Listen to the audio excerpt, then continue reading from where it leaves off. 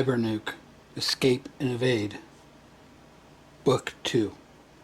Chapter 1. Alone. The sunlight piercing through the broken blinds woke Steve.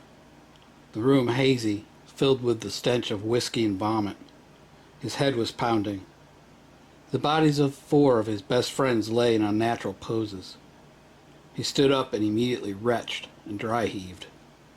What the hell happened? He checked for pulses on the bodies. They were lifeless. Their faces speckled with petechia, a sign of asphyxiation. On the table, a handle of Jack Daniels half gone, and the remains of last night's dinner half eaten. Was the food tainted? Steve asked himself. He remembered catching those bass and commenting how they didn't have any fight in them. He thought maybe it was due to the onset of late fall or early winter. One thing he did notice is that he had not eaten as much as his friends, and right now, this was probably the only thing that was keeping him alive. Steve went to his aquarium, pulled out a box of activated charcoal. He put 2 tablespoons of it in a coffee cup, then added some water. He took a spoon and mashed the small chunks into a paste, then added more water. He gagged at the sight of the black drink. "Bottoms up," he said, out loud, holding the cup up to his fallen friends. Then he chugged it back. Steve remembered that ingesting activated charcoal can absorb toxins and help them pass through the system. He chased the concoction with more bottled water. Steve opened the blinds and stepped out on his back porch that was overlooking the river. It was a mass of dead fish and dead gulls. "What the fuck?" Steve said to himself as he ran to his dock. There were dead fish. The birds that had eaten the fish were dead as well. There was death as far as he could see. Steve's heart began to race. It must be that chemical plant leaching into the river, he thought. He retched more, but fought back, not wanting to have to drink another cup of the black sludge. Steve went back inside his home. He looked at his water reserve. There was only 5 cases left. Steve went out front of his home and looked around the street. He could see some more bodies, some in the street, some in their yards. These people were drawing up water from the river and drinking it.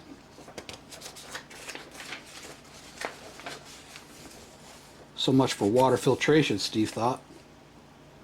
He remembered that aside from viruses, chemical and radiological contamination was the hardest to remove, and in his Air Force survival classes, it was recommended to find another source for water. Steve went back inside his home. He sat at the table. The scene seemed worse than when he woke up.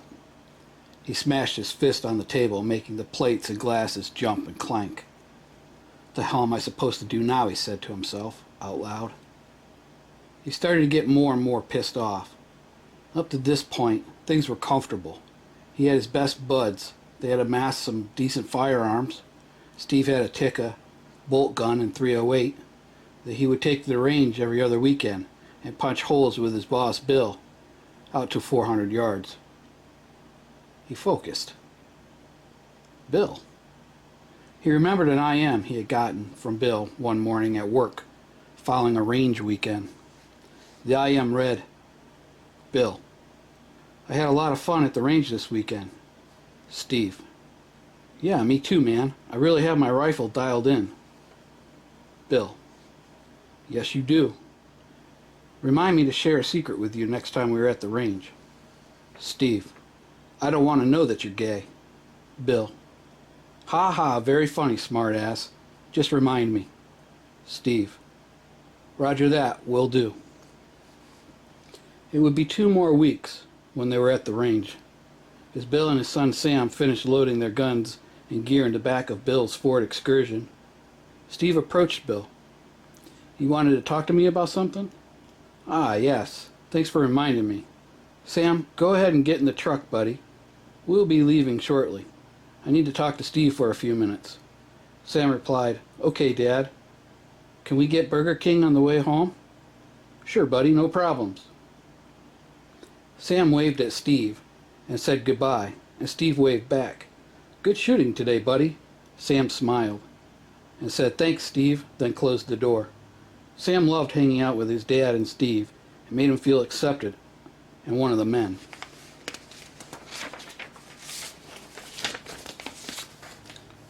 "Yeah, so I think it's time we had the talk, Steve," Bill said.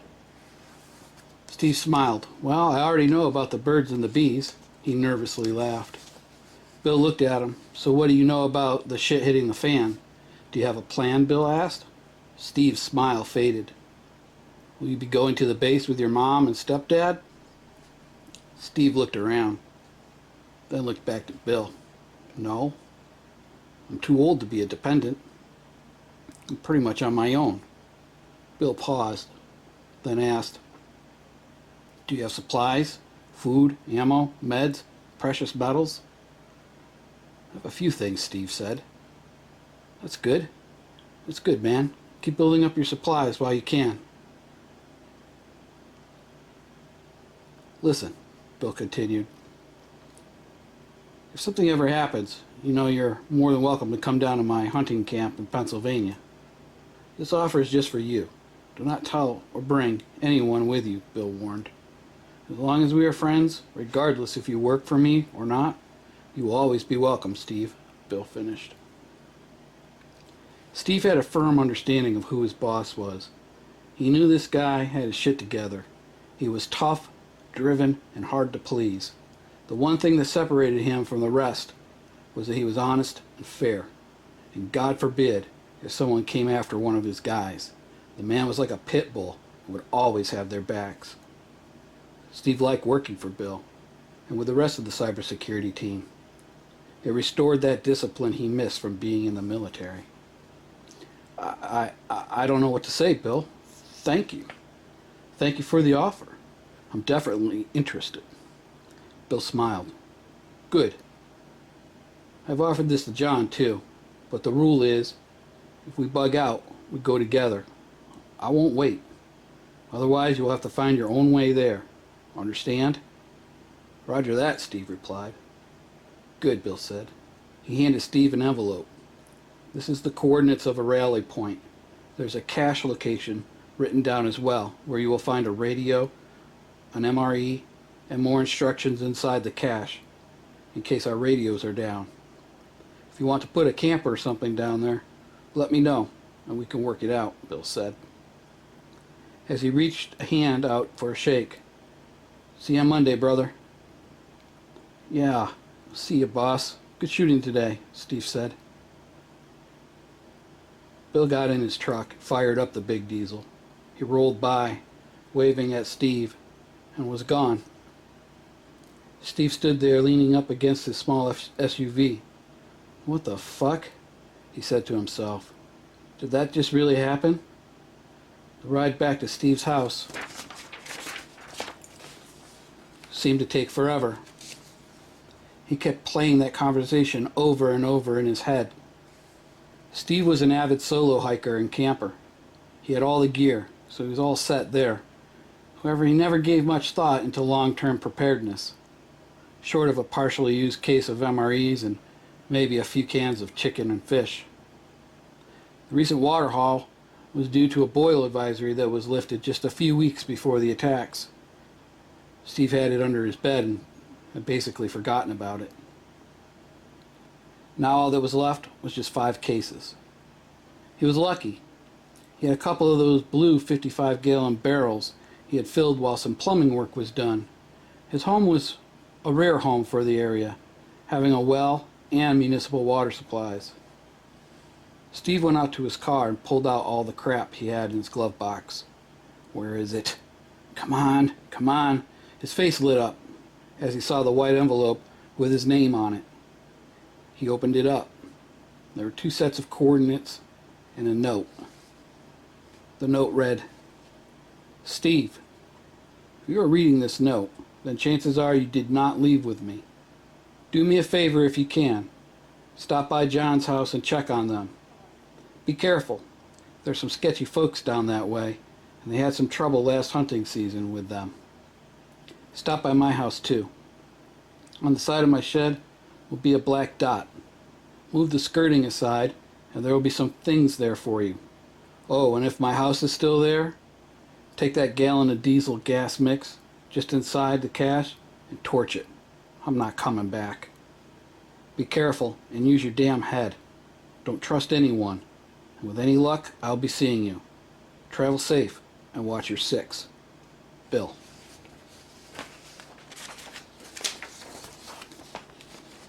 Steve scrambled back inside.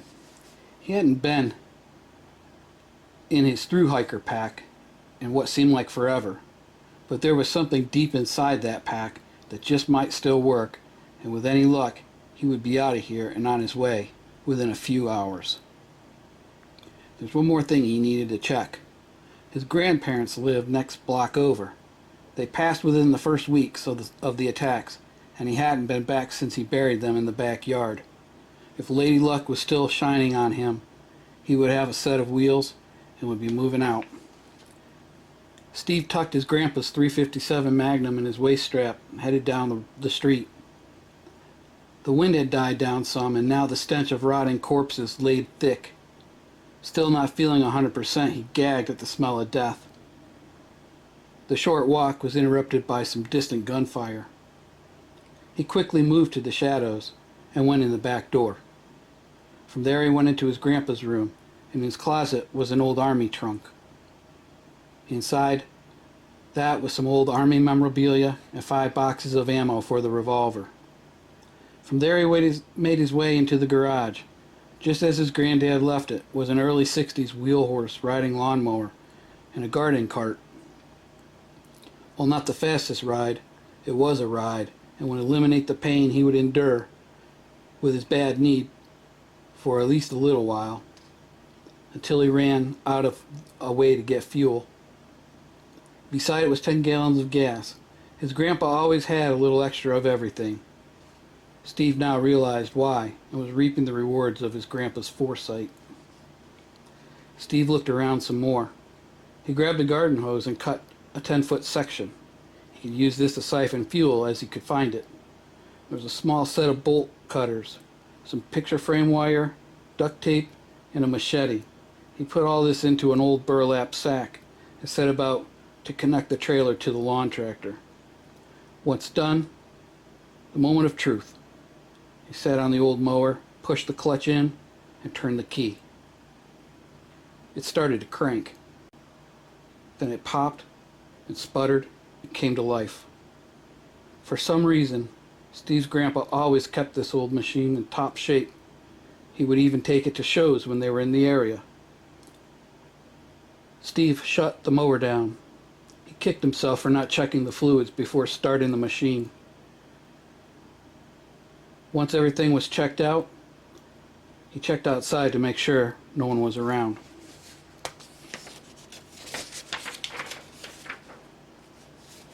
Steve slowly opened the garage door up.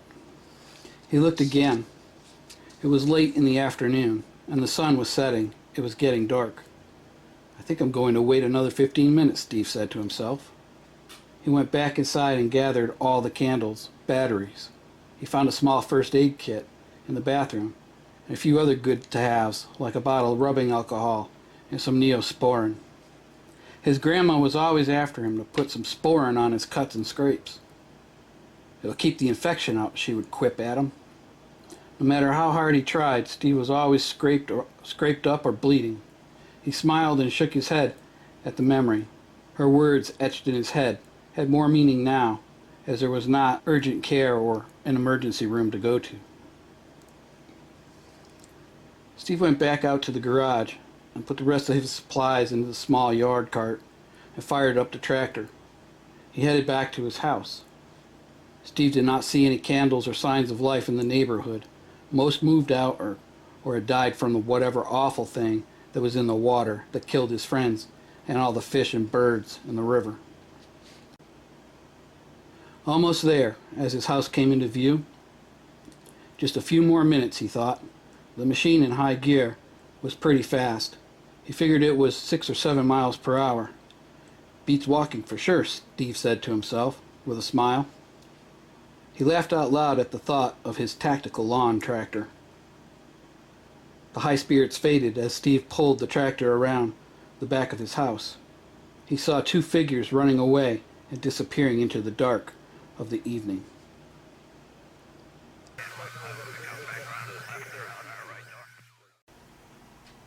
Chapter 2. Bugging Out. Steve paused. Damn it. Steve drew his revolver and cautiously approached the rear sliding glass door, still open. He did a quick peek, but could not see anything other than the flickering candle. He went back to the lawn tractor and pulled out an old 2-cell flashlight he got from his grandparents' house. Slowly and carefully, he entered his home. The tingy yellow light cast a dim beam around the home. He passed the beam over his dead friends. The sight made his hair stand on end. He cleared his home, and once convinced there was no other intruders left behind, he started to gather his gear and get ready to go.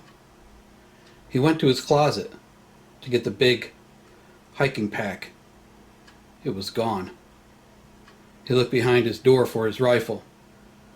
It too was gone. Steve began to panic. He went into the kitchen. The bottled water was gone, and his cupboards were empty. Son of a bitch, Steve yelled. His blood began to boil. I was only gone an hour, he said to himself. Reality was sinking in. Steve's mindset was changing. The once carefree mind of a 20-something was starting to harden. His mind was flashing events. He remembered the day it all came down. He was at work, and a cyberworm was frying all the computers. He remembered his boss telling them to grab all their shit and get home, and if they didn't have a plan, to come to his house. He remembered checking on his grandparents, finding them dead. He remembered that bad feeling about truly being on his own. He remembered his buddies showing up, and how they were convinced this was going to be fixed, and how funny it was about all the tinfoil hat wearers thinking it was the end of the world. And then how they panicked when the EMPs went off, and the lights went out. Now all the food that they had squirreled away was gone. All the clean water he had was gone as well. Steve began to experience wide swinging emotions, ranging from anger to victim, and all points in between. He even thought of ending it. And then got angry at even the thought. Then like a switch, he purged his mind and flooded it with motivation. Every hard-ass instructor and his hard-ass boss, even his grandpa, all entered Steve's mind. You're better than this, Steve, the voices yelled. Now hike up your skirt, Sally, and get to work. First thing, I need to secure the tractor and fuel. In my garage, Steve said to himself, as he started to make a mental checklist. The garage was full of junk and not organized, with the exception of a few trails he had made through the mess left over from moving in. Once Steve made some room, he moved the tractor and the small trailer into his garage. Tractor secured, as if trying to redeem himself for his lapse in security. Next, secure the home. Steve looked around the garage. There was some leftover PVC pipe he grabbed and took it into the living room. He roughly measured a piece to put in the track of the sliding door, then one for each window. He made sure all of these were locked. This would force someone coming back to break glass, and that would alert him. For the entrance door, he angled 2x4s under the handles. This would help prevent kick-ins, and again, alert him. Once this was completed, he went back to the garage and started to look through the unopened boxes. If his pack wasn't stolen, Steve was going to go through it and replace the warm weather gear with his winter camping gear. So this was the task at hand. Steve found the box marked winter camping. He opened it. Inside was his military sleep system, a full ECWS extreme cold weather system. A thermal barrier he made using some mylar-coated bubble wrap he glued on a 1-inch thick sleeping pad. This would reflect the cold to the ground on the bottom and reflect his body heat back onto him. Okay, Steve said. So I have a -20 bag, a full set of mil-spec cold weather gear, my heat reflector. Steve poked through the box. He came up with a stainless cook pot. He opened it. Steve smiled. Inside the pot was a small magnesium block with an embedded ferro rod, some salt and pepper, some wet wipes, 2 books of matches. Also in the box, a micro fleece watch cap, some wool socks, wool gloves, and mittens. Now if only I had a pack to put this in. Steve thought a minute. Then he smiled. While not as big as his through hiker pack, his get-home bag was more along the lines of a 3-day assault pack. Steve cautiously opened the front door. It was pitch black out. He waited a few minutes by the door to let his eyes adjust. Then he went to his car and opened the back. Inside was a Condor 3-day assault pack. He grabbed the pack and quietly closed the rear hatch. He took that inside and back into the garage. Steve opened the pack and laid the contents out on a card table he had set up to arrange his gear. Inside was 50 feet of OD paracord, 10 Mountain House meals, a boonie hat, 5 bottles of water, a rain fly, and a Sawyer mini water filter, and an Nalgene canteen. Okay, so this is what I have, Steve said to himself. So now the things I need. I need a map and a compass. Steve's GPS was in his thru-hiker pack, which is what he was hoping to use to get to Bill's house and then John's. Thankfully, he had been to Bill's several times and knew the way. He had only been to John's parents' place 2 times to help unload some heavy car parts. The GPS was also good for alternate routing, which is what Steve really wanted to do. More food. His current supply of Mountain House meals would only get him by for maybe 5 days. He would need to go back to his grandparents' house and see if there's anything that he missed. Even things that he may not have seen as food were now becoming things he would take. It was almost 2,300 hours by the time he got everything packed up.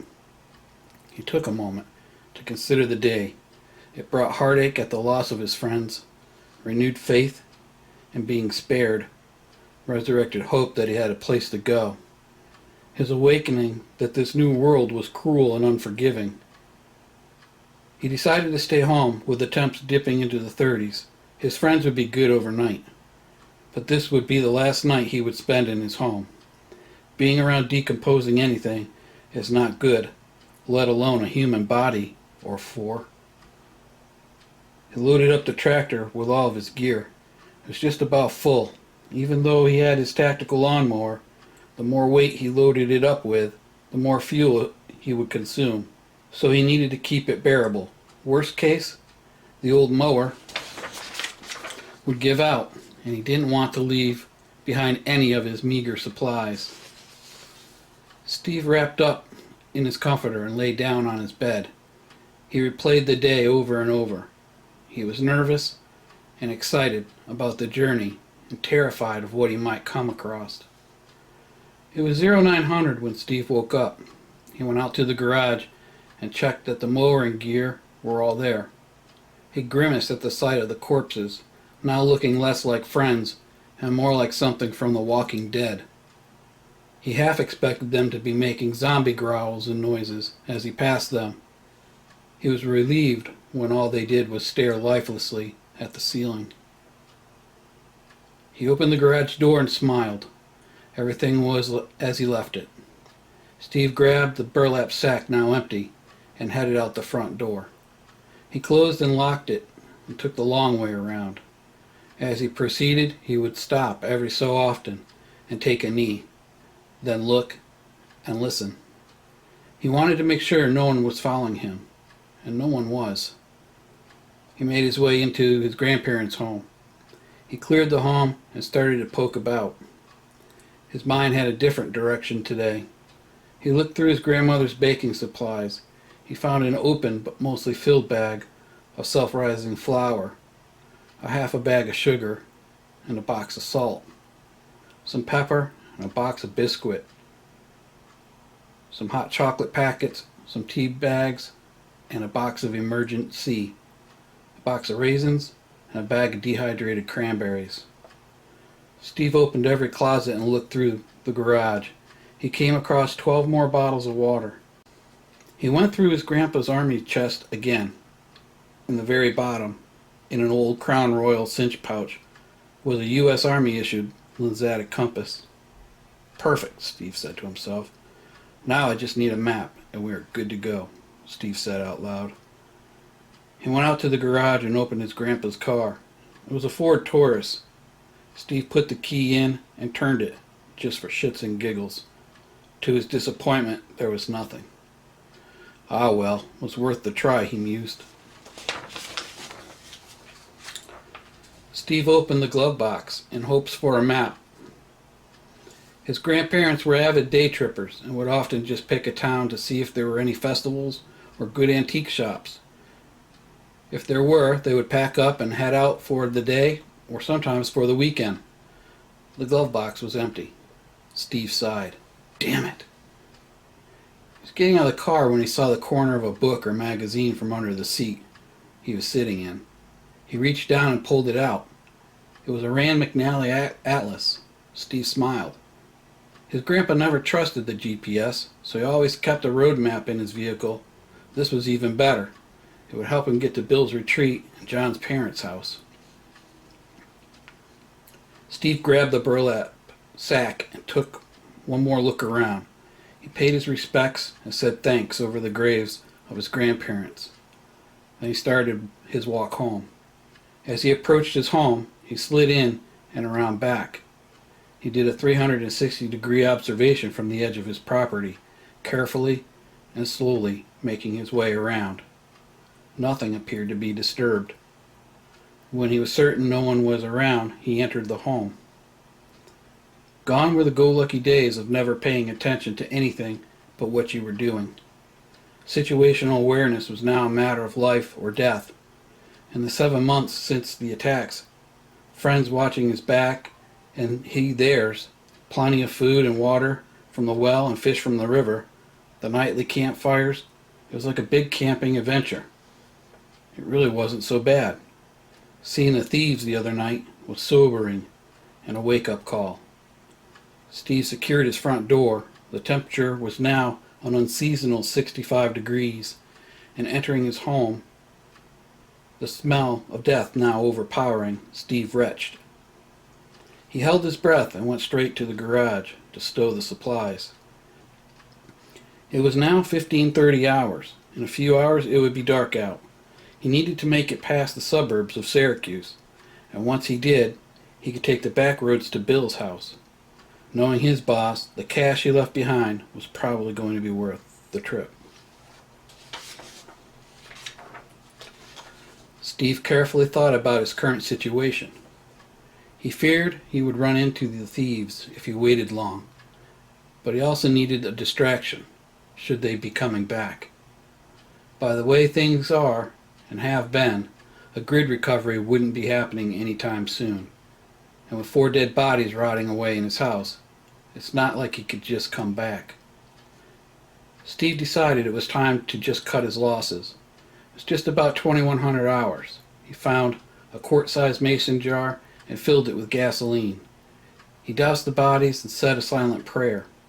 He rolled the lawnmower out to the curb and started it, kept it at a low idle. It was pretty quiet, given it was a lawnmower. With a trail of gasoline to the front door, Steve lit a match and ignited it. There was a whoosh.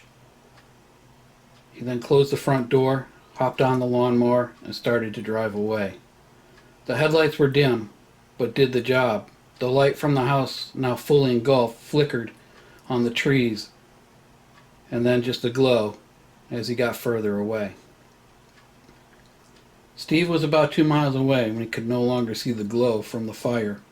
The old mower, now devoid of its cutting deck, chugged up one hill and down the next.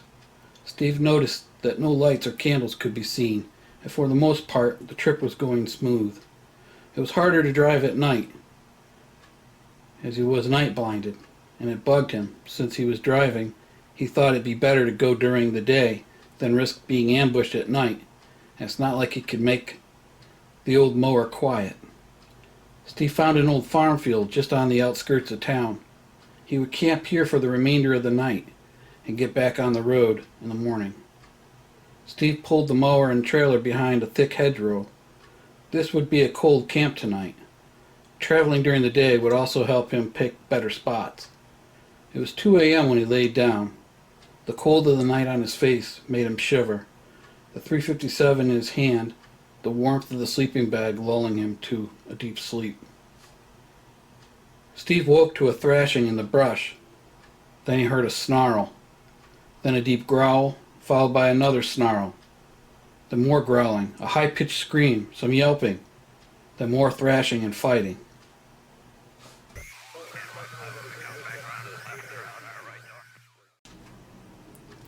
Chapter 3. Wild Things. Steve unzipped the sleeping bag so he could wield the .357 revolver. Whatever was on the other side of the hedgerow was pissed off and mean. Sometimes a man's imagination runs wild, and sometimes nature is brutal, sobering, and honest, in just how small we humans are. Steve furrowed his brow. What the? There was a clinking noise, like dog tags. Unable to see, he stayed there and listened. He could hear the feeding frenzy continue, and Steve didn't dare move an inch. So much for sleep, Steve said to himself. It was about 0500 when Steve nodded off to sleep. He had moved his head and upper body under the small trailer. At least his head could not be attacked by whatever that was, and even this small amount of security was enough for him to drift off for a few hours of much-needed rest. It was 10:30 when Steve awoke. He scanned the area, then slowly got out from under the trailer and looked around. He cautiously went through the thick hedgerow to where he heard the noises. Then he gasped as he came across the carcass of a large white-tailed buck. The animal fought for his life for almost 30 minutes, until he succumbed to the numbers. Also half-eaten was what appeared to be one of the attackers, who was speared by one of the buck's tines. Steve studied the scene. That was no coyote. He approached the dog's carcass. It was a German short-haired pointer. Around his neck was a collar with its dog tags. Steve stepped back and thought about this for a minute. With all the deaths, animals will revert back to their feral traits. Dogs will pack up or intermix with wolves or coyotes. A pack of feral dogs is just as deadly as a pack of wild canines, not to mention diseases, like rabies going unchecked. A dog bite now could be a death sentence. Steve also thought about other types of pets. Steve was an amateur herpetologist and kept several constrictor-type snakes and spiders like tarantulas. His snake population died as he was not able to keep them warm or feed them. Steve did think about turning them loose, but could not ethically do this, so he killed them rather than watch them suffer. He could never bring himself to eat one of his precious snake babies. Steve thought more on this as he started to pack up his gear and get ready to move out. So what happens to all the lions, panthers, tigers people kept legal or illegally? What other dangerous breeds are now running loose out here? What about those illegally acquired venomous snakes like cobras and mambas, especially in the southern states, where they would not have to fear winter die-off due to cold? He recalled the constrictor snake problem in the Florida Everglades, where there were so many pythons that there were few, if any, small animals, and how the snakes were moving back into the communities and killing dogs and cats. Steve finished up getting ready to go. He was only 5 miles or so from his house, so he needed to make a lot of ground today. He completed his objective last night to get out of the suburbs and into the country. From there he is about 25 miles away from his next objective, his boss's house. He pulled out the atlas and got a feel for where he was. Steve checked the fluids in the old tractor. The oil level was good and clean. He had used a half a tank of fuel. Steve now realized he could get about 10 miles to the 2-gallon tank.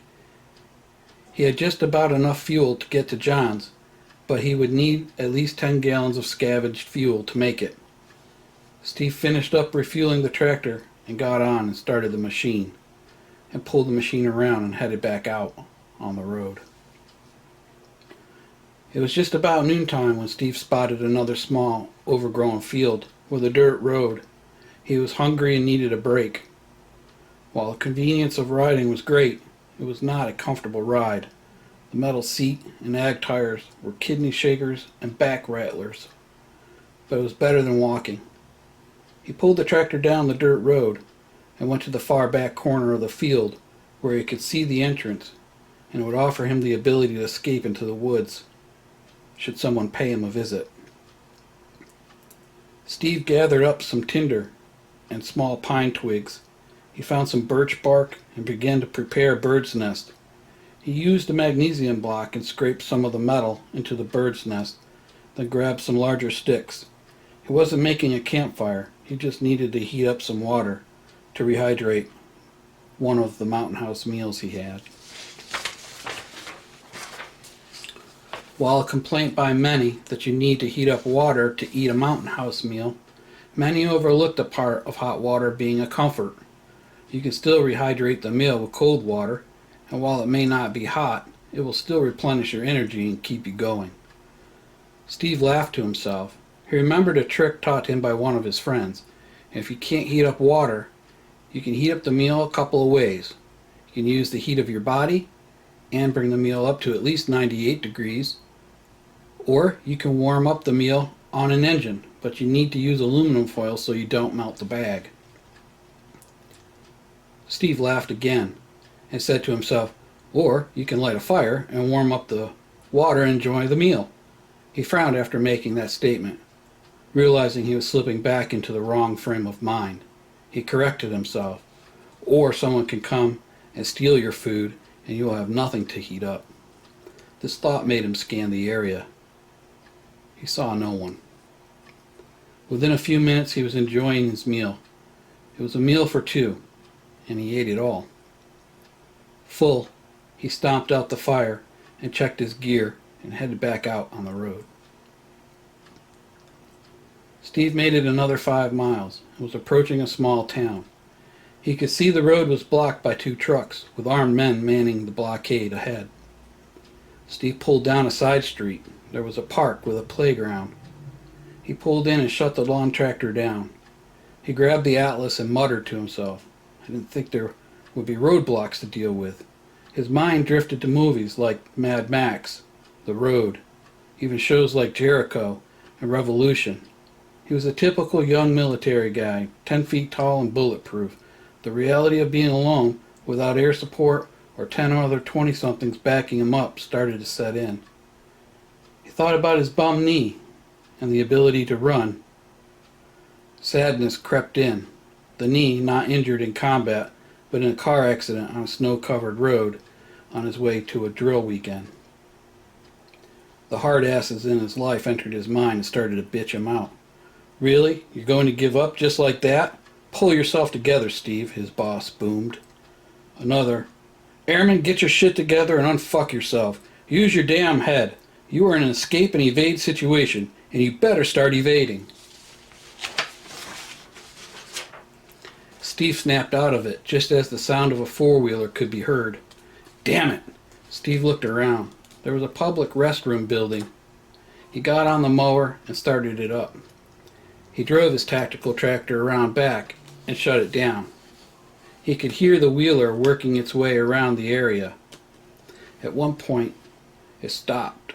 He could barely make out some radio chatter, but was unable to hear what was being said. After a few minutes, he could hear the four-wheeler continue around the area. Steve peered out from behind the concrete building and saw a single man on an old Yamaha ATV. He had a long gun slung over his shoulder, and he was wearing a camo ball cap and jacket and blue jeans. Well, at least it's not a uniform, Steve said to himself. The rider crossed the park road and started to head towards the building Steve was hiding behind. The four-wheeler came to a stop just in front of the restroom building. Steve slowly cocked the revolver and aimed it at the side of the building. His heart raced. He was shaking. He could hear the doors on the restroom being checked and pulled to make sure they were secure. Then he heard the man talk on the radio. "Rover 1, base." "Go ahead, Rover 1." "Roger. Rover 1 to base. I checked the park. No signs of anyone on a lawnmower." The old man laughed. "It's sad what this world's come to when a person has to resort to a lawnmower for transportation. Anyway, I'll be heading back to the roadblock. Rover 1 out." "Copy, Rover 1. We have coffee waiting for you. Base out." Steve listened as the four-wheeler started and the man left the area. When he could no longer hear the wheeler, he decocked the revolver. For now, he was in a good position to look at the atlas and find a good route to get to his boss's house. He started to make a plan. If Bill's house was still there, he would hide out there for a day and recharge to get his routes to John's house figured out with a couple of different ways, and then torch his boss's house and move on. To Steve's best ability, he determined he was only 10 to 12 miles out from Bill's town limits, and from there just 10 minutes from Bill's house. Based on the atlas maps, all he needed to do is head down the side road behind him and make his way to the railroad tracks, and then he could follow those to his next objective. Steve checked the water spigot on the side of the restrooms. There was no water running. He made one more look around and decided that it was time to get out of this area. He unhitched the trailer and backed it out from behind the building. Then he started the lawn tractor and backed it out. Steve reconnected the trailer and headed out of the park. Once on the side road, he shifted the tractor into high gear and maxed out the throttle. About 2 miles down the side road was a railroad crossing. Steve turned down the cleared trail and headed west. There were all kinds of broken glass and garbage on the side trail. However, the ground seemed soft, so with any luck, he would make it without losing a tire. As Steve rode the trail, he could see people in their backyards from time to time, many looking for the source of the lawnmower, and Steve would be by them before they could figure it out. As he passed one home, a young boy waved from a treehouse that overlooked the railroad tracks. Steve was thankful that it was a hand waving and not a gun. "Slow down. Use your head. You can get there if you're not stupid about this. You're almost there. Don't blow it," the voices boomed in his head. Steve focused and started to scan more and understand what was around him.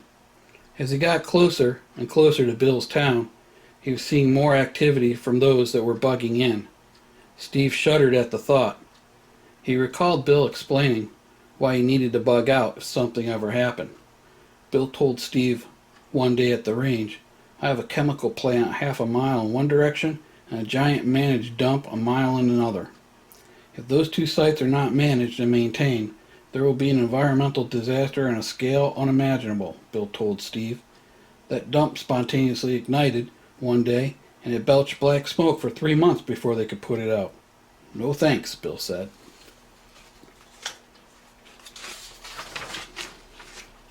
Steve kept that in mind. The tracks came through what appeared to be some very large fields that had overgrown. He could not see any houses. Steve stopped. This would be a good time to take a break, top off the fuel tank, check the oil, and rehydrate himself.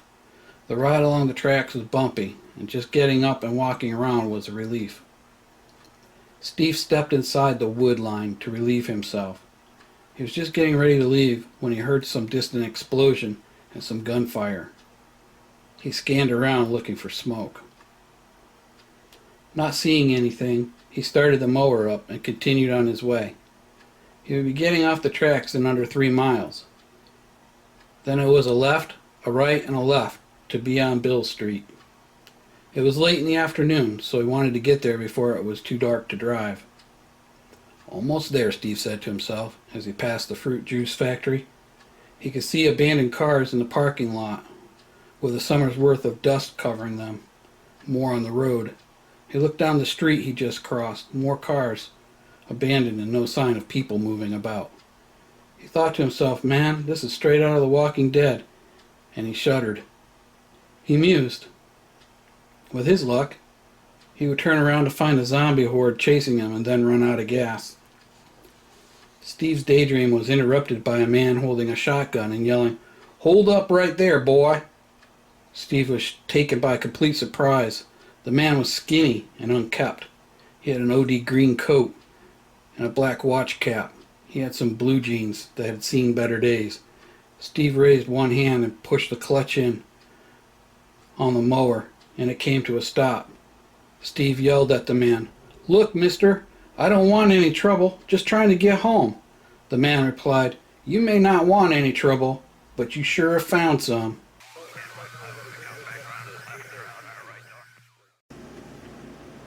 Chapter 4. A New Kind of Gang. Steve slowly raised both hands. He didn't have a proper holster for his revolver, and it was riding just inside his jacket, in the inside pocket. A quick draw while staring down the barrel of a shotgun just 25 feet away would not end well. "Now turn off your mower, boy. Come on, hurry up. Don't try anything stupid now." Steve turned the mower off. The man looked nervously around. "Now toss that key to me and get off my mower." Steve could feel the rage building inside. He had made almost 30 miles on this mower, and now some scrub with a gun that was probably not even loaded was going to jack it from him.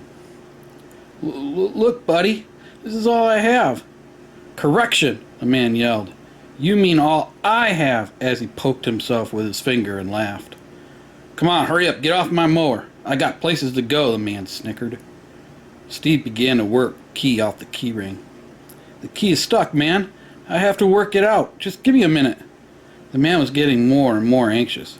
"If you don't get off my fucking mower in like 30 seconds, this buckshot is gonna..." The bushes beside the man erupted. A pack of now feral dogs knocked the man to the ground and started to shred his clothes. The man screamed, "Help me! Help me!" He thrashed and fought the pack of dogs, now dragging the man out of the way and more on the tracks. Steve was stunned by the scene unfolding in front of him. The pack of dogs feasting, eating another person, alive. The growling and snarling and the screams. Steve snapped out of his gaze and pulled his revolver and started the tractor. The man, seeing Steve go past, reached his hand out to him. He watched in horror as he was ignored. Steve yelled, "Serves you right, you fucking thief," and kicked the mower into high gear.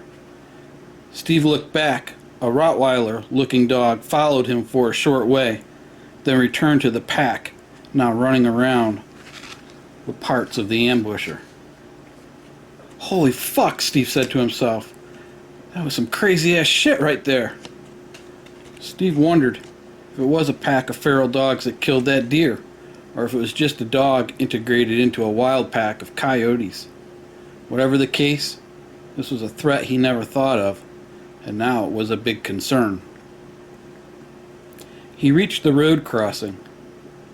He was a left, a right, and a left away from getting to Bill's house. He turned down the last left, and the street was straight out of some weird disaster film. As he rode down the street, he saw bodies in yards, windows boarded up, and some just charred black piles of remains of someone's dream. As he got to the end of the road, there were a few homes still standing, and as he got closer, he could see that Bill's was one of them. "Thank God," Steve said to himself. "I really need to hole up here for a day or two." Steve pulled into Bill's driveway. The front doors and windows all had plywood screwed over them. He pulled the mower around back. The back door had plywood over it as well. The sun was setting, so it was time to get in and set up camp for the night. Steve pulled out his Leatherman multi-tool and started to unscrew the plywood from the back door. He cursed his boss for using the 3-inch deck screws as his hand and wrist started to cramp. With the last of the 8 screws out, the board wobbled free. Steve tried the back door. It was locked. "Damn it," Steve grumbled. He didn't want to, but the only way he could see to get in was to break the long glass window. He looked around. There was some white decorative curbing broken into brick-sized chunks sitting in a small pile. Steve smiled. "A master key," he laughed. And then he hurled the brick into the wood-framed glass door. His smile faded as the brick bounced back, leaving a shattered but still intact door. Steve recalled the conversation with his boss one morning at work when Bill said he up-armored his glass windows with a special 3M 8mm thick security film he had scored on eBay. Steve looked at the door. "Damn, this stuff is no joke," he chuckled, as the film was not just on the inside, but on the outside too.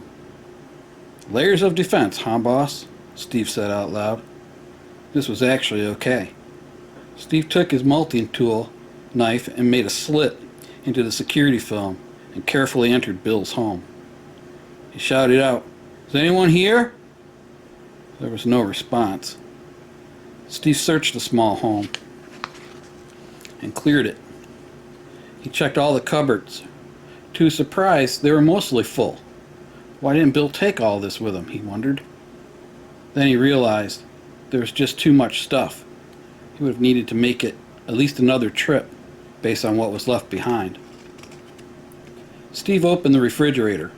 It was cleaned out, except for 8 Bud Lights in the bottle. Steve smiled. "I will enjoy those."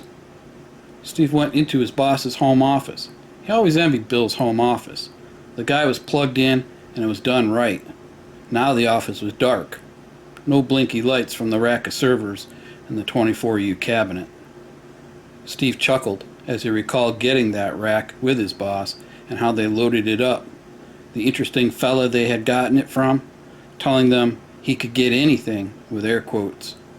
The man not knowing that before him stood the security architect and a top cyber threat analyst for a global multi-billion-dollar company. Steve went to Bill's bedroom. He just peered in. It was weird and creepy to be poking his nose in there, but it was more to just double check and make sure no one was there. He went into the kids' room and then the laundry room. He was reassured there was no one but him in the house. Steve grabbed a couple of the beers and went out on the back patio. It was almost dark now. He cracked open a Bud Light and kicked back listening and looking. It was dead quiet. He could hear a distant gunshot. He could smell smoke from a fire. Steve jumped at a rip from a machine gun that seemed to be one street over. "No wonder Bill bugged out," Steve said to himself. "What a shithole town this is." He could hear laughing and glass breaking, but he could not see anything. It was pitch black. Steve would wait until morning, just at the break of dawn, to see what his boss left for him. He didn't want to go into the cache until he had a feel for the area. The grisly scene of those dogs dismembering that scumbag still played in his head like a looped video. Steve finished his second beer. These will make a good warning alarm. He went inside the dark home and turned on his old incandescent flashlight. He tripped over a box of contractor garbage bags. There was a roll of Gorilla Tape left on the table. In the back room, he found a Coleman battery-operated lantern that still worked. Steve used the thick black contractor bag and the duct tape to black out the shattered window on the door so he could run the lantern. Steve finished 4 more beers.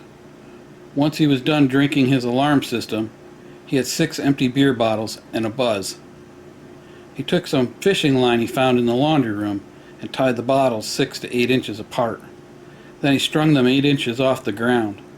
If anyone or anything entered that patio, the fishing line would break and the bottles would clank to the ground. Steve also tied trip lines to the fence and in front of the tactical lawn tractor. This would clank the bottles if anyone hit those lines. Steve brought the sheet of plywood in he would board up the door from the inside before he retired for the night. With the remaining contractor bags, Steve blacked out the kitchen window and all the small windows on the inside. His boss was weird. While he was all into tech, the guy had a collector's eye for old things that always worked. Things were starting to fall into place at the level of detail Bill put into being prepared. On the mantel in the house were some old lanterns clearly missed by his boss.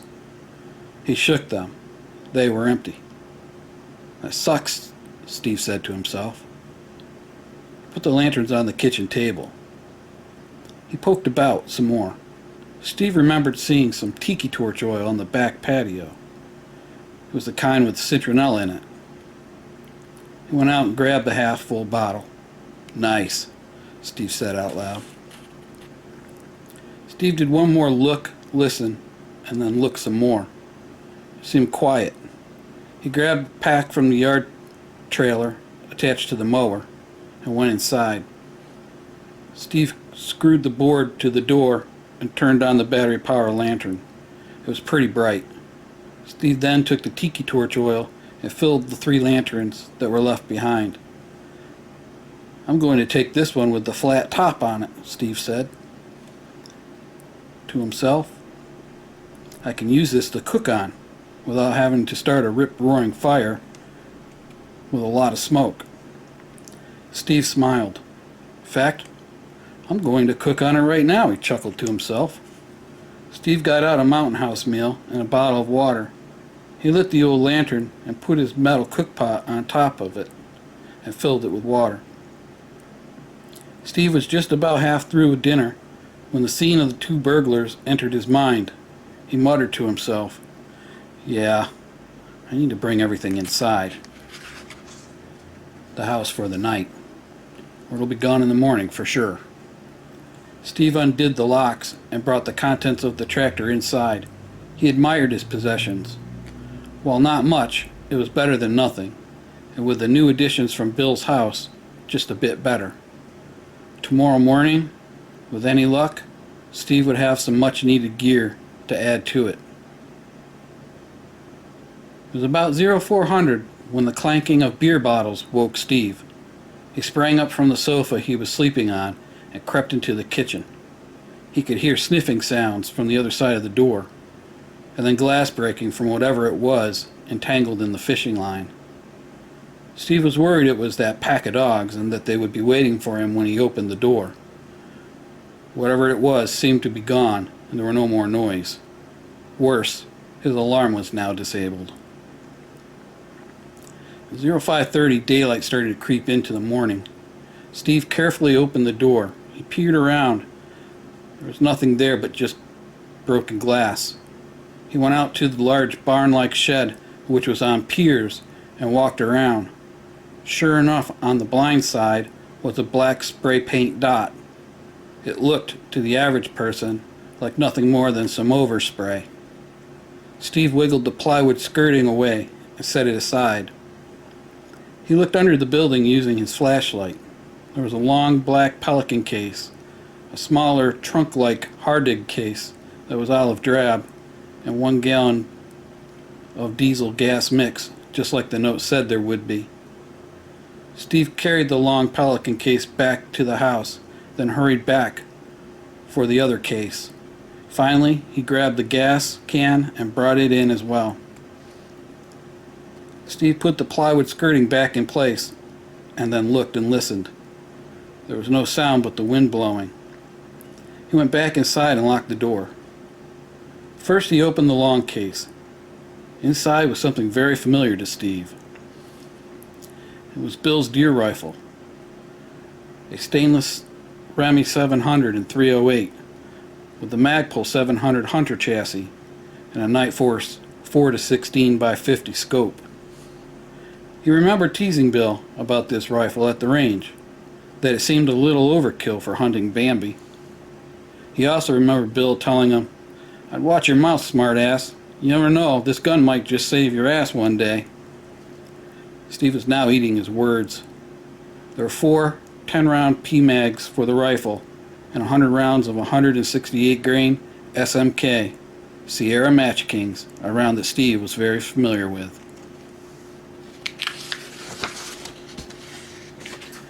Steve had gotten a lot of range time on that rifle while they dialed it in to 250 yards. When Steve looked at the dope card, he smiled. It was one he had written for Bill. He popped the latches on the hard dig case and opened it up.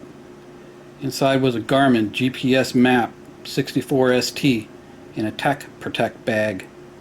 In another bag was a Wouxun radio. There was a bag of AA batteries and 5 MREs. The two Tech Protect bags are military spec EMP-proof Ziploc bag. Well, let's see if it works, Steve said to himself. He pressed the power button. It did not come on. Damn, Steve muttered.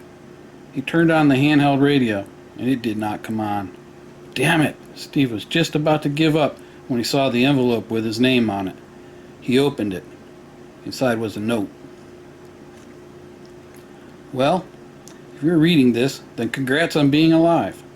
Here are some things that I hope will help make your trip a little better. Please do not forget to check on John and his family. I know they didn't teach a lot of critical thinking in the chair force, so hopefully you put batteries in the GPS and radio before you got your panties in a bunch.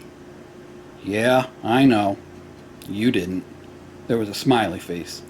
His boss always wrote him about being in the Air Force and gave it back to him about being in the Coast Guard. The old bastard had thought enough about him to leave one of his most accurate rifles behind for him, and he would never forget this. After putting the batteries into the two devices, Steve powered them on. It was a sight for sore eyes. Steve went back to the note. There were 2 routes to John's programmed in the GPS, and there are 3 to get from John's to my retreat. Take the hardest routes. Avoid towns and people. Use the route Gulf to get to me. It's more like a horse trail than anything. There are 2 med packs. One is for minor shit. Has all of your stuff for cuts and scrapes. Some Neosporin. Lord knows you need it. The other one is for bad shit. If you're using that, then I probably won't be seeing you. However, there are some meds in there should you get something infected, or you have to help someone out, which, unless it's John or one of his family members, I would encourage you to just keep moving on. Not sure if you are mobile or not. If you are not, there are 2 keys in the first aid kit marked with an M. Use the GPS waypoint ATV. It is locked up, but you should be able to get to it. The plug wire is off the coil pack, so pop it on. There should be 10 gallons of fuel with it. So keep it at a reasonable speed, and it should make it to John's house. The note finished. The radio should be kept on MTAC 3. When you get close to John's, providing they are alive, and he is doing what I asked, he should be listening on that frequency. Your call sign is Charlie Alpha 2, and John is Tango Lima 1. I did think about calling you Boo Boo, and John Yogi. However, I didn't think, given the circumstances, you would find it funny. Needless to say, I hope to see you soon. Be safe, Steve, and watch your 6. Remember, Delta Tango Alpha. Don't trust anyone, and keep your head in the escape and evade mode. Bill.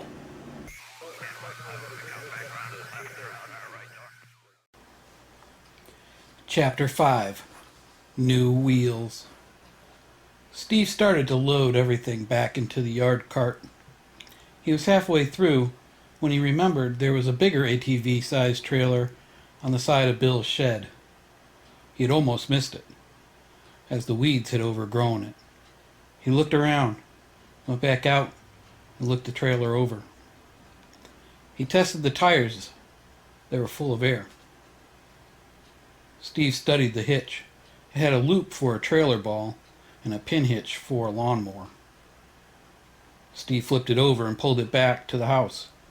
The trailer was much larger than the yard cart he was using. Steve hooked the new trailer to his tactical lawnmower and loaded in his gear. There was a lot more room left over. Steve went back inside.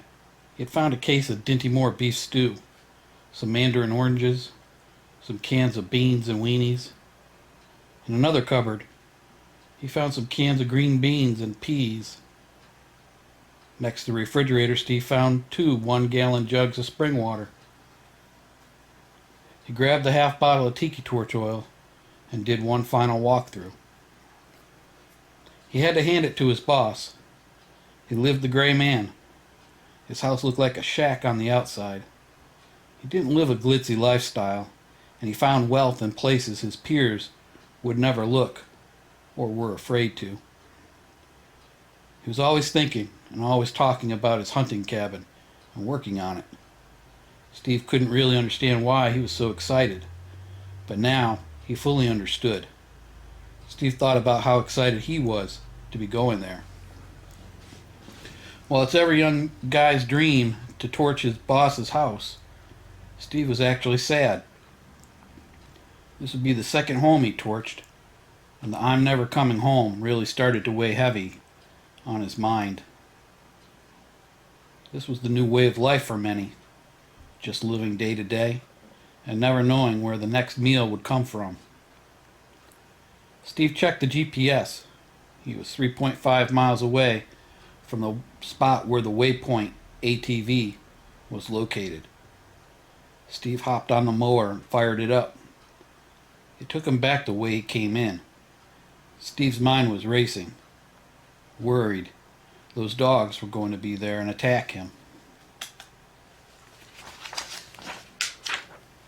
He came up on the railroad crossing. He was forcing himself not to look. He couldn't help himself. He glanced over to where the dog attack happened. There was something down there, but it didn't look anything like a person. Steve continued. It was about 20 minutes in what seemed to be the middle of nowhere where you store it outdoor storage facility. He checked the key ring and started to look at the numbers. Some of the doors were open, the contents strewn about. B-2-51 was not opened. Steve tried the key. The cut-resistant lock opened. Steve looked around and then opened the rolled-up door. Inside was a 2000 Polaris Trailblazer 250. The machine looked rough, had a weathered camo job on it. There were 2 full 5-gallon fuel cans, and a tag read PRIG, stabilized, 10/16/2016. The ATV had old-style racks, and it looked like there was a homemade trailer hitch on the back. Steve knew this was his boss's doing, as the hitch was ridiculously overbuilt.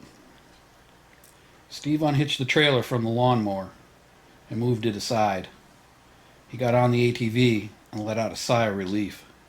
The seat was awesome. The old metal tractor seat had put a whipping on Steve, and now he was riding in style. He put the key in and tried to start the machine. It just clicked.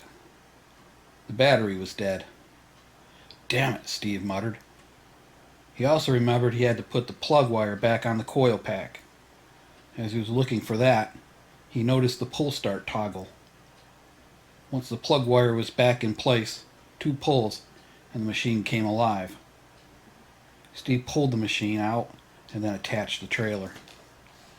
He turned the ATV off and started the tractor. He backed that into the storage unit, then rolled the door down and locked it. He was just getting ready to start the ATV when he heard some people talking. Steve unslung the rifle, checked for a round in the chamber, and was trying to track the source of the talking. He had no cover and would be exposed. He could hear they were in the storage unit on the opposite side. Steve put the rifle in the gun grabbers and started the ATV up and left out the opposite way. He turned around just in time to see 2 men running after him, then giving up as Steve was back on the road and speeding away. While the machine looked like a piece of shit, Steve began to realize it was like new mechanically. Brakes, engine, and tires were all new. The lights had been painted over with just small allowances to disguise it. The more he noticed, the more he realized this was all on purpose. Steve pulled over on the side of the road and looked at the GPS.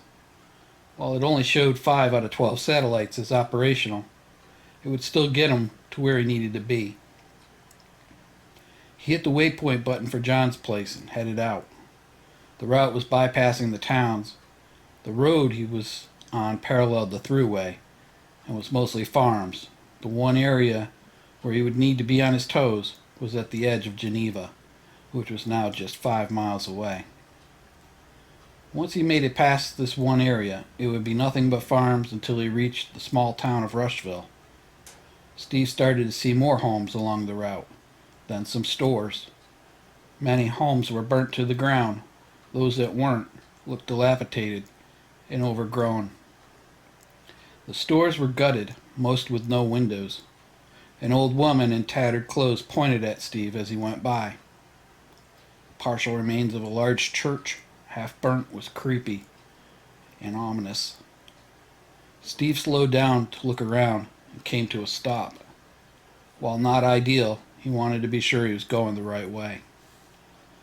Steve glanced at the GPS. The second he looked down, he heard the sound of a gunshot, and then the impact of the bullet into the tree behind him. Steve snapped to attention. He scanned around. He could not see anyone. Then he caught a glint. It was coming from the roof of the Tractor Supply building. Steve dove off the four-wheeler as he heard another shot ring out, this time the bullet impacting just above him on the dirt bank. Steve reached up and grabbed the .308 from the gun grabbers and steadied the rifle on the seat of the four-wheeler. The vibration of the running ATV prevented him from a steady shot. He reached up and turned the four-wheeler off, then scanned the rooftop of the Tractor Supply. He heard another gunshot. This time he could hear the round sizzle through the air, and the impact in the ground next to him. Steve knew the next shot would either hit him or disable the ATV. Steve found his target, a black-haired man with a shiny hunting rifle. Using the reticle in the Night Force scope, Steve ranged the man to be about 450 yards. He put the crosshairs on the man's face. Even if there was a bad angle, he knew the round would hit the man. Steve took a breath and let half out, then squeezed the trigger. The match-grade trigger broke like glass, and the man toppled over. Steve's body began to shake. His lips quivered. He got nauseous, but didn't puke. "Move, now!" the voices screamed in Steve's head, snapping him out of his funk. He put the rifle back in the gun grabbers and started the four-wheeler and sped off. Half a mile away was the intersection. He took a right, sped past several dealerships. Most of the hoods were up and the windows broken. They looked more like junkyards than new car dealerships. As he left the city limits of Geneva, it was back to country homes and large farm fields. It would be like this for the next 15 miles. Steve came up over a small hill. He could see the livestock auction barn and farmer's market. What he wasn't expecting was to see the auction barn parking lot full of saddled horses and Amish buggies. "What the?" Steve muttered to himself. He looked at the market. It was operational. "Keep going," he told himself. He banged a left just past the Case tractor dealership and was again back on the road with more farms and more Amish. From this point on, he would be getting deeper into the country. Less fields and more woods. This is the area where people keep to themselves and know their neighbors. You mess with one, you mess with many type folks. There are people here begging to be forgotten, and those that just figure they don't matter and are perfectly okay with that. No real jobs other than being self-employed. Carpenters, handymen, market gardeners, and a good crop of the 80 to 90 crew waiting to go on to the Great Divide. Their benefactors worrying more about how to liquidate the old farmstead rather than take it on and keep it alive. Each Amish farm buzzed with activity. These folks operating as if nothing had happened. However, seeing Steve riding on a four-wheeler brought the work to a stop, to stare and watch as he went by. An older Amish man raised a hand to wave. Steve reciprocated the gesture. Came to the bottom of a steep hill. It's just about a quarter-mile away from the center of Rushville. This was an old town, and not much had changed over the years. Cars replaced the horses and buggies, the buildings, as they were, in the early 1900s. Steve snickered at the thought of the horses and buggies replacing the cars now. This seemed to be the mode of transportation in the area, and people were adjusting to it quite well. Steve came to the intersection. He stopped, studied the town for a minute. It looked quiet. He rode down the road slowly. He could see some folks walking, most looking away or just staring. The kind of, "you're doing something wrong" stare. Steve picked up speed and headed out of town. Steve crested the hill and two horsemen in full gallop stopped and turned around to chase after him. He accelerated to full throttle and was soon leaving them behind. What the hell was that all about? Steve wondered to himself. The next stretch was more steep hills and scattered small farms. He was getting close to where he would be starting the approach to John's house. Based on the GPS, he was still a good 10 miles away. Steve noted that he was running low on fuel and would need to stop to fill up soon. The afternoon sun was dipping. He could feel it was getting colder as late afternoon, early evening was creeping in. Definitely felt different here, and not a good different. The road started to weave down the backside of the mountain. He had a quarter tank of fuel left. He passed a home with a tattered "Don't Tread on Me" flag on the flagpole and the burnt remains of what was someone's last stand. He came around the corner and slammed on the brakes. The small town of Potter, a literal pin dot on a map, was a barricaded mini-fortress. Steve spun the four-wheeler around and sped off. He could hear gunshots and see rounds hit around him, but nothing hit him. "How many more times will I get lucky like this?" Steve said to himself. He raced past a burnt home and down along the river. A small single-lane bridge was just ahead. He crossed it, started to go up the other side of the mountain. Steve was now running on fumes and looking for a place to refuel. There was a pursuit. He did not see them. He pushed to the top of the hill. As the four-wheeler came to the crest, it started to sputter and came to a stop. "Shit," Steve said out loud. He put the parking brake on and jumped off and got one of the 5-gallon jugs. He opened the top and with shaking hands started to refill the tank. He could hear the whine of what sounded like 2 dirt bikes. They were not far behind. He stowed the fuel can and started the four-wheeler and took off. As he started to head down the hill, he looked behind him and saw 2 riders stopped just watching him. Why didn't they chase him? Steve started to think, then realized that maybe these people had clanned up and he was now into another clan's territory. A small cornfield, unharvested, came up on the right. Steve pulled in and followed around the edge. It was time to make camp. Steve chose the far corner. This would give him the best vantage point of the road and also allow him to hear if anyone was coming in through the cornfield. The cold air was chilling him, and he needed to get warm. But a fire was not going to be the smart thing for tonight. Tonight he would need to listen and observe. Whatever he was walking into made those riders stop, and it probably wasn't a good thing. Things were odd. He passed through what seemed to be a normal horse and buggy commerce section, then a weird western-like town of Rushville, the barricaded entrance to the tiny town of Potter, and now he was in an area where not many lived, and he had no clue what the day ahead would have in store for him. John's lip quivered. "I'm so sorry, brother. I'm so sorry." His brother lay still. It was late September when the Doyles laid Mr. Doyle to rest, cancer finally claiming his life, with his medicine long depleted, and no hospital to go to or pharmacy to refill his prescriptions.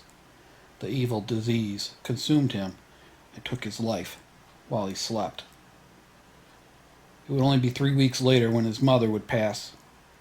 Her note read, "Dear John and Jack, I want you to know I love you, and I do not want to be a burden on you. I've gone to be with your dad. I love you, my boys. Always remember, I love you. Mom." The two boys, agonizing over their mother's death, really didn't have a plan. They couldn't bear to leave the family homestead, but realized food would be running low. Neither one was a hunter, and neither one ever grew a garden. That was what Mom and Dad did.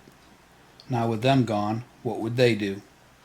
Over the course of the last 7 months, they had consumed most of the food that was put up in their mother's pantry, and with their dad being sick, no deer or other wild game was killed. The food in the buckets that Bill had given them was almost gone, and winter was now just starting. John looked at his lifeless brother. To the best he could figure, he had gotten pneumonia and didn't even know it. John sat on the floor and began to sob. He pulled the charging handle back on his Bushmaster AR-15 and put the barrel in his mouth.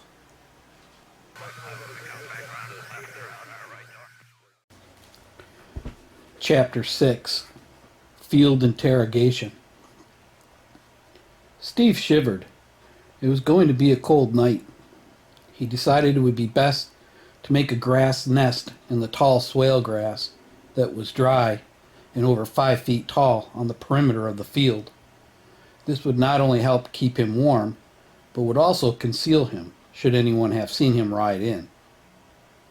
He took his rifle and GPS in his backpack.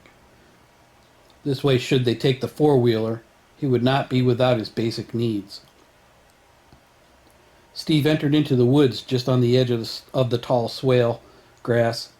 He would come in from behind so as not to leave any visible signs that something other than a deer went through there. Once he got his gear into the woods, Steve then found a place to brush up the four-wheeler.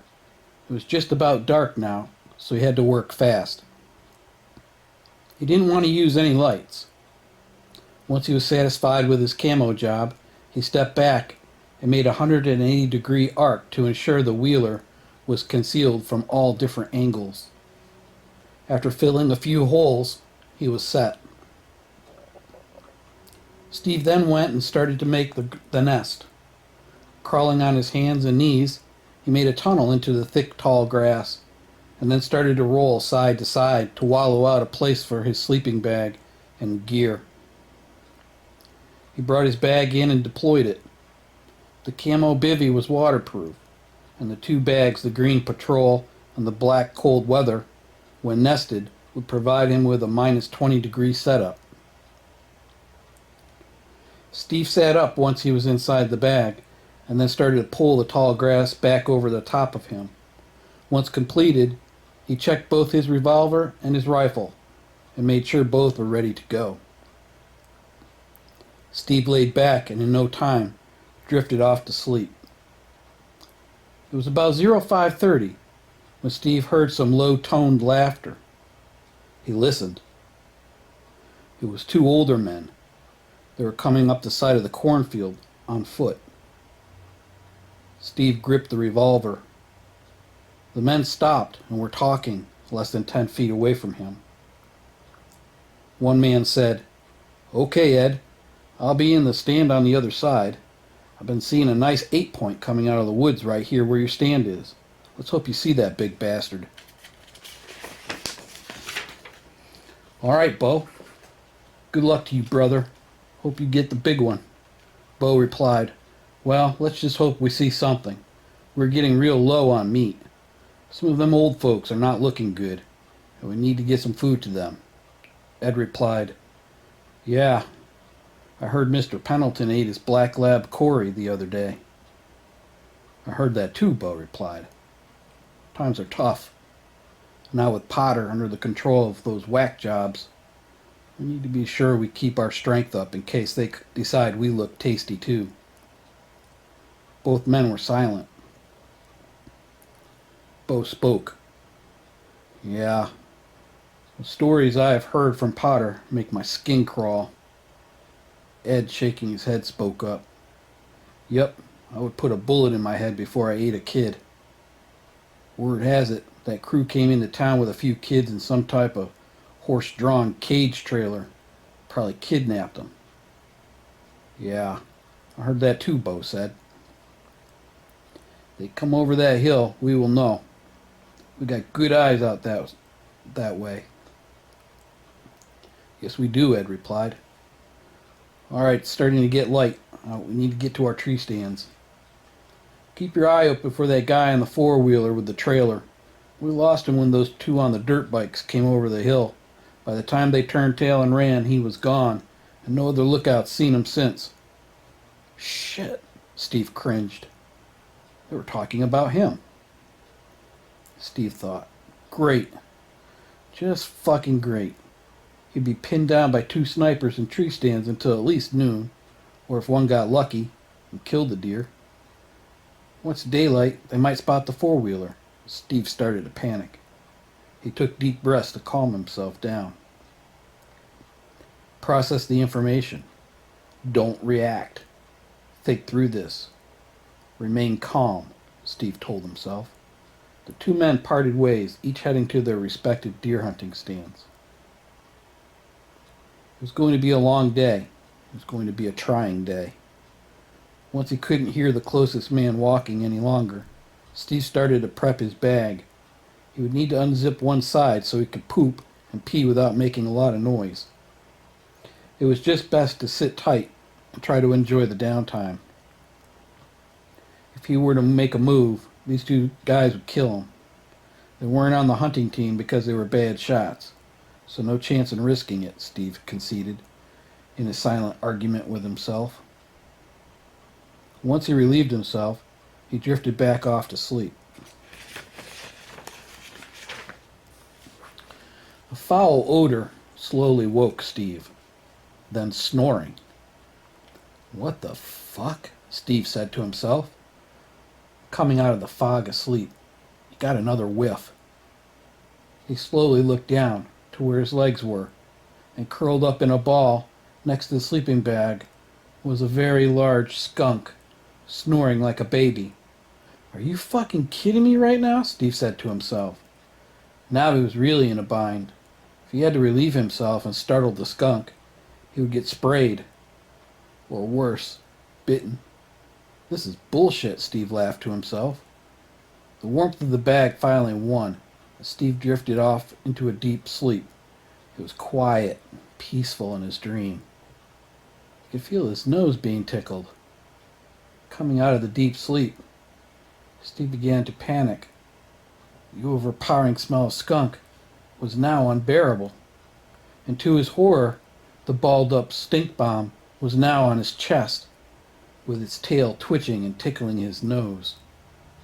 Steve lay perfectly still. It was one thing to fear being shot, but it was another thing to be staring down the barrel of a large skunk's ass. Not to mention, how would he ever rid himself of the awful stench or get it out of his clothes? He guessed by the daylight it would be getting dark soon. To the best of his ability, it was about 3:30 in the afternoon. Steve jumped at the sound of a gunshot, just 50 yards away. The skunk jumped and ran out of the hide. Steve heard the thud of hooves coming towards him. Steve counted 3 deer bounding by, with the 4th, a big rack buck, stopping. It was lethargic and began to wobble, then fell to the ground. Another gunshot was heard from the other side of the field, then another, then silence. Great, Steve said to himself. He'd be stuck here till after dark. It was about 20 minutes when Steve heard the beeps from what sounded like a two-way radio. Did you get him? The voice said on the radio. Steve could see the silhouette of a man through the brush and tall grass. That's a Roger, Bo. What a buck. I heard you shoot. Did you get one too? The radio beeped, then beeped again. I got 2, Bo replied. We're going to eat well for a few days, Ed. That's a big Roger, Bo. I will switch over and have one of the boys come and give us a hand. Okay, sounds good, Bo replied. Ed switched his radio over to another channel. Strap Slayer, main gate, you copy? Main gate, Strap Slayer, go ahead. Roger, the hunt was good. We need some help to get these deer out of here and back to town for processing. Roger that, Strap Slayer. Nice shooting. We'll be sending Mike and James up to help you. Roger that, main gate. Much appreciated. We'll keep an eye out for them. Good copy, Strap Slayer. Main gate out. Steve replayed in his head the talk of cannibalism in the town of Potter and how the men here were concerned about that happening to them. He recalled they were prepared to defend against these people if they came over the hill. At least these folks seemed decent. Maybe they would be okay to make contact with. Steve also considered that they were low on food and maybe other resources. Here he is with a cart full of food. Steve knew they would be busy processing the deer. He might be able to sneak past with all the excitement. Waiting until morning was just not an option, Steve said to himself. John never heard the sound of the round going off. A flash, then black. John was gone. 3 generations of Doyles lay dead at this place. No one knew, and no one cared.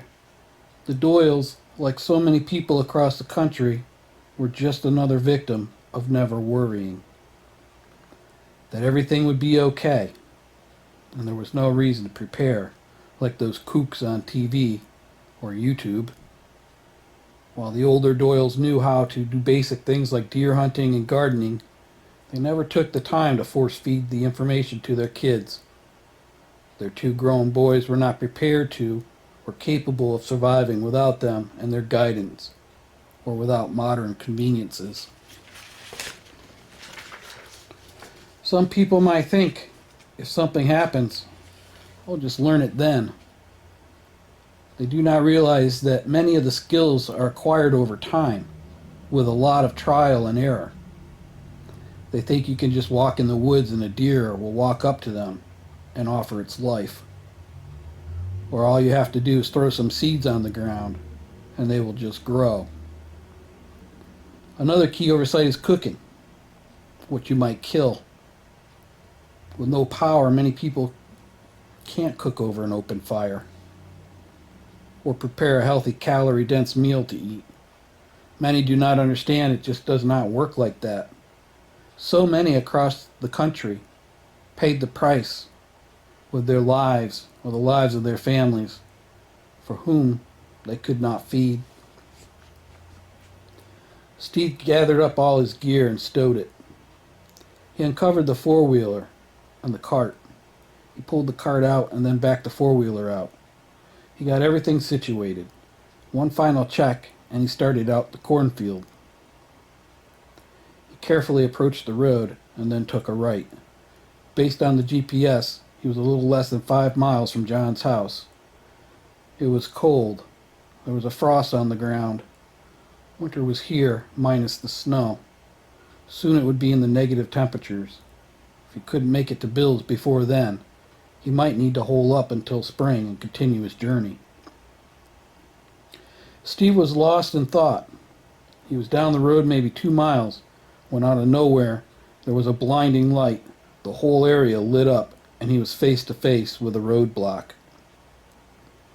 5 armed men held lasers on Steve's chest.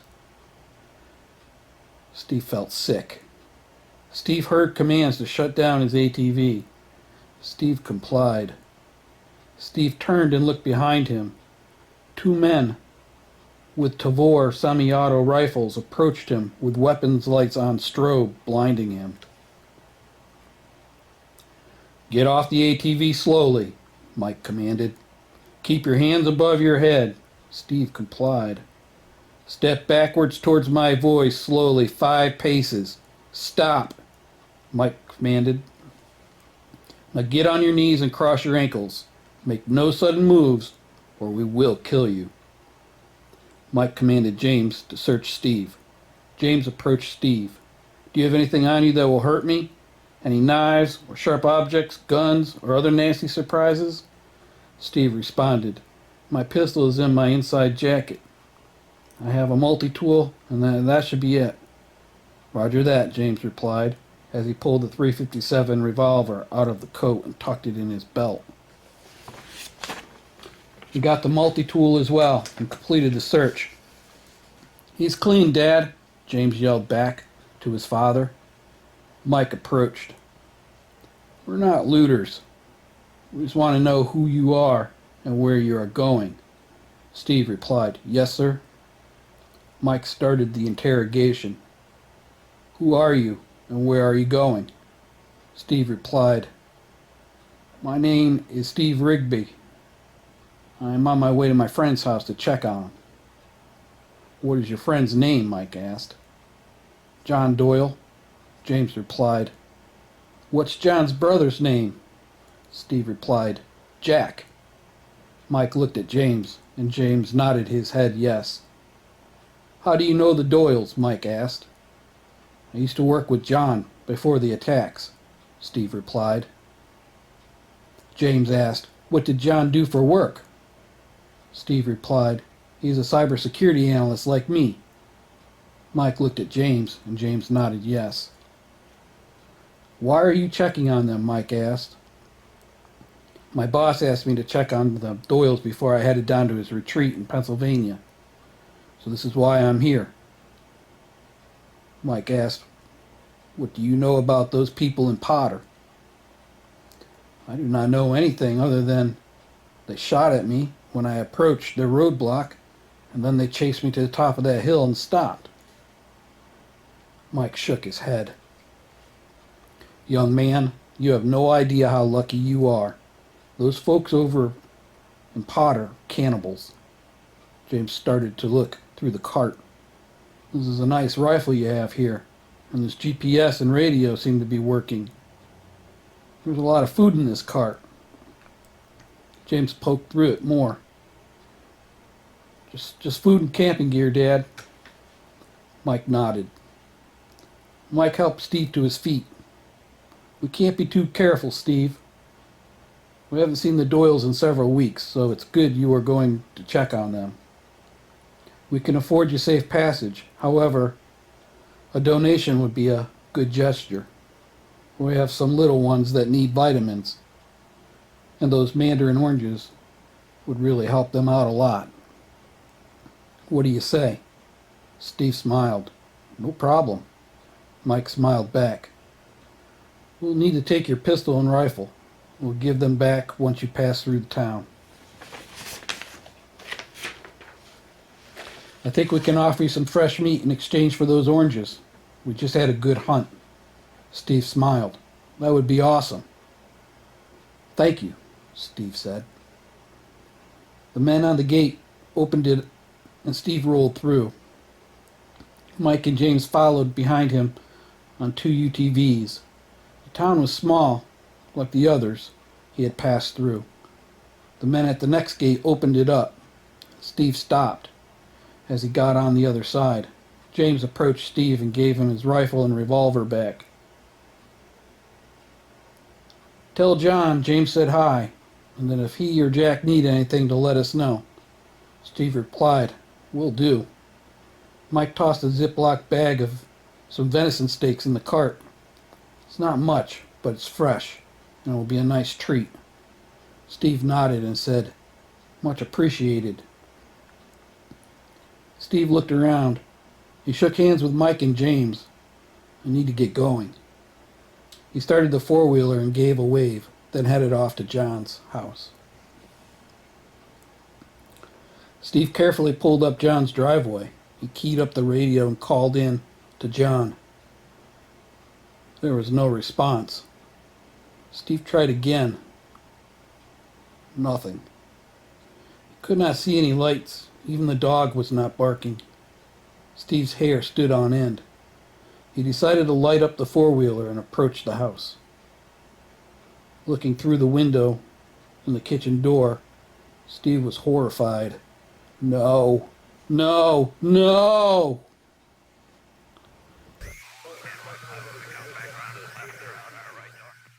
Chapter 7. Grim Chores. Steve stepped back and retched. Through the glass he could see the crimson spray pattern of blood on the wall. His friend John sat slumped with his brother in his lap. A rifle laid on the floor. Steve broke a pane of glass and unlocked the door. He carefully approached. The blood sticky on the floor. Steve picked up the Bushmaster. It had a full mag minus one round. He looked around the home. John's parents were not in the house. The radio was on the table and not turned on. Steve looked through the cupboards and started to realize the food was almost gone. Not good, Steve said to himself. Steve looked back at the brothers. He felt his eyes well. He fought back tears. John was a level-headed person. Steve always looked up to John, like an older brother. He couldn't understand why he would end it like this. Why didn't he just go to Bill's retreat? These were all questions that would never be answered. Right now, though, Steve needed to bring in his gear. It was very cold outside, and he needed to get a fire going in the wood stove. Steve would spend the rest of the night figuring out what he was going to do. He realized he would need to bury the bodies in the morning. This would be a hard thing to do if the ground was frozen. With a night like tonight, it could be frozen in the morning. If he stayed, he would need food for at least 3 months.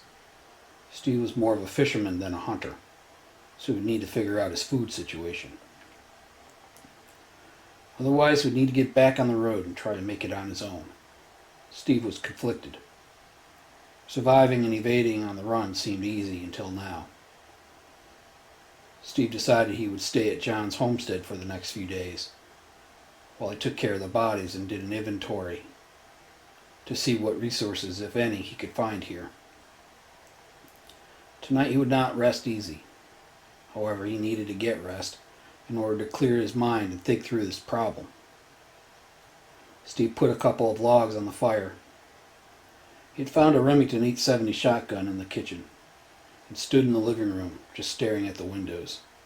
The full moon now casting a blue hue through the blinds. Steve smiled. The temperature in the house was starting to warm up. He could no longer see his breath. He would be sleeping on the sofa tonight in a sleeping bag. It was just about 0200 when Steve felt something dripping on his forehead. He ignored it. Fading in and out, he brushed at nothing. Again he felt the drop. He opened one eye. John was standing over him. His brother Jack, with a contorted face, was on the other side. His friends, from his home now burnt and crispy, shuffled towards him. Steve was frozen in fear. He heard the guttural and deep growl of a Rottweiler, its face dripping with blood. It snapped and snarled at him. Steve tried to work the shotgun, but could not move. The foul stench of death, thick and pungent in the air. John raised a gray, dead hand and pointed it to Steve. He tried to talk, but all that came out was a ghastly noise. Out of breath, Steve gasped for air. He rolled off the sofa and was wiggling in the sleeping bag like some weird giant caterpillar. Then he realized this was all a dream. He was soaked in sweat, and the home was now chilly. He got out of the sleeping bag and with trembling hands put more wood on the fire. He went into the kitchen and with the shotgun raised, peeked around the corner. John and Jack were just as he found them. Steve began to cry.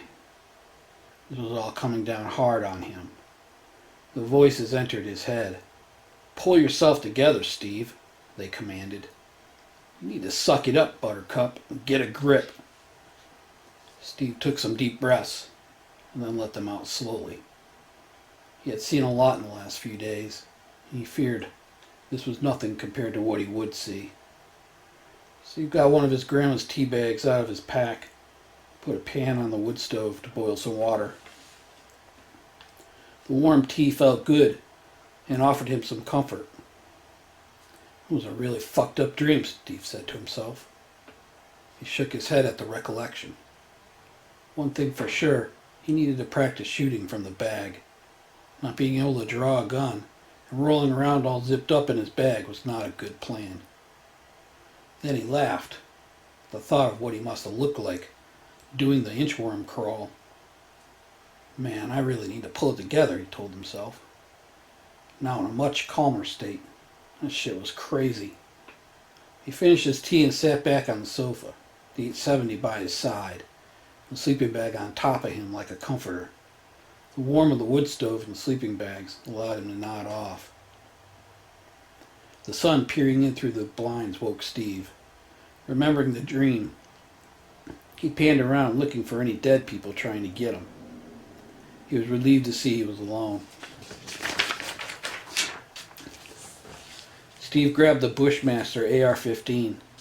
He looked it over. He remembered John telling him in private that he had it, and that Bill pressured him into getting it before they were banned in New York. He confided in Steve that the only reason he got the damn thing was to get Bill off his back, and that he hardly shot it. From the looks of the gun, it had less than 100 rounds through it. Steve saw it had an aim-point M4 red dot and Magpul backup iron sights. Steve rummaged around John's room. The other thing John mentioned is that Bill made John get 1,000 rounds of ammo for it too. Steve chuckled. He had been shooting with his boss for over a year, and the guy only made subtle suggestions, and never once forced anything on Steve. Steve shook his head when he came across 250 cal ammo cans full of SS-109 green tip ammo. Damn. The boss made John get the good stuff, Steve mused. The 62 grain ammo was a good choice, and much to many a tall tale was not armor piercing. The steel tipped ammo just held together better going through everything but thick armor. Steve continued to look around John's room. He had a sweet computer set up, now dead, and not much more than just normal things. Steve was hoping to score some 12 gauge ammo. The gun only had slugs and Steve was wanting some buckshot. As it stood now, he was acquiring the weapons, but was worried that he was overloading and would really need to think about what he needed to keep and what to leave behind or stash. One thing he knew for sure, if he showed up without that deer rifle, his boss would have his ass, and rightly so.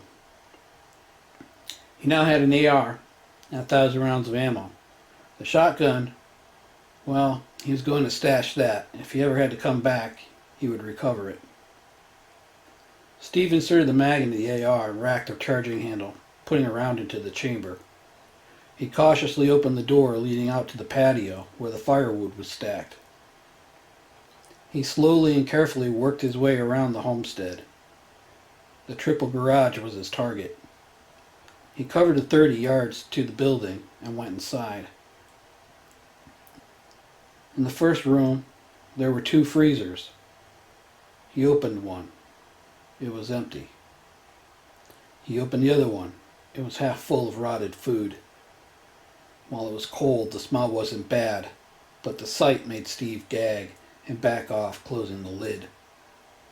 He moved into the next bay and stopped. Hanging from the rafters on a game gambrel was Boomer, the family dog, his carcass stripped clean. "Aw, shit," Steve said out loud. "They ate the family fucking dog." Steve moved past and went into the next bay. Pay dirt. There was a tank of diesel and a tank of gasoline. "Awesome," Steve said to himself. Steve made his way back to the house. He was reaching for the door handle when an arrow stuck in the side of the house right next to him. Steve dove in the door. He looked out the window from the side trying to see the direction. Unlike a gun, where you can get an idea of where the shooter is, there is no noise when an archer is shooting. Steve knew the assailant had to be close, within 100 yards, and probably more like 50 or 60 yards. If he were closer, Steve shuddered. He probably wouldn't be alive right now. Steve grimaced at the thought. Steve studied the woods. He was looking for any movement. Then he saw it. There was a man in a tree just inside the tree line. Why did that guy shoot at him? Who was he? Steve wondered. Steve snapped out of it. He didn't know. But what he did know is the guy tried to kill him, so it was time to get to work. Steve grabbed the .308 rifle and set up in the kitchen. He reached behind the blind and unlocked the window, then slowly and carefully opened it, trying not to draw attention to his vantage point. Steve then cut a slot out of the blind. He got on the scope, then went back and cut some more. Once done, he got back on the scope. He could see the guy in the tree stand. Steve started to get into his zone when the guy in the tree smiled and then flipped Steve off. What the? The flame on the arrow was all he could see now. Steve pulled the trigger. The archer fell from the tree. Steve stepped back from the gun. What the hell just happened? Steve grabbed the AR and busted out of the house. While he couldn't really run due to his bum knee, he could move quickly. He went to where he saw the man fall. Sure enough, there he was. The man was still alive, but barely. Gasping, he looked at Steve. Blood running from his mouth, he smiled. You're already dead and you don't even know it. Then the man's eyes rolled into the back of his head, and he was gone. Steve grabbed the bow and the backpack and ran back to the house. He was going to need to make some quick decisions. The first thing he needed to do is look through the pack and understand why this guy's last words were that Steve was already dead. Steve opened the pack. Inside he found a map of the area. In a heavy red circle was the town of Potter. Then in a green circle, the town of Flint. The road leading to Flint marked with X's. He found a composition notebook. Inside marked the door-to-door scavenging of hundreds of homes. The details about the occupants, if they were alive, and then to Steve's horror, whether they were food grade. The system was simple. G meant good, A meant animal food, P meant toxic. Toxic meaning they were on meds for disease. This would all be determined by the contents of the medicine cabinet. Steve gagged at the thought. He thumbed through page after page of documented death and looting. While Flint was resisting, the folks not protected by the town were being picked off home by home. Some burnt out, like what was going to happen here, and others just overpowered by the clean-out teams. Tiredness and sheer reality of the situation went from fear to anger, and Steve decided this time he was going to maybe lighten their numbers a bit. He continued to read the last entry observing the Doyle's house. 7 p.m. Unknown man on quad breaking into home. He read further. It appeared that the man had been observing for 3 days. He even detailed the sound of a single gunshot. Damn, Steve said to himself. If I was only here 3 days earlier. Steve realized this would be a huge score for these cannibal marauders. Steve grabbed the AR and got on the quad.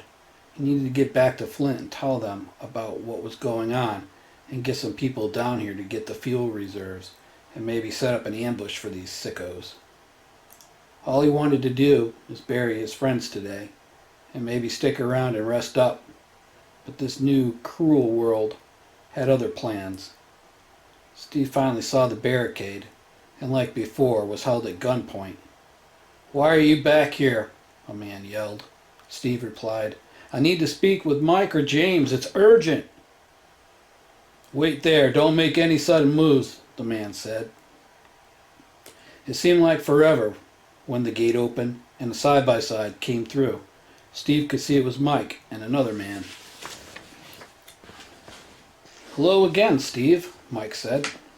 Steve replied, Hey, I have a ton of bad news. I made it to the Doyles, and when I got there they were all dead. John being the last one to die. Steve paused. He took his own life. I was going to bury them today, and I was shot at by a guy with a bow. He was going to torch the house. I killed the man before he was able to set fire to the Doyles' homestead. Steve paused. I found this map in his pack. I think he is from Potter.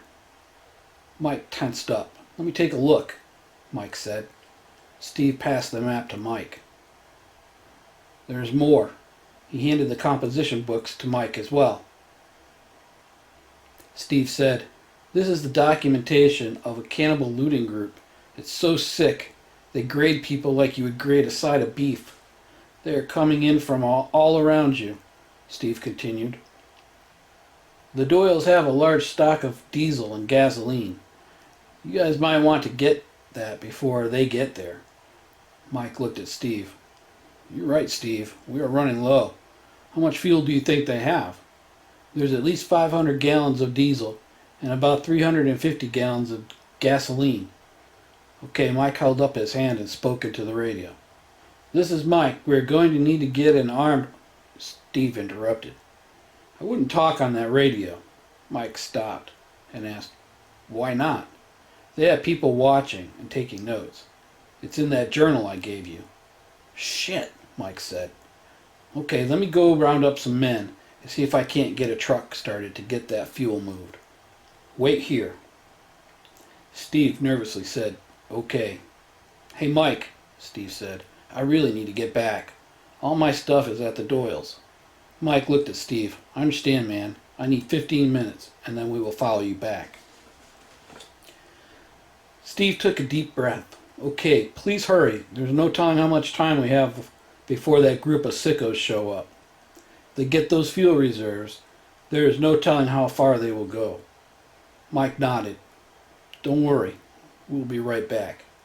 It seemed like forever when the gate opened, and two side-by-sides in what appeared to be an old 70s fire truck tanker came through. Mike looked at Steve. Let's roll, he said. James was in the second UTV and gave a wave to Steve. Steve spun the four-wheeler around and led the convoy back to the Doyles. Once there, Steve showed the men where the fuel was. Steve said, Look, I need some of that fuel for myself, so don't take it all. The men nodded and looked to Mike. Mike said, No problem, Steve. We're taking the diesel first, then we'll be back for the gasoline. Show me where that body of the guy is, Mike said. Steve waved Mike on, and James also followed. They got over to where the climber stand was up in the tree, but the body was gone. Shit, Steve said. He was right here. Steve was pointing to the ground, a big pool of blood where the man was, and a clear path of where he was dragged off by someone or something. Steve looked at Mike. They must be really close. Mike nodded. James spoke. They are probably watching us right now. The three men acted like they didn't care and carefully backed away, scanning the thick underbrush.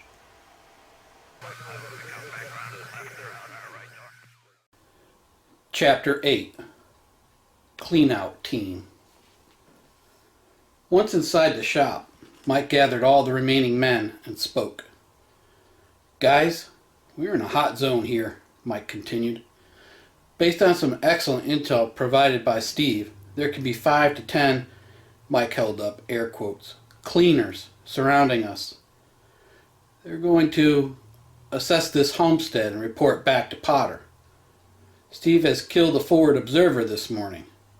His body has been recovered by the clean-out team based on evidence we observed at the scene. Mike paused.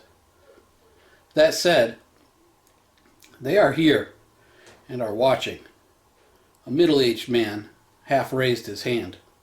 Mike pointed at the man. You have a question, Smitty? The man responded.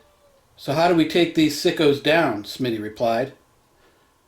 Well, I have a plan to send a message to those whack jobs, but it would require us to kill and recover all the bodies that are out there watching us right now. The door blew open and made a loud bang. Nearly everyone in the room had spun around with guns pointed at the flapping door. "Jesus," one man blurted out. "I nearly pissed my pants." The men looked at the door. Steve smiled. "This might work out for us," he said to himself as he watched the sideways blowing snow falling. Steve pulled the door closed and secured it. "How much longer until the tanker is back?" Mike replied, "If they're not back in 30 minutes, then we have a problem." Steve replied, "Roger. If this storm has any oomph to it, those guys watching us are going to have a problem," Steve said. Mike looked at Steve. "How do you mean?" Mike asked. Steve responded, "The guy I killed this morning had green-brown Realtree camo, not fall or winter camo.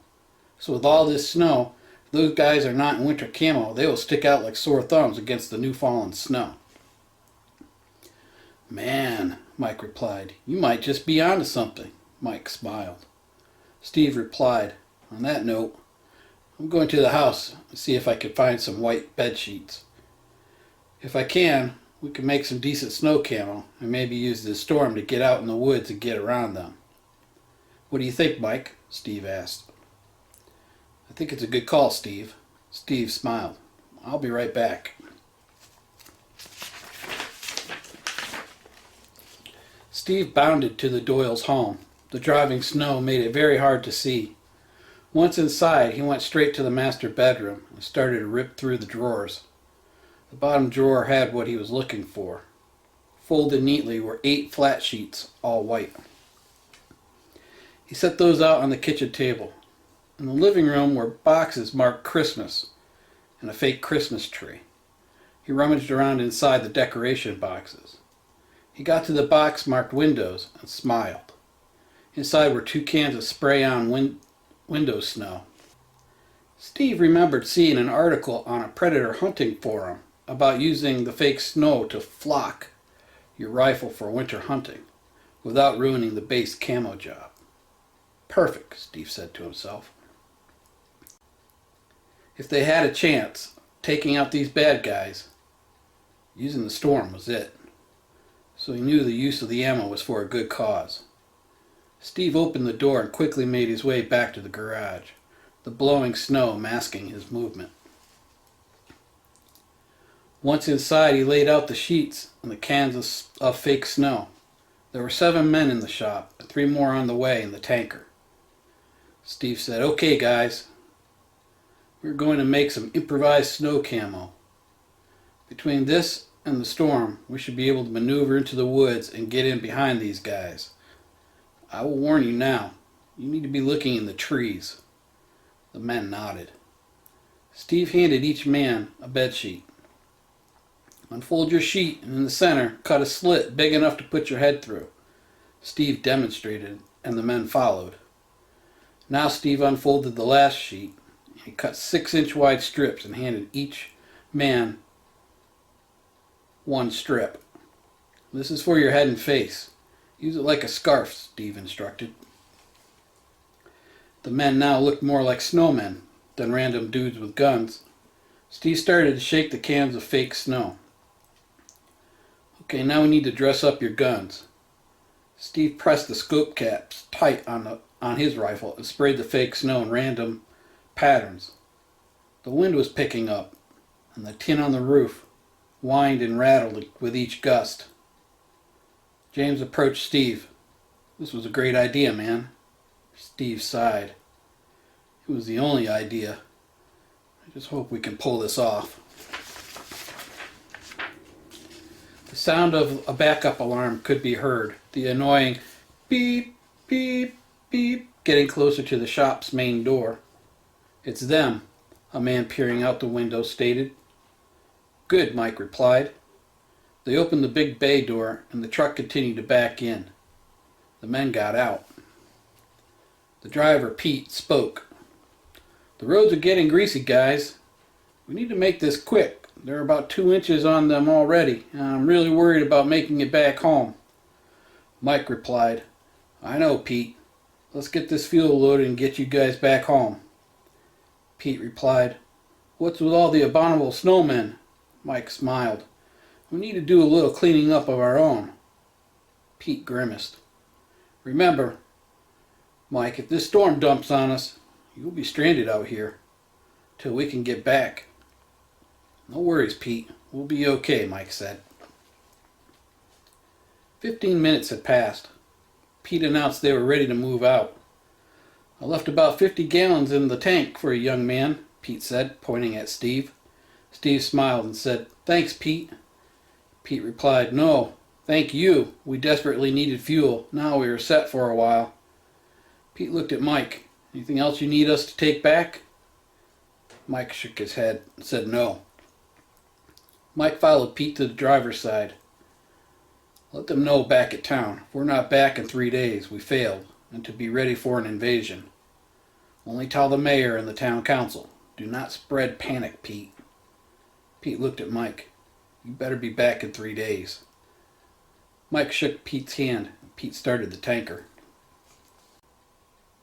Okay, here's our chance, Mike yelled over the sound of the old diesel truck. We are going to roll out when the truck leaves and head into the woods. Make sure you know what you're shooting at. We're going to push this side just like we push for deer. We're going to move slow and steady, then stop, look, and listen to the count of 150.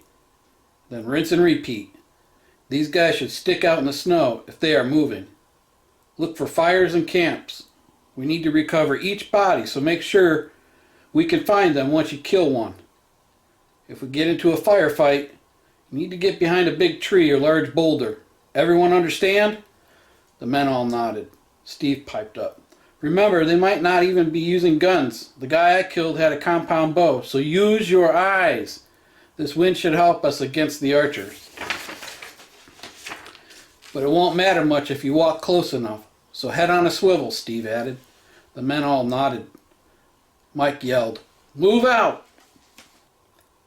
The men followed the slow-moving truck down the driveway on the opposite side of the woods where the cleanout team was perceived to be. Then in the wind-blown snow, like ghosts, they disappeared into the woods. This storm sucks, Stoney, a cold, miserable man stated. 5 men hunkered down around a blown-down tree, now a camp. Stoney, the leader of the cleanout team, replied, Yeah, this fucking blows. Another man in dark blue jeans and a camo jacket trudged through the snow into the camp. Looks like they just left. Just saw that truck leave. Stoney nodded back to the man. Warm up, Jared. We're going to take that house just at dark. Jared knelt by the fire. Man, this storm sucks, Jared said. Yeah, Stoney replied. We would have had this place yesterday if this dipshit did his job right. Stoney pointed to the man Steve shot. The man was gutted, with his head and hands removed, now missing both his legs, was hanging by a rope in the tree, like one would hang a deer. The men stared at the carcass. One of the men replied, He was an asshole anyway. I never did like him. The other men nodded and agreed. One man laughed. Brings new meaning to MRE, man, ready to eat. There was a morbid chuckle. Another man piped up, half laughing. You're just wrong, shaking his head. What if this storm doesn't let up before dark, Stoney? Jared asked. We are going to just take our chances. We can't stay out here in this blizzard. We will die. Jared replied, We're watching that place the best we can. As the wind picks up, we can hardly see anything. So far, no movement once that truck left. Stoney replied, Okay, we'll rotate your guys out in 1 hour. Come back and get something to eat and warm up. We'll rotate out every 2 hours after that until dark, and then we'll storm the place and set up camp. My guess is four-wheeler guy is in there, or he left with that truck. Either way, we need to be in that house by dark. Jared nodded, then headed off into the woods.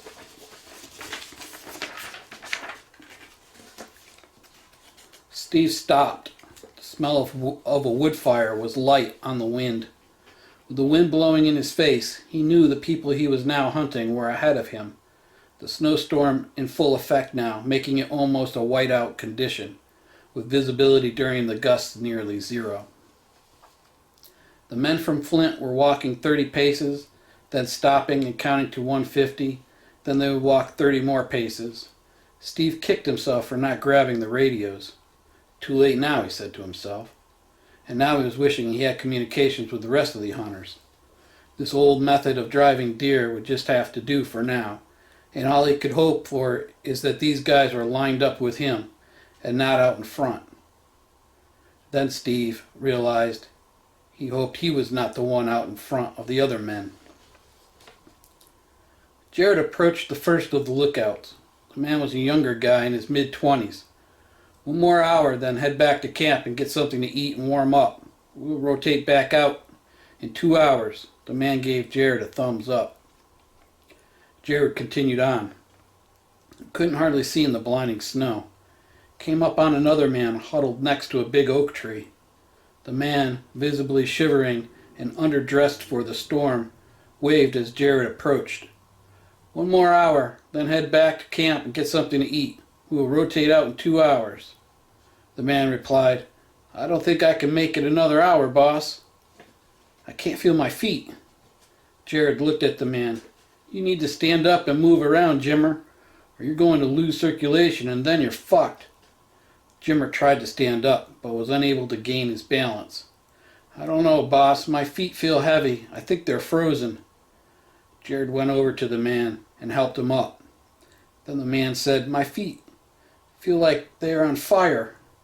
Just keep moving, you will be okay. Just gotta make it 1 more hour, Jared said. Jimmer replied, I will try, boss, as he watched Jared disappear into the woods. Jimmer, now feeling the full effects of hypothermia, leaned up against the big oak and in a marching movement tried to keep his feet moving. He felt like he was sweating, so he took his hat off. He instantly felt better. It was about 15 more minutes when Jimmer felt really warm. While his hands were stiff, he couldn't really feel his fingertips. He took his jacket off. Now he felt much better. His mind buzzed. The quiet of the woods mixed with the warm wind. He was feeling much better now. The storm now passed. It was like spring out. Jimmer started to take off his shirt. Now half naked, he raised his arm to wipe the sweat from his forehead, then slowly drifted off to sleep, leaning up against the big oak. Jimmer would not be relieved today. Jared made his way to his third man. He was nestled up next to a big boulder on the leeward side. The man had constructed a small windbreak and somewhat of a debris shelter, minus the roof, so he could see his area of fire. Small fire keeping him warm. How we doing, Stan? Jared asked. Doing okay, boss. Just really fucking cold. I figured a small fire in this shelter won't be seen in this storm, and it's about the only thing keeping me alive. I've been drinking warm water to keep my core temp warm. Smart, Jared replied. I just came from Jimmer. He's probably already dead. His feet were frozen. He was hypothermic. Damn, that sucks, Stan replied. The storm is no joke, and half of these people never dealt with it before, so I guess only the strong will survive, Jared said. Stan replied, we should have never moved into New York. The plan was always to head south to warmer climate. Jared replied, yeah, but Pennsylvania kind of got their shit together over the summer, and from what I heard, pretty much the law of the land is, if you are looting or trying to start your own government, or you take over anything, they have a strong militia that will kill you. There was a story going around that there was a large Antifa gang that took over a town down there. They were pretty much doing what we were trying to do, all except for eating people. Anyway, they supposedly stumble into this farming town and all hell breaks loose, and ultimately a new form of government was birthed from that. So yeah, PA is not a place for us. Stan nodded. I won't lie. I didn't think I could do it. Do what? Jared replied. Stan looked down. Eat another person? But I have to say, once you get past it, if you don't think about where it comes from, it's not all that bad, Jared replied. I will never get past it, Stan. I just hope when all this is back up and running, I can go back to being normal. Stan nodded. Yeah, me too. Anyway, one more hour to go, then head back to camp, warm up, get something to eat. We'll rotate out in 2 hours. Got it, Stan replied. Jared waved and again disappeared into the blizzard, seemingly vanishing just 20 yards away.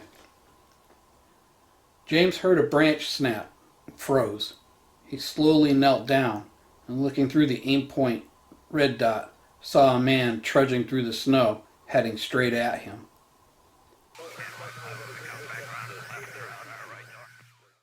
Chapter 9. Pumpkin Chunking. James focused and sent a double tap from the Tavor. The man toppled over. James immediately moved to cover. Steve focused. The man by the rock never heard the shot as the 168 grain Sierra Match King hit the fatal tee, disconnecting the man's brain from body. Shh! Shut the fuck up, Stoney yelled. Did you hear those shots? The men around the campfire looked at Stoney. Can't hear shit over this wind, boss. Stoney stood.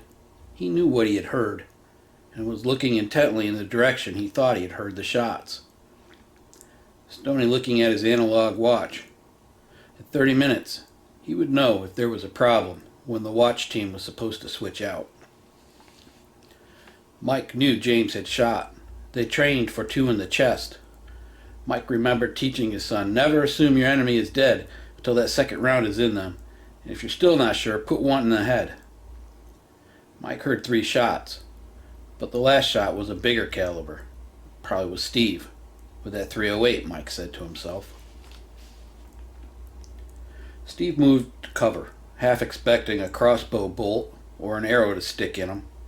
He slid behind a big pine tree. 2 more shots could be heard off in the distance. That's 5 shots, Steve said to himself. For some reason, the words from the dying man that he was already dead were haunting him. The hair stood up on the back of his neck. He was just getting ready to do a 360-degree scan when he heard a twig snap behind him. Then there was 2 shots. A body falling next to him. The man writhing. Steve pulled the .357. One pull of the trigger ended the movements. The snow now spattered with crimson red. Steve, you okay? Yelled the ghost emerging from the driven snow. It was Mike. I am now, thanks to you, Steve said, shaking. Did you shoot? Mike asked. Yeah, I took one out about 75 yards ahead by that rock. James shot 2, Steve said. Okay, I'm going to check on him. Mike vanished into the blizzard. James, it's Dad. Don't shoot. Mike was yelling over the wind. He came up on his son, who was positioned behind a large oak tree. I got one, Dad. The guy was walking right at me. I took him down just like we trained. James now talking a mile a minute. You did good, son. You did good, Mike praised. Steve got one. One of those son of a bitches came right up on him, and I took him out. Seems like they're everywhere. We gotta keep moving, Mike said. Roger that, Dad. Count to 300, then start moving. I should be back in position by then, Mike said. James nodded at his father, and Mike again vanished into the driving weather. Mike approached Steve's position. Steve, it's Mike. Steve waved. Count to 250 and start moving. We can't sit still. Their numbers are down. James is okay and took one out. They are down 3 now. Keep moving. Roger that, Steve replied. Mike kept moving back to his position. Stoney looked at his watch. 10 minutes, we move out, Stoney said to the 4 men huddled around the fire. Each man checking their weapons. Each man had a pistol, Most were functional, but not well kept. The mindset was they use them until they run out of ammo for it or it's broken. Then they get another one from the next victim. The temperature was dropping steadily. 10 minutes passed, and anxiously, Stoney said, We'll give him 5 more minutes. Now seeing that it was at the top of the hour, it was just about dark out. The wind was dying down, and it seemed the snow was slowing down as well. Over the course of the last several hours, 12 to 14 inches of snow had fallen. Steve stopped. He could see the flickering of a fire up ahead. He got on the scope and ranged it to about 100 yards. He could see 2 men standing and what appeared to be the tops of 3 heads sitting by the fire. Steve was behind a large old-growth stump. It had to be almost 3 feet in diameter, and now covered with almost a foot of snow.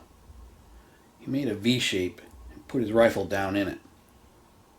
He was looking for the man in charge, anything to indicate the leader. Taking leadership out definitely rattles the subs, and lack of direction often leads to chaos, or better, panic. One man was pointing and seemingly having a plan. Unless someone else took over, this was going to be Steve's target. With it getting dark, Steve would need to do this quick. The fire was highlighting the 2 standing, so he would try to take them both out. Stoney was now starting to get the feeling the other crew had been taken out. Okay, you guys, you need to be on your toes. The other team hasn't been back yet. We're going to go straight to that house. If there's anyone... A hole appeared out of nowhere in the middle of Stoney's forehead. And before anyone heard the shot, the man next to Stoney toppled over and went into death throes. The cracks of the rifle registered in the remaining men's head. One stood up and was killed. The remaining 2 men looked at each other, wide-eyed. What the fuck is going on? One yelled, the psychology of a sniper doing its magic. Ooh, we gotta get out of here. I'm not going anywhere. You stand up and you're a dead man. You hear me? I can't sit here. The man stood up. Waiting to The man toppled over. Fuck, the remaining man said out loud. He was now alone, and the Flint crew was bearing down on his position. It was now dark out. The man decided it would be best to get out of here, feeling safe. He crawled out from under the fallen tree and slowly started to walk away. A voice called out to him. Hey man, where do you think you're going? The man turned around with his pistol in his hand, raised up, and was gunned down. The Flint men now all gathered around the fire. The bodies of the clean-out team pulled aside, and their meager possessions collected. That was some hairy shit back there, fellas, Mike said. That storm was insane, and was the perfect cover to pull this off, Mike continued. Let's get all these bodies back to the Doyle's homestead. We will come back in the morning to get the rest of the bodies from the woods. Have a great idea to send a message to Potter, but we will need to arrange these bodies in such a way as to make the most impact, Mike chuckled. He looked at the men around the campfire. None of them were laughing, and they all looked at Mike with deep concern. Mike quickly changed the subject. That was some fine marksmanship, Steve. If I didn't know better, I would say you are a trained sniper. Steve smiled. No, I am a former Air Force guy, but not a sniper. I learned most of this from my boss. We do long-distance precision shooting. We both were getting better each time we went. Steve looked down.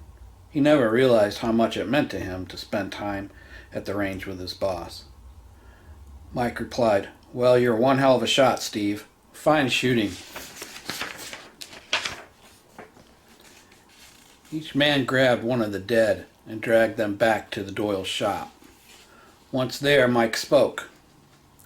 Look, this is not going to be a pleasant task, And once we are done, we're going to the house and we're going to warm up and put this day behind us. Right now, though, we need to put these sickos in the sitting position with their knees tucked into their chest and head down in a nice tight package. We can use some of this baling twine to secure them. One of the men protested. Now wait a minute, Mike. This is just not right, desecrating the dead like this. I know they are cannibals, but this just isn't right. Al, you need to trust me on this, Mike said. If you can't do it, we will get it done. Mike pushed Al aside and proceeded to pull the dead man's legs into his chest and then put the man's head into his knees. When done, there were 5 men in small packages. Once rigor mortis set in, they would be in this state until needed.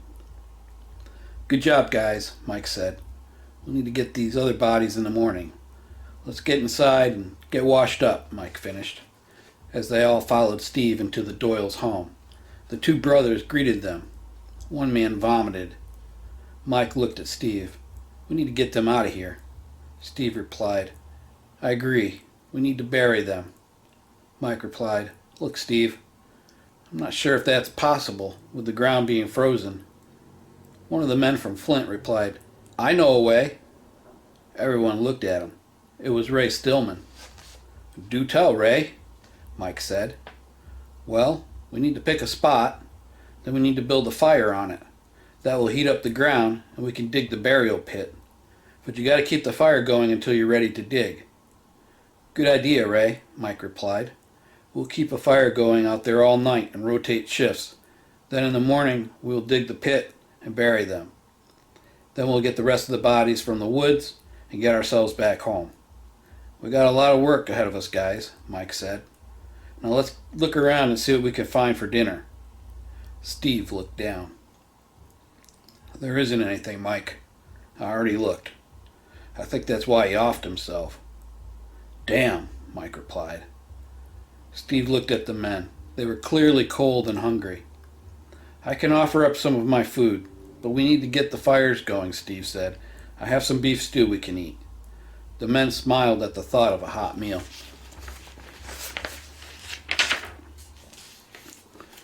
With the ground thawing fire going and the wood stove heating the home, the men all gathered around the dinner table. Each man was given a can of Dinty Moore stew and a can of green beans from Steve's food supplies. The cans were opened with a hook bill opener on Steve's multi-tool, then placed on the wood stove to be heated. After about 15 minutes, the home smelled of warm stew. One man spoke, All we need now is fresh bread, and this will be perfect. Or some mashed potatoes, another man added in. Al spoke. Are we good, Mike? Mike replied, Yeah, we're good, Al.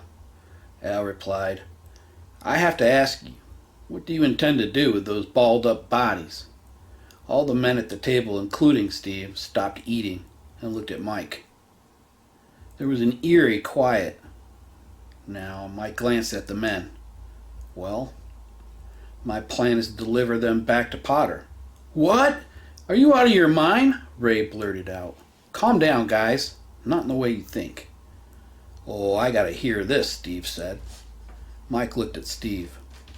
Flint is a tiny pin dot on the map, Steve.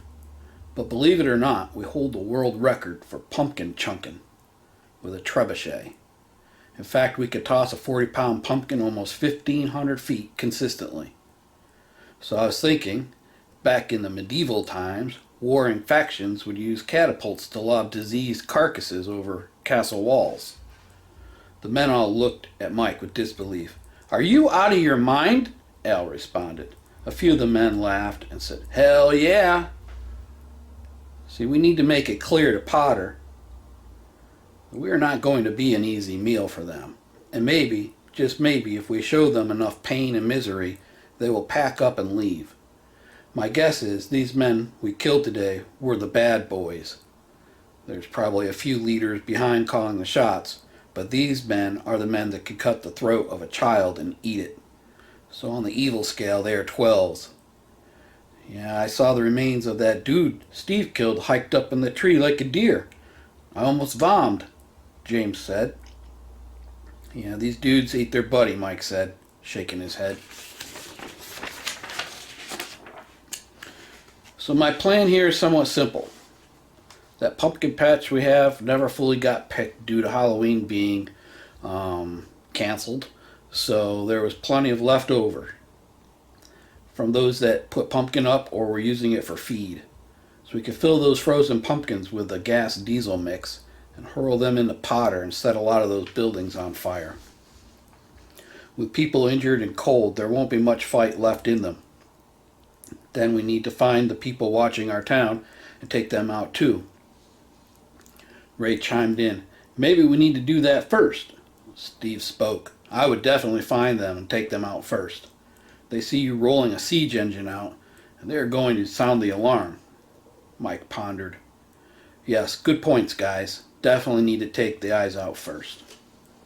The men finished their dinner and sat around the wood stove in the living room, most in quiet thought from the events of the day, most wondering if this crazy idea might just work.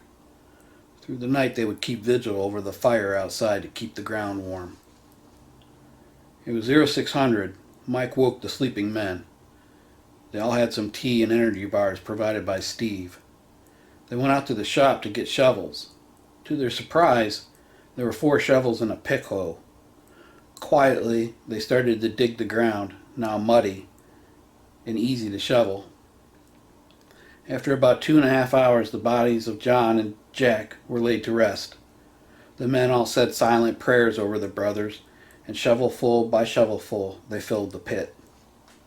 Mike broke the silence.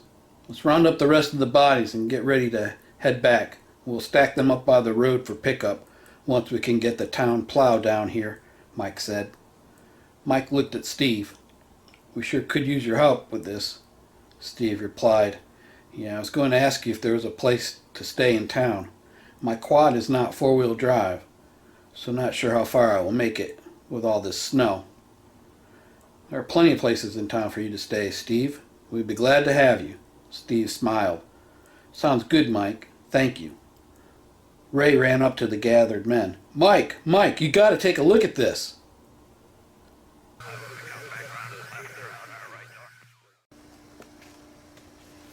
Chapter 10.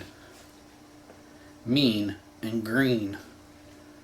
Okay, Ray, calm down, Mike said. Ray spoke. You have to come and see this. The men filed out and followed Ray back out to the garage. He went around the side, and there was a monstrous hulk under the cover of an old military tarp.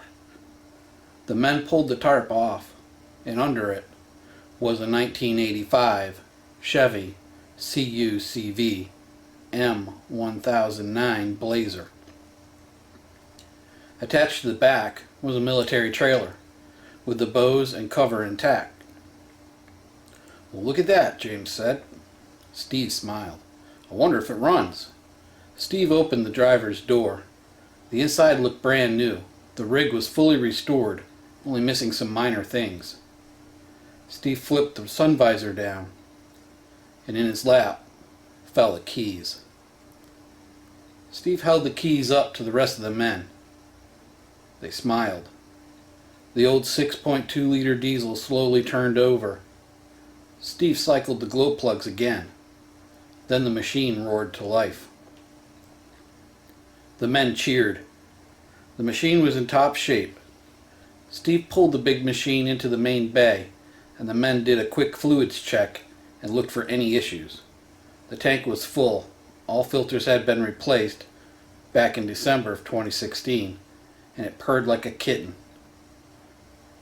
With the trailer, the guys could load up all the bodies and then head back to town. The CUCV was riding on new 35-inch Goodyear MT/R Kevlar reinforced tires and appeared to have a 4-inch suspension lift. With the big military K5 Blazer now warmed up, the men reattached the trailer and loaded the bodies into it. Once done, the men all loaded up into the truck and started to head back to town. Steve was driving. He looked at Mike.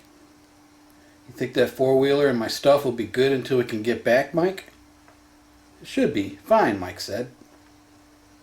As soon as we drop off the trailer and do a quick debrief, we'll head back and get your gear. Roger that, Steve said. Mike looked at Steve. We'll just tow it back to town. It should be just fine. Steve nodded. I said, sounds good. It was slow going, maybe 15 to 20 miles an hour. The roads were slick but passable. They came up on a steep grade heading down into town. Steve had the truck and four-wheel low and was creeping down the snow-covered grade. One of the men in the back shouted, "This thing's a tank!" The other men joined in with, "It's a beast!" and complimented Steve on his driving. Once they made it down the side of the mountain, Steve breathed a sigh of relief. As the CUCV approached the barricade, they stopped, and Mike got out. He approached the men on the barricade, and after a brief conversation, the gate was open, and Mike waved them forward. Steve stopped, and Mike got back in. Mike guided Steve to the town office building and showed him where to park, in the back near the public works area. Mike got out, and the rest of the men exited the vehicle, and Steve followed the group into the building. Once inside the building, the men made their way to a conference room. Sitting at the table was the mayor, and several older men and two older women. "Come in, Chief," the mayor said to Mike. The group filled in and stood along the walls of the room. The mayor looked at Mike. "What happened out there, Mike?" Mike replied, "We killed them." He pointed to Steve. "This young man made our success possible. His quick thinking in alerting us and the use of homemade snow camo gave us the tactical advantage," Mike said. The mayor sighed. "How many were there?"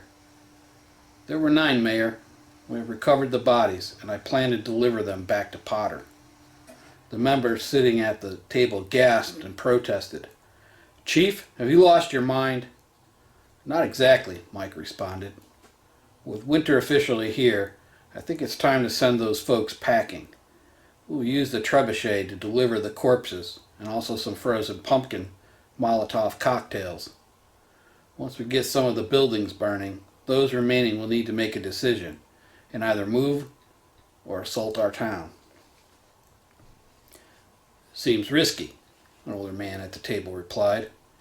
"Yes, sir. However, they've been observing us and watching our town. With Steve's help," the mayor interrupted. "Just who is this young man and why should we trust him?" Mike laid out all that Steve had done. The mayor nodded. "Then you should officiate him as a member of the security team, Chief." Steve was shocked. Mike looked at Steve. "I guess you and I need to have a chat, Steve." Steve nodded with a confused look on his face. Mike laid out a high-level overview of what was about to be put together. He gained the unanimous agreement of the mayor and the town council. Mike motioned for the men to leave, and they filed out of the conference room. As Mike was getting ready to leave, the mayor warned, "If your new recruit gets out of line, Mike." Mike interrupted. "I know what I need to do. So far he doesn't look like a problem, Alice. So let's just keep it positive." Mike caught up to the men and tapped Steve on the shoulder. They walked down a hallway to a frosted glass door which read, "Mike Sloan, Chief of Police." Steve looked at Mike. "Chief of Police, huh? Not too shabby, Mike." Mike replied, "Yeah, most of my men lived outside of town. Many never came back, and the handful that did died of sickness or lead poisoning. This little town has held off a lot of roving bands of looters and just bad actors. Now with this newest threat, many are nervous and scared." "I could tell," Steve said.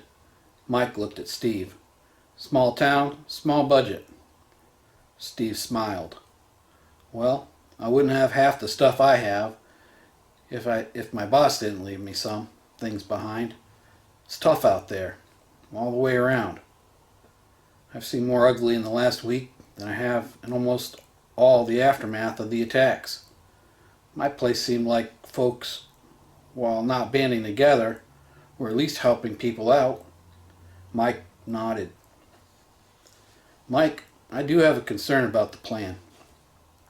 When I was in the cornfield where Ed and Bo were hunting, I overheard them talking about kids in some type of cage trailer. I don't want to be part of anything that will harm or kill those kids. I hear you, Steve. This has weighed heavy on my mind.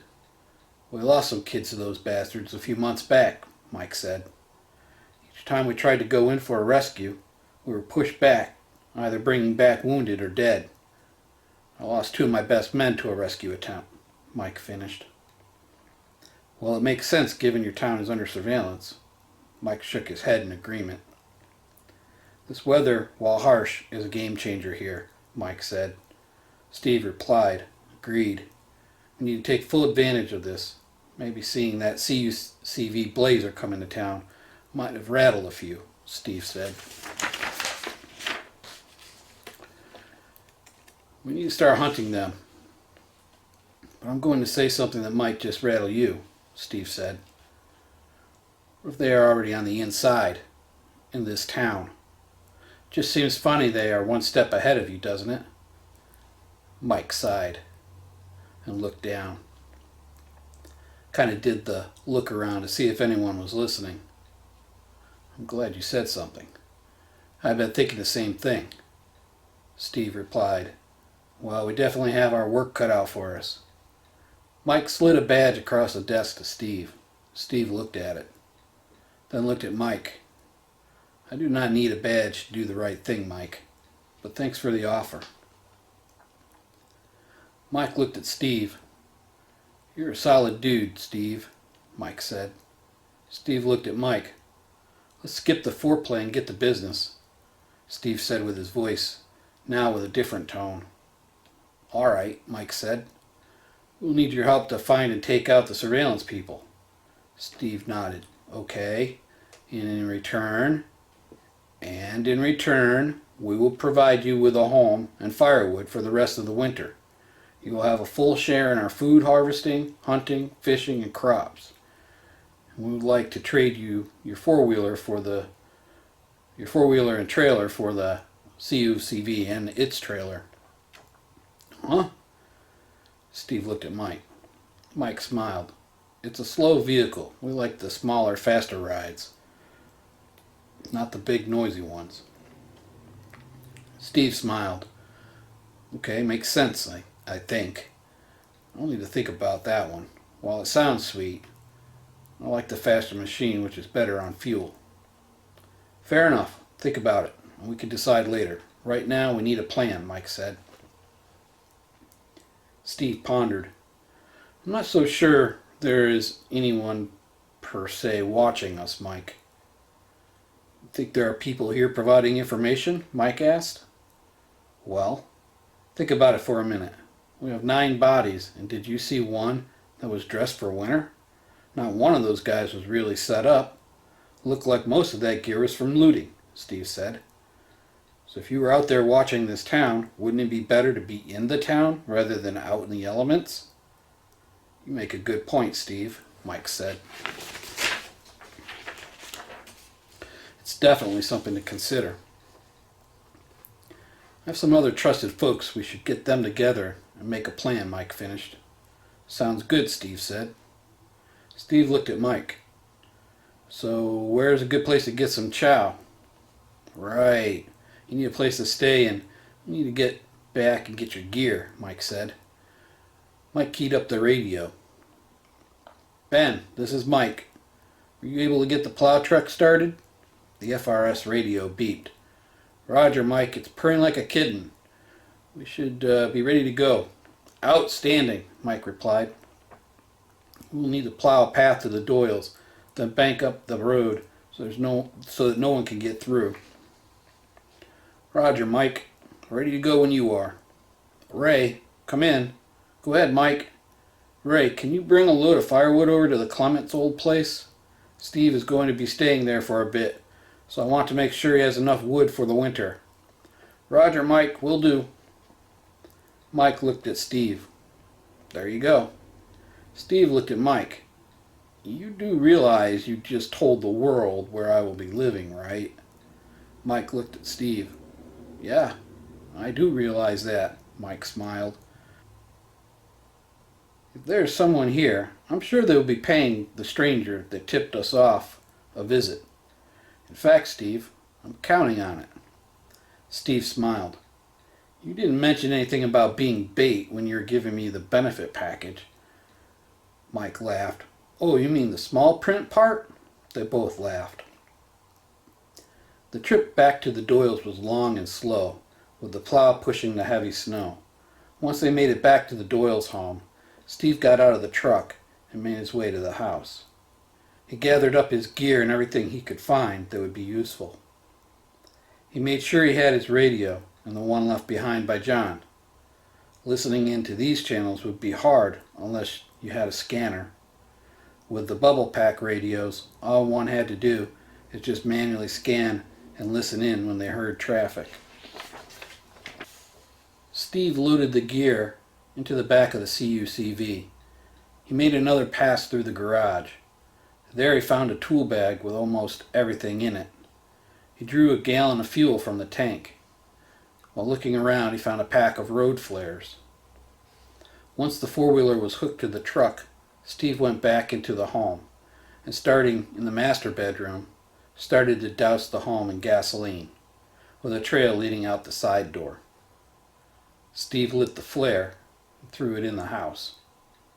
A violent whoosh, and the home was engulfed. Steve backed away, sadness overcoming him. Steve opened the door to the CUCV. Mike looked at him.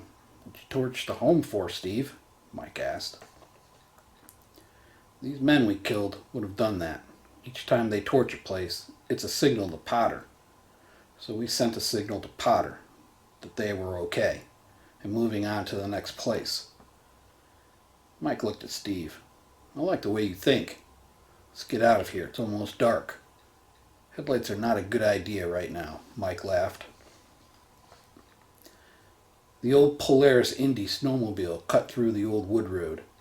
The driver slowed as it approached an old hunting cabin, a lantern flicking in the window. The driver approached and knocked on the door. A chiseled man answered and welcomed the driver.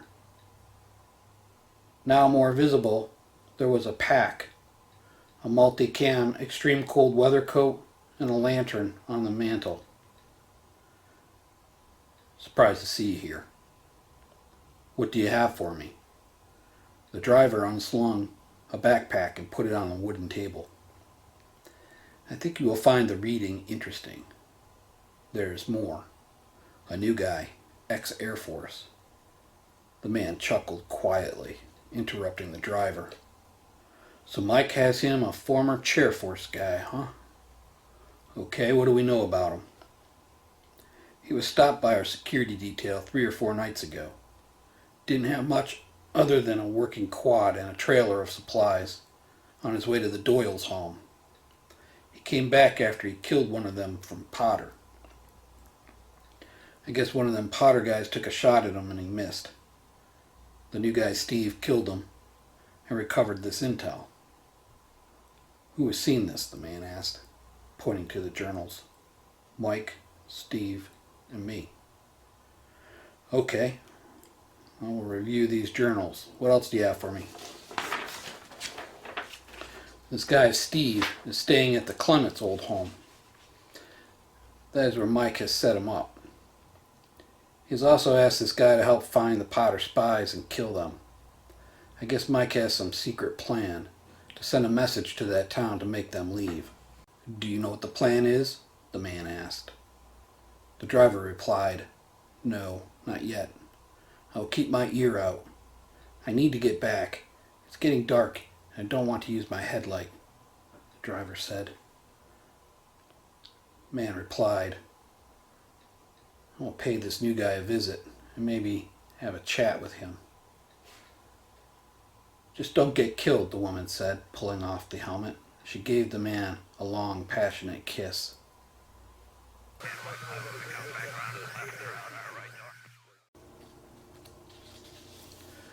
Chapter 11. Advanced Persistent Threats. Steve settled into the new home. He stowed his gear. A fire was burning in the wood stove.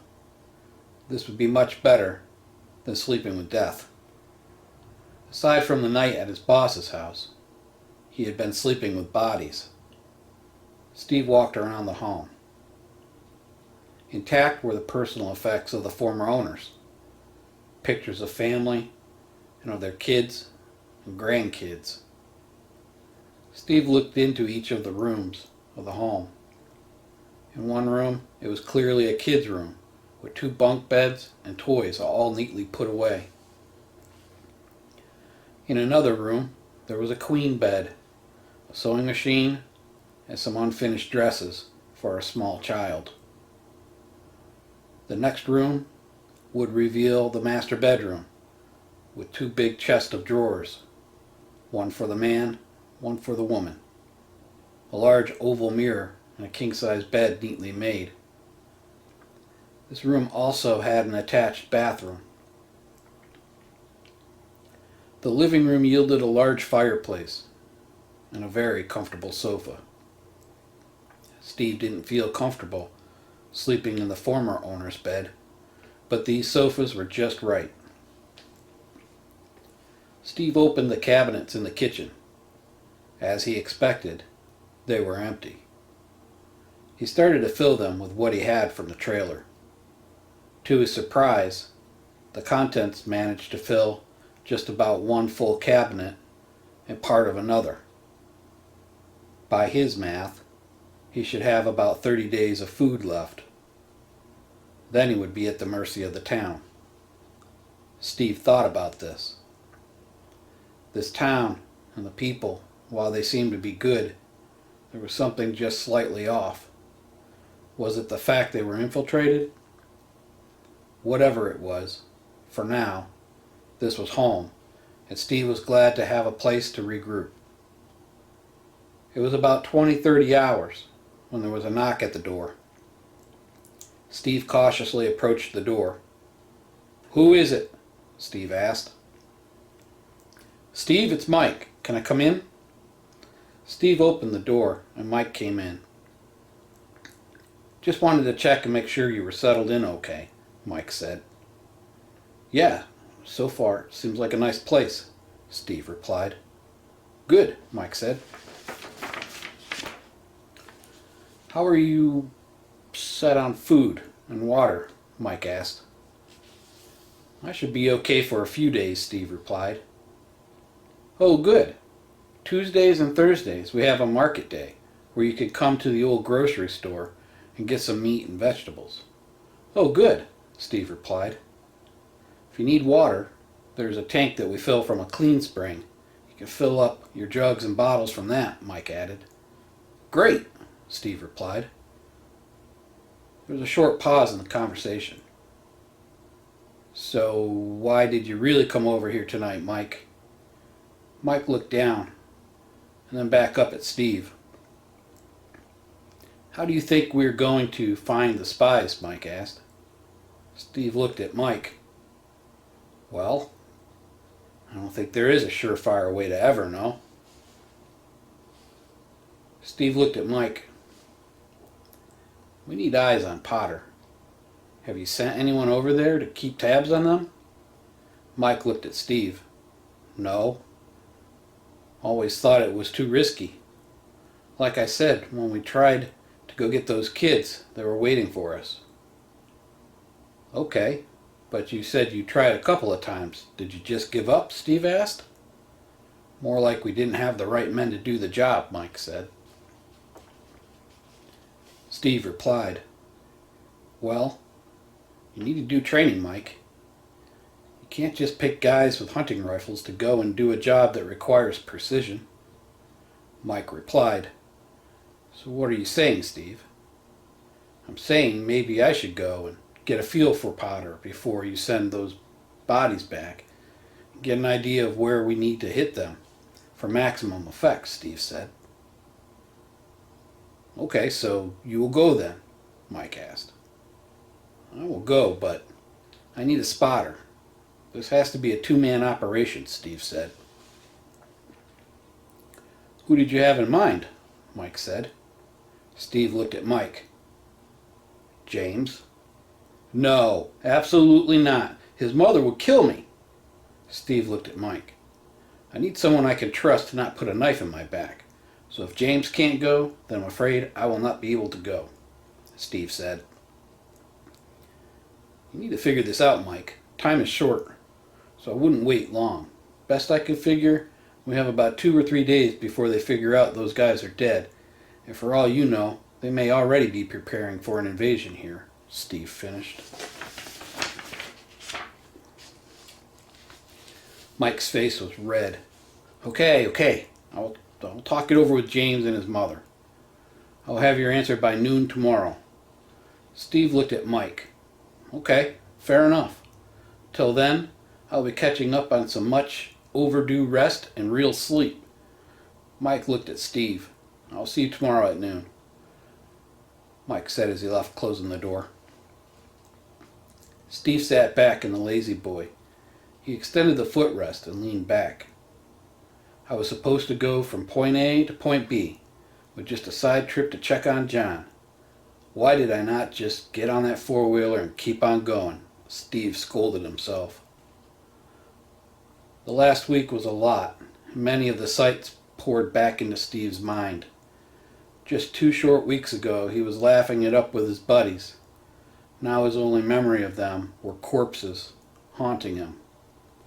He was happy and looking forward to seeing John, and now that memory haunted him. Now he was going to not only be observing a town of people that would kill him if they found him, but they would eat him too. Steve shuddered at the thought. Steve went out to the kitchen and poured a cup of hot water over a chamomile tea bag. While he didn't care for the taste, the soothing and sleep-inducing concoction was worth the not-so-pleasant taste. Steve checked all the doors and windows and made sure they were locked. After doing a security check, he went back into the living room and sat down to finish the cup of tea. Steve started to get sleepy. Then, like a switch, he was out. His vivid dream was of a good time. He was at work. He was joking around with John and his boss. They had just blocked an attempt by the Chinese military from establishing a persistent foothold to breach their network. It was all Steve's hard work and attention to detail that thwarted the intrusion. Everyone was high-fiving and happy and excited. Soon the excitement was lost when his boss came out and addressed the team. Bill spoke. Steve, you did a great job, man. Really, you saved our bacon on this one. But let me remind everyone, while we have a very hard exterior, we are soft and gooey on the inside. As defenders, we have to protect everything and know everything. We do not have the luxury of a do-over. That said, I want you all to focus on what you missed, Bill said. Everyone gasped. What do you mean, boss? Steve asked. Bill looked at Steve. I mean, we are all working late until we find them. Wait, what? We blocked them, Steve protested. Bill replied, No, you blocked what they wanted you to see. Now find the compromised systems and shut them down. The team grumbled and went back to their workstations and started to go back to work. It was around 2300 hours when John spoke up. Boss, I think I got something. Bill went over to John's workstation.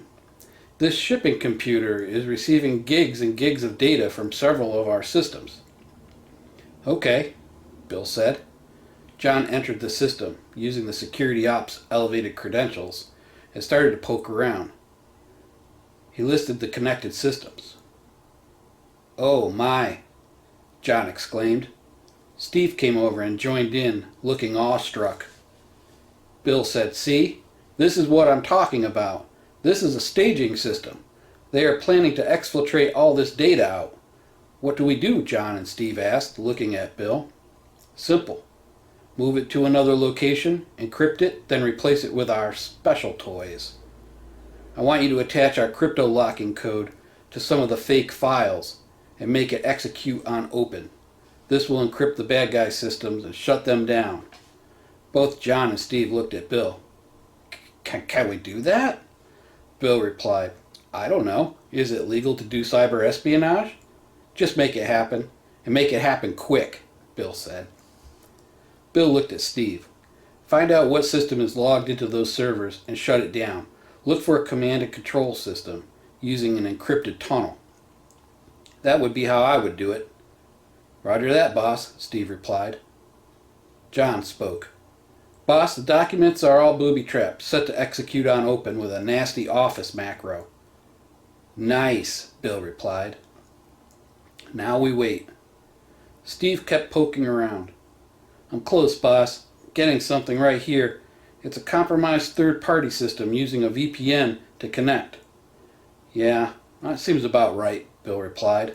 "Let's shut that account down and flag it as a no renew." Steve shut the account down, and the traffic from the file servers stopped. As soon as it stopped, the files in the document cache started to disappear. Bill smiled. He started to laugh. "I would say, boys, in about 2 to 3 minutes, Unit 5665 is going to have a really bad day." John and Steve laughed. Steve woke up. What the hell was that all about? Steve thought about the dream. Flint was protecting everything on the outside, but the inside was soft and gooey. They were having a data leak. "Shit!" Steve exclaimed. The cleanout team was what Potter wanted Flint to see. "Damn it," Steve said to himself. Somebody would be paying him a visit tonight. It would not be a social call. They were going to try to kill him. Steve made his way out of the home and headed to the barricade. He asked one of the guys to call Mike to come to the gate. Steve told him to make up a reason. The man looked at Steve and keyed up the radio. "Barricade 2 to Mike." The radio crackled. "Go ahead." "Mike, can you come down? We have a small issue." "On my way." "Roger that. Barricade 2 out." Mike arrived in an old easy-go golf cart. "What's going on, Rob?" Mike asked. Then he saw Steve. "What are you doing here, Steve?" Steve got in the golf cart. "Let's go someplace to talk," Steve said. Mike replied, "Okay." They pulled down a narrow alley, and Mike stopped the cart. "What's up, Steve?" "I think they're going to try to kill me tonight, and I need to know you've got my back." "Whoa, whoa, whoa! Who's going to try to kill you?" Mike looked at Steve. "Are you doing okay? What's this all about?" Steve explained the dream to Mike, and explained how those types of attacks work. Mike looked at him and said, "So tell me this. Why would they sacrifice their own men to us? Doesn't that defeat the purpose?" "No," Steve replied. "All your gunslingers were with us yesterday, which means Flint had reduced security. There's no telling how many made it in here. You go attacking Potter, and they are going to hit you on the inside, where your defenses are weak. You said there were plenty of empty homes here, right?" Mike nodded his head, yes. "When was the last time you cleared those homes?" Steve asked. "Aw, hell," Mike said, reaching for his radio. Steve stopped him. "No radio. We need a secure place to meet. Get the guys together, and we need to do some home clearing tonight," Steve said. Steve looked at Mike. "Drop me off first, and I will check the meeting place out, while you spread the word to your most trusted guys," Steve said. Mike went down a side street, and at the end of the road was the old Moose Lodge. He went to the front door of the meeting hall and unlocked it. Mike motioned Steve to go inside. Mike looked at Steve. "I will be back in 15 minutes. The guys will trickle in. I will be telling James to head right over." Steve nodded. "Okay." 10 minutes went by and Steve could see a person walking towards the lodge. It was James. Steve let James in. "Evening, Steve," James said. "Hi, James," Steve replied. "The others should be here soon," James said. "Good," said Steve. "What is this all about?" James asked. "Well, let's wait till the others get here. It's not good," Steve said. Over the next 10 minutes the men arrived, and Mike came into the lodge. He locked the doors, and the men went into the kitchen area, where a lantern was lit. "We got ourselves a potentially bad situation here," Mike said. He looked at Steve. He said, "Seems we might be in a pickle, and we're going to have a very long night tonight." "What's going on, Mike?" one of the men asked. "Well, we really haven't been doing a good job on security inside the town. Can anyone tell me when the last time we did an empty home check?" No one spoke. "So tonight we're going to go house to house and clear each one to ensure there are no surprises in our town." The men groaned. "This is the only way, guys, to know for sure. Every empty house is on this list." Mike held up a piece of notebook paper. "There are 22 homes. We need to check each one, attic to basement, and every barn and outbuilding, if they have them, for anyone that has taken up residence. When we find them, they need to be taken to the jail. If we run out of space there, we will bring them here and post guards to keep them here until we can talk to them." The men all groaned again. It was 1 a.m. With 12 of the 22 homes searched and no signs of intrusions, they were on the porch of the next home. James went to unlock the back door, and the door was open. James whispered, "It's open." The men all lined up on the porch and entered the home, with weapons lights on. "Kitchen clear," a man yelled. They entered into the living room, and a thunderous blast was heard.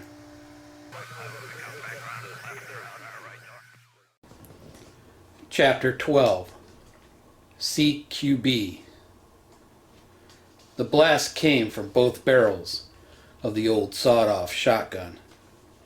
The middle-aged volunteer security team member absorbed most of the blast.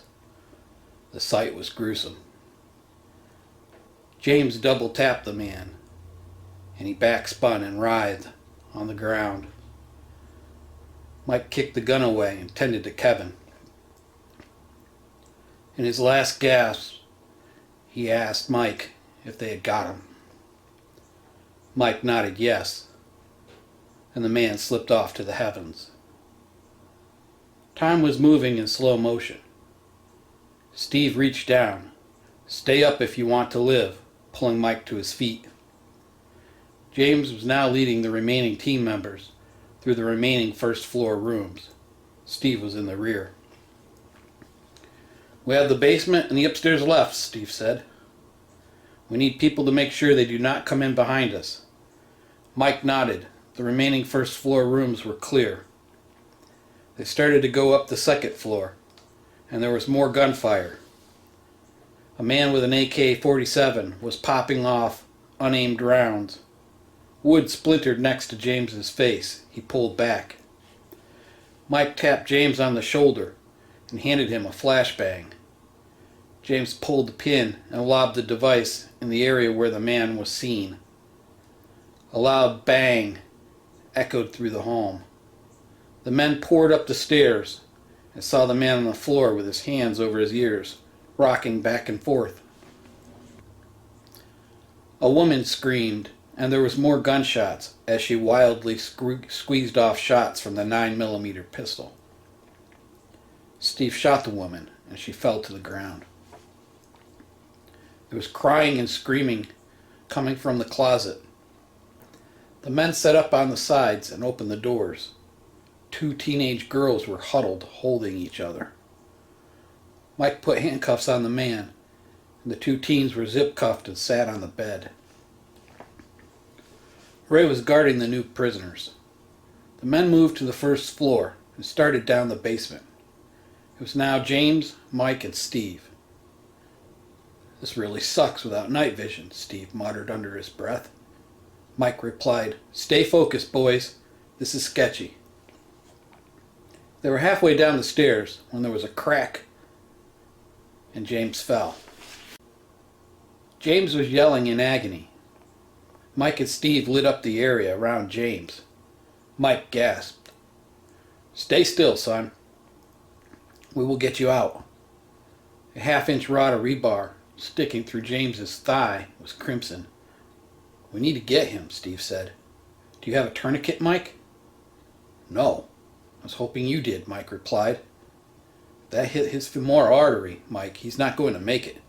"Damn it, I know, Steve. Let me think." Steve looked at Mike. "We need to get down there." "I will go. You need to get more help. And we need it now." Mike looked at Steve. "I'll get help." Steve knew it would take a while. It was 2:30 in the morning, and no one would be awake. And even if they were, would they get back here in time? Steve got down to James. "Is it bad, Steve?" James asked. "Just hang in there, buddy. Your dad is going to get some help. Let me take a look at it," Steve said. It wasn't good. "How's your leg feeling? Can you move your toes?" Steve asked. My toes are tingly feeling, Steve." Steve knew he needed to get pressure above that wound, or they would not be able to remove it without the risk of James bleeding out.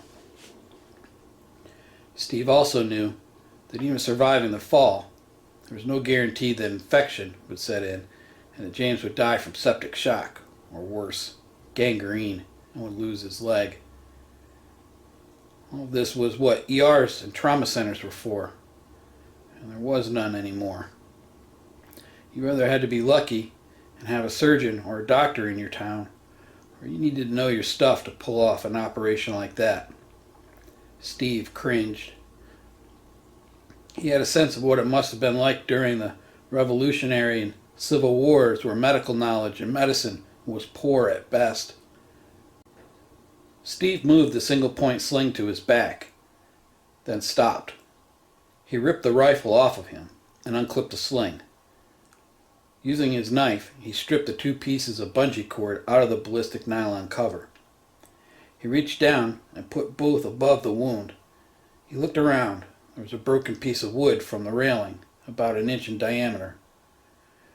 Steve reached for it and got it. Steve looked at James. "This is going to hurt like hell, buddy, but it will save your life." Steve laid the wooden dowel from the railing vertically. Then with all his might, he cinched the bungees down over it. James let out a scream. Steve made a single turn on the stick, and James screamed again. This time, though, Steve could see the blood had stopped seeping from the wound. "Hang on, buddy," Steve said. James replied, "It fucking hurts, man. I think I have broken ribs, too." "Okay," Steve said. "Your dad will be right back. He's getting help." Steve could hear the back door kick open, and then a figure peered down into the dark basement. There was the textbook clinking noise of some type of grenade. A blinding light and a thunderous boom scrambled Steve and James. There was gunfire heard upstairs. Dazed and blinded, Steve tried to drag James out of the line of sight of the doorway. With his leg impaled, he could not move him.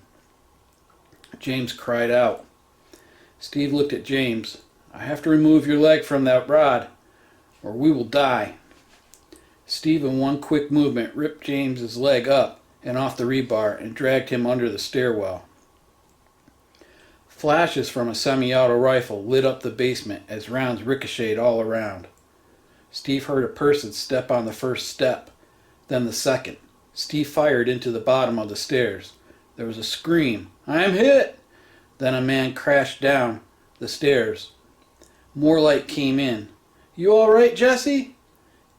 Jesse gasped. "Don't come down." Steve shot Jesse in the face, ending the conversation.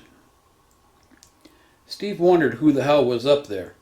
It must have been reinforcements from the next house. Steve muttered under his breath, "Come on, Mike. Get here. Get here now."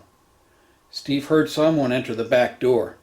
Then the clack of a weapon slide, a muffled pop, then a thud. He could hear 4 more thuds of bodies hitting the floor. Then silence. Then the back door was closed. 10 long minutes went by, and Mike came busting through the door. "They're down here," Mike yelled. A rope with a Stokes litter came down. "Steve, James, are you okay?" Mike yelled. Steve replied, "We're okay. James is a mess. He needs help." Steve dragged James to the Stokes litter and strapped him in and guided the metal basket up the stairs.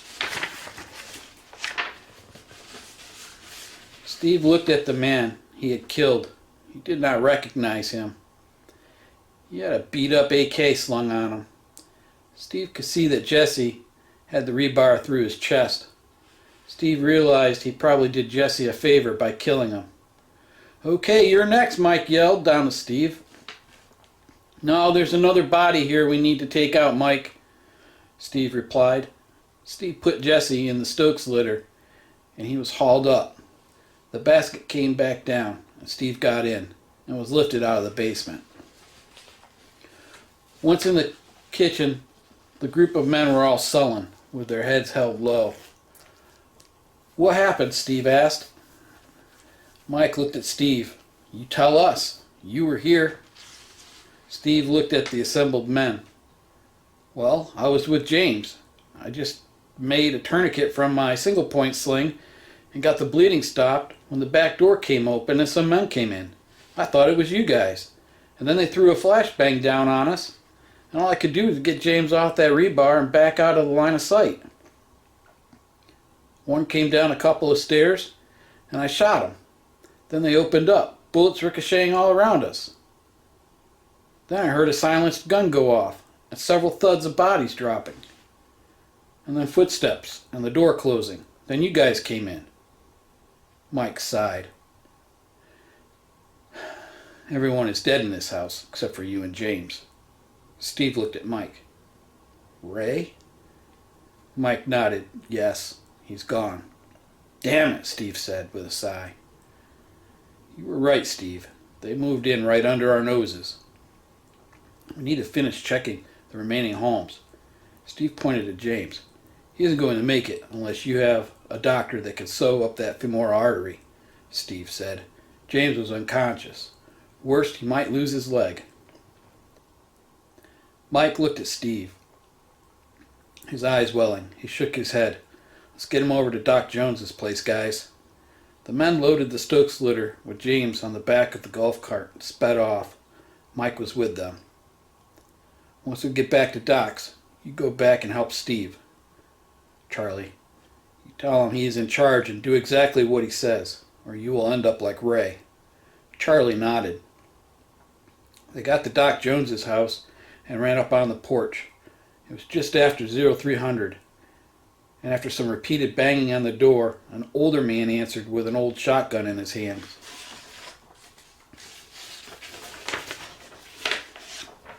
"It's James, Doc. He fell through some stairs and impaled his leg on some rebar in a home we were clearing. It's pretty bad. I think his femoral artery is severed.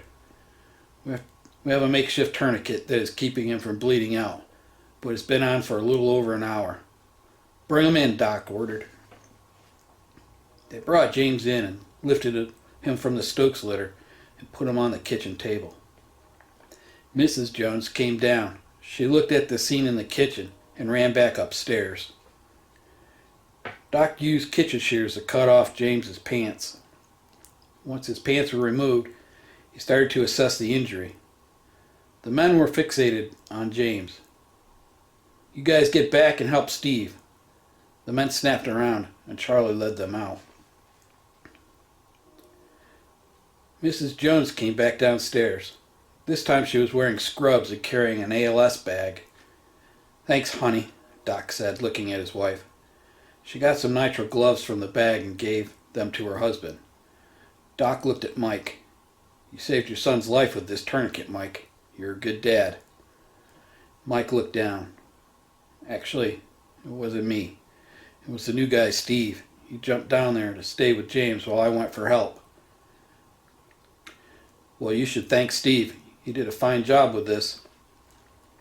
Doc loosened up the tourniquet. Blood spurted from the hole. He cinched it back down, and it stopped. "Yep, this is really bad, Mike. I do not know how the hell I'm going to do this without a full operating room and supplies. And even if I can pull this off, infection might set in, and we do not have the meds to treat it. We're all out." Mike sighed. "I need to go get Robin. His mother's going to kill me for this."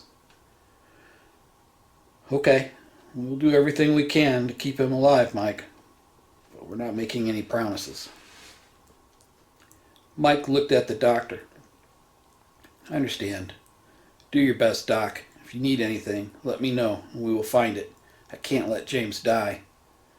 The Joneses looked at Mike. "We need you to stay calm. Do it for Robin. She will need you to be strong," Mrs. Jones said. Mike held his head in his hands. There was a knock at the door.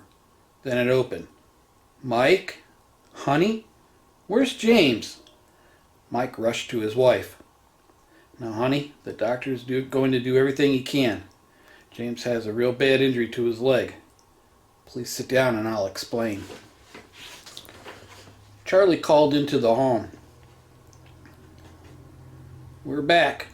"Good," said Steve. "Mike told me to pass this message on to you. That you are now in charge of the remaining home checks." "Wait, what?" Steve said. "Look, guys, I'm not an ex-cop or even an ex-military door kicker. I'm a drone tech who likes to shoot. That's it. The only thing I know about room clearing is what I've seen on TV.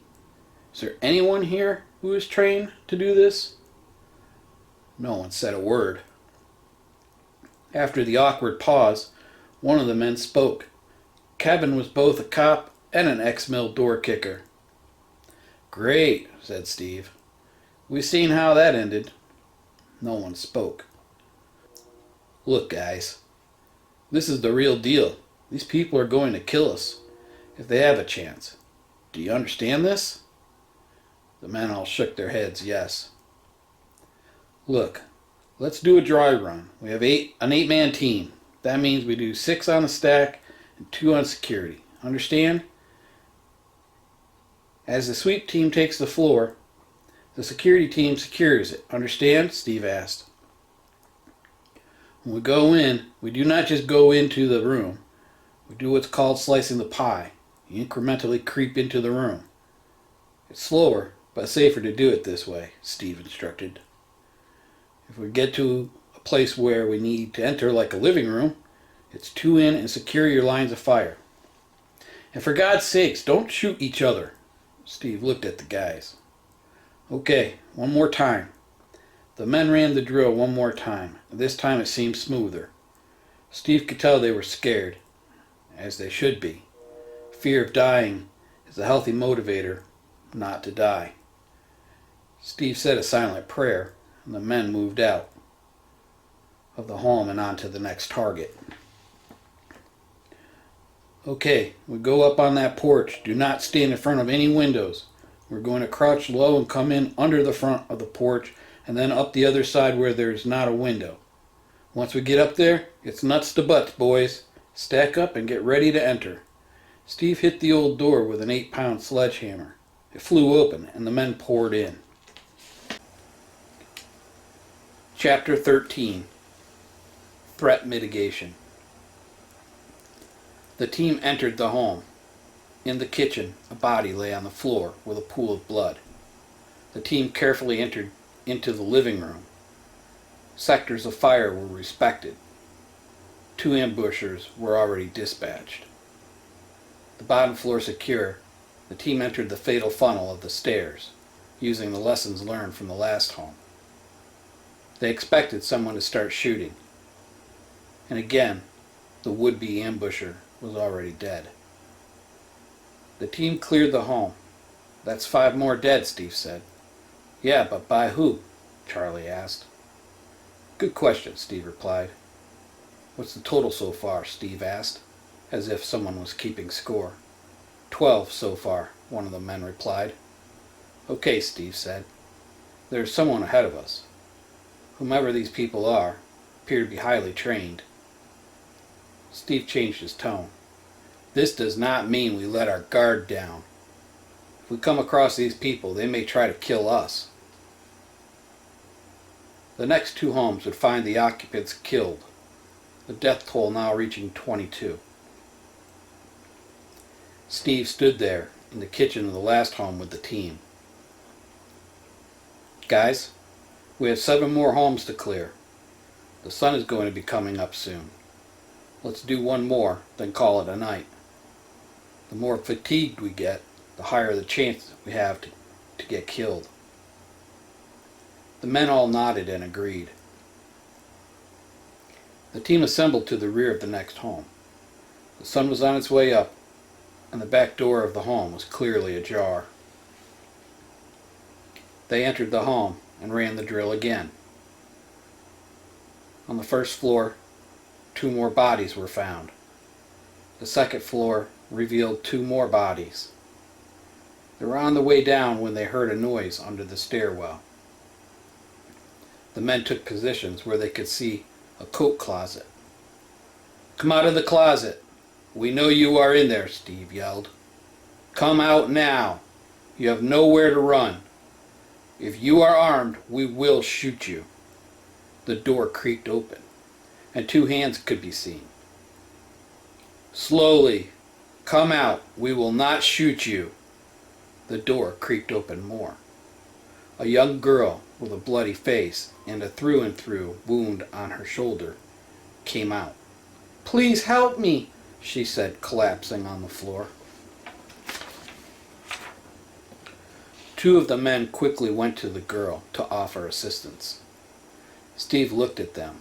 "You need to flex cuff her right now," Steve ordered. They looked at Steve. "She is harmless and wounded," Steve barked back. "I don't give a shit. Cuff her ass right now." The men complied. Steve then ordered them to search her. The search revealed a small Ruger 380 LCP and a fixed-blade knife. The men looked at Steve. "Yeah, that's what I'm talking about. Let's get her over to the jail. We'll have someone look at her." The men carried the woman out to the street. Charlie went and got the golf cart, and they took her to the jail. Steve looked at Charlie. "Can you take me to Mike?" Steve asked. Charlie nodded, and they went out and got in the golf cart. In a few minutes they were at the doctor's house. Steve and Charlie went up the stairs and knocked on the door. Mike came to the door. Steve looked at Mike. "How's it going?" "Not good," Mike snapped. "Did you get the rest of those homes cleared?" Steve replied, "No." "Then what the hell are you doing here?" Mike snapped. "We got a prisoner, Mike." "Where? I want to talk to that son of a bitch right now." "It's a girl, Mike. We found her hiding under the stairs in one of the homes." "There's more." Mike looked at Steve. "I'm listening." "Someone was ahead of us and killed everyone in the 3 houses we checked. She's the only survivor. The dead total 26 so far." "Shit," Mike said. 26 people walked into this town and set up camp, and we didn't even know?" "Yeah, well, imagine those 26 killing our townspeople while we're hurling bodies at Potter," Steve replied. "This woman is shot through and through in the shoulder. It doesn't look life-threatening at this time, but she will need some attention. Do you have any EMTs or nurses that can tend to that wound and patch her up until the doctor can see her?" Steve asked. Mike shook his head yes. "I will radio for one of our fire department guys to head over and take a look." "What's going on with James?" Steve asked. "Doc is trying to sew up that artery and then close him up. With any luck, it won't get infected. Right now we're out of antibiotics, so even if Doc is successful, without the meds, he still might not make it." "What type of antibiotics does he need?" Steve asked. Mike replied, "I'll be getting a list from Doc on what meds he will need, and then we'll go house to house to see if we can find them." Steve replied, "Sounds good." Steve looked at Charlie. "Can you give me a ride home?" Steve asked. Charlie replied, "Sure." Steve got in the golf cart and the two headed back to Steve's house. Once they arrived, Steve looked at Charlie. "I need you to come in with me, just in case. I have a surprise waiting for me." Charlie nodded. "Let's do this." The two went to the back door. They were about to open up the door, and Steve saw a heavy blood trail. The doorknob was covered in blood. "Fuck," Steve said under his breath. Charlie looked at Steve. "What do you want to do?" Steve looked around. There was a clear crimson trail in the snow. Steve knew this was not good. Maybe it was one of the wounded Potter scrubs trying to take him out, he thought. "We need to get some help, Charlie," Steve said. "We have no idea what we are walking into here." Charlie nodded. "Let's go back and get some help." The two carefully backed away from Steve's home and headed to the golf cart. From there, they went back and spoke to Mike. Mike looked at the doc. "How you doing, Doc?" "I'm almost done, Mike. It will either work or it won't. If you need to go, then go. I think we'll be okay." Mike looked at Robin, his wife. "If you need me, use this radio and I'll come right back." Robin nodded, her eyes swollen from crying. "You better come back, Mike." He hugged her. "I will, honey, don't worry." Mike left with Steve and Charlie. Three went back to the barricades. They got one man from Barricade 1 and two from Barricade 2. "This should be short and sweet," Mike said. "Once we tear your house apart, you should be safe." "Yeah, about that, Mike," Steve said. "You do realize this is probably the person that has slaughtered 26 people this morning, so I wouldn't underestimate his or her capabilities." Mike sighed. "Yeah, good point. Clearly, they are for us. So maybe they are seeking your help," Mike replied. "Maybe, but why me? I hardly know anyone here," Steve replied. "Yeah, that's a good point," Mike said. The men all met at the back of Steve's house. Steve put the key in the deadbolt. The door pushed open. It was already unlocked. They entered the home. The kitchen was dimly lit from the morning sun. As they entered into the living room, there was a man sitting in the recliner, slumped to one side, a silenced Beretta 92F in his lap, and a large pool of blood around his feet. Steve checked for a pulse. There was one, but it was faint.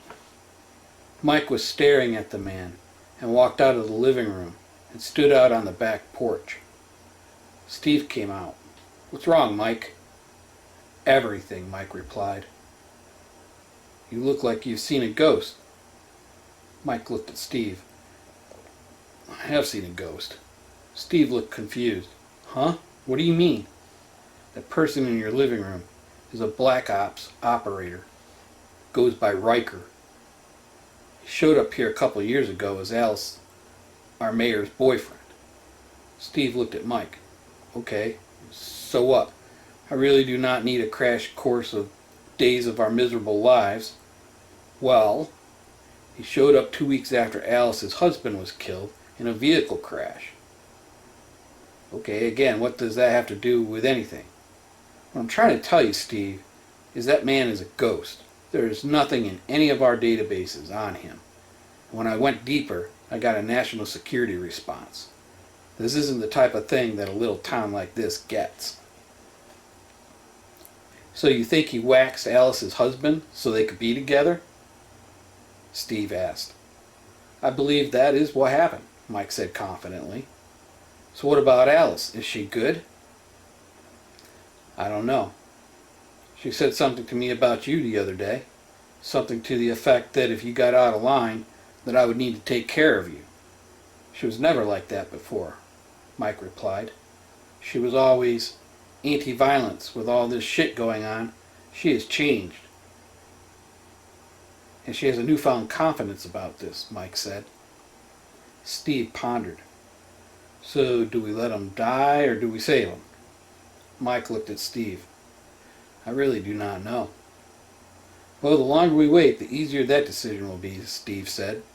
He looks like he took 2 shots, one in the leg and one in the lung. He's bleeding out. Mike looked at Steve. We only have one doctor, and right now I need him to work on James. Charlie came out. Mike? Yeah, Charlie. He's gone.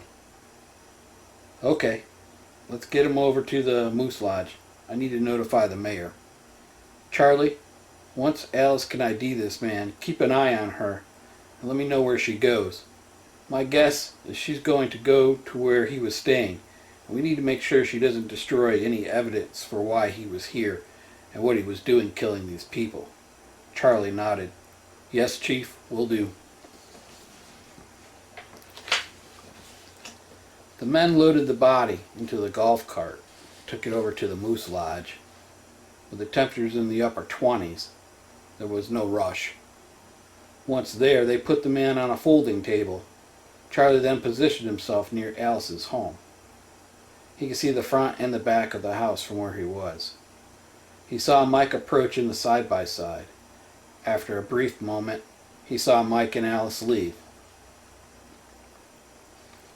Mike pulled up to the front of the Moose Lodge and shut off the UTV. Now, Alice, Mike said. Are you up for this? Alice nodded. They got out and entered into the Moose Lodge. Alice gasped. She looked at the man and went up to him. She turned cold and then looked at Mike, dead in the eyes. I have never seen this man before in my life. She looked at Mike. Mike. I have never seen him before in my life. Am I clear, Mike? Mike looked at Alice. Crystal clear. He just looked like, Alice interrupted. Another shitbag from Potter, Mike. That's what you were going to say, right, Mike? Mike looked into her eyes. Yes, ma'am. I need to get home. Take me back. Mike, now, Alice demanded. Mike opened the door for Alice, and the two left to Alice's house. You okay, Alice? You seem different these past few weeks. I'm fine, Mike. Thanks for asking, Alice snapped. She hurried up the stairs and entered her home. Mike left. Mike keyed up the radio, 2 clicks signaling Charlie that he was now in play. The sun started setting when the sound of a snowmobile came from behind Alice's home. She sped off through the cornfield. Charlie knew he couldn't follow her, so he went to find Mike. Once Charlie found Mike at Doc's house, he briefed him on what he had seen. Mike replied, You did good, Charlie. Not to follow her. I think I know where she's heading. So I'm going to go and see if we can't get the department snowmobiles running, and then we'll go have a look. Mike and Charlie went over to the Public Works building. They found Paul working on the plow truck. How's it going, Paul? Paul scooted out from under the truck on a creeper. Hi, Mike. He nodded at Charlie. Charlie? What can I do for you fellas? Paul asked. Mike replied, Paul, do you think you can get the police department snowmobiles running since we have some fresh gas? They may just need a go-over. Paul replied, Sure, Mike. I'll take a look at them right away. Give me a little bit and I'll get them running and looked over. Much appreciated, Mike said. Then he and Charlie left. It was about 20 minutes later when Mike got a call on the radio from Paul to meet him at the Public Works building. Mike and Charlie headed right over. Once they got there, The pair of Arctic Panteras sat there purring, ready to go. Paul yelled over the engines, "They're all set, Mike!" Mike and Charlie got on them, and Mike gave Paul a thumbs up. The two left. They headed out behind the public works building into an open field. With it close to dark, he didn't want to get caught running lights. The machines were very fast, and the two made good time. They came across the trail that Alice had made and followed it. Within a few minutes, they could see the cabin and a snowmobile out front. They shut down and got off the snow machines and approached the cabin. They heard a woman sobbing. Mike was about to knock on the door when a single gunshot was heard. Chapter 14. The Protector. The door came crashing open, smoke swirling from the barrel of a Colt 1911, and Alice shaking uncontrollably. She pointed the pistol at Mike and Charlie. "Hey now, Alice," Mike said. "Are you okay, hon? Let's talk about this." Alice sniffed and pointed the gun to her head. Mike creeped in a few more steps, his hands out. "No, no, no. Easy now, Alice. Easy, easy, Miss Mayer. Let's not do anything stupid now." Alice snapped the pistol back at Mike, again shaking.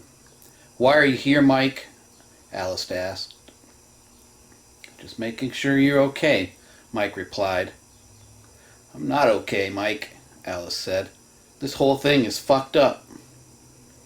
"What you talking about, Alice? Come on now. It could be worse." Again, as Mike talked, he creeped in a few more steps.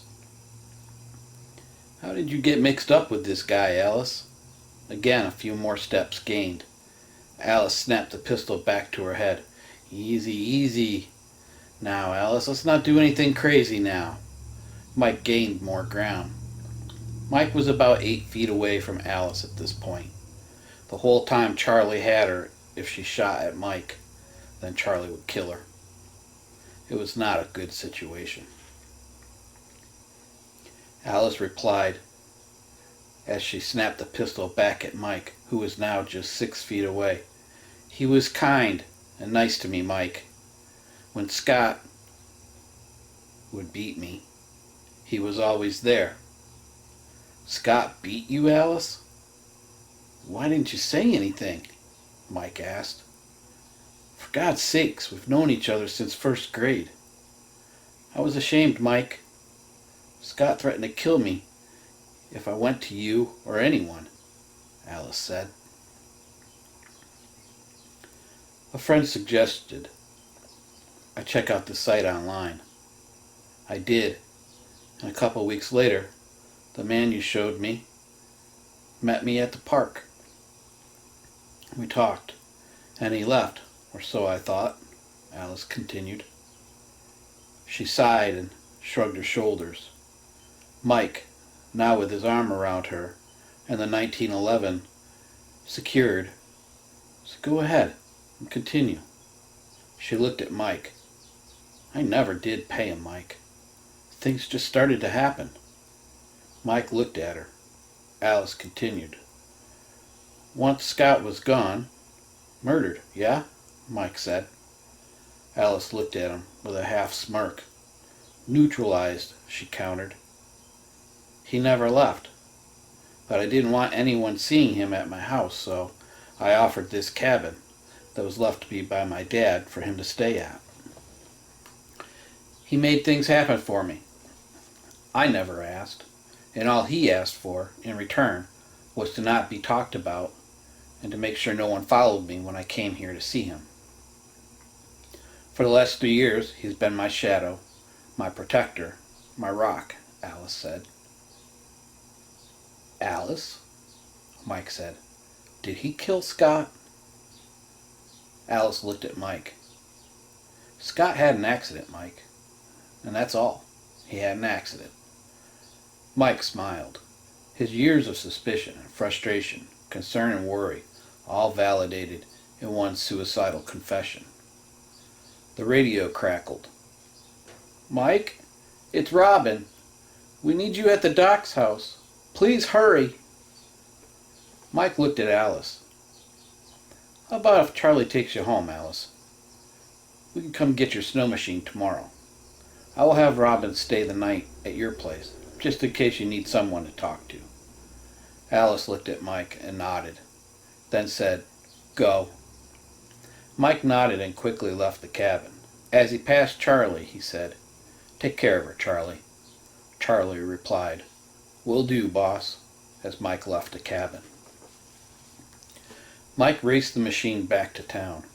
Once he was back at the Public Works building, he got in the side-by-side and sped over to the doctor's home.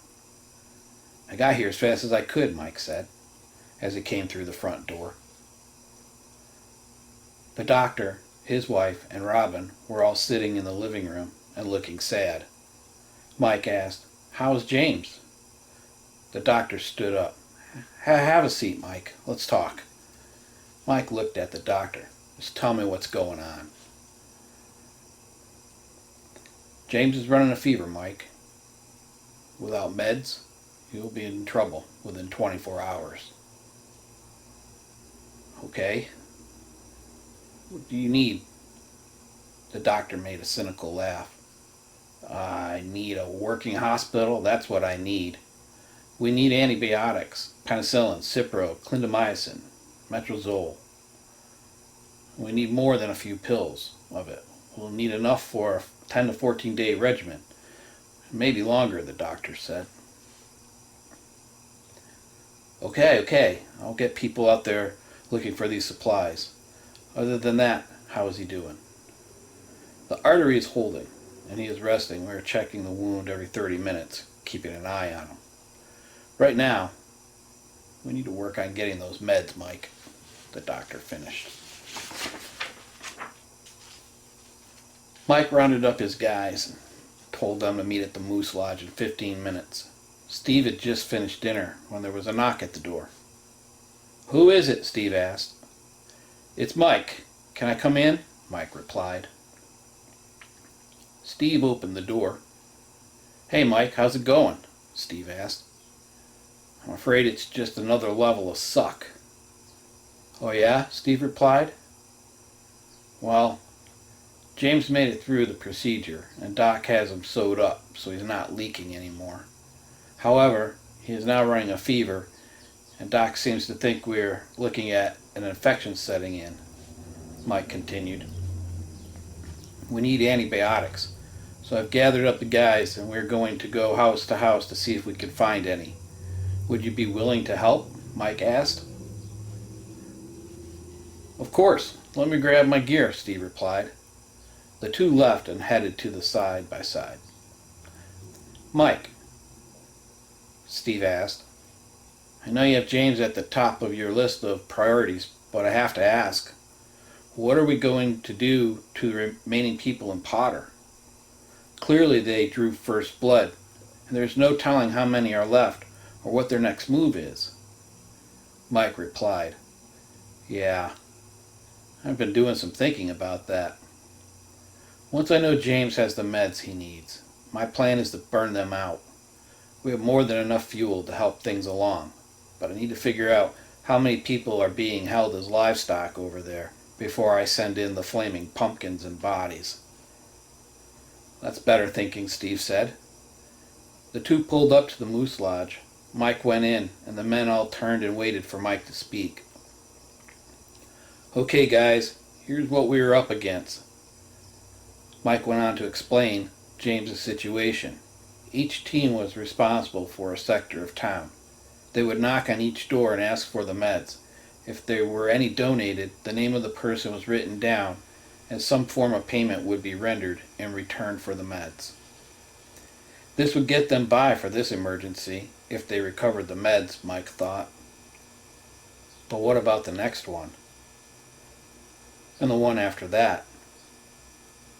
How would Mike face another parent in the same situation he found himself in right now? The team spread out and started the door-to-door search for the meds. After a few hours, they all met back at the Moose Lodge to show what they had acquired. On the table was 6 of the brown plastic prescription bottles, most of them with just 3 or 4 pills, some with less. Mike sighed. I don't know if this is going to be enough, if they are even the right kind. Let me take these over to Doc, see what he can do with them. The men all parted and headed back to their homes. Mike and Steve went to the doctor's home. Once there, the doctor looked at the various drugs. He put 3 of the 6 bottles on the counter and threw the others in the trash. Hey, wait a minute. Don't throw those away, Doc. What if we need them for another? The doctor interrupted. If anyone took those meds, it would make them more sick. They were almost 8 years old, Mike.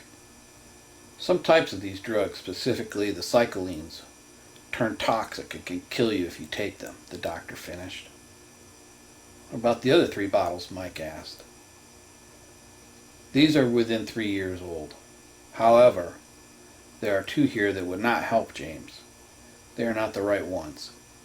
Good for another type of case, maybe, but without the full amount for the therapy, the end result is the same. We need more of this one. The doctor pointed to the clindamycin bottle. Ciprofloxacin will help too. Right now he needs to start these meds. Mike nodded his head and looked at Steve. We need to get back to my office. We have some research to conduct. Steve nodded and the 2 left. Mike and Steve entered Mike's office. Okay, remember the journal you got us? Steve replied. Yeah, of course I do. Mike continued. Well, aside from the cattle-like grading system, there was a complete list of things taken from each home. One of those things was meds they recovered. Ah, that's right. Meds, guns, ammo, food, clothes, etc. Right, Mike said. So now all we have to do is pour through these books and see if they have what we need. Mike started to panic. It was right here. Both journals were right on my desk. Steve looked at Mike. What do you mean they were right here? Where would they go? You didn't lock them up? Steve asked. Mike looked at Steve. It's just been a little hectic around here lately, don't you think? We need to find them, Steve said. Mike, now even more frustrated, looked at Steve. No shit, Sherlock. You think? The 2 tore Mike's office apart. They were just about ready to give up when Charlie came to the door of Mike's office. What the hell happened here? Charlie said, his face saying a lot more than his words. Did a bomb go off? Both Steve and Mike stopped and looked at Charlie. What do you need, Charlie? Mike said with a sigh. I just wanted to drop off this backpack of notes and journals that came from the cabin.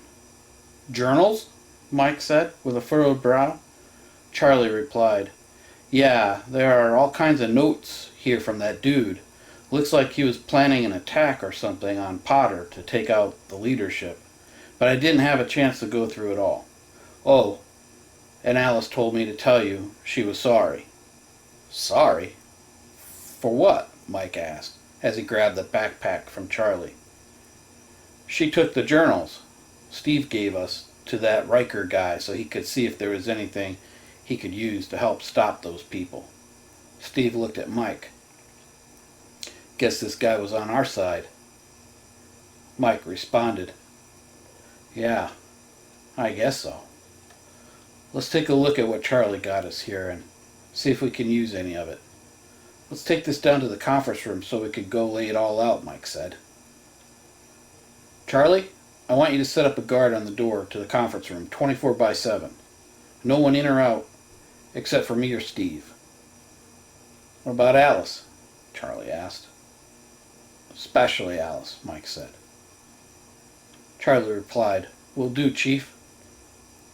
The 3 men left Mike's office and went to the other side of the Public Works building, where they set up a makeshift war room. From here, they would lay out all the information that was recovered from Alice's hunting cabin and start to analyze what they had.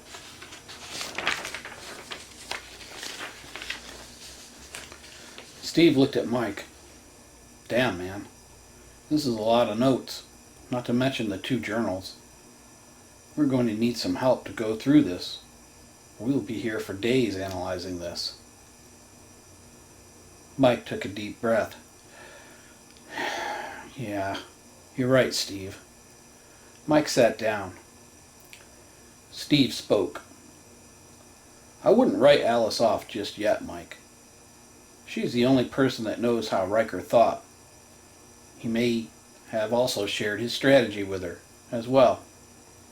I think she could be a valuable asset here. Mike replied, I think you're right. I could get Robin to help us too. Mike went to the door and spoke to Charlie. We're going to need Alice's help, and Robin's too. Please go get them and bring them here. I want a guard here before you leave, Mike said. I will get Pete to come and stand guard while I go get them, Charlie replied. Okay, good, Mike said. Charlie called Pete on the radio, and once Pete arrived, Charlie left to go get Alice and Robin. 15 minutes later, the door opened, and Alice and Robin came in. What's going on, Mike? Robin asked. Yeah, what's going on, Mike? Alice repeated. We need your help, Mike replied. We have to go through all this information that Charlie got from your cabin, Alice. Alice looked down. I'm sorry, Mike. Mike replied, Don't worry about it. Right now, I need you to go through these journals and look for these 2 medicines, ciprofloxacin and clindamycin. Then I need you to write the amount they recovered and when they took them. If we cannot find these medicines, Alice, my son will die, Mike finished. Robin started to sob, and Alice put her arm around her. Let's get started, Robin, Alice said. Mike and Steve started to pour through the notes that Riker had written. This guy had been on top of Potter. He had infiltration routes, where sentry positions were, booby trap locations, and even what building leadership appeared to be living. They got to one paper, and both stopped and gagged. Chapter 15. Prelude to War. It was about midnight when the team doing the intel analysis of all the data met to debrief. Mike spoke. What did you ladies come across for the meds? Robin spoke. To put it bluntly, they have everything from cancer drugs, heart meds, mental disorders, and antibiotics of almost every kind. She paused. Including the meds our son needs so desperately. What did you guys find? Alice asked. Well, Mike replied, we have many new ways into Potter. Your friend was in and out of there many times a week. This recon intel is invaluable. There's a lot here, and some really disturbing observations. They've established a butcher shop. Based on information that was written in the notes, they seem to slaughter on Mondays and Thursdays. They also have community dinners, where some unfortunate adult or child, Mike stopped and gulped, or the main dish. They use hog cookers to cook them in. Leadership, or what is thought to be leadership, is in the old town hall building. The next level, or what is written in the logs as trustees and enforcers, they're in a large home across the street. The old Pirates Cove Bar and Grill is a community hall and dining facility. They eat there 3 times a day. We also came across this notation from a log entry 2 weeks ago. It reads as follows. 14:30 hours.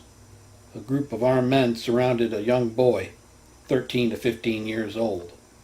They frisked him and removed what appeared to be loaves of bread. After a brutal beating, a tall, large man sat the young boy up on his knees and cut his throat. Mike paused, then continued. He then proceeded to decapitate the young boy, and they laughed and kicked it around like a soccer ball. The other men carried the body to the butcher shop after it had bled out. I saw the killer carry the head down an alley between the butcher shop and the town hall. He came back empty-handed.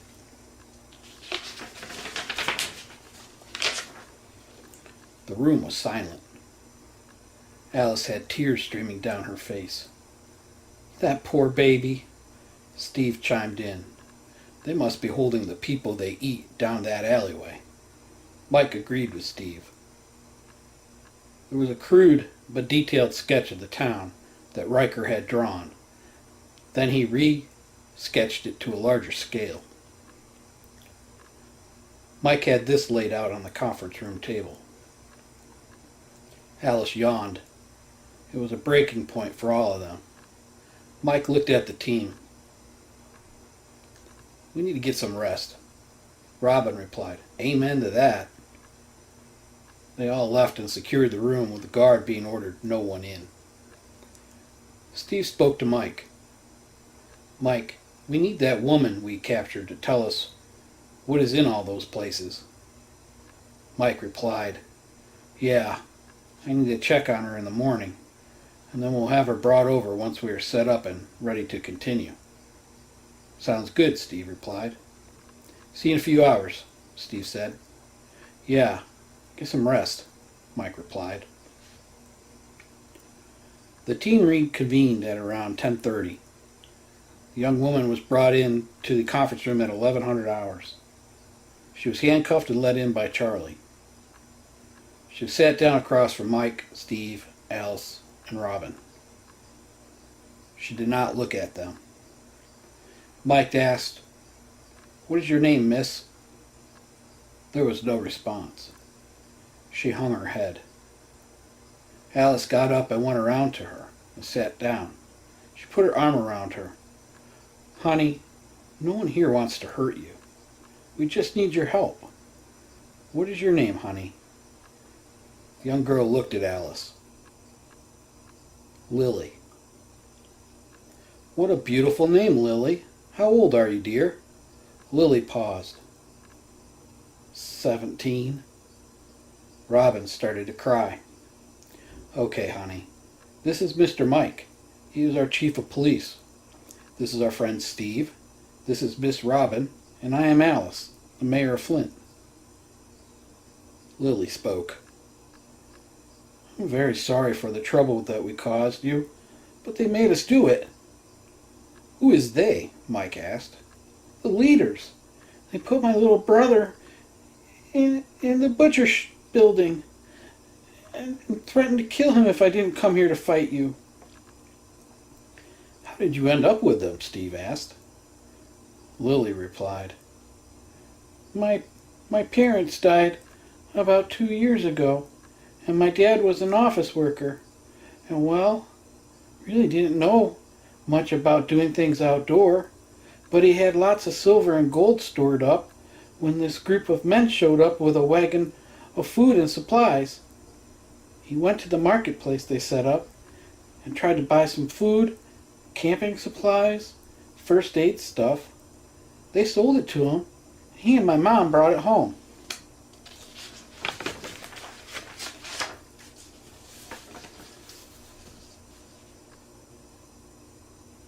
Lily started to cry.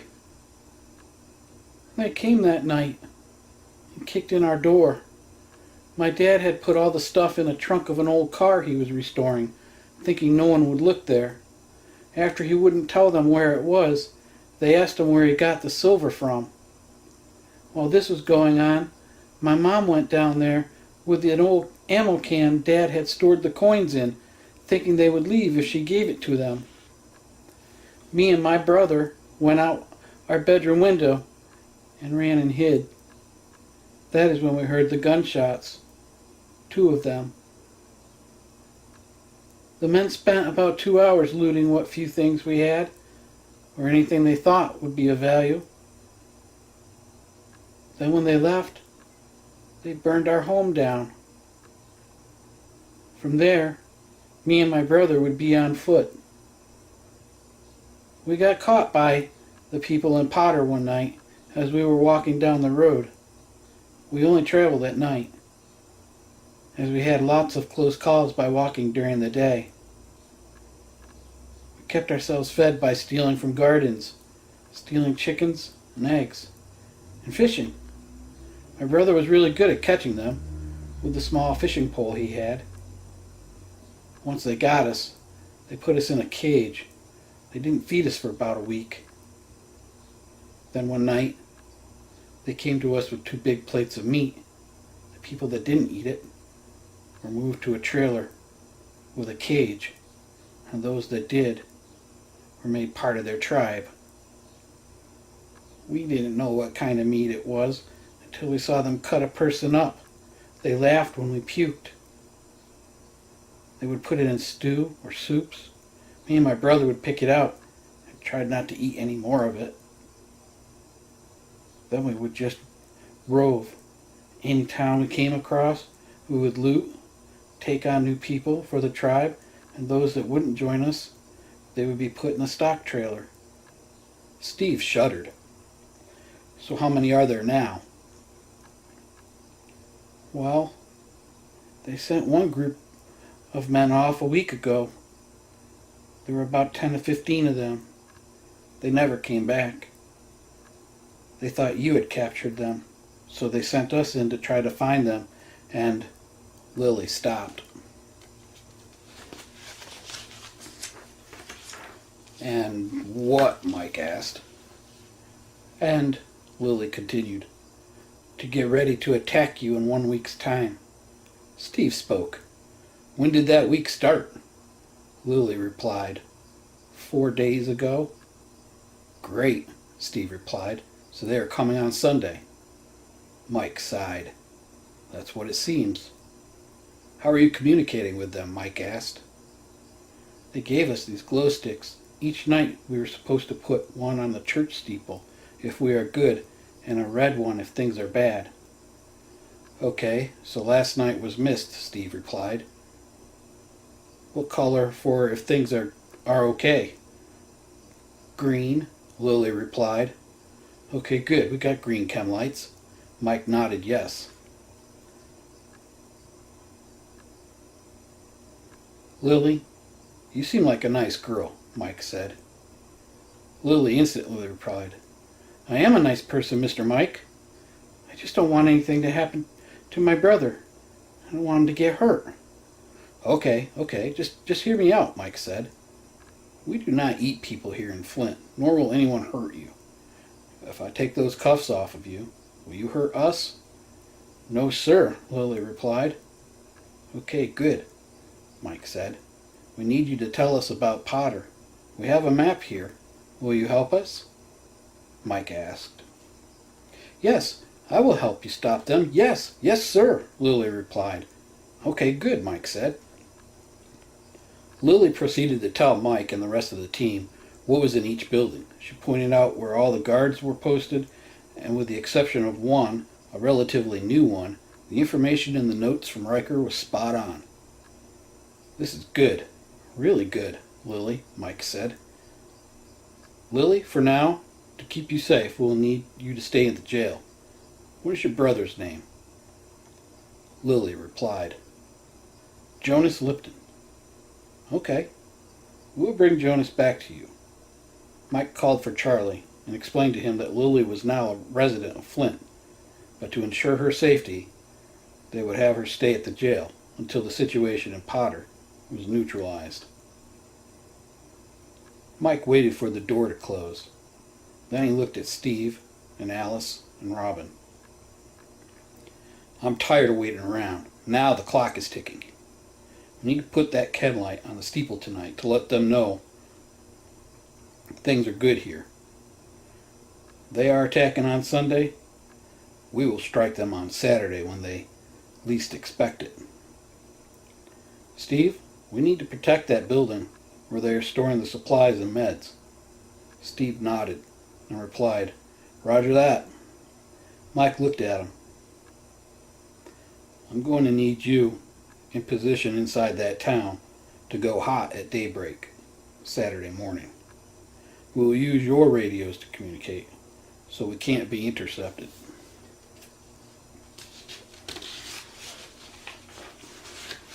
Steve slowly nodded. Mike looked at him. You will do fine. Steve replied, Yeah, I hope so. Otherwise, Mike interrupted, You will be fine. There is no otherwise. Make every shot count. Come back in one piece. Alice, we're going to mobilize our defenses. We need to get that trebuchet here. Mike pointed to a field where they would be able to use the siege machine to send the bodies and fire pumpkins. We'll need to keep a skeleton crew back here and put our defense folks into offense mode. Alice nodded her approval. We'll move into position and start our assault at 0400. By the time it's daybreak, Steve should be in cleanup mode. Steve asked a single question that stopped Mike in his tracks. Hey Mike, how am I supposed to know who is from Flint, who is from Potter? Mike looked at Steve with a blank stare. That's a really good question, Steve. Do we have any ideas? Everyone was quiet. Robin spoke. What about a colored armband? Yes, that's it, Mike replied. We could have our guys with like a yellow ribbon and stand out, but not expose them. Steve, if you see a yellow ribbon, don't shoot them. Okay, I can work with that, Steve replied. The rest of the day was preparation. The crew at the Public Works building was hard at work. The snowplow was turned into an armored personnel vehicle. They would use that to break the roadblocks. The big blade would offer decent bullet resistance. The snow machines would be used to haul out the frozen pumpkins and fuel to fill them. Steve chimed in on that point. You might want to stir up some styrofoam cups if you have them for those fire pumpkins. Not a bad idea, Mike said with a smile. Alice chimed in. What on earth would you do that for? Alice asked with a curious look. It will help the mixture stick to what it hits, Mike replied. Ah, okay, Alice said. We got the old military blazer, an old ambulance, and a school bus we can use to transport the people being held for food, Mike said.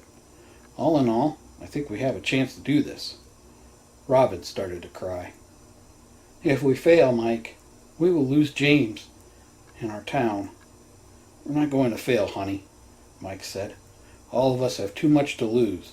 This is our home, and we will not be ran off or used for food for some sicko's cannibal caravan. We will all die trying to defend our town, Mike finished.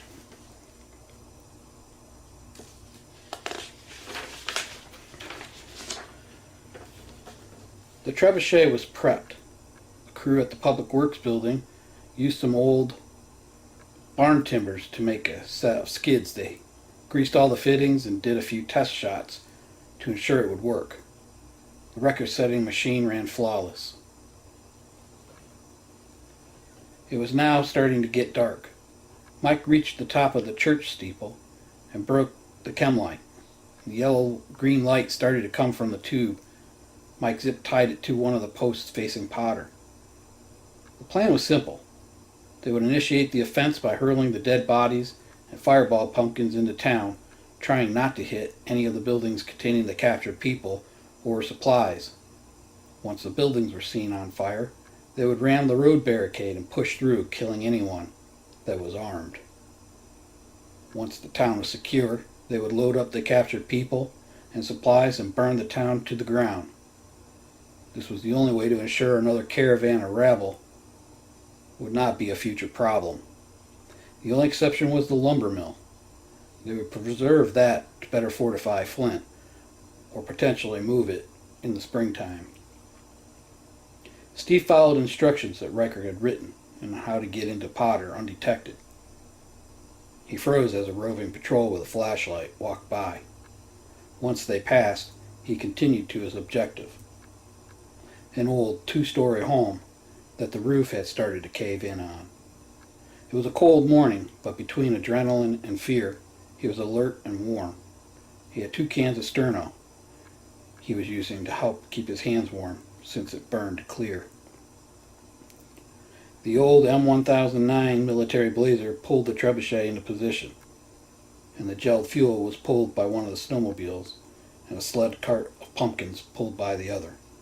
Several trips without lights would be made during the course of the night, and early morning, once it hit 4 a.m., all hell would break loose, and they would either win or lose. But in war, no one wins, everyone loses. Mike poured some instant coffee into his thermos cup. Man, I hope they have a stockpile of coffee. The larder of coffee had dwindled in Flint, as had a lot of other much-needed supplies.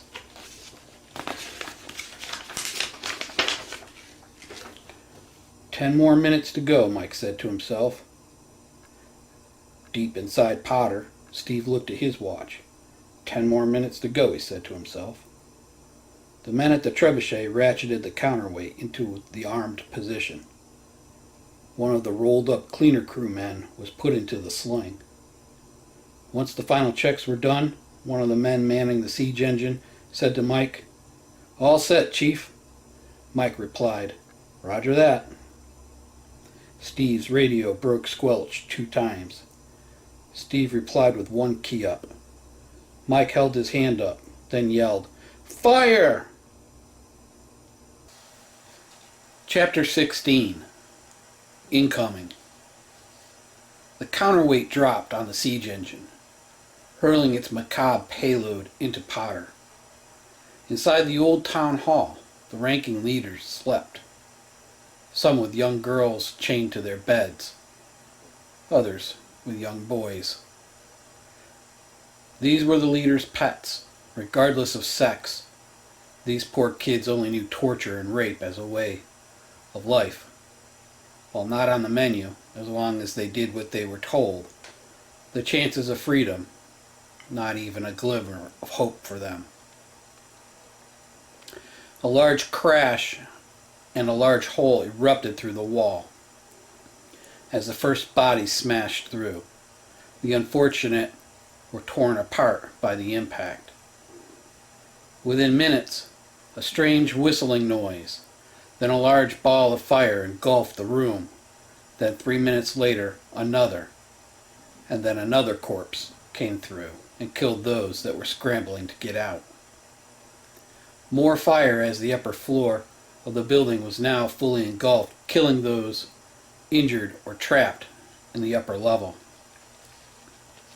Steve watched in horror as flaming bodies jumped from the second-story windows, only to die as they hit the frozen ground. "Serves you bastards right," Steve said to himself. Day was breaking. He checked for a round in the chamber of the Remy 308. The 168 grain Sierra Match King was ready to do its job. The front door of the town hall burst open, the fire inside backlighting those trying to escape. Gunfire erupting from the roadblock. Steve picked a target.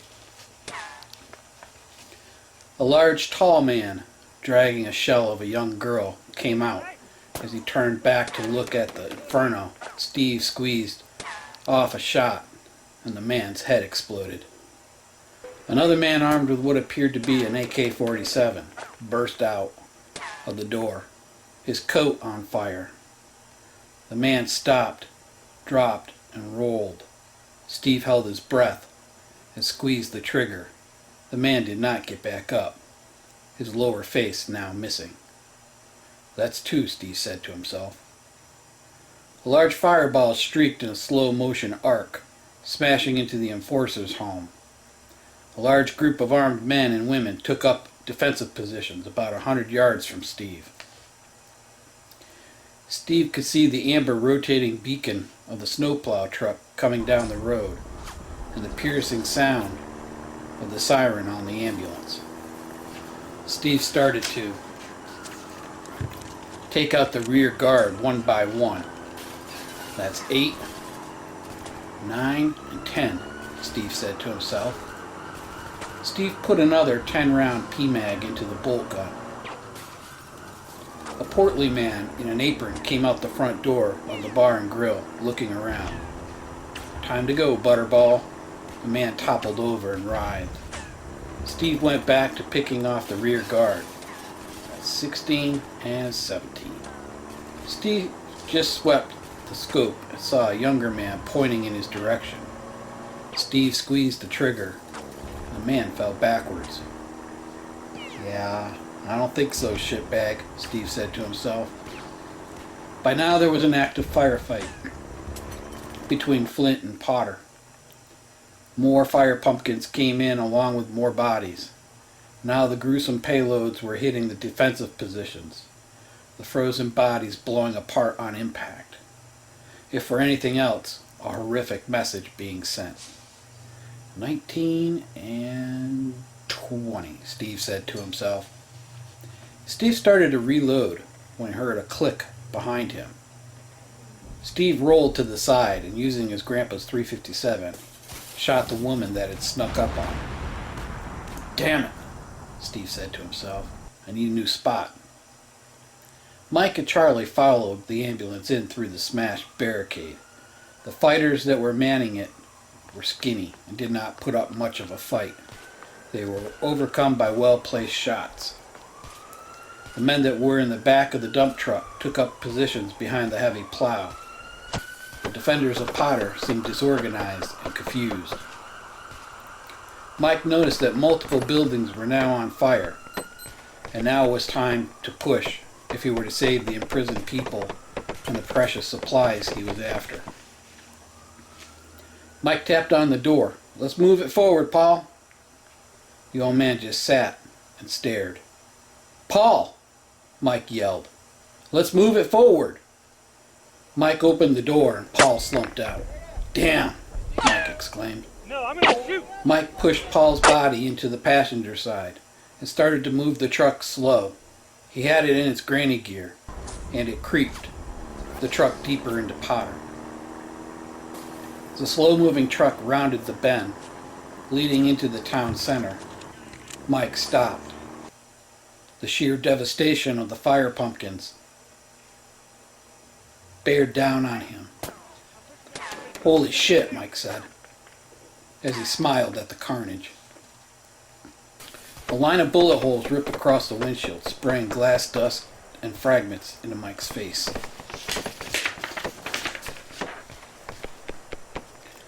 A heavy defensive line had been made by the enforcers. They were laying down cover fire and started to develop disciplined lines of fire.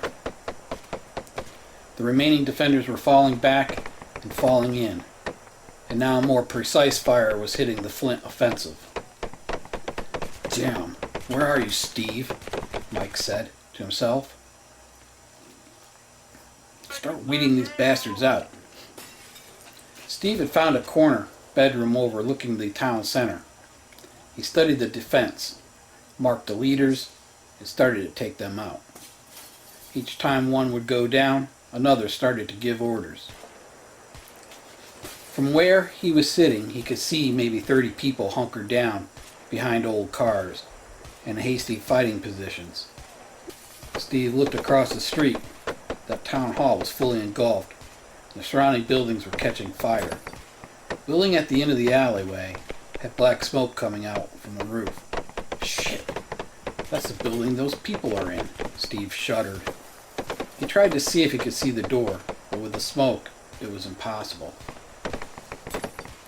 Two flaming pumpkins arced across the early morning sky, one falling short and the other hitting a car, releasing its liquid contents down on the defenders hiding behind it. Steve could see 4 people running around on fire. Steve shot the remaining 2, hiding behind the burning car. Mike smiled. He knew Steve was okay, as he watched the young man's handiwork whittle down the defenders. Mike inched the truck forward, making more headway into Potter. Mike slammed on the brakes. The side of the Pirates' Cove, a line of naked children and women, all with ropes around their necks in some weird human chain formation, started to make its way out and onto Main Street. The temperature a balmy 34 degrees. Mike keyed up the radio. "Steve, you're 9 o'clock. 2 key-ups were returned. Steve swung around and through the scope. He could see some seriously big shitbags, using women and kids as some sort of meat shield. One of the men walked to the front and started to yell, and Steve sent him to hell.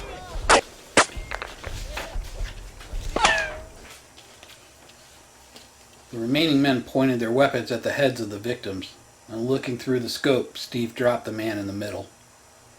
The 2 on either side broke and ran. Steve shot the smaller of the 2, the shot hitting low into the man's pelvis. He writhed on the ground. Mike floored the truck, and the ambulance followed. The remaining Flint fighters now going door to door and looking for and killing any remaining cannibals. Steve began scanning, looking for more targets. He saw another flaming pumpkin arc high into the sky. To Steve's horror, it was coming right at him. Oh shit. Steve grabbed his rifle and sling bag and headed out of the room. He just made it to the first floor landing when the room exploded in a fiery blaze. Holy shit, that was close! Steve yelled out loud, as if by magic he was going to be heard. What was heard was the moaning and crying. As Steve exited the back of the building, there were 2 Potter defenders holding each other. One man pointed a pistol and was pulling the trigger. The slide locked back. Steve ended their misery. Steve started to execute his exfil plan. He ducked into the woods, put a fresh mag into the bolt gun, then reloaded his revolver. The long hike back could be full of Potter bad guys trying to sneak off and avoid the fight. Mike directed the women and kids to the back of the ambulance. He yelled to one woman, "How many more are there?" The woman looked at him with a blank face and slowly shuffled to the ambulance. Mike yelled to the next woman, and she just pointed on to the now on fire building where they came from. Mike pointed to Charlie and said, "You have your men follow me." The 5-man team ran from cover to cover through sporadic gunfire down the opposite side of the bar and grill. As they rounded the corner, they stopped. They all retched and vomited. A pile of rotting corpses was stacked up, many with what looked like blackened limbs from frostbite. "Breach that door," Mike yelled. They kicked in the door, and now the smoke-filled room only had dead bodies. "Damn it," Mike said.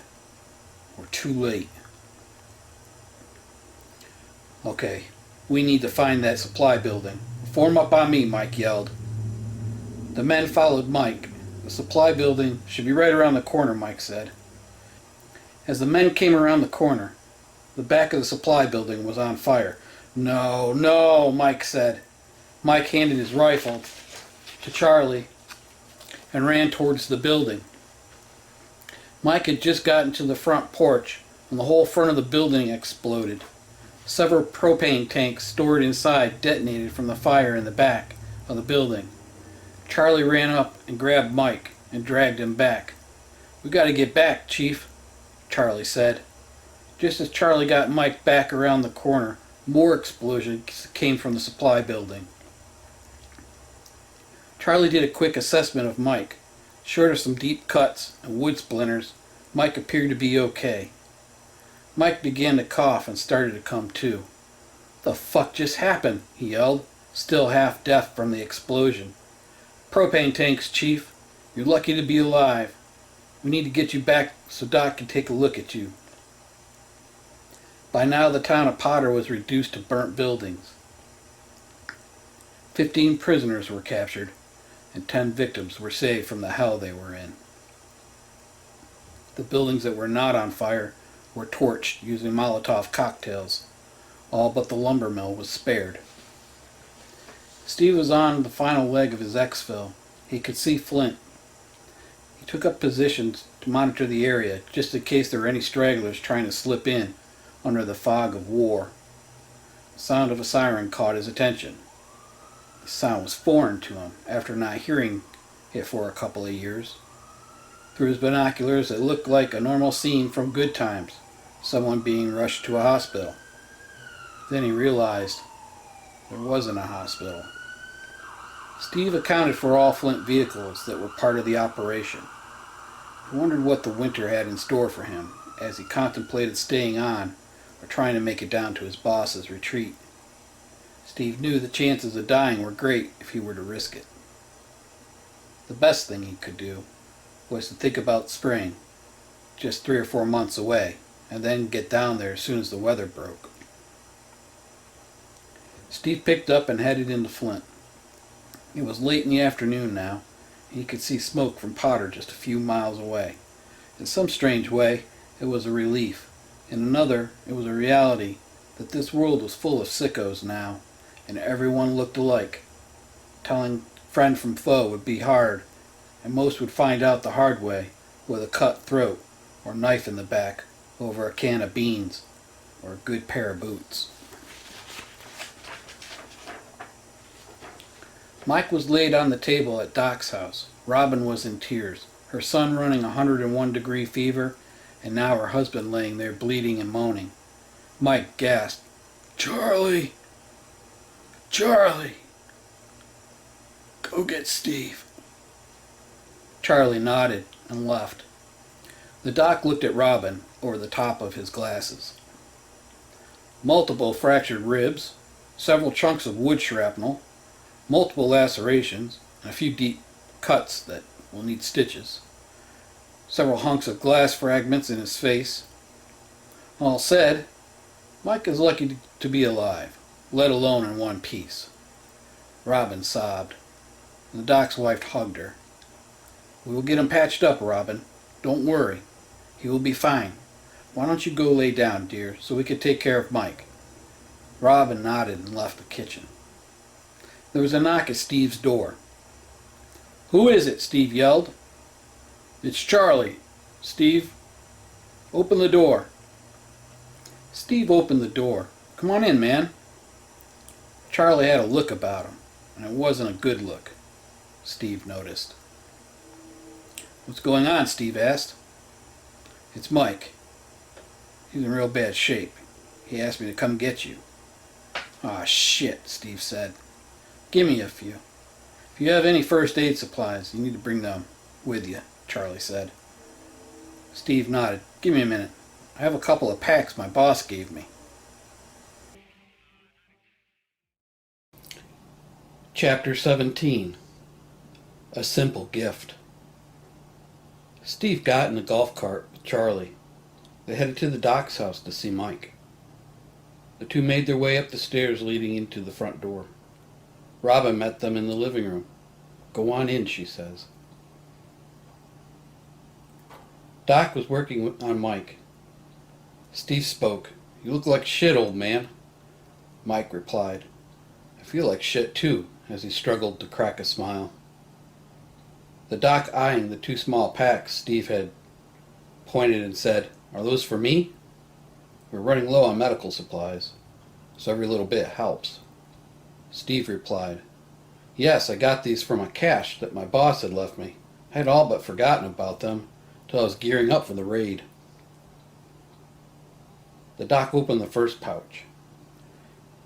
Inside the IFAC was a solid assortment of trauma supplies: large bandages, chest seal, Celox, decompression needle, some Neosporin, surgical tape, nasal airway tube with lube. "Wow," Doc said. "Whoever put this together did a great job." Doc opened the second pouch. He stepped back and chuckled. "What's so funny?" Steve asked. The doc, with a tone of disbelief, looked at Steve. "Well, your boss was a smart man, son. Not only did he look out for you, but the antibiotics in this pack are just what we need to save James." Doc held up a couple of bottles of antibiotics. Steve furrowed his brow. "What's with the fish pictures?" Doc smiled. Well, not many people know, the same manufacturer for prescription antibiotics make the same for fish and other animals. The only difference is packaging. Are you kidding me? Steve said. Wow, I never knew that. Now, where people get in trouble, Doc continued, is knowing how to do the therapy. They can cause a lot of problems if they are used wrong.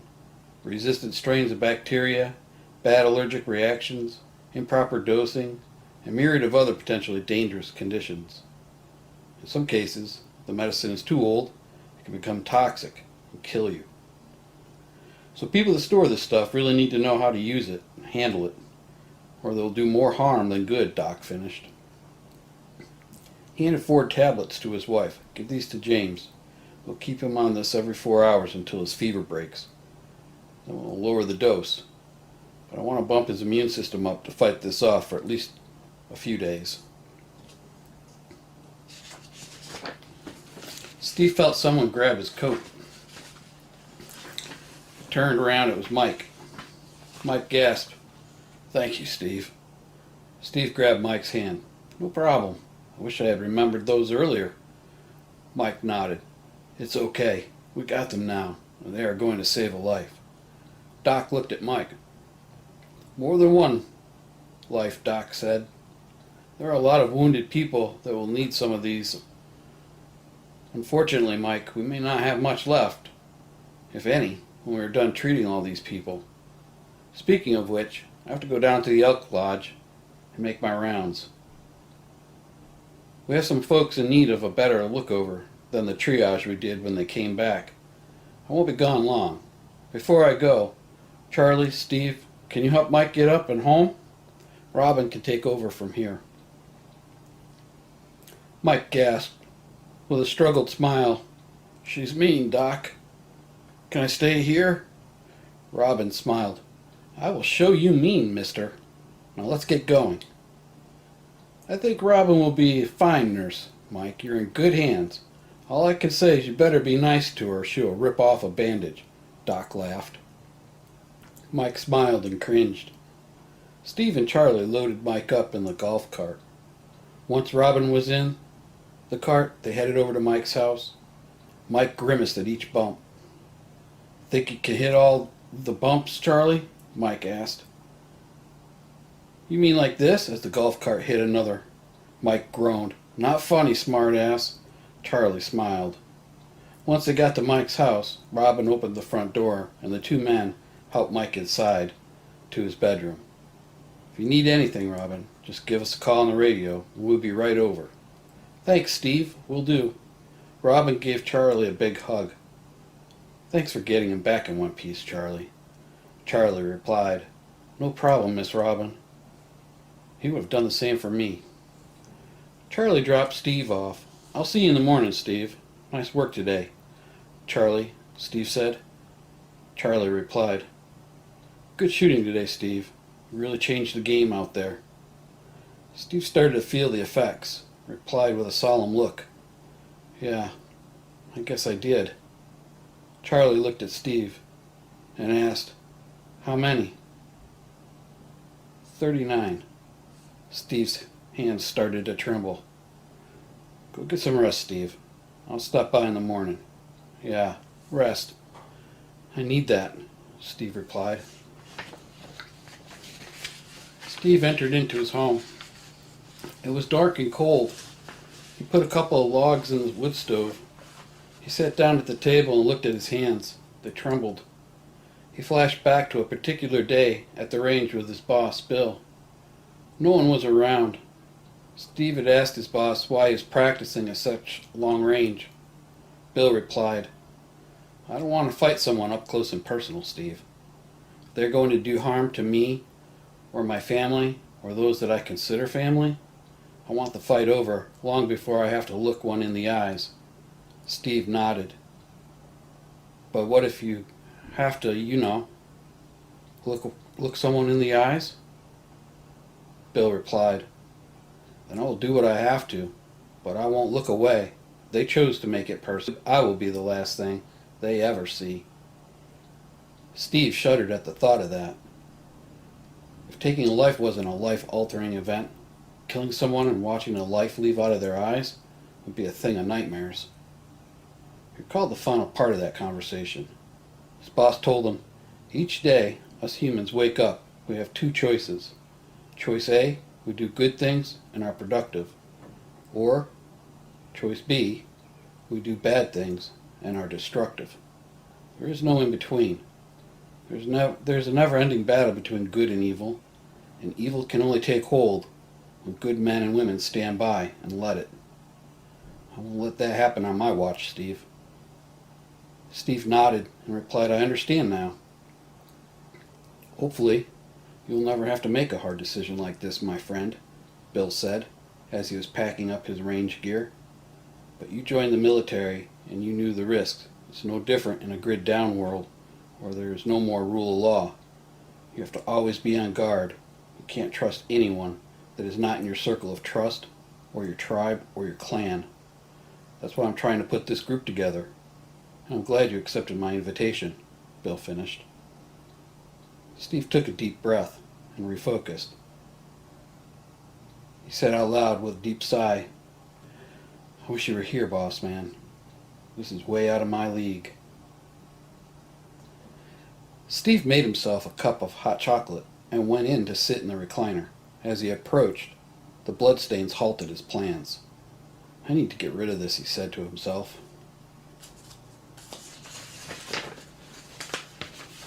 Everywhere Steve seemed to look was death and destruction, the reality of the world weighing heavy on his shoulders and mind. He pulled the chair from the kitchen table and sat in front of the wood stove. He watched the flames flicker. He went into a deep thought about the day and the weeks leading up to today and what it meant. He grabbed his sleeping bag and lay down on the floor in front of the fire. He drifted off to sleep.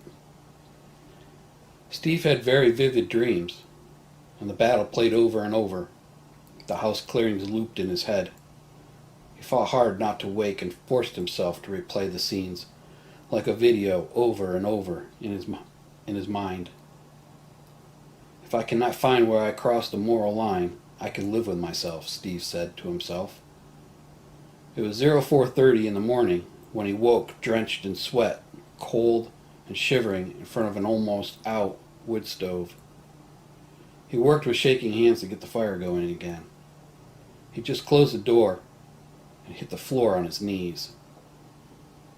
With tears streaming down his face, he prayed, "Lord, forgive me for what I've done. So much death and killing, Lord. I pray for your guidance and courage to face this new, cruel world. I ask you, Lord, why spare me when all the ones around me perish?" There was silence. A nagging thought entered Steve's head. "Maybe your work is not done, son. The path you are on has only just begun. Now go back to sleep." A calm came over Steve. He felt weird and tired, but at peace. The demons in his dreams seemed to be gone, and only a sense of peace and calm lingered, protecting his rest. There was a knock at the door. Steve scrambled to his feet and made his way to the kitchen door, just a few feet away. It was Charlie. "Good morning, sunshine," Charlie said with a smile. "Yeah, good morning, Charlie," Steve said. Charlie laughed. "What's so funny?" Steve replied. "Nothing. It's just about 1:30 in the afternoon. I came by earlier and saw you sleeping on the floor. What gives? Is the bed not comfortable?" Steve sighed. "No. It was a rough night for me. I felt better sleeping in front of the wood stove." "Ah, all right," Charlie replied. "Well, no one had seen you, so Mike asked me to check on you and make sure you were okay." "Thanks, Charlie," Steve said.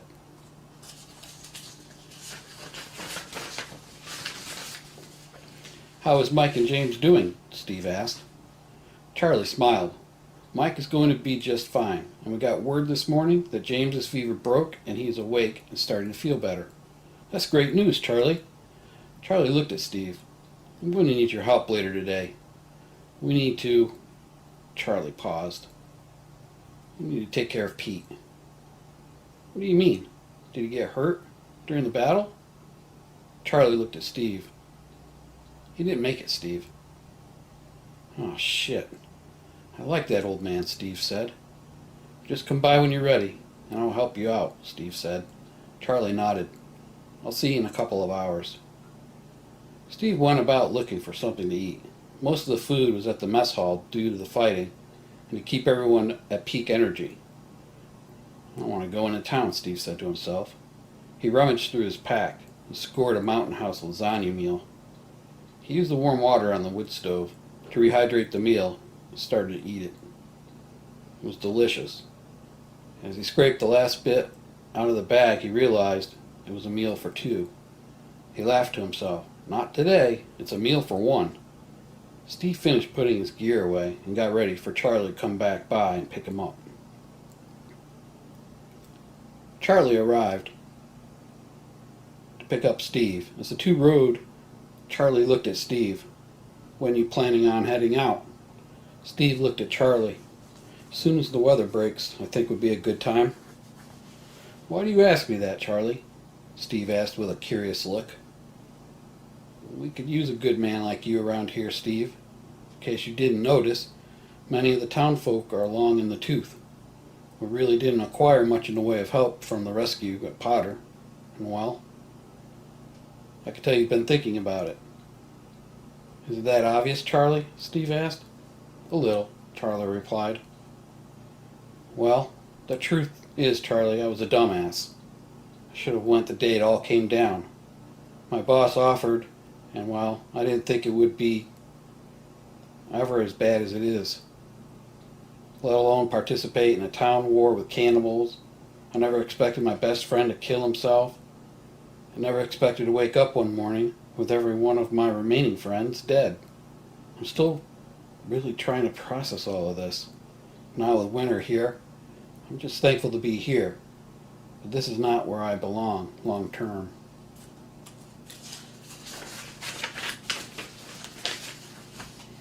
I understand, Charlie replied. I have just one question for you. While you sort this out, what happens if you get down there and no one is there? Maybe they were killed or overran.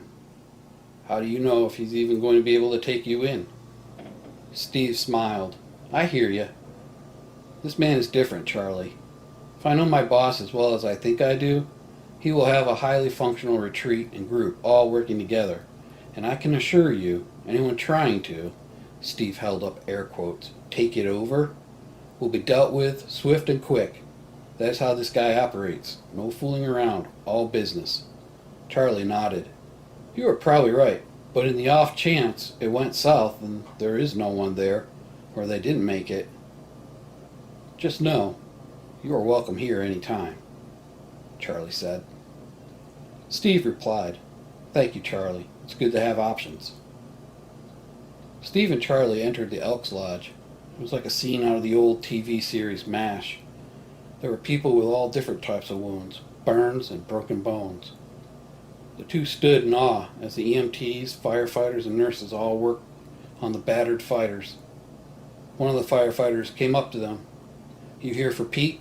Charlie nodded. He's in the back. We put him in a body bag. Good thinking, Charlie said. What are you going to do with him? The fireman asked. Not sure yet. I'm going to see if the town backhoe runs, and if it does, we'll hold a funeral for him and bury him.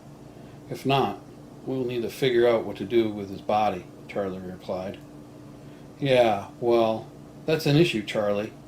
Not sure you know, but there are a lot of bodies here in town that need to be taken care of, so please come up with a solution. While it's cold out, we should be fine, but once spring thaw starts, we're going to have a big problem to deal with. Right now, best guess is there are 25 to 30 bodies that need to be disposed of, the fireman said. Charlie nodded. I will get with Mike and Alice and see what they want to do. Thanks for bringing this up, Charlie replied.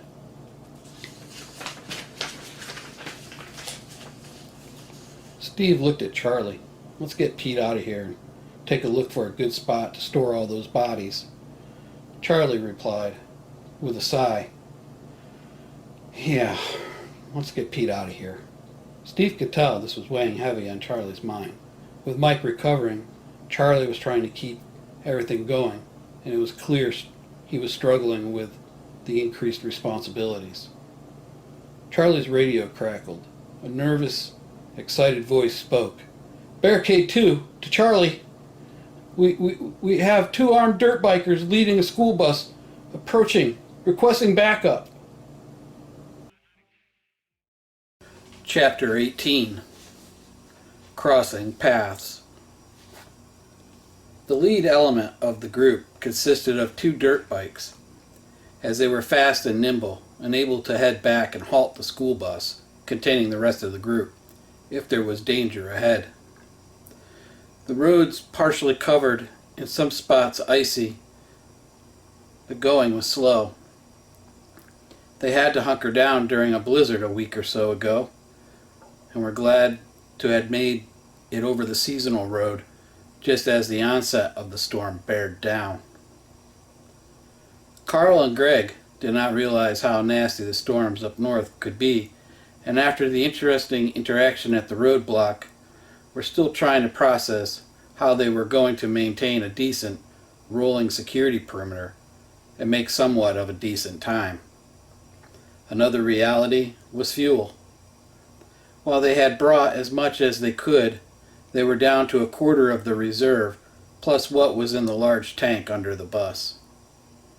They figured maybe another 300 or 400 miles, and then they would need to scavenge more. "Let's pull over here," Carl told Greg. "I want to double check that map and make sure that we are on the right road. Who knows how many of these signs were switched around." "Yeah, that kind of pissed me off when that fella said they did that for fun," Greg said. "Well, Greg, if you think about it, we would have done the same." Greg nodded his head yes at Carl. Trapper, Bearman, and Raven had escaped the Battle of Potter and were heading out of town with about 7 other men. They had some weapons and packs of food, med supplies, and ammo. When it all went down at Potter, they used that distraction to break away and slip off under the fog of war. "We needed some wheels, Trapper," Bearman said. "Yeah, we definitely needed some wheels, Bearman," Trapper replied. "Best guess is we're about 15 miles from that hellhole," Raven said. "Think you're right," Trapper replied. The group of 10 men continued to head down the road.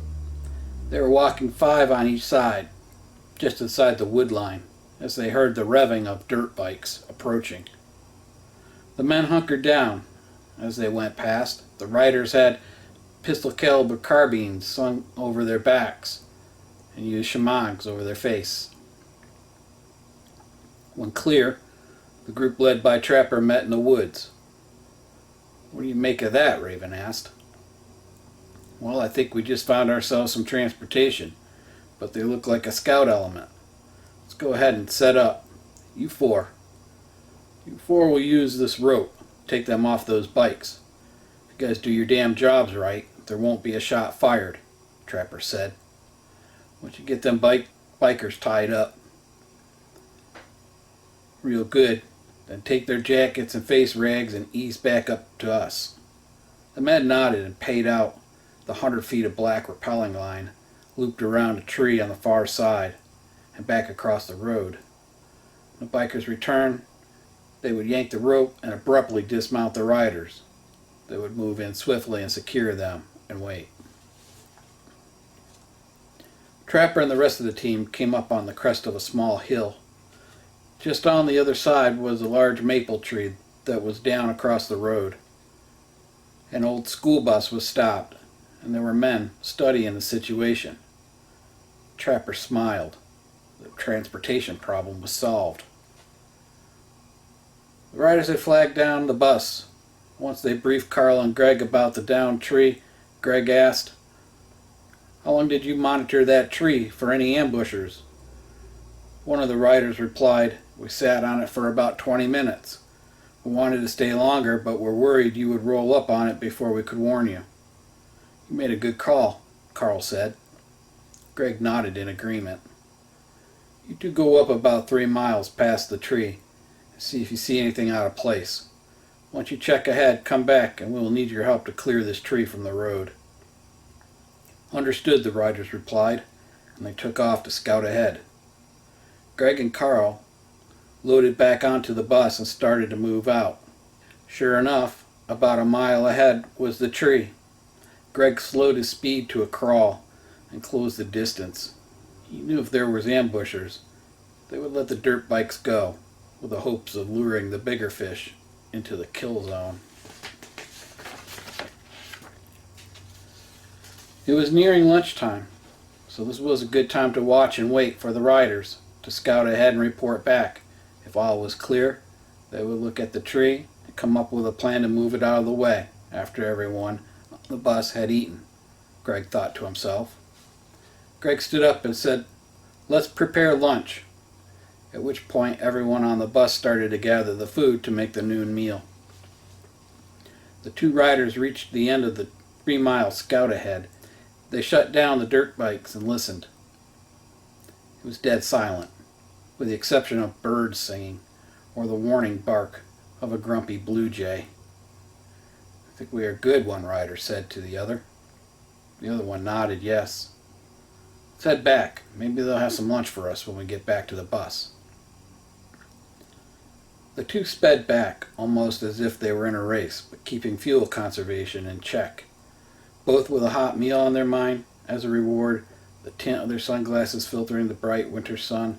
They never saw the line snap up, and both were ejected from the dirt bikes. Dazed and confused, and struggling to understand what just happened, they soon realized they were being dragged into the woods and were being bound and tied to trees. Their coats, shamags, hats, and sunglasses removed, now being worn by the aggressors. A light security perimeter was established, and once an initial all clear from the security detail, the group started to eat their lunch. Carl spoke softly to Greg. "The riders should have been back by now." Greg nodded. "I was just thinking the same thing, Carl. We'll give them another 30 minutes. If they're not back..."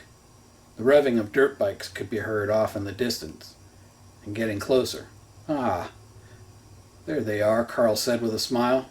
Greg replied, "I was getting worried. It's not like them to miss a meal." The two men laughed and started to get a bowl of this warm soup. Soup is a mix between a soup and a stew, and last night's meal of dehydrated crumbled beef, cornbread mixed with dehydrated celery and corn, and potato chunks tasted great. The two dirt bike riders entered the woods where Trapper and Bearman were waiting. "Nice work, boys.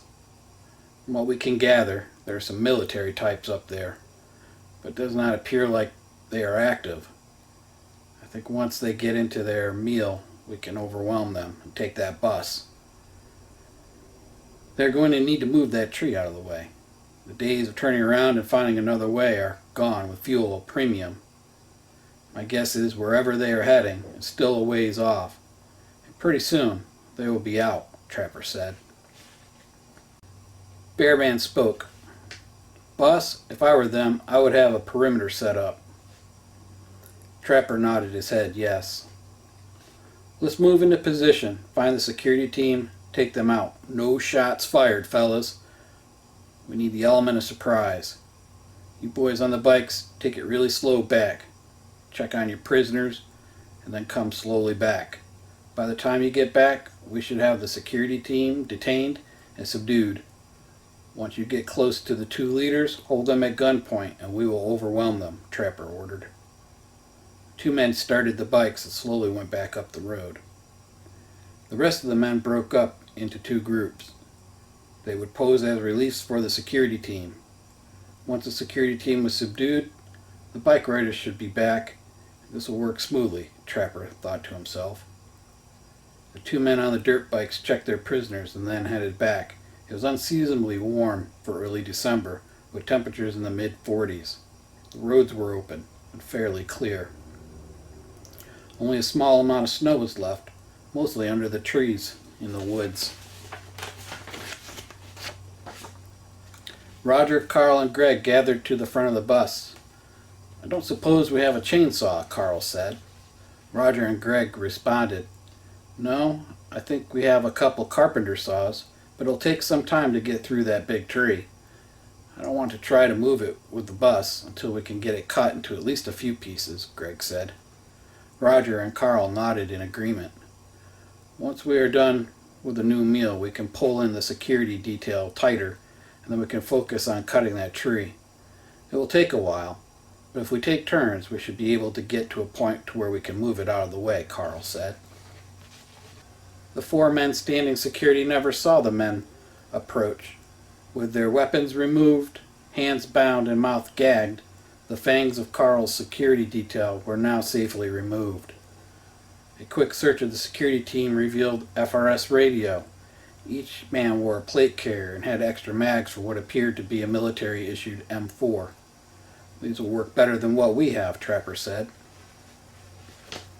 Abigail was making plates up for the security team and the dirt bike riders. When the youngest of two daughters approached, "Can we play for a while, Mama?" the young girl asked. "Sure, honey. Just stay in sight of the bus. Don't wander off," Abigail warned. The two were skipping and playing. It was good for them to be out and getting some exercise.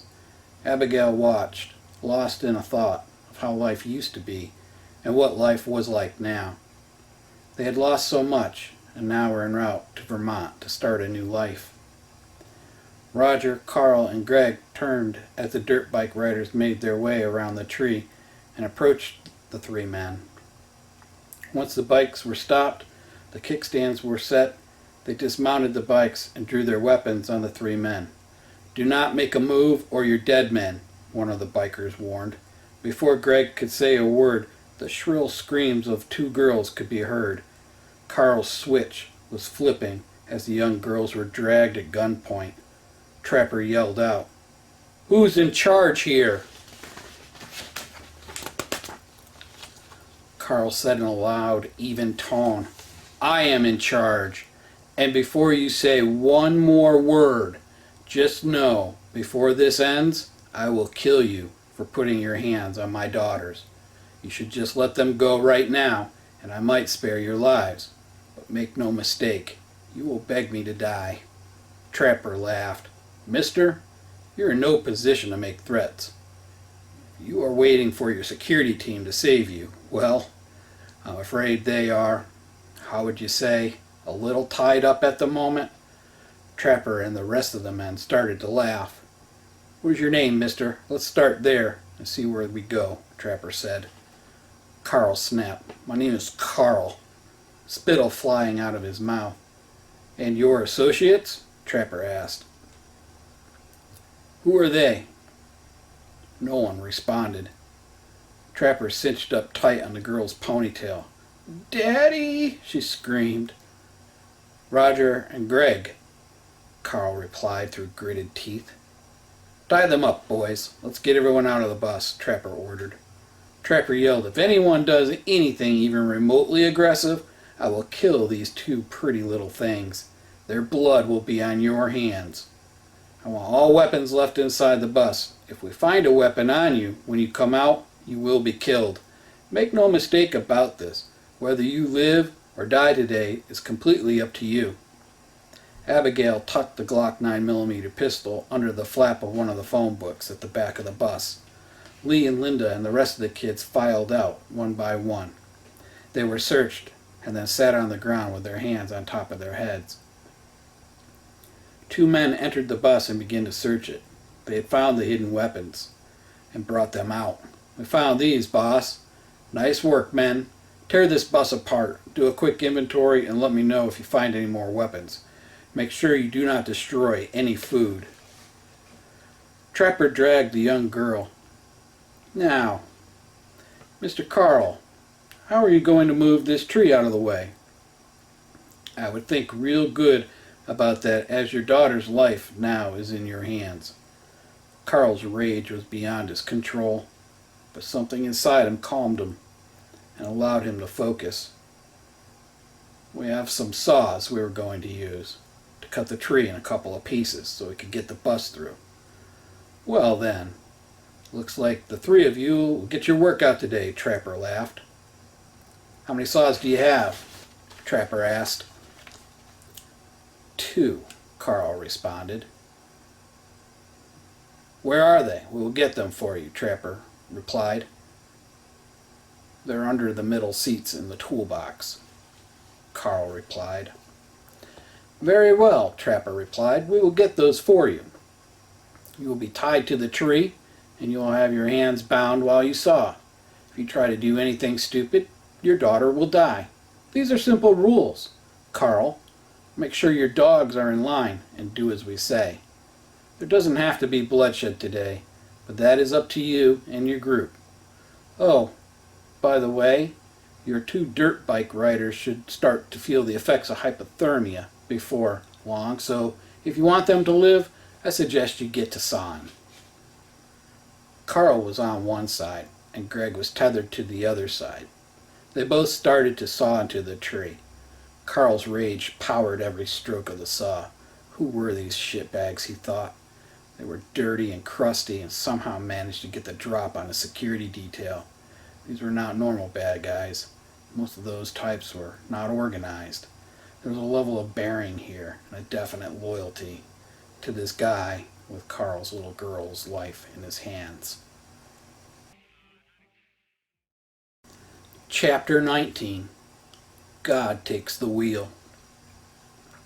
After 3 grueling hours of sawing, Carl and Greg's muscles were beginning to fail. Come on, Carl, Trapper taunted. Do it for your little girl. He gave a creepy laugh and stroked her cheek. The little girl winced at his touch and cried out to her father. Greg muttered under his breath, I will enjoy killing that son of a bitch. What was that you said there? Greg, right? Greg did not respond. Greg was struggling. The man he had been protecting while he grieved the loss of his son was now in a place so violent and dangerous he did not know if Carl would ever be right again.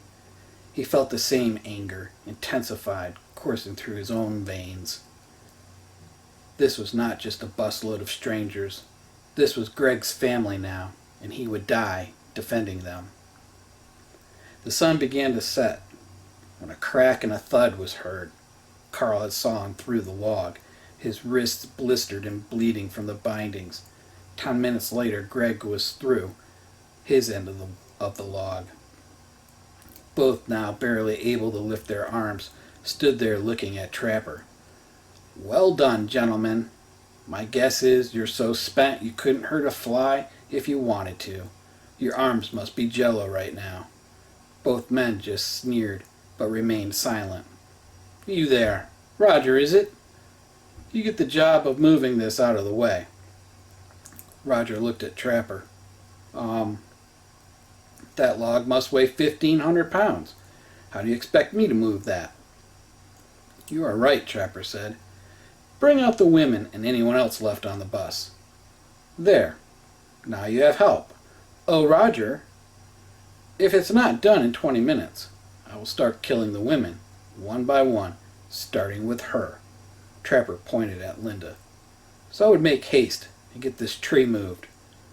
All of the remaining people on the bus chipped in, and slowly they were able to roll the log off and to the side of the road. Impressive. Now this piece, Trapper pointed to the treetop.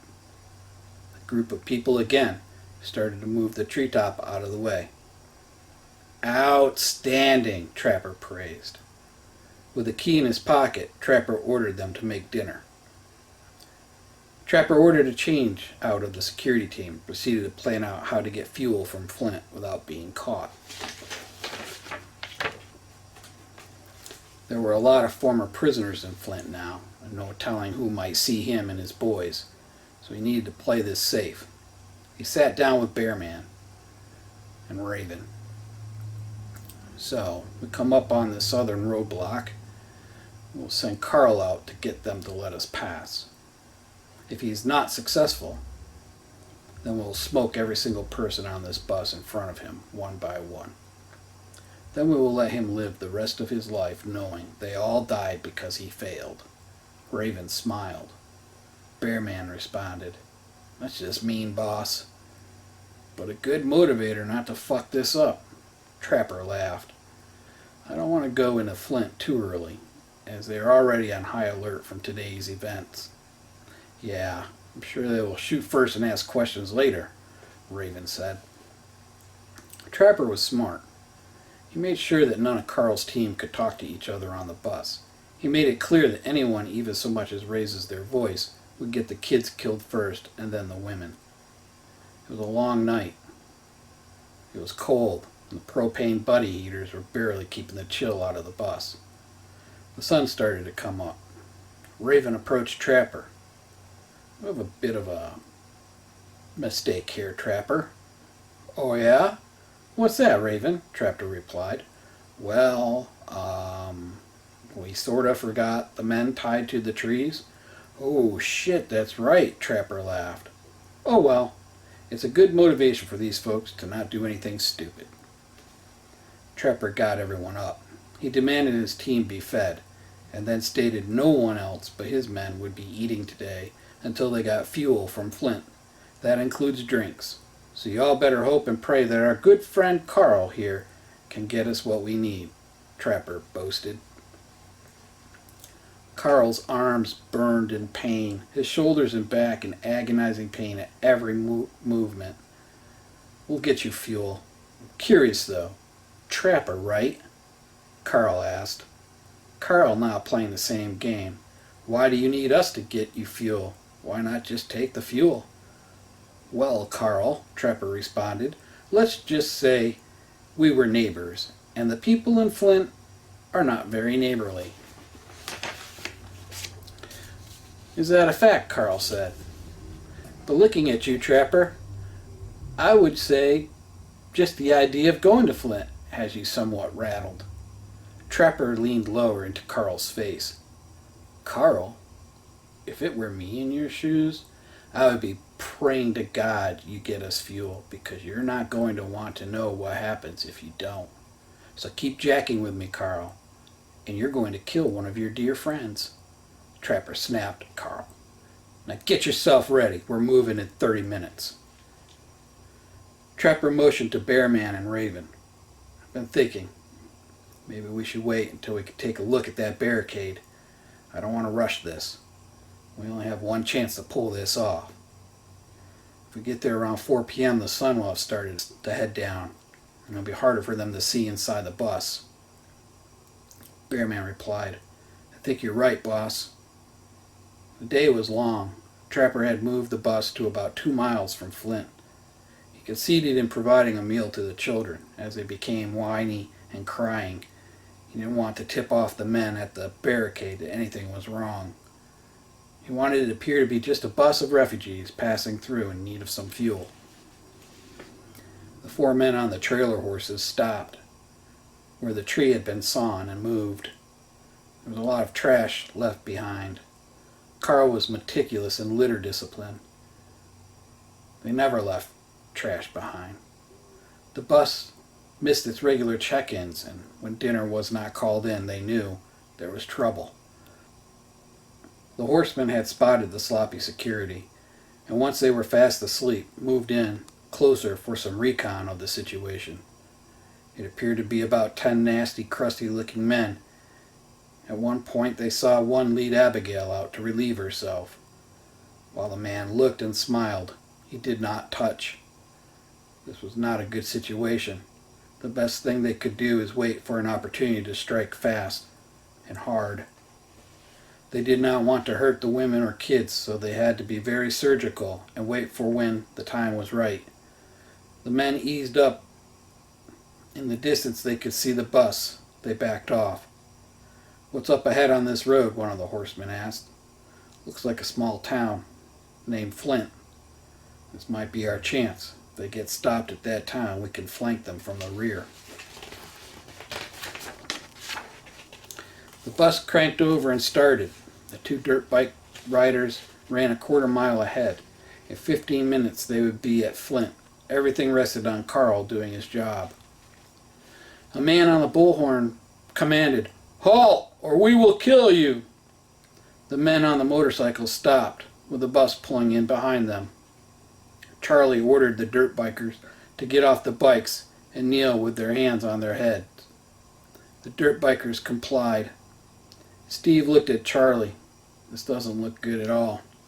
Charlie replied, "Yeah, we need to surround this bus. Spread the word." Steve started to spread out the barricade team. He had 5 men go into the woods on each side. More Flint reinforcements rallied behind the gate. Green lasers illuminated where the bullets would go on the 2 bikers as 2 Flint defenders moved out to disarm them. Charlie saw the red flashing lights come on the bus, and a man exited. "Hands where I can see them," Charlie commanded. Carl put his hands up. Charlie could see the man was clean cut. Once Carl was near the 2 armed Flint defenders, he said in a firm voice, "We are refugees. We are just passing through. I want to talk to the man with the bullhorn." Trapper was starting to panic. He did not expect Flint to be squared away. These barricade men were not joking around, and they were far from lazy. They were well trained. Steve stepped out, the green dot of his Bushmaster AR-15 on Carl's chest. Carl started blinking. Steve spoke, "Where did you come from?" Carl responded, "Down south." More blinking. It was starting to annoy Steve. "How many are with you?" 17, Carl responded. Steve stepped back. He looked at Carl and said, "Roger that. Copy." "Do you have any weapons on you?" Carl rapidly blinked and said, "No." "Roger," Steve said. "Are there any medical needs?" Steve asked. Carl replied, "Not at this time. We could use some fuel if you can spare it." More blinking. "Copy," Steve said. "Let me go talk to the man in charge. You stay here." Steve approached Charlie. "We have a big problem here." "What's up, Steve?" Charlie asked. "That guy is Mill. They were ambushed by 10 about 15 miles up the road. There are women and children on the bus, and 4 of his men on horseback coming up from the rear. If we do anything, they will kill those kids and all on the bus." Sounds like Potter scumbags to me," Charlie said, gritting his teeth.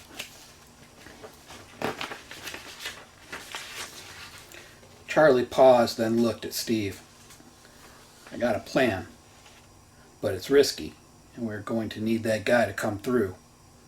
"What do you have in mind?" Steve asked. "Take a few men down there with you, surround him, and give him this. It's a tear gas grenade. Tell him to go back on the bus, and we will start to open the gate. I radioed to bring the snowplow up to the barricade. Once that plow truck is here, it will prevent that bus from just rolling through. Then we'll have them in a kill zone and pull them out," Charlie said. "That's a great plan, Charlie," Steve said. Steve took 4 men down. They moved Carl forward towards the barricade. With the men surrounding Carl, Steve slipped Carl the tear gas. "Wait until the bus is in the barricade and pop the gas. We'll take out the bad guys." Carl smiled. This kid was sharp. He picked up the Morse code he batted with his eyes, and now Carl had a way to totally stop Trapper. With the gas in the bus, they would not be able to see to shoot any of them. That rage started to build in Carl again. He stuffed the gas in the front of his pants and turned around with his hands up and was escorted back to the bus. Charlie yelled on the bullhorn, "Driver, proceed slowly. We will be doing a weapons check as you enter." The gate was an old UPS truck they had up-armored. It started to move back. The bus proceeded forward. Trapper put the barrel of his pistol in the back of Carl's head. "You did good out there, Carl. I'm proud of you." As the bus entered into the barricade, Carl stood up. There was a loud pop and a sizzle noise.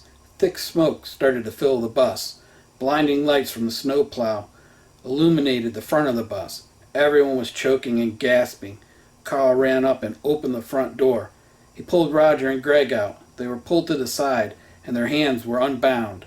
Trapper and Raven made it out the side door. "You son of a bit!" Behrman dropped. Trapper ran back inside, followed by Carl. The back emergency door popped open, and the kids and women jumped out, followed by more Potter rabble of Trapper's gang. One tried to grab for one of the young girls, and Steve shot the man 3 times. Another man jumped out the back at Steve, who was now feeling the effects of the gas and backing up. One of the defenders shot the man, and he toppled over. Trapper and Raven ran towards the back of the bus and jumped out into a semicircle of armed flint defenders. Carl came out. Trapper and Raven were on their knees, choking and gasping for air. Carl, while snot and drool was running from his nose and mouth, was not choking. He approached Steve. "May I?" reaching for Steve's AR. Steve released his grip on the rifle. "You sick fuckers thought you were going to get away with this?" He kicked Trapper in the face, his rotted teeth breaking. Trapper spit them out on the ground. "You touched my wife and my precious babies?" He kicked Raven in the face, knocking some of his teeth out. "Well, you scumbags picked the wrong people to mess with." Wait, Trapper pleaded. "You seem like a reasonable man, Carl." Carl looked at Trapper. "You must have me confused with someone who actually gives a shit about you." With that, there were 2 shots fired, and both Raven and Trapper were dead. Carl spun around and pushed the AR into Steve's chest. "What branch, son?" Carl asked. "Air Force," Steve replied. "You did good, son. Thank you. Thank you for saving my family." Steve stood stunned. "No problem, sir." Charlie radioed Steve. "You okay?" Steve replied, "Roger. Roger that." The snowplow was moved. Carl, Roger, and Greg did a head count.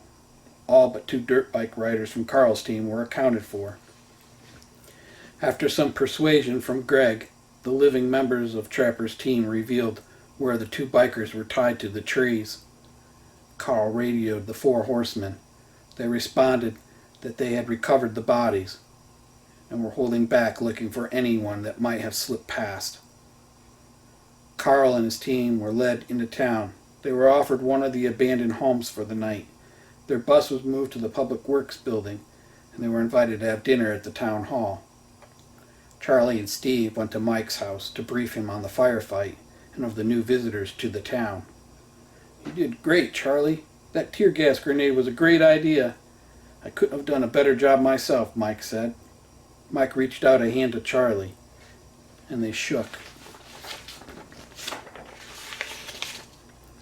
Dinner was a combination of venison, potatoes, onions, and carrots, and fresh baked cornbread, some lemonade for drinks, and some chocolate pudding for the kids.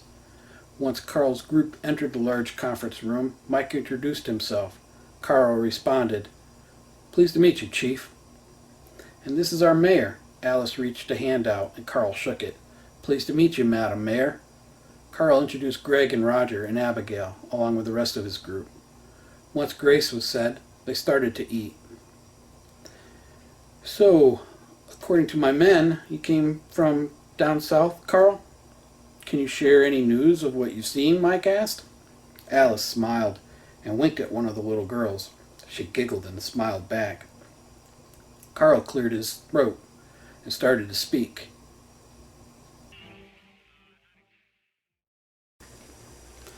Chapter 20. Safe Travels. Carl cleared his throat and started to speak. He told of the trouble that they had encountered with the pacification troops, and finally the tearful end, where he stopped just before the murders. There was not even a clink of a spoon or fork at the table. Mike looked at Carl. "My sincere condolences to you and your family, Carl. Thank you for sharing that with us. At some point, they will be here. We will need to be ready." Carl and Greg both nodded. Roger spoke. "Well, maybe not. There seems to be a lot of resistance in this area." Mike looked at Roger. "Is that so?" Mike asked. "We ran into a roadblock about 150 miles south from here. It was straight up guerrillas if I ever saw them. They even had a canine." Mike smiled. We sure could have used one of those, Mike said. Yeah, a mean-looking dog. I think his name was like Thor or something Norse. Steve spoke. My boss has a badass German Shepherd. His name was Odin. He was a nasty dog to anyone not in his pack. Odin! That was his name, Roger said, excited. Steve perked up. You said 150 miles south from here? The members of Carl's family all shook their heads yes.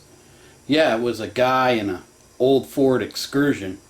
Had quite the setup down there. Some pretty decent men with him, Roger replied. Steve hid his smile and finished his meal. Mike spoke. When do you plan on leaving, Carl? Carl replied, well, we want to get an early start and take advantage of this warmer winter weather, so we should be on our way no later than 0700. Mike nodded. Well, we have our mechanics looking over the bus. We were able to spare some diesel. We topped off your tank and your spare cans. Is there anything else you need, Carl? Carl and Greg both looked at Mike and almost in unison said, thank you. No, that should be enough to get us to where we are going. Thank you, Mike. Thank you for everything. One by one, they left the conference room. Steve said goodnight and started to head back to his house.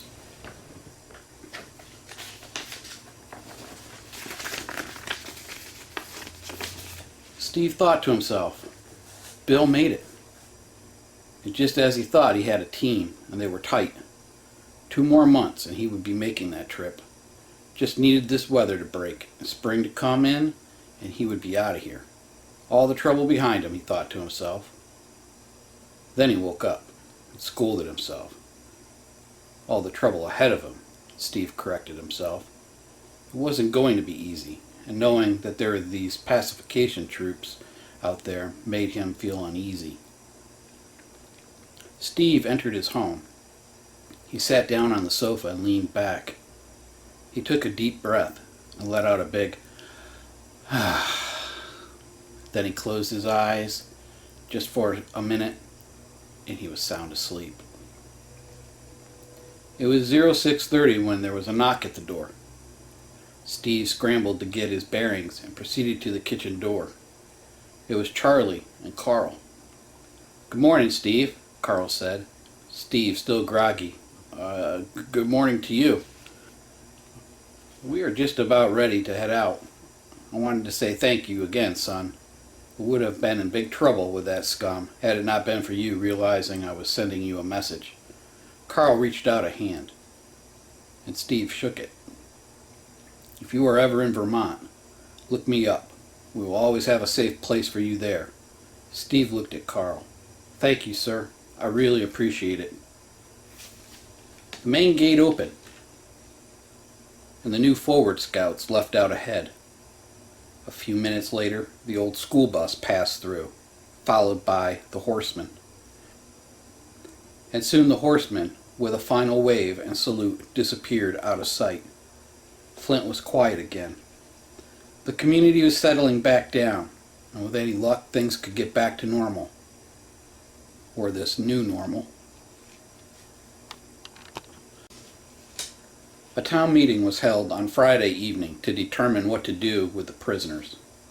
It was standing room only. The crowd was unruly. Alice smashed the gavel in an attempt to bring order to the crowd. A piercing siren from the handheld bullhorn silenced them, with the booming orders to quiet down or they would be removed. Mike handed the microphone to Alice, who spoke. I will not tolerate an unruly crowd in here, so you will respect this meeting or you will be removed. A belligerent man yelled, By you and whose army? Charlie backhanded the man, and he and Steve drug him out of the town hall. Alice spoke. Anyone else want to start a problem? The crowd now silent. We have 2 very big issues to vote on here tonight. The first item on the agenda is bodies. We have a lot of dead bodies to bury before spring arrives in just a few short weeks. Does anyone have recommendations on what to do with them? So far, the council has two motions. Motion 1, a mass grave. Motion 2, burn the bodies. Is there a third motion? Alice asked. The room again was now in a low murmur. Alice banged the gavel and the room went silent. If there are no other motions or ideas, then we will vote on the two before us. Going once, Alice said. Going twice. She paused. There are no further motions to consider at this time. Alice cleared her throat. All in favor of motion 1, a mass grave, say aye. A low volume aye was heard. All in favor of burning the bodies, a roar of aye shook the room. The motion to burn the dead bodies is approved. Any remains will be put in a single grave and buried. The second item on the docket tonight is what to do with the remaining prisoners from Potter. The crowd went wild, yelling out all kinds of methods of death. The sirens screamed again, bringing the room to order. We have victims that can identify the main offenders and offer evidence of their heinous actions. A mass court for these violent and despicable defendants is the right thing, the moral thing to do here. However, given the nature of the crimes, the war that was waged, there is a motion to suspend constitutional law for this case and render a swift punishment of death. The crowd went wild, yelling, "Kill them!" Some yelled, "Hang them!" Others yelled, "Shoot them!" Alice announced a recess for 1 hour to deliberate on the process and punishment. She banged the gavel 3 times, and the town council moved to the chambers to make a decision.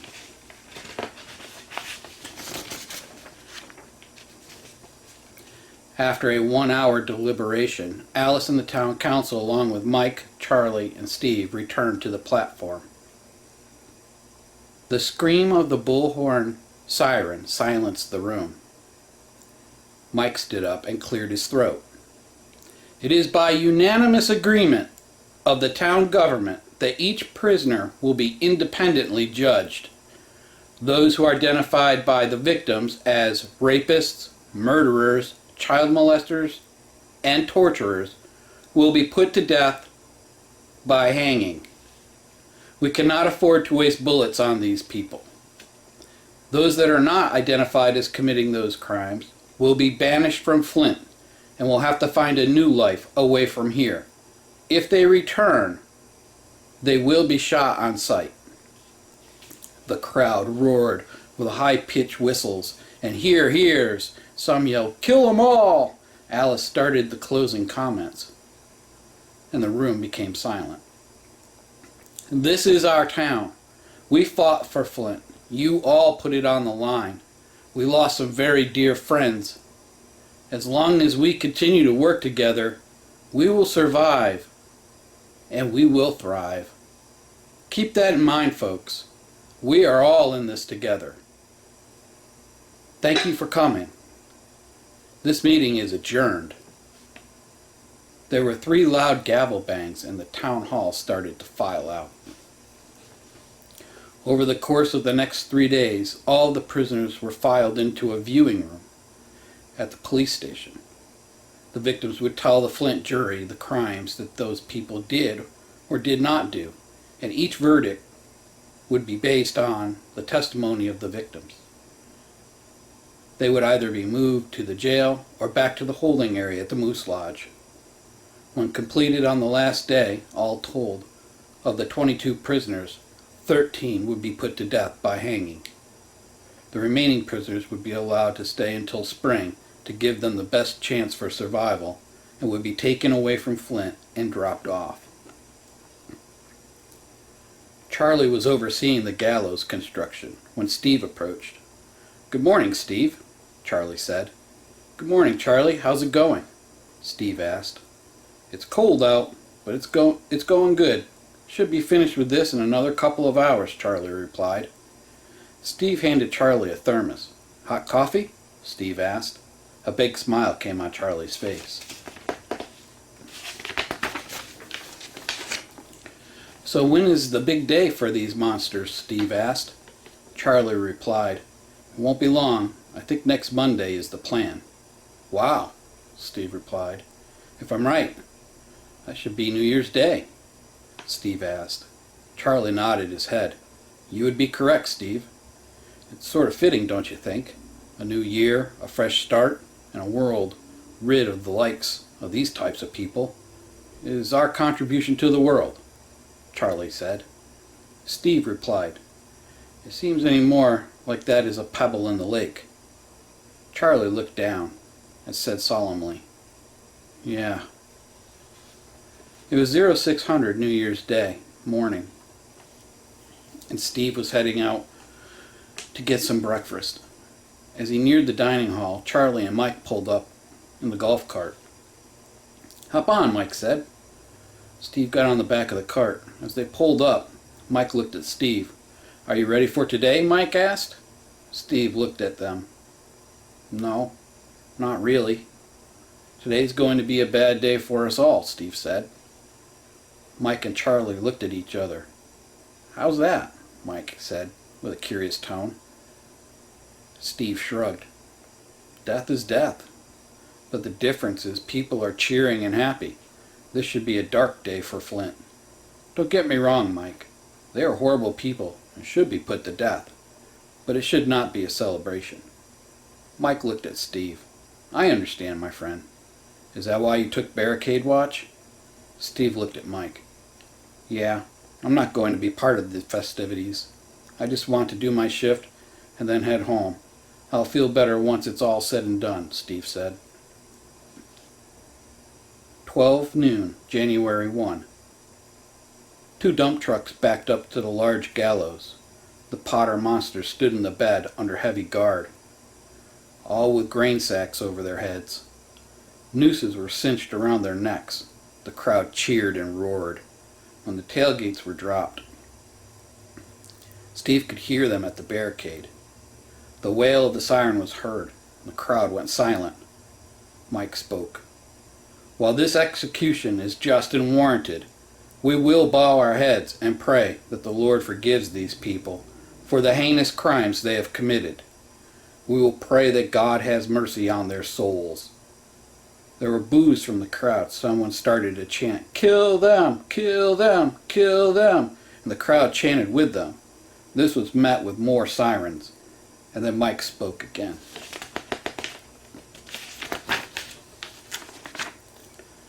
"For those of you that are cheering this on, you are just not getting it. You're not much better than these folks. You might want to think about that before you open your mouth again." Mike and the guards got off the trucks. The dump beds started to lift slowly, and then it was over. The lifeless bodies hung from the neck in front of a silent crowd. With not so much as a dull murmur, the crowd dissipated. In a few hours, the bodies would be taken down and then stacked on the large pile of frozen bodies and set on fire. Any remains would be buried in an unmarked grave at the very back of the Flint cemetery.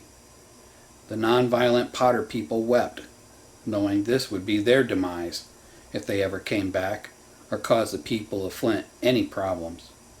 In just a few short weeks, they would be on the road to a future even they could not imagine. Chapter 21. Spring. Steve woke early. He scrounged around for a tea bag. In his bug-out bag, the stark remains of a once bountiful larder of tea and drink mixes was now down to just a few assorted remains. Steve pulled the Lipton's tea bag from the Ziploc baggie.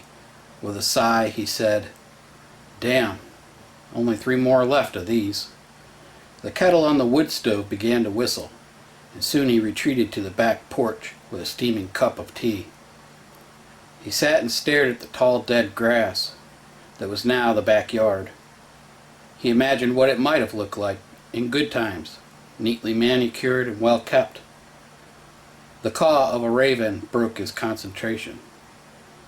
With that, He took another sip of the warm drink. A bird flew down and hunted for worms. Steve watched the hunter pursue its prey. The robin worked hard for a soon fat nightcrawler was had. Steve smiled. "Good catch," he said to himself, cheering on the bird. He was halfway through taking a swig when he choked and spit out the mouthful of tea. Robins? Worms? It's spring! Steve was excited.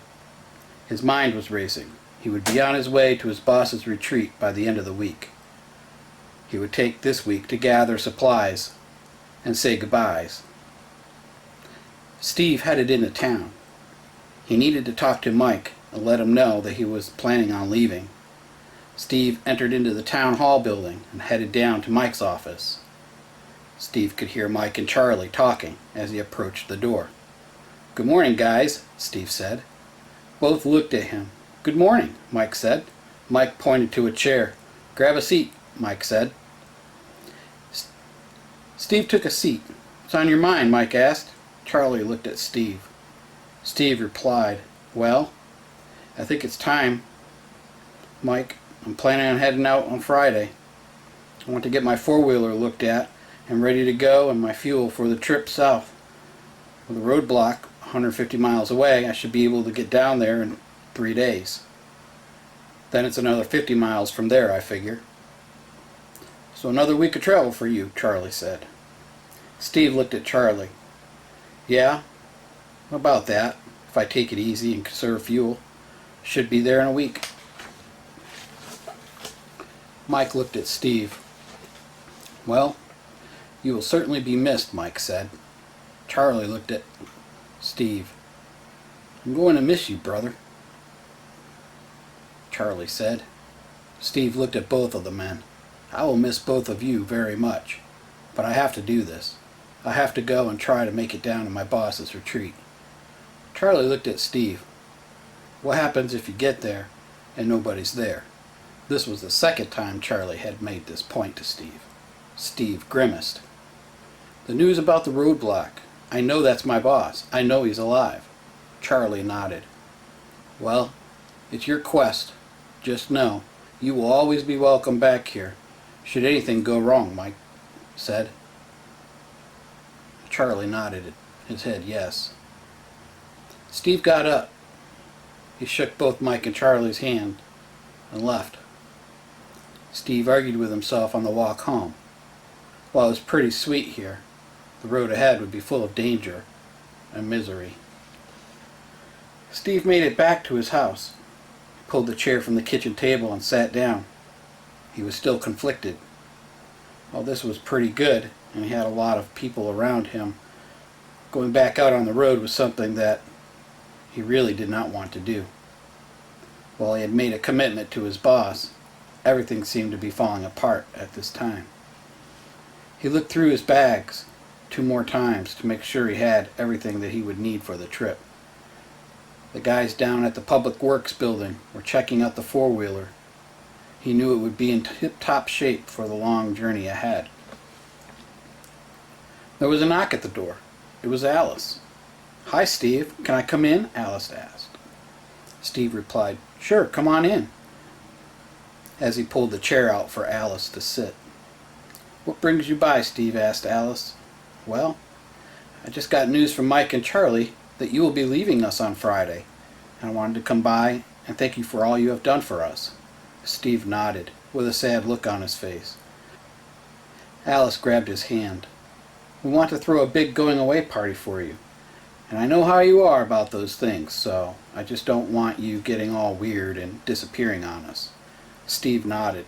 His eyes were watering. "Oh, don't get all emotional on me," Alice said with a smile. Steve smiled.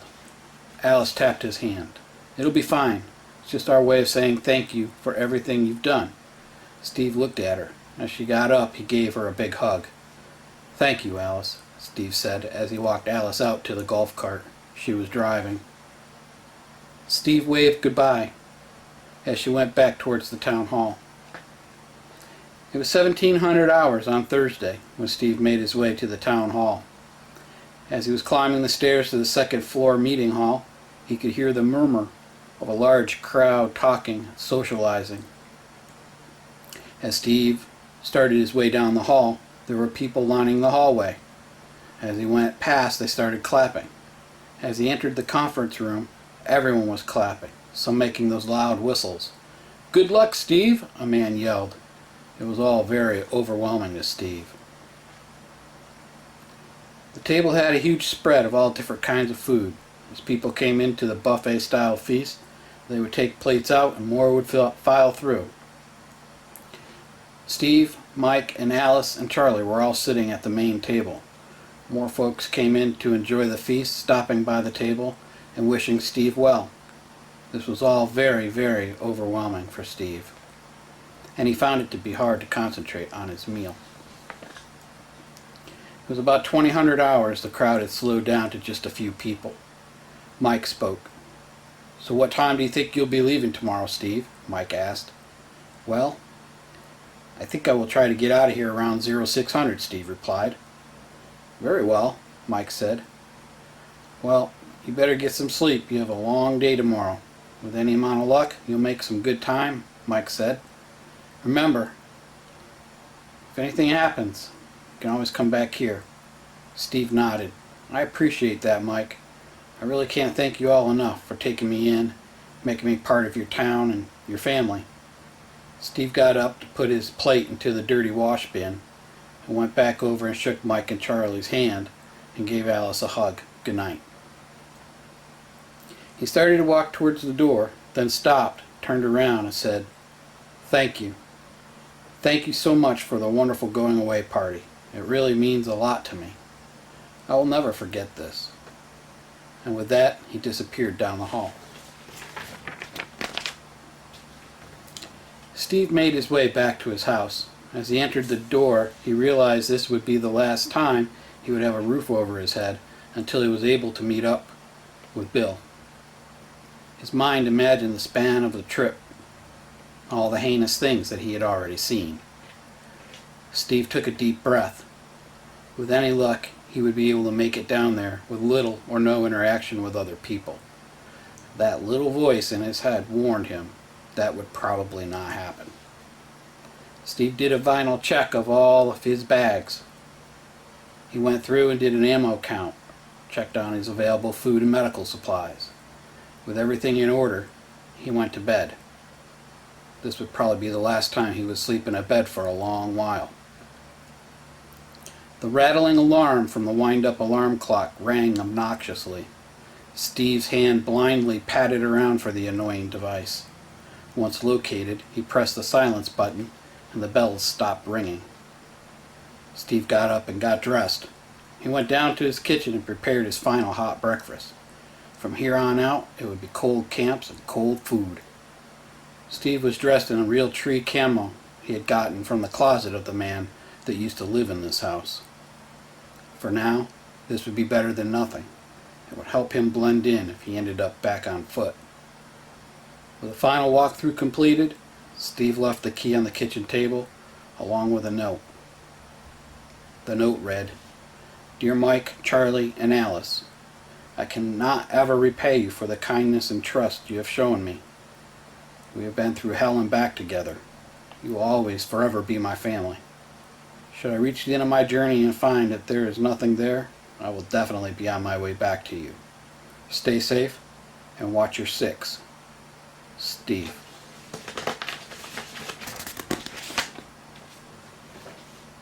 Steve headed out the door and got on the four-wheeler and started it.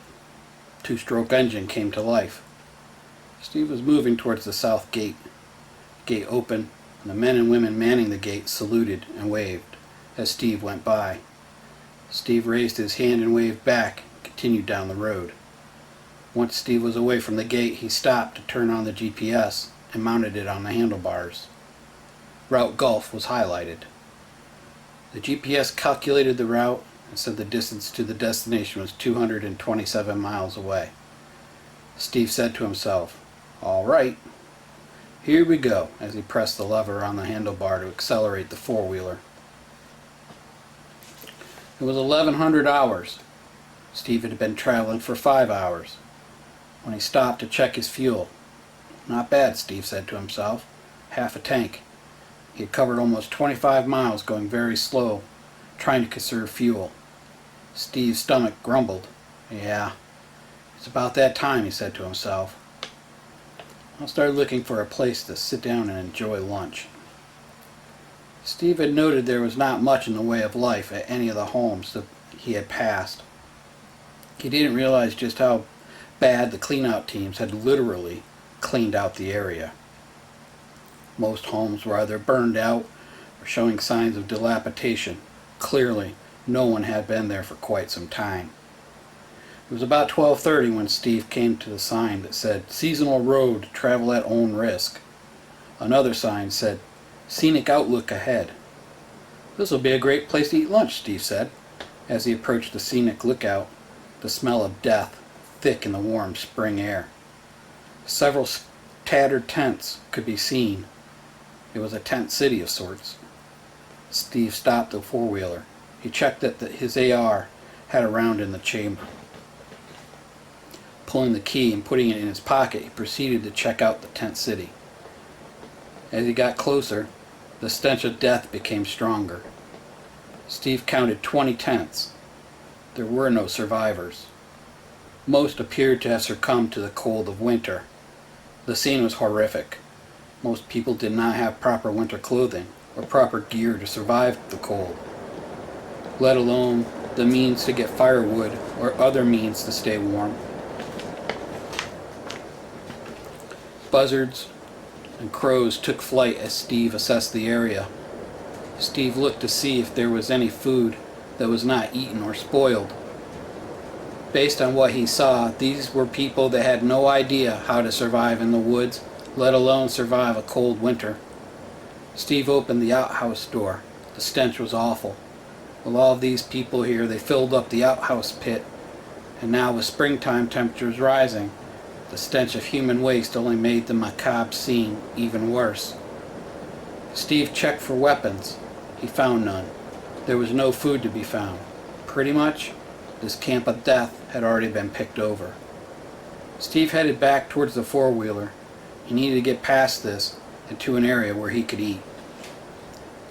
Steve found what appeared to be a turnaround spot about a quarter-mile past the overlook. "This is the place," Steve said to himself. He pulled the four-wheeler over and shut it down. There was no noise except for the loud cawing of a raven and the other springtime birds. Steve sat in the four-wheeler for just a minute.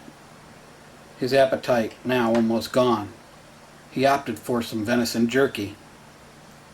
Steve was reaching for the next piece of jerky when the sound of automatic gunfire could be heard about a mile away. "Shit," Steve said.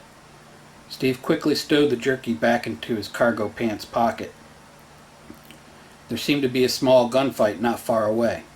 He could hear the automatic weapons and the slower shots of semi-auto.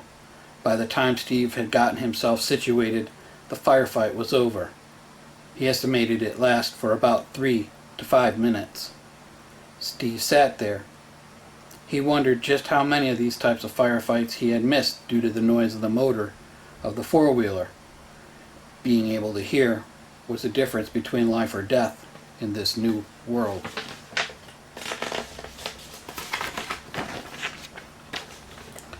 This was just one of the reasons why being alone was not a good idea. Steve pulled out the old camouflage cargo net and put it over the trailer and brushed it up with saplings, sticks, and leaves. Steve did the same for the four-wheeler. He pulled the Remington 700 out of its holder and proceeded to walk across the road and start heading towards where the fight was. Steve could hear the revving of what sounded like a dirt bike or three. He was now about a quarter-mile away from where the noise was coming from. Steve looked through the scope. He could see 4 dirt bikers. There was a shot-up minivan and what appeared to be a young lady being molested by the 5th biker. Steve took up the slack of the trigger, took a deep breath, let half out, and squeezed.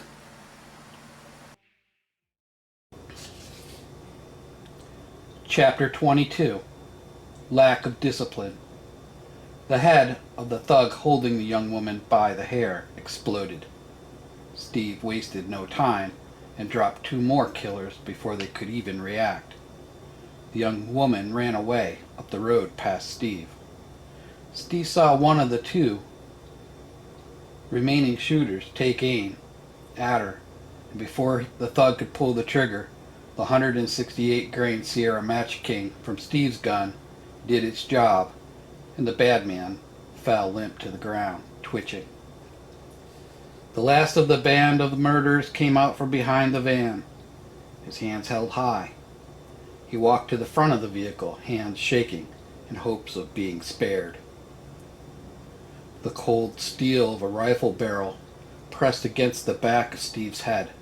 Steve did not move. A whispering voice said, "Are you going to finish the job or just sit here? Get to work, sniper." Steve pulled the trigger and the surrendering man fell to the ground. The whispering voice stated, "Nice shooting. Now don't do a damn thing stupid and roll away from your weapon and look at me." Steve did what he was told. When Steve rolled over, 3 men in ghillie suits were before him, all 3 with Remington 308s. These men were definitely prior military, or active, Steve said to himself. Was he in trouble? The man with the rifle pointed at Steve and ordered Steve to sit up. Steve did what he was told. The other 2 men spread out and took up a security role as the lead man sat down to talk to Steve. "We are not going to kill you, but we are going to have a chat. We are going to see what we are going to do with you. So let's just get to know each other, shall we?" the man asked. "What is your name?" Steve replied. "Steve." "What unit are you with?" the man asked. Steve replied, "I'm not with any unit." "You're not with a unit?" the man said, surprised. "No, sir," Steve reaffirmed. "What branch of the military were you in?" "Air Force." The 2 now still bushes laying prone on the ground did a muffled chuckle. "That's enough, you 2. What did you do in the Air Force?" the man asked. "I was a drone tech," Steve replied. "So let me get this straight," the man said with a sarcastic tone. "You are just some Air Force drone nerd out here on a working ATV, and you just wiped out a gang of some of the most cutthroat killers we have seen in this area in a while? And you expect me to believe you're not a trained sniper?" The man paused and then continued. "The 3 of us are prior military snipers. We saw you do things that only people that know the craft are aware of. So I really need you to be honest with me." The man paused briefly. "Your life is on the line here." 0400, same day. 4 Pennsylvania Mountain Militia Guards were manning the roadblock leading up to the seasonal road. Standard routine work for new and old militiamen and women. The passage protected the only way through to New York without taking a main road. It was sought out by families and wrongdoers alike, trying to avoid any contact with the now established rogue government, warlords, and criminal bands that now ruled the roadways. The purpose of the roadblock was a filter. There were many firefights here, and with the sniper teams, they were over before they started. 0430. The radio crackled. "Owl's Nest, Papa X-ray. Incoming vehicle, minivan. 1 headlight, unknown occupants." "Roger. Papa X-ray out." The guards took up a fighting position, preparing for the approach. As the minivan, which was clearly running barely on bad gas, sputtered and knocked as it approached the roadblock, the handheld 1 million candle power spotlight came on and illuminated the vehicle and the occupants. With the occupants now blinded, hands held over their eyes to try to see what was going on, a guard tapped on the driver's side window and yelled, "Roll down the window!" As the window rolled down, the guard yelled, "Hands on the dash! You in the back, hands on top of the headrest!" The leader of the bikers came to a stop when he saw the FRS radio light up on Channel 3, and they heard the report from the LPOP to the gate. "Looks like we got us some heroes up ahead, boys. Let's go dark and see if we can find the lookout." The men all dismounted. They had earbuds for the bubble pack family radio service radios they were using. As they walked on foot, 3 on one side and 2 on the other, they would walk and stop and walk and stop. They were maybe a half a mile from their bikes when they noticed what appeared to be a bright light that quickly turned red, then disappeared. With the position marked, the men quickly and very quietly started to head towards the area where the light was. The 2 LPOP watchstanders had no idea what was approaching. Now both were blinded by the rookie mistake and flagrant deviation from LPOP standard operating procedures, and they would pay for it with their life. Both were ambushed and killed with a silenced 9mm pistol. One of the men snickered, "Lights out, ladies." Another made a snarky comment, "Fucking rookies." The men dragged the bodies out of the LPOP and took an inventory of the gear. We got us some militia boys here, fellas." The men, all murderers serving life, had broken out of jail when the superworm hit. While the prison riots were underway, they slipped out in the chaos and fled to the woods. Soon after, they carjacked a truck with a large enclosed trailer, hauling dirt bikes to a motocross event. When the truck ran out of gas, they used the bikes as they were much faster and didn't require roads. With the militia gear, what they took was stowed in packs on the bikes. They proceeded up the road, just keeping the bikes at a low RPM. They got within a few hundred feet of the roadblock and cut the bikes off. They were just in the blackout of the throw of the bright white spotlight. They moved into position. "All right. You folks have a good night. Hope you make it to your destination," the guard said. "We patrol this area, so you should not have any trouble," the guard finished. "Be safe now." Then the gate opened, and the sputtering, popping vehicle slowly went through. "Nice family," one guard said to another. "Yeah, I hope they make it to their destination," the other guard replied. Golf X-ray, 1 POV, Nissan minivan, 5 Oscars, heading up, non-hostiles. 2 clicks on the radio were returned. The 4-man guard team never knew what happened. Recovering from the intense light, the team of killers wiped them out. "What is this, fucking amateur hour?" one said, as they opened the gate and headed back to the bikes. "Yeah, unreal," a biker replied. "We need to catch up to that van. They probably have fuel, and we're getting low. Let's keep the lights off, boys, and sneak past any overwatch they may have. My guess is they don't have night vision or thermal, since we are all alive, so I doubt they are going to be able to hit us moving in the dark. By the looks of it, sunrise is in about 30 minutes, so we need to scoot." "Yeah, I'm sure there's some type of check-in too," one man said. "So when they miss it, someone's going to be checking up to see what's up. Let's roll, fellas." Steve swallowed hard. I used to work for a guy. He turned me on to precision long-range shooting. We would go every other weekend to the range. That's where I learned my basics: wind, holdover, ranging, stuff like that. If I didn't outshoot the old bastard, he would make me buy him lunch the next week. If I outshot him, he would buy me lunch. Steve smiled at the memory. "Anyway, I was on my way down here to meet him at his retreat in Liberty." "Liberty, PA?" the man asked Steve. "Yes. He has a cabin or something down there, and had invited me to go with him if the shit ever hit the fan. But like a dumbass, I didn't listen when he bugged out." "That was 2 years ago," Steve said with a sad tone. "He left me directions to the retreat. As if the old man knew I wouldn't go with him. and he left me his old deer rifle, so in the event I lost my own guns, I would have something. He was right on the money. We had some toxic water kill all my friends. I was the only one alive, so I found the directions and headed down to him. I came across this town, and there was a war. It was about 50 or 60 miles north. Cannibals they were, so I was one of the snipers that helped win that war. War, huh? The man asked.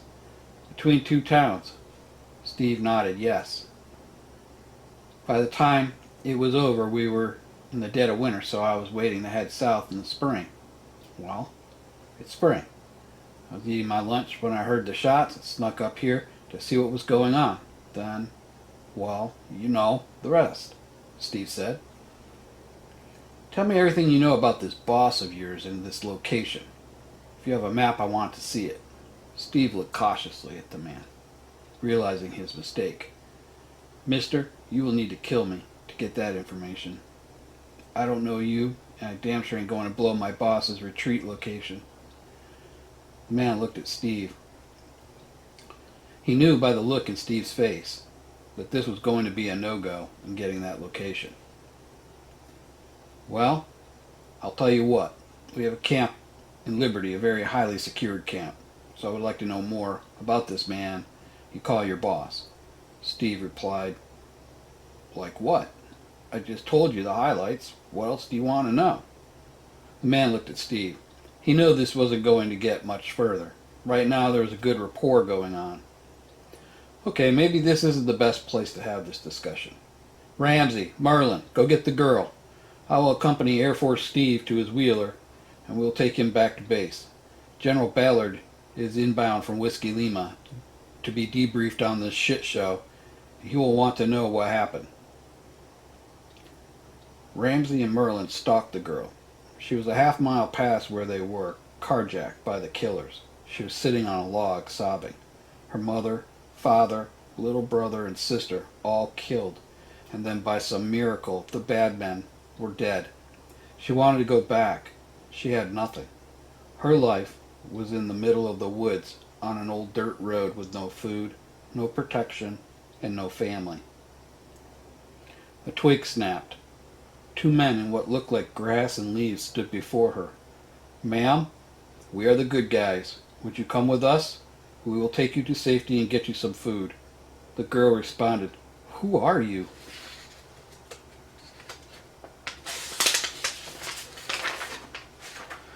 Ma'am, who we are is not so much important. Consider us guardians of this road. Well, where were you this morning when my family was murdered by those savages? The young woman snapped in response. Ma'am, we were dealing with our own deaths from those folks. Another good man killed those bastards before we had the chance. He's going with us, and you should too. What's your name, miss? Ramsey asked. Tina, sir. Tina Stewart. Miss Stewart, come with us. Tina was cautious, but felt safe. Obviously, these men were military, so maybe she could get them to help with her family. Well, what about my family? We will get them buried, ma'am, Merlin responded. Ramsey spoke. Ma'am, are you injured, shot, or have any other medical issues I need to know about? Tina responded. No, sir. Ma'am, I need you to be honest with me. Do you have anything on you that can cut, poke, stab, or hurt me? Ramsey asked. Tina responded, No, sir. Okay, for my safety and my partner's safety, I'm going to have to pat you down. Tina put her arms out to her sides, and Merlin began a pat down. The only thing recovered was a small Swiss Army knife. Tina looked at it. My dad gave that to me. Merlin handed it back to her. Tina in the middle of Ramsey and Merlin, they escorted her 3/4 of a mile into the woods, where a camo-netted Polaris Ranger crew cab was hidden. Moody was with Steve. Once the men were back, they all loaded up and headed to where Steve had stashed his four-wheeler. Once there, Moody handed Steve his rifle. I'll give you your ammo and your pistol back once we are done debriefing at our base. My name is Sergeant Moody. Steve nodded. I'll follow you. Ramsey looked at Sergeant Moody. With a head gesture, waved Moody over to Steve's four-wheeler, As they were standing around it, Sergeant Moody was embellishing what a great ride it was. "Wow, this is an oldie but a good one." "It is. It's in like pristine shape mechanically," Steve said, "but it looks like shit on the outside." They all laughed. Sergeant Moody glanced at Ramsey to let him know he saw what he needed. "Okay, let's head back to base. It's going to be a long, long day and night." They rode down the dirt road and stopped at what appeared to be a brush pile and pulled in past it to a well-worn trail.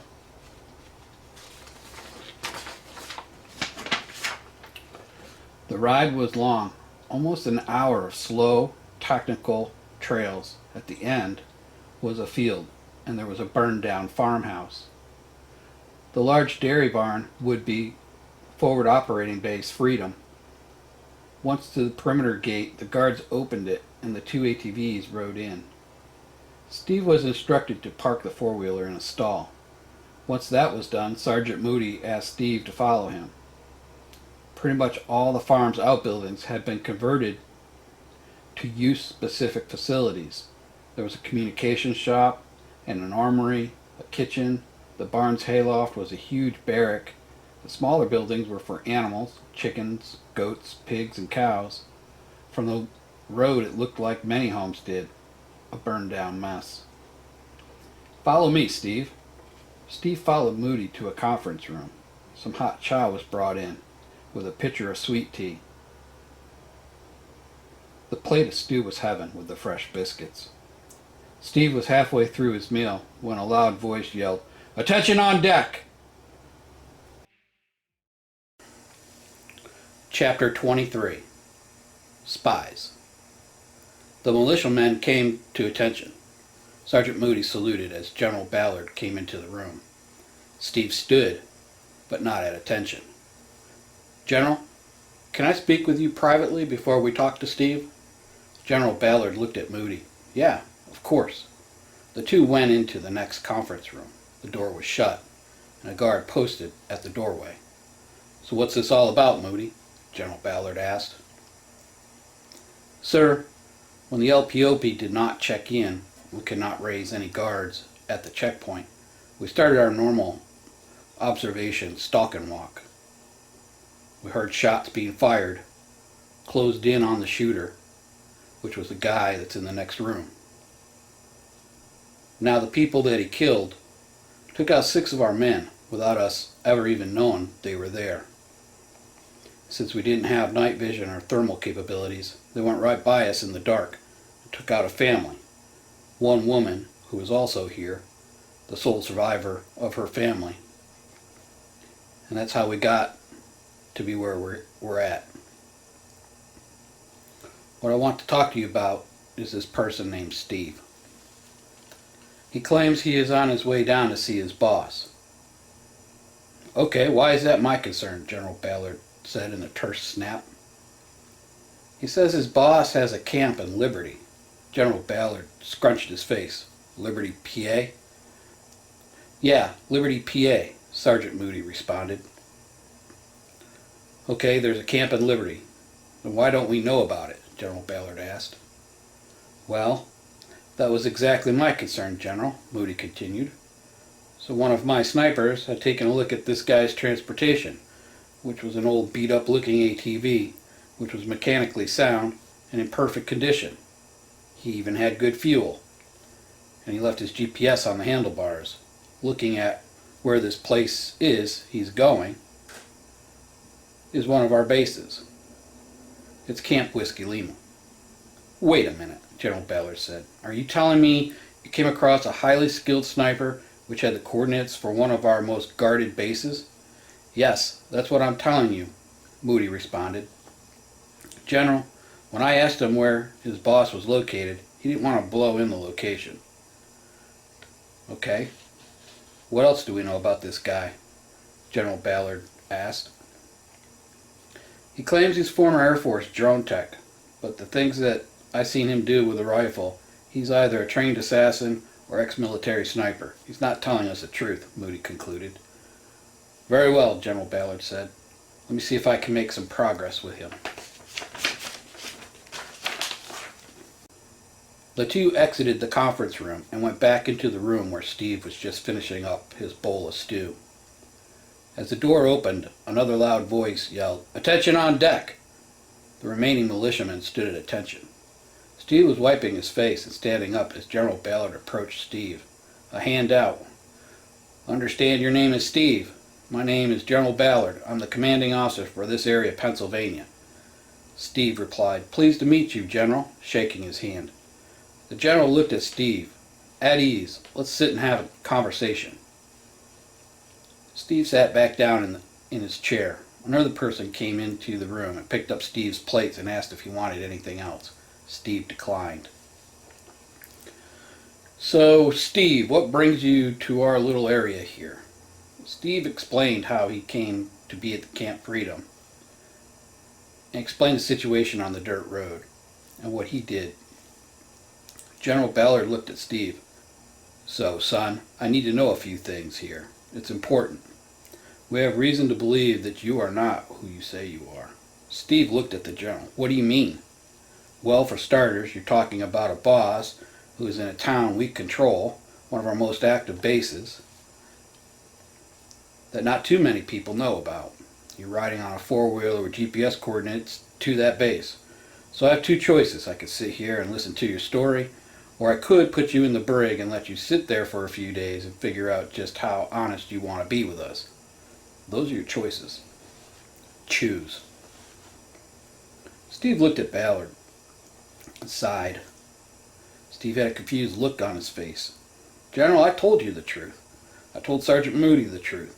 The GPS was left behind by my boss, Bill." "Your boss's name is Bill?" General Ballard asked. "Yeah, Bill Williams." General Ballard smiled. "So you are the infamous Steve, the one that didn't want to follow Bill down to his cabin, huh? Do you know all the stories this guy has told me about you, Steve?" Steve looked even more confused. "You know my boss?" "Your boss is Colonel Williams, officer in charge of one of our most advanced camps. He has fought large battles and is a shipmate. We both served in the Coast Guard." "Okay, if you know my boss, then tell me, what kind of dog does he have?" Steve wasn't sure if this was a good guy or not. Maybe Bill was a prisoner here, or worse, killed by these guys, Steve thought to himself. General Ballard frowned. "Well, had. Unfortunately, that dog was killed in the line of duty." "Okay. What was the dog's name?" Steve said defiantly. "The dog's name was Odin. He was a German shepherd. Damn good dog." Steve's mouth was agape. "So you do know him. One last question. What's his son's name?" General Ballard smiled. "His son's name is Sam. His youngest daughter's name is Shell, or Little Miss. His oldest daughter's name is Randy, and his baby boy's name is Chance. Are we good, Steve?" Steve smiled. "Baby boy?" "An infant he rescued and took in." Steve had kind of a weird, sad look on his face. "Yeah, we're good," Steve replied. "I'm glad he's alive." "Alive, all right. I have to say, this guy's pretty sharp. There's a lot you don't know about him. He's not going to be the same man you knew. However, in the off chance that you were captured by any of our men, he had given us a full dossier, including a picture, by the way, which you don't look much like anymore, in hopes that you were following his directions and that we would come in contact, hence the reason why we set the roadblock up for the dirt road, waiting all these years for you to finally show up to the party. He must have had a lot of respect for you, son. You don't see that too much anymore." Steve sat back, astonished. "I'll have my men radio Camp Whiskey Lima and let them know that we have you in our company, and I'll be bringing you back when I return back to base in a couple of weeks," General Ballard said. Ballard looked at Moody. "Get him set up with some quarters in the barracks, square him away with a rack and locker. Make sure that he's well taken care of," General Ballard ordered. Moody replied, "Yes, sir.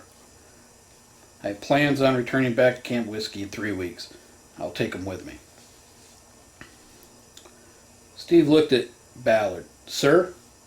With all due respect, I just want to be on my way, and I want to leave first thing in the morning. General Ballard looked at Steve. Son, while I would love to just have you get underway, the problem with that is I can't ensure that you are going to make it to that camp. The countryside is full of marauders, prisoners, and rogue military elements. Anybody were to get their hands on that GPS that you're carrying, it could cause a lot of death to our folks down at Camp Whiskey Lima. So unfortunately, I cannot let you do that. So you can either enjoy our hospitality and start to blend in, or I could put you in the brig and hold you there until I'm ready to go. Those are your choices. Am I clear? General Ballard gave Steve the "I'm not fucking around with you" look. Steve looked at General Ballard. Yes, sir. Crystal. Okay, as long as you are tracking, then I don't expect any problems out of you. I left orders with my men here. If you even so much stray out of line, just once. It's in the brig you go for safekeeping. Moody, Ramsey, come with me, General Ballard ordered. Moody set the olive drab bag on the table. Your ammo and pistol are inside.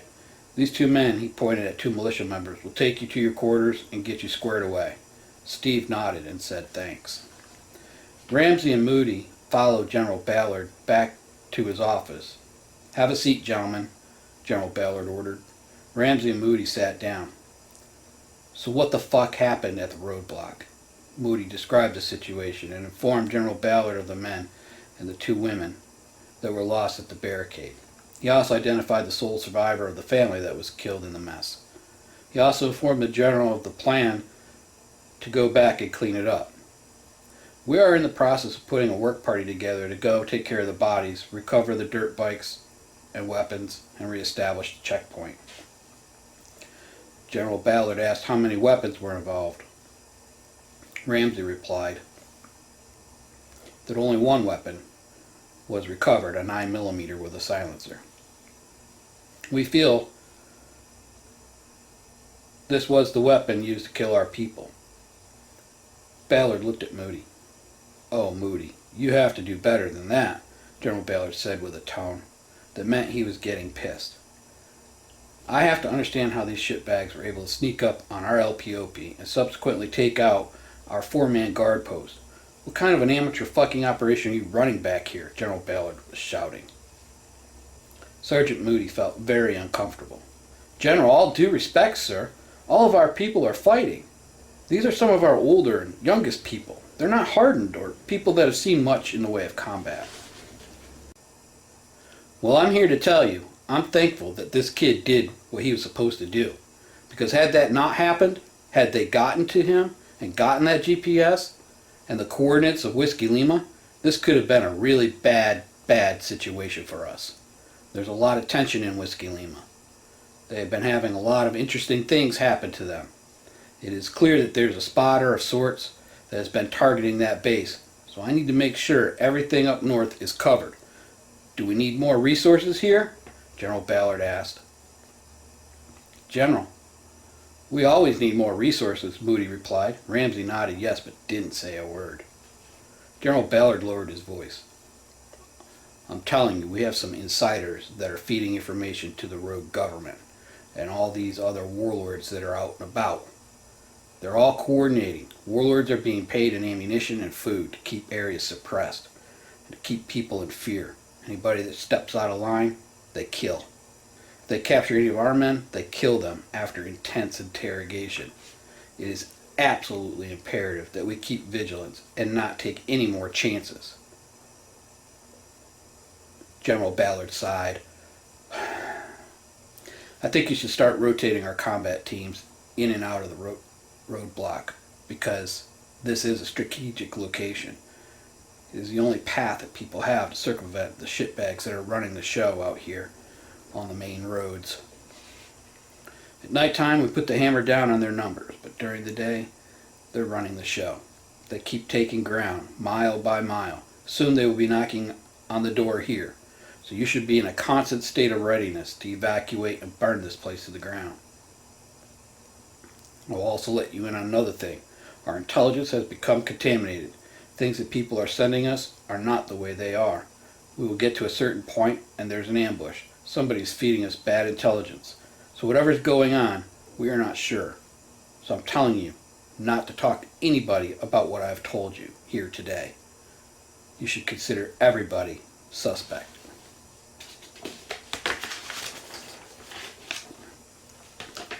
Ramsey looked at Moody. They both looked back at the general. Everybody, sir? Yes, everybody. If you see something that may not be right, you need to get it taken care of. Am I clear? Both of them said, yes, sir. All right, get out of here, General Ballard said. I want you to keep a close eye on Steve. I don't want anything happening to that guy. Understood? Both replied, yes, sir. The two were getting ready to leave General Ballard's office when Moody turned back around. General, mind if I have a word with you alone? General Ballard nodded his head. Ramsey went out the door and closed it. Sir, you seem to be very worried about Camp Whiskey Lima. I have to ask you this question. What's going on down there? General Ballard motioned towards the chair. Have a seat, Moody. Well, it's like this. There's a large civilian contingent in Camp Whiskey Lima, intermixed with our militiamen. That being said, we have Colonel Williams, who has the highest degree of integrity, interposed with Amish people and his buddy. Things are not good between them. Apparently this buddy is the one responsible for the death of his dog, putting his daughter in harm's way. He's not really let go of that. So I'm not sure what's going to happen if he decides to leave. And we're going to have a problem at Camp Whiskey Lima. So I've been down there trying to mediate between the two of these guys. Speaking candidly, Bill is not really wanting to stay there. Apparently, he has some other place down south he wants to go to, and he doesn't want to fight anymore. He's lost a lot, so I have a problem. I have to command leadership down there, and he's already worked the time to talk to me about signing over his share of the property down there. I have to turn it over to somebody else, take over as commanding officer for that camp. So we are in transition. It's a very delicate time down there. Once this is completed and he's on his way, then I'll go ahead and move to take ownership of that base, and we'll hopefully bring you guys down there and get you out of harm's way. The way I see it, we have about a month, maybe 3, before that front is here at your doorstep. I don't want anybody in the way. General Ballard took a sip from his coffee mug.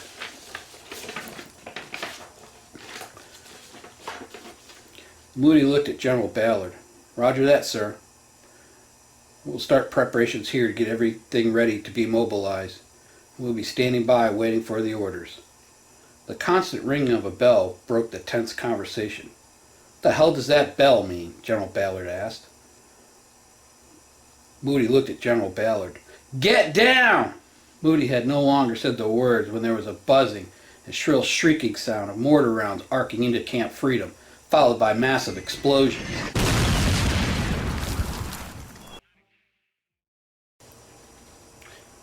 Chapter 24. Run. Steve and the 2 militiamen were just about to enter the barracks building when they heard the incoming mortar rounds.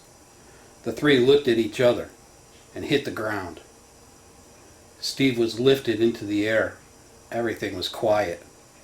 It was like watching an action movie with the sound turned off. Below him, he could see the guys he was just talking to. One leg torn in half, the other dragging his legless torso to what he thought was cover. Steve cried out, "No!" His voice not heard. Then he started falling in slow motion. He hit the ground hard, knocking the breath out of him. He lay there afraid to self-assess. Hands work. Check, he said to himself. Breathing. Check. Vision. Check. Legs. He was scared. He wiggled his toes. A sign of relief. Check. Get on your feet and move now, he told himself. Steve pulled himself up. More rounds impacted, and explosions were all around. He found the duffel bag he was carrying, few yards away. He grabbed it. He ran to where his four-wheeler was. The building was gone. He could see the remains of what was a solid ride. "Fuck," Steve said out loud. Steve ran to the woods through a gaping hole in the fence. He took up a position. He calmed himself down. His pulse pounded hard in his ears. He looked in the duffel bag. His .357 revolver was in there, along with ammo for his .308. No sense in carrying this extra weight. I need to travel light and fast. I gotta get back to my trailer, Steve said to himself. Steve did not mention the trailer when he was first approached by Moody, and the snipers he was with did not see it. With any luck, it would be there for him, and he could resupply. Steve rolled up the duffel bag and realized there was something else in it. He dumped the bag over, and the GPS fell to the ground. Steve smiled. "It'll be a long walk, boss man, but I'm on my way." This gave Steve the much-needed motivation to get his ass in gear and get moving. Steve came to the trail they rode to get to Camp Freedom. He stayed 50 feet off the trail to avoid any contact or kill zones. If he could make it to the trailer and it was there, he could get his pack and AR and get moving. If the trailer was found and the stuff stolen, then all he had was what he was carrying.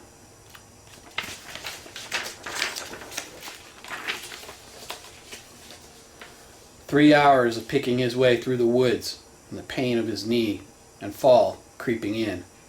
Steve came up on a ridgeline and could see the dirt road below. He looked at the GPS. The trailer was a half a mile north of him.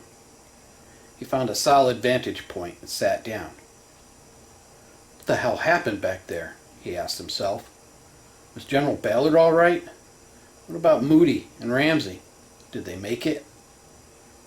15 minutes of what-ifs, and Steve was back up, moving north. Came to the area where he hid the trailer, and again he set up an observation hide to wait and watch. The constant ringing in his ears, he could still make out the sound of the explosions far off as the battle was ongoing. General, are you okay?" Moody grabbed the old man and dragged him towards the door. He was not responsive. As he pulled Ballard out of the room, the roof collapsed. More rounds impacted, laying waste to anything in the high explosives damage radius. Moody made it out of the building, and 50 feet away when two mortar rounds exploded inside the building, bringing it down. Moody dragged General Ballard to a drainage ditch. He checked for a pulse.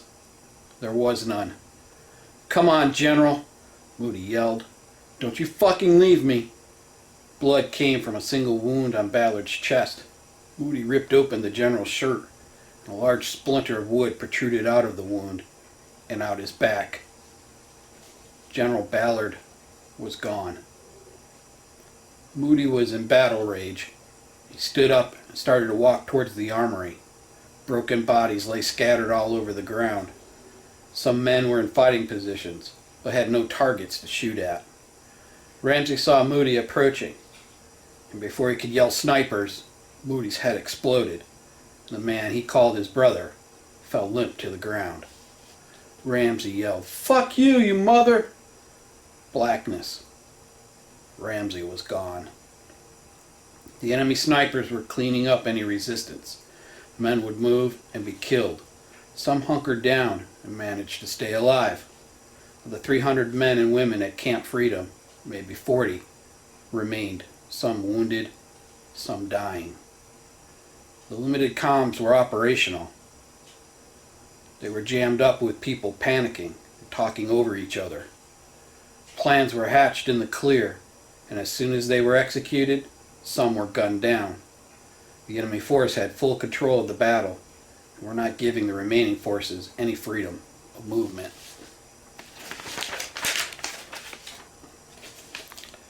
Steve carefully crossed the road. He bounded into the brush on the other side, sliding in behind the trailer. It was there, and untouched. Steve breathed a sigh of relief and thanked God for the blessing. Steve rummaged around, came up with the Bushmaster. He checked it. There was a mag in the gun, and it was ready to go. Steve grabbed the backpack. He did a quick inventory. He had a compass, an old atlas. There was a change of clothes, 2 remaining MREs that he had stripped down to save space, the med kits that Bill had left him, minus the antibiotics, which now he fully understood why Bill told him not to give them out unless it was someone he really cared about. Right now, with the cuts on him, any one of them could become infected, and that could mean death in this new world. He had his Eagle's Nest Outfitters rainfly in a snug-packed jungle bag, a titanium long-handled spoon, Stanley cook pot, 32-ounce stainless steel, wide-mouth canteen, and the last item he pulled out was his trusty Sawyer mini water filter. His inner voice told him to get moving. Steve grabbed the 5 mags out of another bag and put them in his bag. 180 rounds, he said to himself. Need to make everyone count. Steve ran across the road to get back up on the ridgeline. He started to slowly walk through the woods. Soon he was at the spot where he took out the gang members. He stopped and looked for threats. Looking through the 4-power ACOG, he could see the dirt bikes, but the minivan was gone. Someone was here before him. Steve went down to where the bikes were. Each bike had the fuel drained out of them. Shit. This sucks, Steve said to himself. Steve moved back to the ridgeline and continued to head south. He'd been walking for almost an hour when he came up on the roadblock. The scene was grisly. Just about 12 hours ago, these people were alive, and now they lay limp. Steve was getting ready to go down and see if there was anything he could salvage from the guard's gear when he heard the sound of a diesel motor coming up from the mountain road. Well, isn't this just fucking great, Steve said to himself. Steve backed up just over the ridgeline. He had a perfect view of the roadblock behind a tree cluster and large boulder. A tan Humvee slowly approached and stopped about 400 yards from the barricade. A man in a military uniform got out and shouldered an M3A1 Moz, fired it. The front of the roadblock exploded, sending hunks of wood and debris raining down on Steve and the surrounding area. The man got back in the Hummer, and they proceeded to roll through the gaping hole and stopping on the other side. 4 men got out and looked around. Steve could see one man talking on a radio, but could not hear him. Rattler 7-5, Snake's Den. Snake's Den, go, Rattler 7-5. Copy. Roadblock is secure. 4 insurgent militia, KIA, proceeding to next rally point. Roger, I copy, roadblock secure. 4 insurgent militia, KIA, next check-in, rally point Lima. Roger that. Rattler 7-5, out. Steve watched as the 4-man team mounted up into the Hummer. To Steve's amazement, UN was painted on the side with the blue UN flag on the front fender. What the fuck is this all about, Steve said to himself. UN is behind this?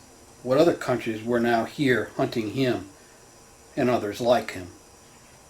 The global strike should have knocked most places back to the Stone Age.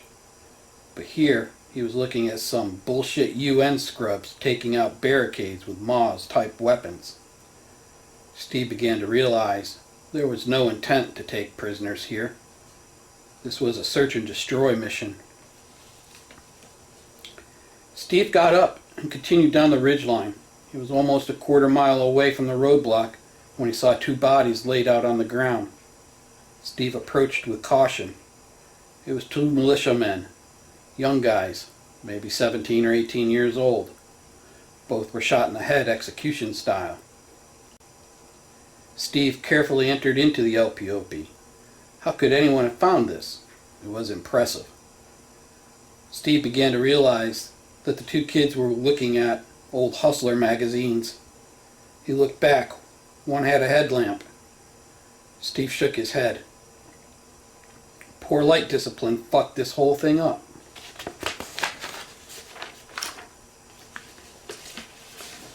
There were 2 more rucksacks in the LPOP. Steve went through them. Each one had 2 MREs and 2 GI plastic canteens. Both were wearing plate carriers. Steve pulled the plate carrier off of one of the dead men. Then he stripped the mags off of both. Steve had 6 of his own mags and now 14 more from the watchstanders. Steve pulled the multicam uniform off of one dead guy that was closest to his size. This was going to be a lot harder with active military in the area. Steve knew that real multicam had a low thermal signature, and given it appeared that the enemy had full access to tech, he needed all the help he could get. Steve finished going through the rest of the rucksacks, pulled out a few nice-to-haves, a roll of toilet paper, 2 IFAKs, and a poncho liner. Another score was a ferro rod and Bic lighter. Steve put the rucks back in the LPOP. He saw 2 FMA Level 3A ballistic helmets with multicam covers. Fucking sweet, Steve said to himself. Only thing missing is a good pair of gloves. Steve found a Coyote tan pair of mechanics gloves in the bellow pocket of the other watchstander. Steve had effectively resupplied. He now felt his chances of making it to the cabin and meeting up with Bill were good. Steve realized it was getting dark. He would do all of his movements at night. He scolded himself. I'm not stopping to help anyone. I need to go from point A to point B. He repeated that over and over to himself. Steve worked his way through the woods, always maintaining eye contact with the dirt road. It was about 0330 when Steve heard the rushing water. It was time to stop and fill up and figure out a plan to make camp. Steve would not be setting up his hide until he was away from the noise of the water. This would impair his hearing and mask any noises of anyone tracking him or any patrols in the area. Once the last canteen was filled, it was time to move on. Steve figured he was 2 or maybe 3 miles from the main road, and once there, he was about 50 miles from his boss's hunting cabin.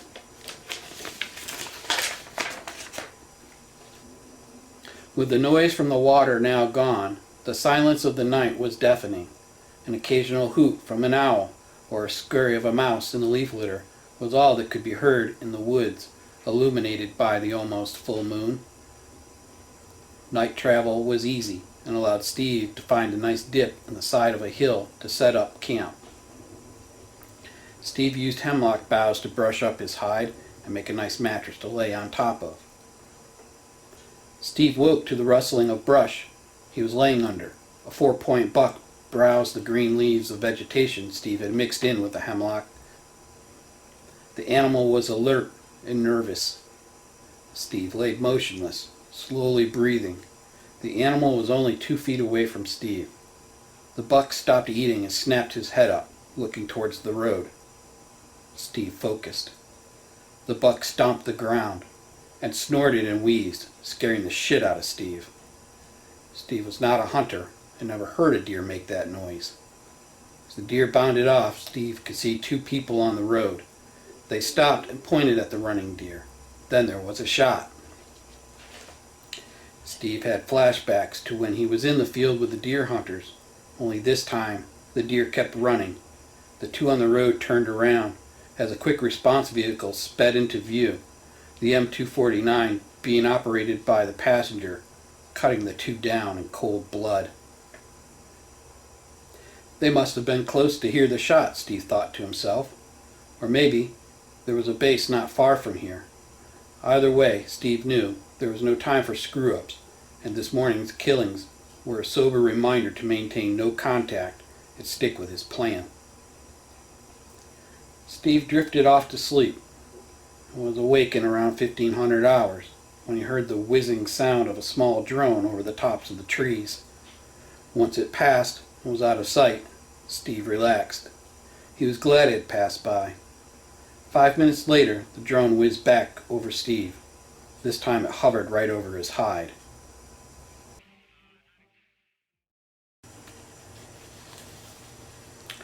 Chapter 25. Defenders of Liberty. Steve lay still as the drone hovered. After a few eternally long minutes, the drone moved towards the road. Steve watched as the drone assessed the two dead bodies. The little drone buzzed about like a giant hummingbird. Steve watched as it lifted off the grisly scene, went straight up, and then whizzed back over him and disappeared. Steve could hear the rustling and the snapping of twigs coming in from behind him. A man in Realtree camo was 10 feet away. He could hear him talking into a radio. Night 4, Camelot. Approaching recovery point Delta. We have eyes on objective. Camelot. Night 4, Roger. No sign of any fast movers. All looks quiet. Proceed and bring them home. Night 4, good copy. Night 4, roundtable. Move on objective. We need to move fast, folks. The man made a forward motion with his arm and proceeded to move towards the road. Steve could see 4 more people moving through the woods as dusk started to settle in the late afternoon. This should be interesting, Steve said to himself. He made some minor adjustments to his hide. At one point, he lay on his side to relieve himself. He didn't want to risk being seen by these people and possibly being shot or captured. The team approached the road. They gathered around the 2 bodies that lay on the ground. The team leader ordered all their gear stripped and distributed to the recovery team members. He looked down. It was Eddie Rodriguez and his teenage son, Danny. Today was Danny's birthday. He was 16 years old. He and his father went on a hunt to celebrate, but never returned. Night 4 was Glenn, Eddie's brother-in-law, with a security team from their hunting lodge, now Stronghold. In good times, Eddie was an executive, an avid hunter. He built the retreat for all of his friends and family to enjoy. He had a main lodge and several smaller cabins. It was the ultimate hangout place for the 30-plus members. The retreat sat on 300 acres of some of the best hunting land in the area and had miles of trails and permanent shoot houses over premium food plots. While to some, a setup like this would be plentiful and should sustain a small group, they did not expect that wildlife numbers would be decimated. The once bountiful hunting property now devoid of large numbers of deer, bear, or other game due to overhunting.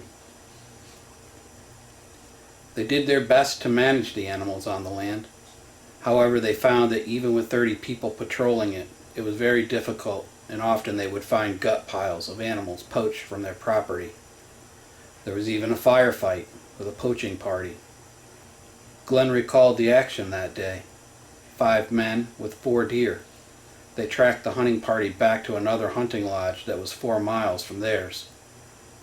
As they observed the 18 or so people milling about the camp, it was clear to them that these people were wasting much of the food.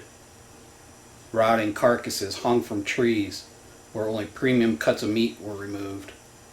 Many dogs were at this camp, which made the assault hard to initiate. In the end, they were all killed, and the 4 deer were recovered and brought back to camp.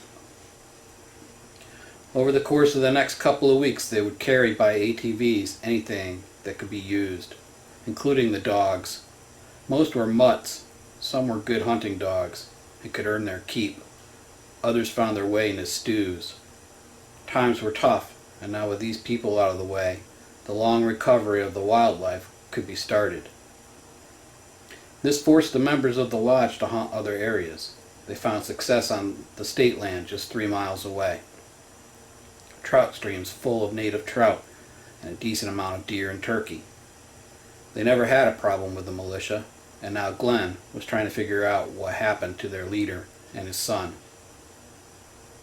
2 travois were constructed and the bodies placed on them. The group dragged their dead through the woods and back past Steve, who lay still and watched as the shadows moved past. 30 minutes went by. It was now dark. Steve crawled out of the hide and stretched his muscles, now sore and cramped. Steve made a silent groan. "My body hurts," Steve said to himself. "At least I'm alive, and for that I'm grateful." He got his gear and started to leave. The image of the solemn team carrying their dead home haunted his mind. Who were they? Where were they going? Steve fought the urge to trail them. "Damn it, stay focused. Go from point A to point B," he scolded himself. Steve got his bearings and continued towards his goal. 3 short miles and he would be at the main road. Steve felt somewhat relieved and excited. He was just a few days away from being at Bill's retreat. Sporadic gunfire could be heard ahead of Steve. It was off in the distance, but a reminder death is never far away anymore. Steve pushed on as he was about 100 yards away from the main road when he heard the rumble of diesel vehicles. What the hell? He crouched down and observed 3 Humvees went by, then 2 5-tons with trailers, then 3 more Humvees. All the Hummers had a gunner. Now the full moon offered decent illumination. These were more UN vehicles. Shit! Where are these bastards going? Steve wondered. He stayed 50 to 100 yards in the woods following the road. Steve was about 3 miles from where he turned. It was at the point where he needed to take a break when he heard a truck start. He could make out there were vehicles on the road. As he moved closer, he could make out men talking. They spoke English. Maybe it was the militia. Steve was moving in closer. He could smell cigarette smoke and saw the cherry of the smoker light up bright as he took a drag. Steve lay down in a dip just 100 feet in the woods from the men. One man ordered, "Need to get those tubes in place. We are green in 1 hour, men." Another man replied, "Roger that, LT." Steve could make out shadows, but no details. The men worked quickly, moving whatever was in the trucks to the field. Steve was in the perfect spot to observe. Steve hunkered down as the man with a red headlamp started to walk towards him.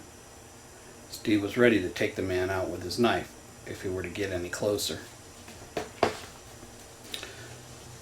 The man stopped just 20 feet away. He let rip with a fart and then relieved himself. The man finished taking a leak. Another man yelled out, "Hey, Jonesy, you shake it more than once, you're playing with it." Jonesy replied, "Yeah, eat me, asshole." A couple other men joined in, laughing. "All you comedians need to get those tubes in place and dialed in," Jonesy barked. Another man replied, "Roger that. We have 2 more to go and we'll be ready, LT." Steve started to sweat. He was pissed. These were the fuckers that almost killed him. He took deep breaths to control his emotions. There was nothing he could do other than watch and take notes of this operation. He lay still and quiet, listening to the men work to set up a mortar battery. Whatever the target was would be seriously crushed by these guys. Steve started to put the pieces together. Killing on the road, the recovery team, and now he's 3 miles down the road, and there was a bunch of assholes setting up a nasty wake-up call. It must be wherever the people that recovered their dead were at. 10 minutes, men, Jonesy yelled. The mortar team started to file out to the field. Steve's heart began to race. After being on the receiving end of this, he knew it would not be good for the people at that camp. Steve smiled. That evil grin smile. He dug around. While by himself, he couldn't take these dudes out. The 4 little friends on his plate carrier would definitely even the odds. Steve noticed that there was no one at the trucks. They were all out in the field dialing in their firing solution. He would wait until they started the first barrage, and then he would make his move. Jonesy made one last check, keyed up his radio. Dragon 5, Dragon's Lair. Go Dragon 5. Dragon 5 is locked and loaded for target Bravo 2, standing by for green light. Copy, Dragon 5. You are in position awaiting green light to fire on target Bravo 2. Stand by.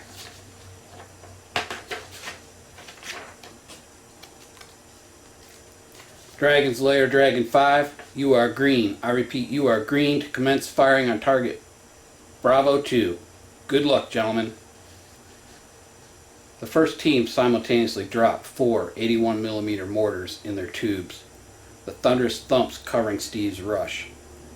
With the dark of the morning starting to give way to dawn, it was now or never. Steve pulled the pin on the M67 grenade. He had 4 of these he got from the LPOP he found. The second team was dropping their rounds down the tube when Steve came out of the woods. He was about 15 or 20 yards behind them. He threw the first grenade. It landed just behind the first team. Running, he threw the second, then the third, and his last final one on the fourth team. Steve ran away to the hedgerow for cover. The grenades exploded. If there was ever a Hail Mary play, Steve just pulled it off. Steve couldn't breathe. His heart pounded. He waited. Surely there were wounded. If he tried to get back to his gear, he could be cut down. Right now, all he could hear was screaming and men calling for a medic that would not arrive. Steve worked his way back through the hedgerow. He would have to cross the entrance road to the field, which would expose him. But he needed to get out of there before whoever the guy on the radio was talking to figured out they were down.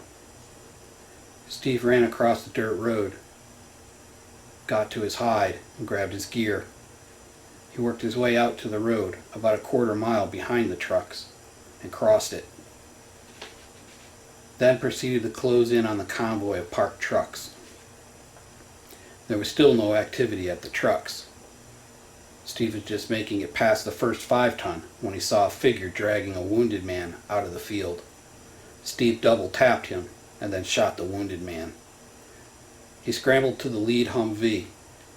He threw his gear in and started it up. It took off. Steve could see smoke rising above the vast woodland, and soon he came upon a gated dirt road. Steve parked just past the driveway. He stashed his backpack and quickly and quietly followed the road just 50 feet inside the woods. It wasn't long before Steve could see fire and smell the smoke. He cautiously approached the crest of a ridgeline where he could see a large structure fire and several smaller buildings on fire as well.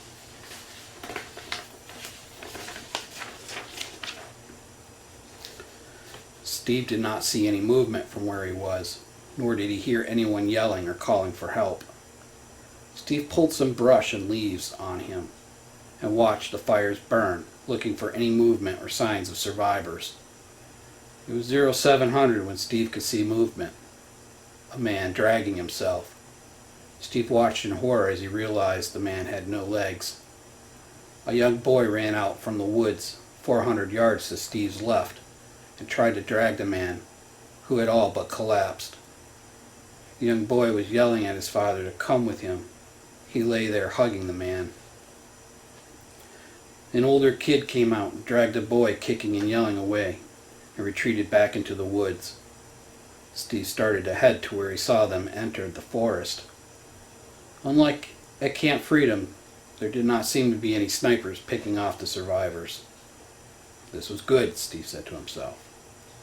It was not long before Steve could hear the choir of the grieving, muffled sounds of sobbing and young consoling voices. Steve's heart broke at the sound of 2 distinct babies crying to be fed. Steve carefully worked his way towards the sounds. He did not want to surprise anyone. He wanted to see what he was up against before he approached. Maybe they were captured, Steve thought. It didn't make sense. They wouldn't have let them go back out, Steve thought. As Steve drew closer, the pain and agony of battle became louder. He had heard this a time or two. It was never a good sound. A twig snapped behind Steve. and a little voice called out, "Are you a good guy, mister?" Steve turned around to see a little girl with blonde hair and pigtails. Steve knelt down. "Shh, little one. I'm a good guy.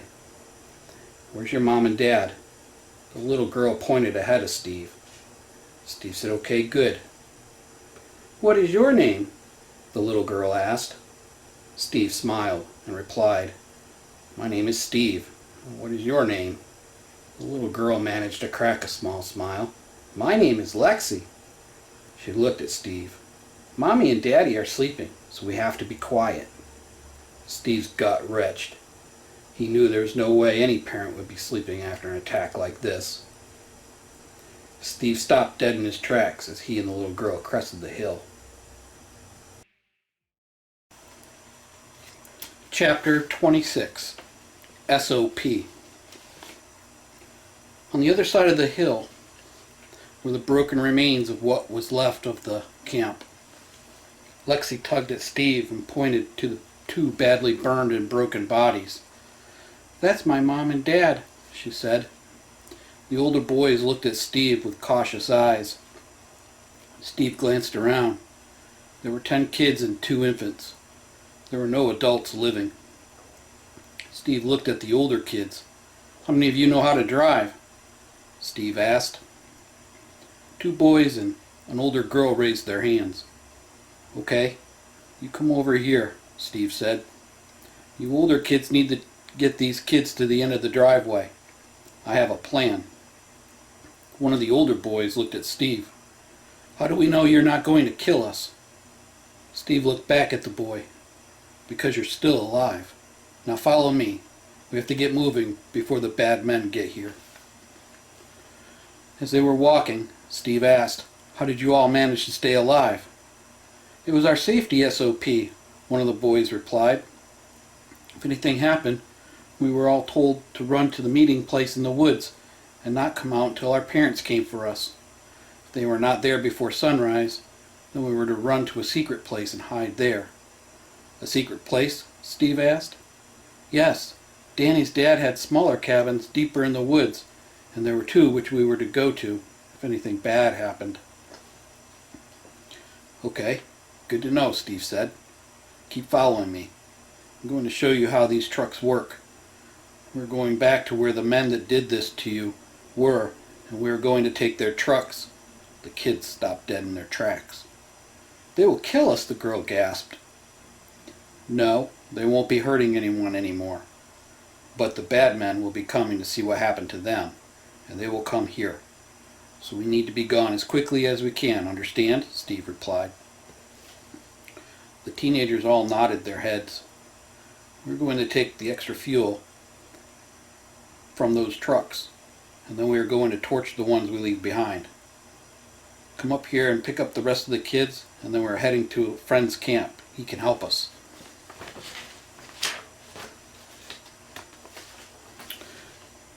They just got to the end of the driveway. Steve held up his hand. "You guys stay here. I'll see if it's safe." Steve looked. He saw no one, then motioned for the kids to come out of the woods. Steve and the 3 teenagers got in the Humvee, and Steve fired it up. They took off down the road. It seemed like it took forever to cover the 3 or 4 miles back to where the mortar teams were. When they got there, Steve did a slow drive-by to make sure no one was around. The kids gasped. "What happened to them?" one of the boys asked. Steve smiled. "They got a taste of their own medicine." "Okay, what are your names?" Steve asked. "I'm Steve, and you?" Steve pointed to the girl. "My name is Wendy." "Okay, you?" Steve pointed to the older of the 2 boys. "I'm Tim." The younger boy replied, "Kevin." "Okay, good. Tim, me and you are going to be in the rear vehicle. Kevin, you are in the lead. And Wendy, you're going to drive the big truck." Wendy panicked. "I can't drive that big truck."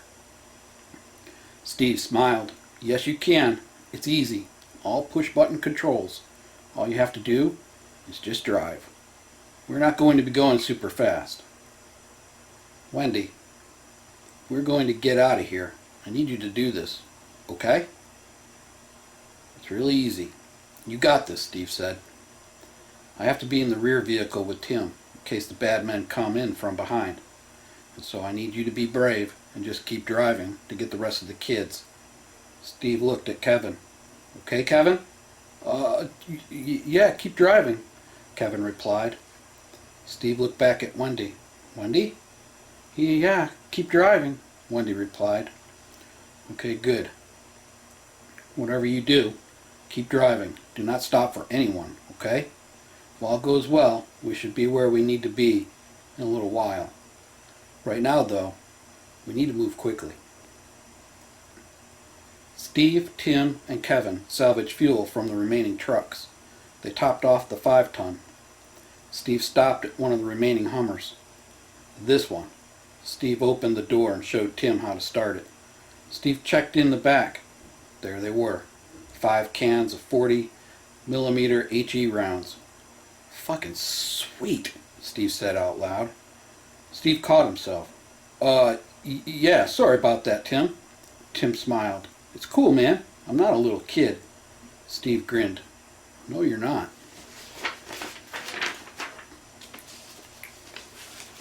Steve looked at Wendy. Okay. Come on. He got in the 5-ton and started it up. Steve set the Singar's radio to low power and an off channel. He noticed that the radio did not have a crypto key. This was both good and bad. Good, as they could hear any bad guys. Bad, the bad guys could hear them. Steve showed Wendy where the gear selector was and how to remove the air brake lock. Kevin followed Steve. Steve set up the Singars in the lead truck. You see anything, this is how you transmit. Just call it out and we'll come back you up. This Hummer had a 50 cal mounted. There was plenty of ammo for it too. Steve didn't like the idea of putting a kid on a 50 cal. But if they came under fire, having that weapon online might be the difference between living and dying. Okay, buddy. We're going to pick up the rest of the kids and get out of here. We're right behind you. Use your radio and let us know if you see anything, Steve instructed. Okay, Steve, Kevin replied. Just start out slow. Then when you get used to it, get up to speed. Steve gave Kevin a fist bump. You got this. Steve headed back to the rear Hummer. He stopped at the 5-ton. Listen to your radio, Wendy, and call out anything you see.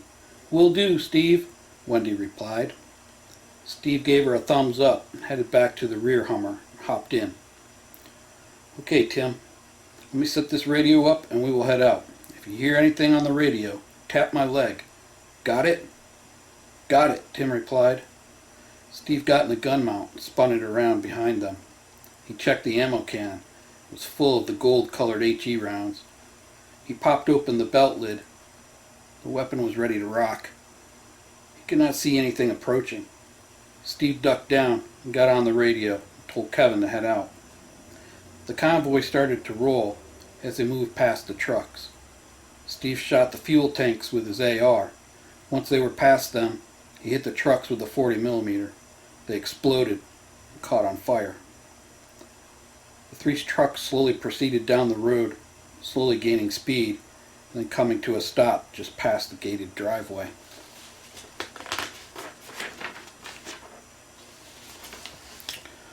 Wendy got out of the big 5-ton and went to the edge of the woods.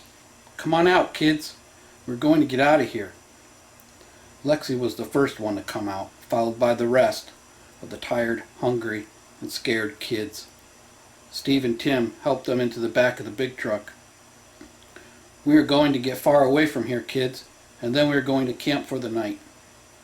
Steve gave Kevin the GPS. Grab one of the older boys to watch this for you, and stop when we get here. It was the waypoint marked spring. Kevin nodded his head. I'm good now with this Hummer. It's badass, Steve. Steve laughed. Okay, well let's not get all crazy and just make it to that point. It's 20 or 30 miles from here, so we should be safe. Steve laughed to himself. The leader of an Ewok militia, shaking his head. They were all good kids, just scared. Even the baby seemed to be settled down. The convoy proceeded, the black smoke now fading in the distance. The fast attack vehicles were speeding down the road. They slowed down to assess the scene. They pulled the FAVs into the field where the mortar team was laying dead. The soldiers in the FAVs got out and walked around. The team leader got on his radio. Dragonfly, Dragon's Lair. Go Dragonfly. Dragon 5 is KIA, no survivors. Vehicles are burned. Pushing to target Bravo 2 to clean up.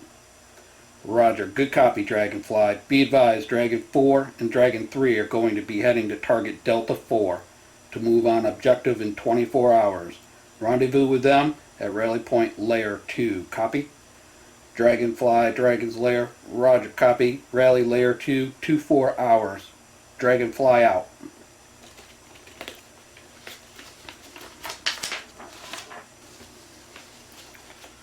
The team leader signaled the men to mount up and head out. He looked at the driver and sighed. I have a bad feeling about this. We should have just left these fuckers alone. This is not the America I want, and the more these search and destroy missions come out, the more they reek of the same New World Order bullshit that got us here. The two mounted up in the FAVs. Both units sped down the road. They stopped at the locked gate. A couple bursts from the 240 Bravo, and the padlock was easily pried apart. Hard and fast, boys. These militia bastards killed our comrades. Now they must pay. They sped up the dirt driveway. When they came to the top of the hill, smoldering remains of the hunting lodge and the cabins were all that could be seen. The team leader keyed his radio. Let's clear the area and take the trash out, boys. The scene was grisly. Broken, burnt bodies of men, women, and children lay scattered about. Where's the militia unit, Sarge? The team leader responded. This isn't looking good, boys.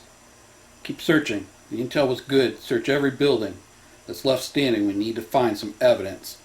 The defenders of liberty were here. The two teams completed the search of the remaining buildings. I got nothing. These people look like some type of survivalist or prepper group. Basic arms, hunting camo, bows, arrows. A voice came over the radio. Sarge, over here. The two teams met on the far side of the compound, where they saw a man who had dragged himself towards the woods. They entered. There lay several more bodies of men and women. One of the men picked up a pacifier from a leaf litter, an unused diaper, and baby bottle. The fuck is this, Sarge? The man growled. I'm not going to be part of no baby killing. This was supposed to be a stronghold of militia and a training camp, not a fucking daycare. This is bullshit, man. The man stomped off. There was a clear trail in the woods where the kids had snuck down to the road. One of the men started to follow it. We'll pick you up at the road. Roger, Sarge, the man replied. The teams loaded up in the FAVs and started to slowly follow the driveway to the end. The man in the woods met them at the road. What you got, Chavez? They were picked up in our missing trucks. Chavez pointed to the tracks and the sand on the edge of the road and all the little footprints. Sergeant Cassidy keyed up his radio. Dragonfly, Dragon's Lair. Go Dragonfly. Dragon's Lair. Say again, Sierra Delta order for Tango Bravo 2. Dragonfly, Dragon's Lair. Move on objective. Eliminate all personnel. November, Sierra. November, Papa. How copy? Dragonfly, Dragon's Lair. Copy. Are personnel civilian or military at Tango Bravo 2? A gruff voice came over the radio. Cassidy, is there a problem, Sergeant? This is General Callahan. Roger, General. There is no military at this site. There were several families with babies and young kids, most of which are KIA. General Callahan replied. So what's your point? You have your orders. Now execute, son. Yeah, that's a negative, General. Me and my men are not going to engage kids. The general consensus of my two teams is this is a no-go op. General Callahan was yelling into the radio. You are refusing a direct order? All of you will be court-martialed and thrown in the brig. Now follow your orders, Cassidy, and unfuck yourself. Cassidy replied, Dragonfly, General Callahan, with all due respect, sir, fuck you. Dragonfly out. The men at the FRVs were cheering Sergeant Cassidy. You tell him, Sarge. Another man said, I ain't killing no babies. Another man was laughing. Sarge just told the general to fuck off. The rest started laughing. What now, Sarge? Chavez asked. Well, we're rogue now. We're going to have to find a militia unit, debrief. Sergeant Cassidy replied. Maybe we can catch up with those kids. They must be going someplace. They can't be more than 15 or 20 miles ahead of us, Chavez said. Kevin keyed up the mic. Stopping, he said. Steve replied, What's going on, Kevin? There's a roadblock up ahead, about a half a mile. Steve replied, Copy. We are coming up. Wendy, back that truck up and get some distance. We will let you know when it's safe. Wendy replied, Okay, Steve. Tim rolled up next to Kevin's Hummer. Steve looked through the binoculars. He could see some old beat-up and shot-up cars across the road and men with rifles and shotguns manning the roadblock. One of the men flipped Steve off. Another man made a throat cut motion across his neck and pointed at Steve.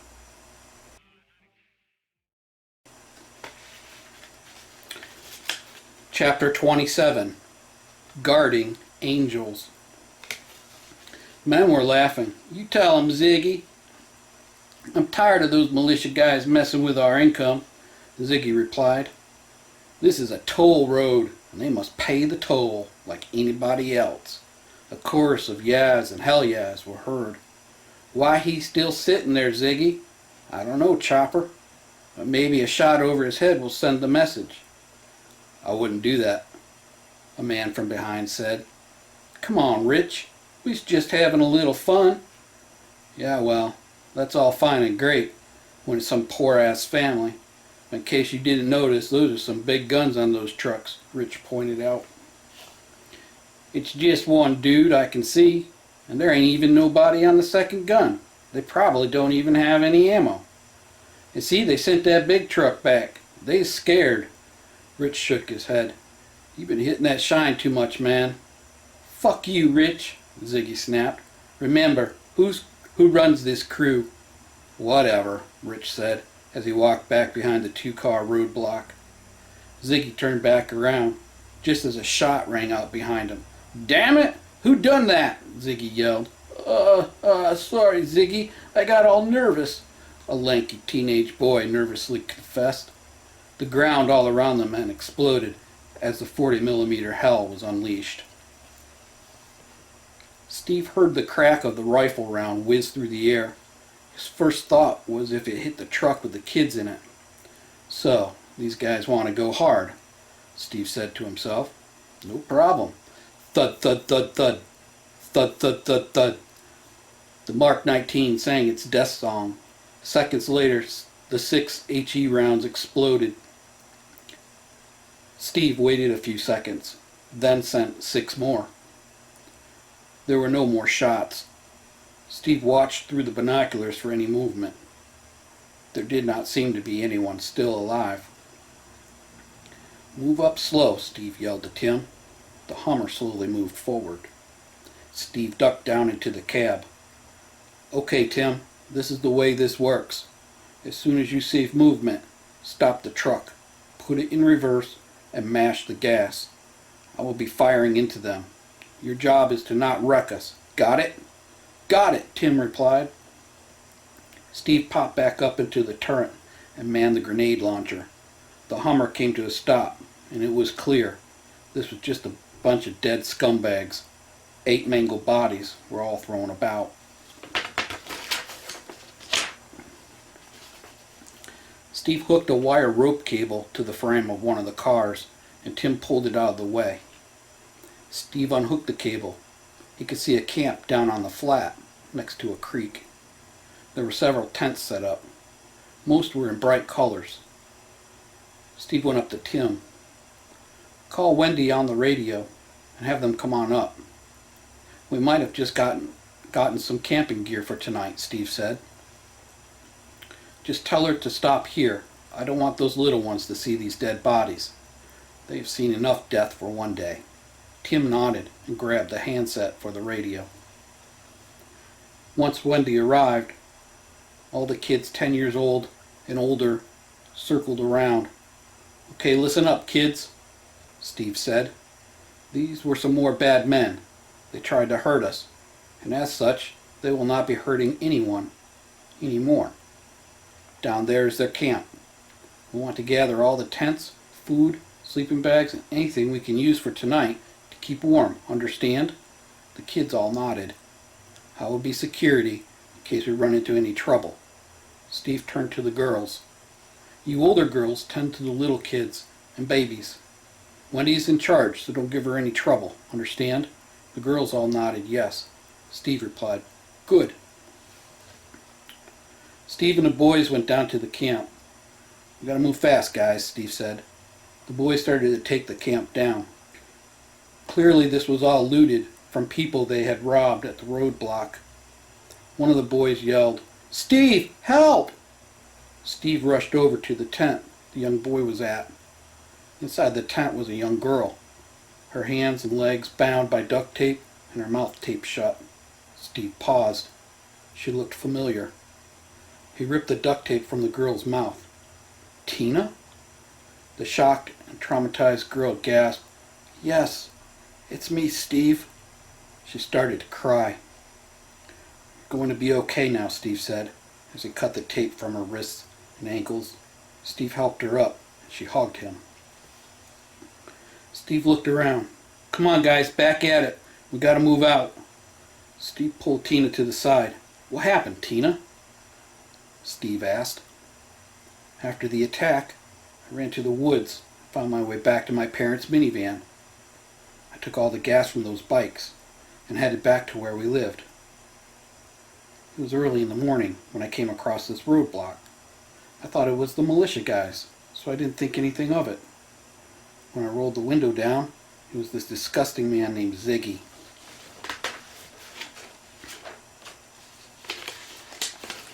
Steve sighed. Then they pulled me out of the minivan and were touching me. She started to sob. Then I was hit in the back of the head, and they took me down here. Steve couldn't help but notice her pants were gone, and the long flannel shirt was all she had. Steve ordered the boys to find some pants, and for one of them to bring a sleeping bag. One of the boys ran over with a sleeping bag, which Steve unzipped and put around Tina. Tina looked at Steve. Thank you. She started to cry more. She looked at Steve. They just took turns on me. I'm so ashamed. Her face was bruised. Her eyes were blackened and swollen. Steve looked into her eyes. I can't undo what they did to you, Tina, but I can assure you they will not hurt another person, ever. Tina looked at Steve. Did you kill them? Steve nodded. Yes, I did. Every last one of them. Tina sobbed more. Thank you, Steve. One of the boys ran over with a pair of sweatpants. He shyly gave them to Tina. Thank you so much. Tina thanked him. The boy smiled and ran away. Where did you get all these kids? Tina asked. Steve replied, It's a long story. I will tell you tonight when we make camp. We have about another day's travel until we are at my boss's camp, and then we will all be safe. Tina nodded. One of the older boys came up to Steve. We have everything now, Mr. Steve. Okay, let's get this all in the big truck. Let's get ready to move out, Steve said. The boys made 2 trips, and all the camping gear, food, tools, and clothes were loaded up in the 5-ton. Steve introduced Tina to Wendy. The two were only a couple of years apart, with Tina being the oldest at 20, and Wendy turning 18 in just a couple of months. Once everyone was loaded up, Kevin started to roll forward, followed by Wendy, and then Steve and Tim in the rear. Steve yelled down to Tim, "Let's leave a warning for anyone trying to follow us." The two dragged the 8 tore-up bodies to the entrance between the 2 vehicles. This would serve to warn anyone following them that they may end up the same way if they try to do anything. It was a feeble attempt, but it was better than nothing.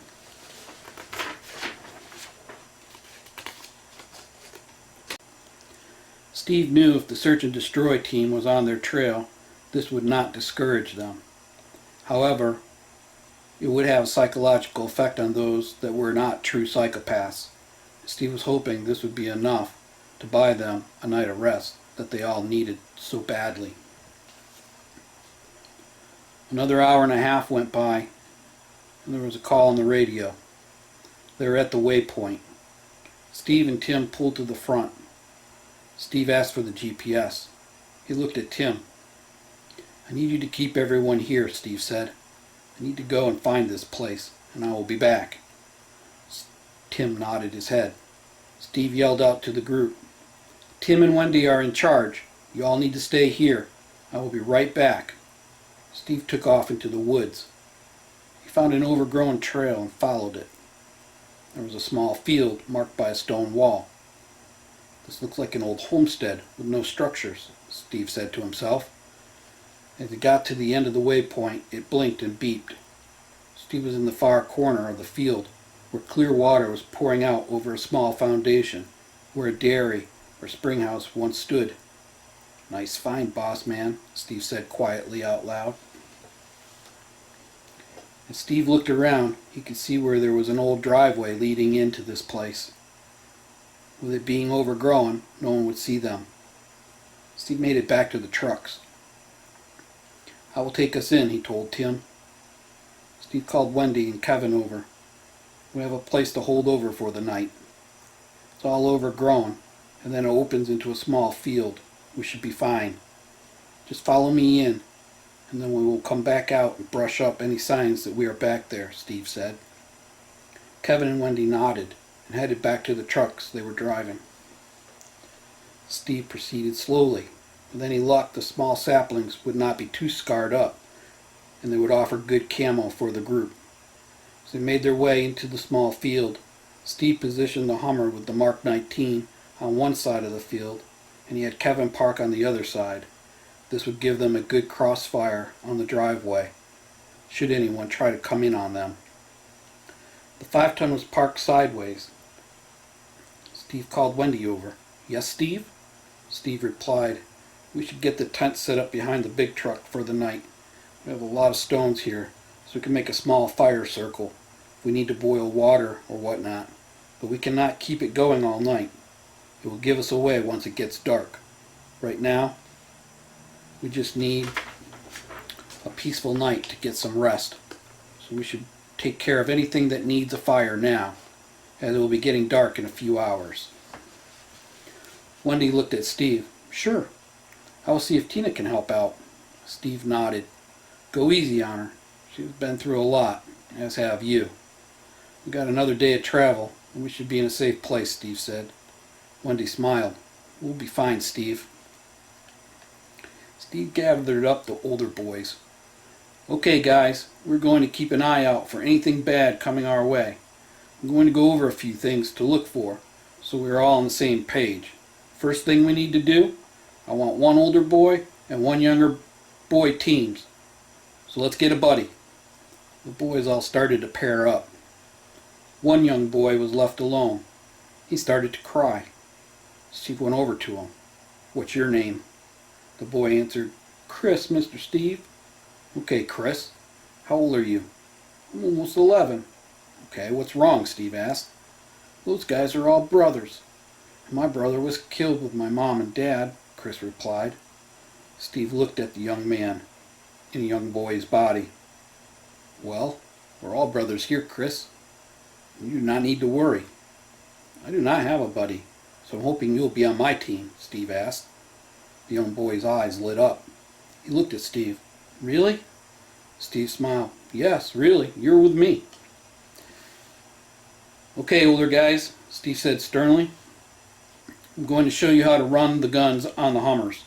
"Young guys, I'm going to show you where the ammo is and what you need to do, okay?" Steve asked. Steve smiled. He was having some fun. "You're supposed to say Roger," Steve said with a smile. The boys all smiled. "Roger, Mr. Steve." Steve laughed. Okay, okay. Knock it off with the Mr. Steve. It's just Steve. Now let's all go over here and I'll show you how to use the Mark 19 and then the 50 cal, Steve said. Steve spent a solid hour going over the weapons platform. The older boys were all up to speed on the operation of the weapons. Steve sighed. Without any range time, it would be hit or miss as to whether they would hit anything should they have contact with any bad guys, Steve said to himself. Okay guys, let's head over and see if we have anything to eat. When we are done with dinner, the first team will be up on watch. The boys all responded with a Roger and followed Steve back to the 5-ton. Steve went up to Wendy and Tina. "How are we looking food-wise?" Wendy smiled. "Well, it seems there are 5 cases of MREs in the back of the big truck, and we recovered some canned goods as well. Surprisingly, it appears there was a can of Infamil in with the canned goods. So, we have babies with full bellies," Wendy said with a smile. "Ah, good," Steve said. "My biggest worry is the babies crying and giving our position away." Tina smiled. "Well, they are all zonked right now and snoring like little bear cubs." Steve laughed. "That's good, real good." Steve grabbed the older boys after dinner. It was just about dark. "We need to get some mud from the creek. We can use a bag or something, but we need dark mud." Steve told 2 other boys to go gather up leaves. Steve went on the prowl for a good branch to use as a rake. Once the materials were all gathered up, Steve and the boys followed the old driveway back to the road. "Okay, I need mud rubbed on every scraped up tree. Slather around real good. That way the white wood won't light up if headlights hit it. The mud will dry and camo the trees. You guys with leaves, come over here." Steve used the branch to smooth over the tire tracks, and then used leaves to spread over the whole area, making the tire tracks disappear. Once done, they got up on the road and walked back a couple 100 yards, then turned around and walked towards the area they'd just brushed up, looking for anything they may have missed. There were a few bark scrapes that Steve had the kids mud up. Aside from that, they had done a great job masking the entrance to their camp. To the untrained eye, nothing was there, and to the trained eye, there was nothing out of place that would draw attention to that trained eye. Steve and the boys arrived back at the hasty camp. Steve walked the first watch to the Hummers and answered any questions they had. Steve and Chris would be on the 3 to 6 watch. For the most part, Steve was going to be up all night checking to ensure the boys were not sleeping. They deserved the rest. They had been through hell, but it was super important to keep a solid watch throughout the night. It was pretty quiet at dinner. The events of the day were starting to sink in. Most of the kids seemed numb. Steve realized he was guarding angels and would not let them down. 0430, Chris was snoring in the back of the Hummer. It was super quiet. Steve had just choked back an MRE shake mix. He was about to gag when he heard the faint sound of an engine. Whatever it was coming down the road was hauling ass. Within a few minutes, the first one, then 2 vehicles at high speed went flying by. 5 minutes later, 2 more fast movers went flying by. A firefight broke out about a mile up the road. The drone of diesel engines grew louder and louder, distracting Steve from the gunfire and onto the large convoy of trucks now rolling slowly past the camp.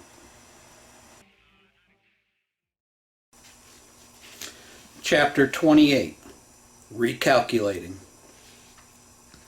Steve dismounted the Hummer and went to the other team on watch. The boy on the 50 cal whispered, "I'm scared, Steve." Steve assured him it would be fine and not to be nervous. "Who is that? Are they good?" the boy asked. Steve was honest with him. "I think this is part of the main force that is doing all the killing in the area," Steve said. "By rough count, there was 14 trucks that went by in total, minus the who or what the firefight was all about. "I'm going to sneak up to the road and take a look," Steve said. The young boy replied, "Okay, Roger." Steve smiled. "Just do not shoot me when I come back." The boy replied, "I won't, Steve." Steve worked his way through the brush, just off the side of the road. It was about a mile from the camp when he came across what looked like the mangled remains of a military dune buggy. The 4 men in it were still in their 5-point harnesses. Steve looked around and approached cautiously. As he got closer, he could see it was the same type of vehicle that had gunned down the man and boy back on the dirt road just a couple of days ago. "Need help," a gasping whisper begged. Steve got closer, scanning for a weapon, looking for an ambush. The man slumped forward. "Help!" Steve approached the man. "Water. Need water." Steve gave the bloody man his canteen. "Who are you?" Steve asked. Sergeant Cassidy responded. "You are in danger." Steve asked again. "From who?" "The newly formed government," Cassidy gasped. Cassidy weakly asked, "You the guy that stole the trucks and killed that mortar team?" The hair on the back of Steve's neck stood up. "Maybe," Steve replied. "You got a bunch of kids with you?" Cassidy asked. "Maybe," Steve replied. Cassidy dropped the canteen and grabbed Steve by the shirt. "They are looking for you. Listen to me. They are setting up a big operation to crush the resistance about 20 miles up this road. You run into them, they will kill you and all those kids." The tight grip on Steve's shirt started to fade. Steve pulled back and grabbed the canteen and gave it back to Cassidy. "Why did you kill the man and the boy on the dirt road 2 days ago? What did they do?" Steve asked. Cassidy gasped and sighed. "We thought they were survivors from the militia base we hit the previous day. We also had intel there was a militia training camp operating around this area, calling themselves the Defenders of Liberty. When we got to that place, it was just families, not militia.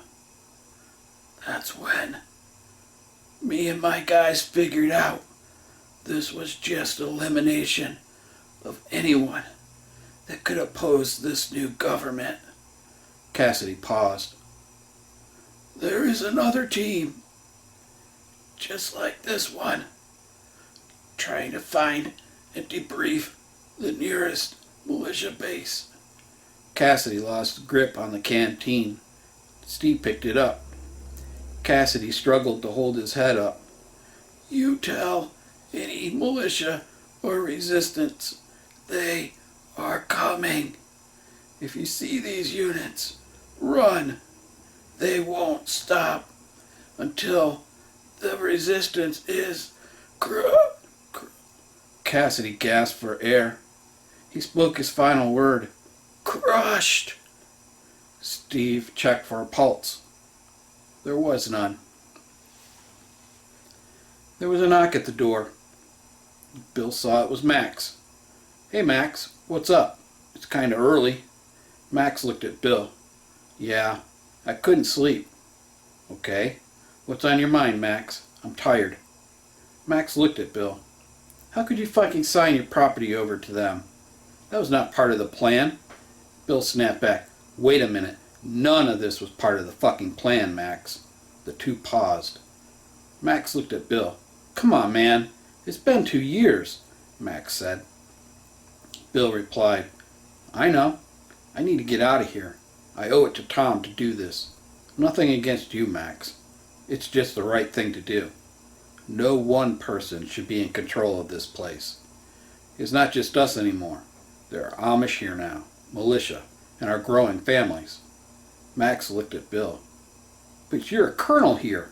You have a responsibility to these people. You have responsibilities to me. Bill cocked his head. To you? You are responsible for yourself, Max. You need to realize that there are people here a lot smarter than me to provide security. You need to take care of you. They will not do that. Max started to walk away, then turned around. Why didn't you tell me about the other place? Bill paused. There are a lot of things I did not share with you, for a lot of reasons. Some, to protect you, and some you just didn't need to know. It's nothing personal, Max. There is another group of like-minded people, which I hope are at this place when I get there. To be honest, it could be a nightmare scenario, or a slice of heaven. That is why I'm taking 2 fire teams with me when I leave here. Who are you taking with you? Max asked. I'm taking Ricky and his team, and Bobby and his team. What? No fucking way. No, Bill, you can't. I need Ricky. Max was yelling. Well, Max, the truth is, I didn't approach him. He approached me, and I won't turn him down. Bill looked at Max. I think we are done here. I will talk to you later. Bill turned just as Max said, This is fucking bullshit, and stormed off. Steve made his way back to where the kids were camped out. It was daybreak. He came in behind the gunner on the 50 cal. Hey, Steve said in a low voice. I'm back. The boy jumped and was startled. You scared me, Steve. Sorry about that, buddy, Steve replied. The boy told Steve that Wendy and Tina were looking for him. Steve thanked the boy and went to find the girls. Steve approached Wendy and Tina. You were looking for me? Steve asked. Yes, Steve. When are we leaving so we can get everyone fed? Tina asked.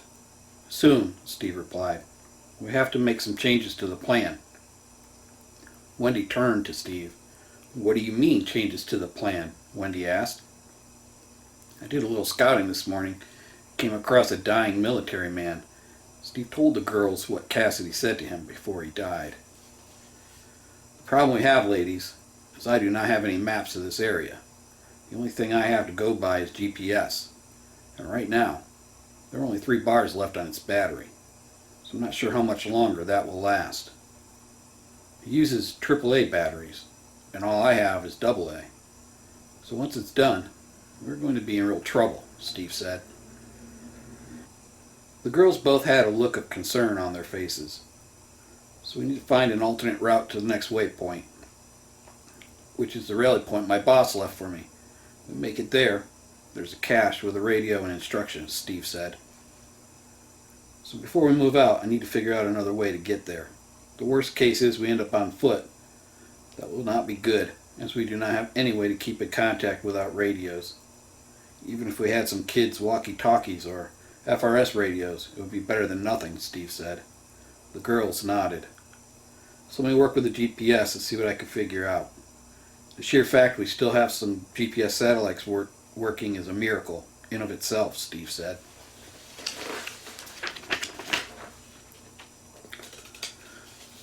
We will get the kids all fed and ready to move, Wendy said. Tina nodded. Just let us know when you are ready. Steve looked at both of them. Sounds like a good plan. Steve went into the menu and started to poke around the Garmin GPS map 64ST. His boss Bill always got the good stuff, and this handheld GPS was no exception. The thing came with 100,000 topo maps and satellite imagery, so finding a new way to the rally point should be pretty easy. Steve chuckled to himself and said out loud the annoying word, recalculating, then laughed, wondering if this thing can show him where a rogue military from an illegitimate government was set up. Steve studied the maps and was able to find a very rural route to the rally point. He clicked on the new route and hit the go button. The new route added another 15 miles, but he felt with all the extra fuel they had, they would have some to spare, even with the additional miles they would now have to travel. Steve found Tina and Wendy. How are we looking, girls? Steve asked. Well, we seem to have gotten everyone fed. We took breakfast to the watchstanders and woke Chris up and got him going. "Aw, shit," Steve said. "I forgot to get him when I got back." Wendy smiled. "Well, he said standing watch with you was awesome." Steve laughed. "You mean the 15 minutes before he crashed in the back of the Hummer?" They all laughed. "Okay, I got a new route. There's a dirt road on the left about 5 miles ahead. This will take us through a mountain pass and down onto a secondary road, which will come out right across from the rally point. If, and I mean a big if, we do not run into any trouble, we should be there before it's dinner time. Either way, once it gets dark, whether we are there or not, we need to make camp. I just hope this place is good to go." Steve held the driver and navigator meeting. "Okay, listen up. We're changing this up a bit. Now that we have a couple more gunners, Tim and I will lead the convoy, followed by Wendy and Tina, followed by Kevin and Jeb. Jeb, if you see anything come up behind us, you need to let Kevin know so he can tell us.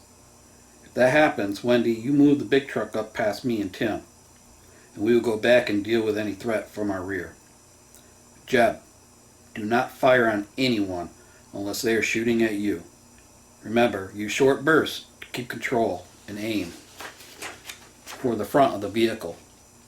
That gun will shred an engine block and stop them dead in their tracks. Understand?" Steve asked. "Roger that," Jeb replied. "Good," Steve said. "Once the threat is neutralized, we'll take up lead position and continue on. If we come up on a roadblock and have to stop, Wendy, Tina, back up.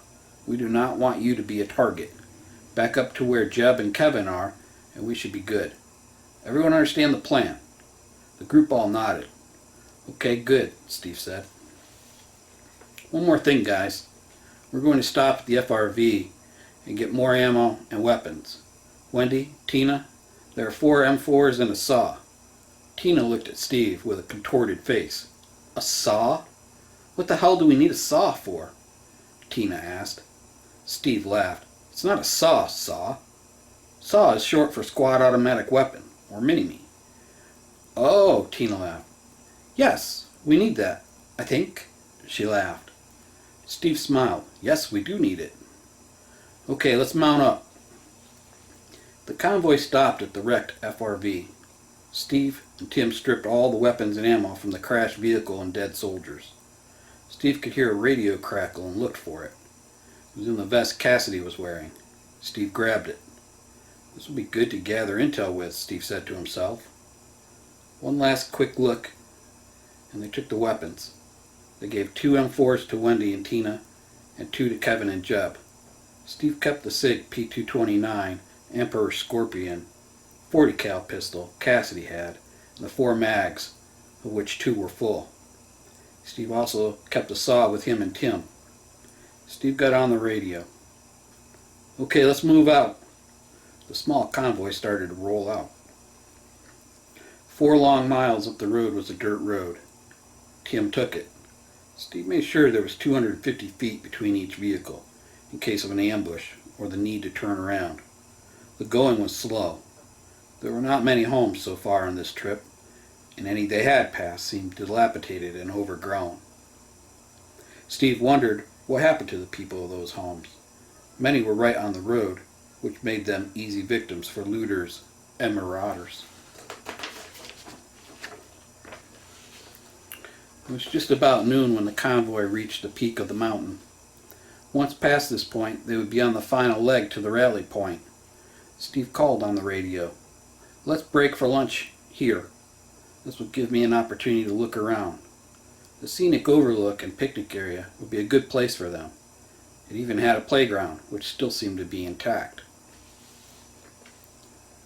Commander Stroh addressed his staff. "Gentlemen, Tango Delta 4 is a key objective.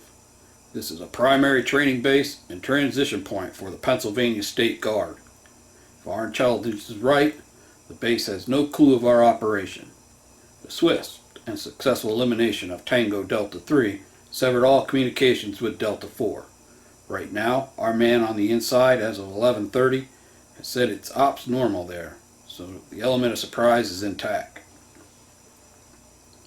A fake communique from General Ballard to the leadership at that base has him on his way back there in 2 weeks' time. I want a full battery inspection, conducted by 1500 hours. I want the firing solutions dialed in so we can be ready to once the order is given. Team leaders, need you to report any shortages, no later than 1700 hours. The ground forces will be arriving at this rally point at 1600 hours tomorrow afternoon.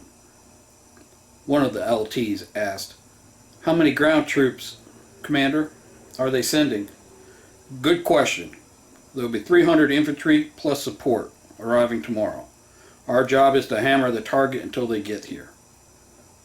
Then move on the objective and clean it up. Any other questions?" There was a pause. Then Stroke called out, "There are no further questions. You are dismissed." There were 8 M198 batteries arranged in the large field. Crews did final checks and dialed in coordinates.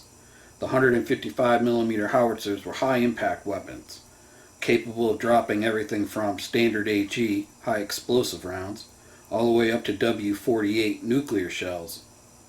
The rounds on the menu for this operation were 4 batteries with HE and 4 with DPI CM rounds. These were nasty rounds. They would drop 88 bomblets above the target area. Each bomblet was a shaped charge capable of penetrating 2 inches of solid steel and a fragmentation casing, which was devastating against ground forces. Steve rounded up the drivers. It was time to get moving. If everything was right, they had another hour and a half, maybe 2 hours of driving. He would only have maybe an hour before dark to find the cache and read the instructions. A small convoy made it to a T intersection.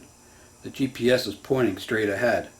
There was a large field, what looked like a cattle shelter or hay barn far in the back of the field, with an overgrown road leading in.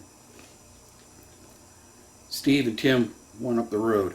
He had the other 2 vehicles stay back, in case there was trouble. Once there, Steve assessed the area. It appeared this place was long abandoned.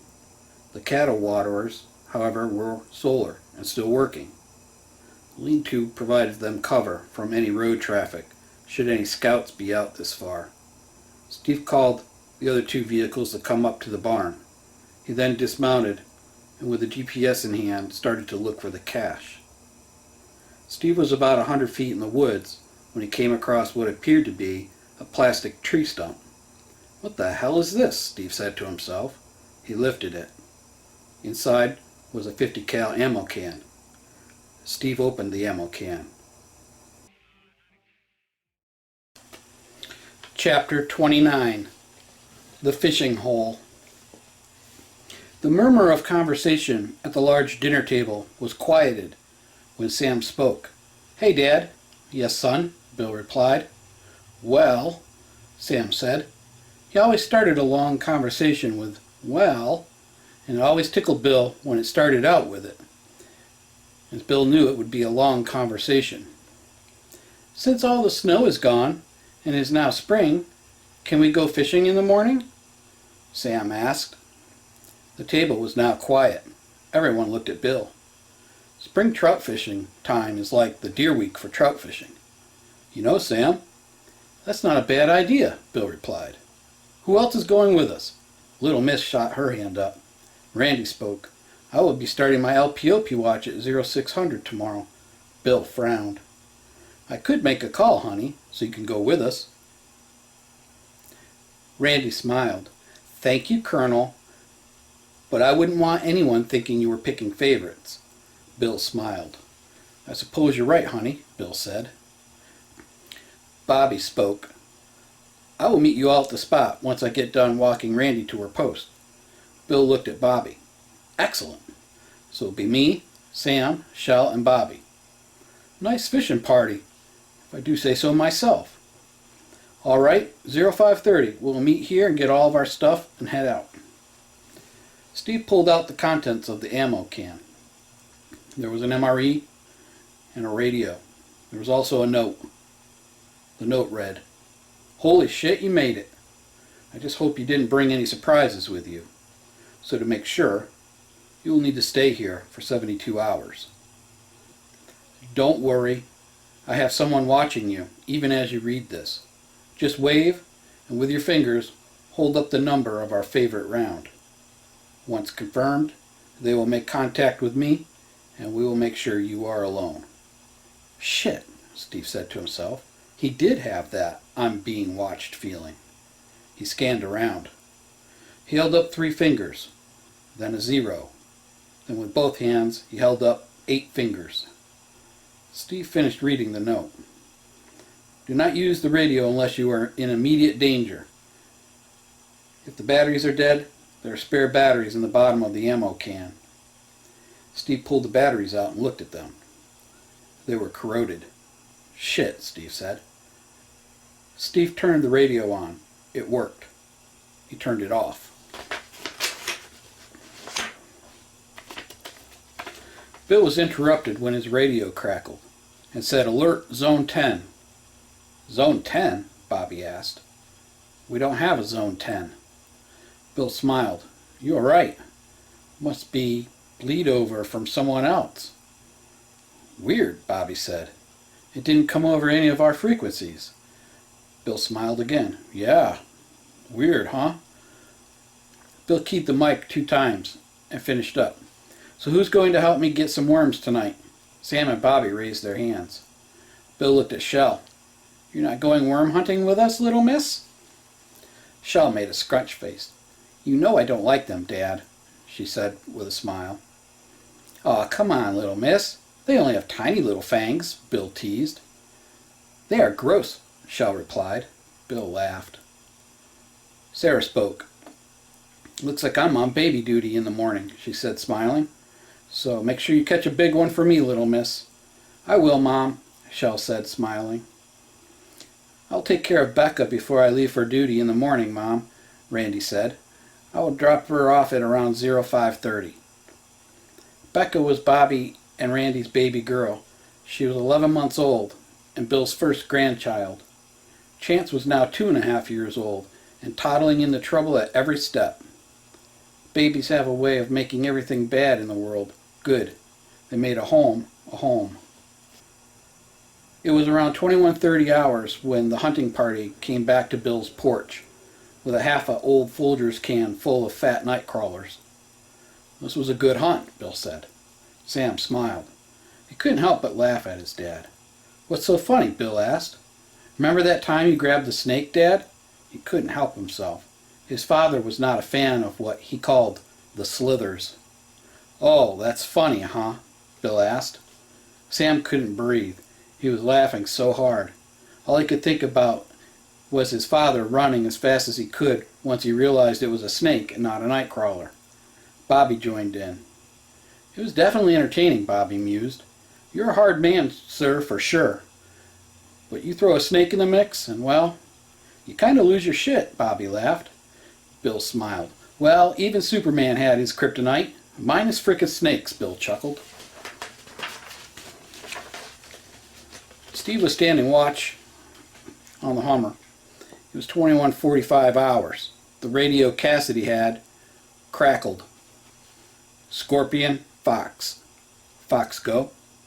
Green, 0630. Copy. Will rally at your location once complete. Fox out.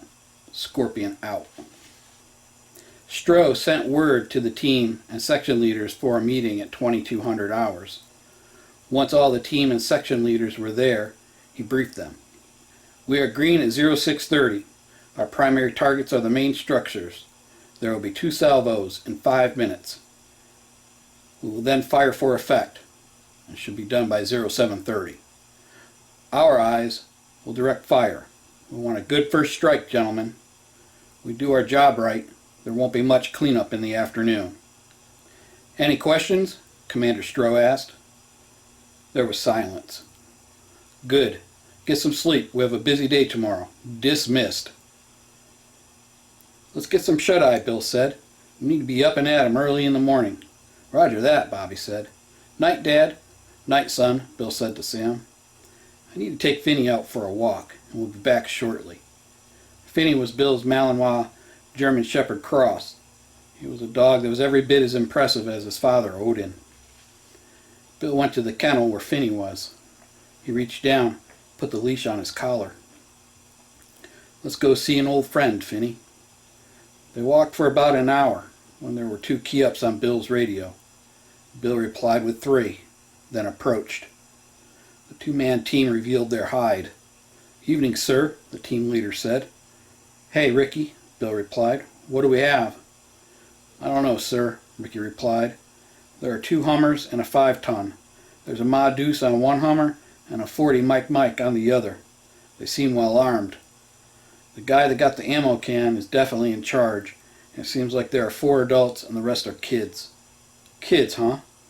"Yeah, that would be him. Which Hummer is he in?" Bill asked. "The one right up there near the woods," Ricky replied. "Any sign of Klingons?" Bill asked Ricky. "Nothing yet. He seems clean."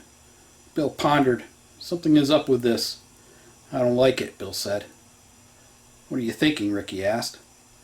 Bill told Ricky all the treasures he had left to help Steve find his way. The Hummers belong to someone, and those kids belong to someone. So if he has them all with him, that means he ran into some shit on the way here. "I really want to go down there and talk to him," Bill said.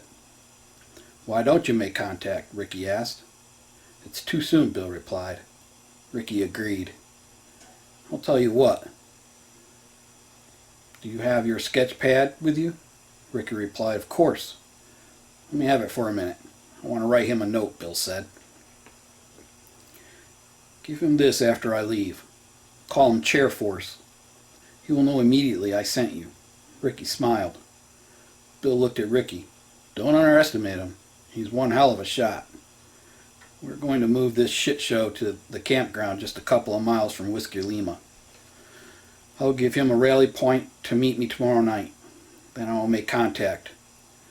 I will make sure the LPOPs do not call it in. Randy will be on watch tomorrow morning." "Roger that," Ricky replied. Bill looked at Ricky. "You packed and ready to move out?" Ricky looked at Bill. "Yes, sir. The team has been briefed. We'll roll out with you and the other team in 2 mornings. "Good," Bill replied. Ricky spoke to Bill. "Max offered to pay me in precious metals to stay on with him." "Yeah, I figured that would come after the talk we had this morning," Bill said. "He doesn't get it. He wants total control of the camp," Bill finished.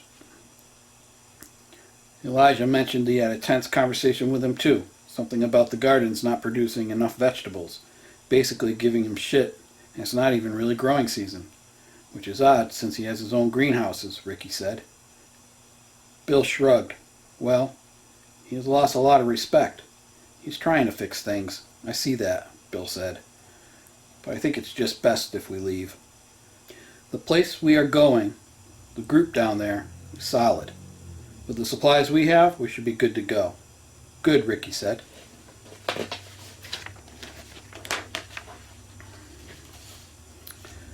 "I need to get General Ballard on the radio tomorrow morning after we get back from fishing. Freedom has missed 2 check-ins, which is odd. So I'll find out what's going on. Maybe it's just interference, or something happened to their radio. I plan on trying him on the backup channels." "Roger that," Ricky said. "I need to get back. Wait till I'm gone to make contact." "Will do," Ricky replied. Ricky eased up to the back of the Hummer that Steve was in. "Hey, Chair Force." Steve spun around. "Who the fuck are you?" "Easy, brother. Bill sent me. He wanted me to give you this note." Steve took the note and read it. Steve looked at Ricky. "He is leaving here?" "Yeah, bro," Ricky replied.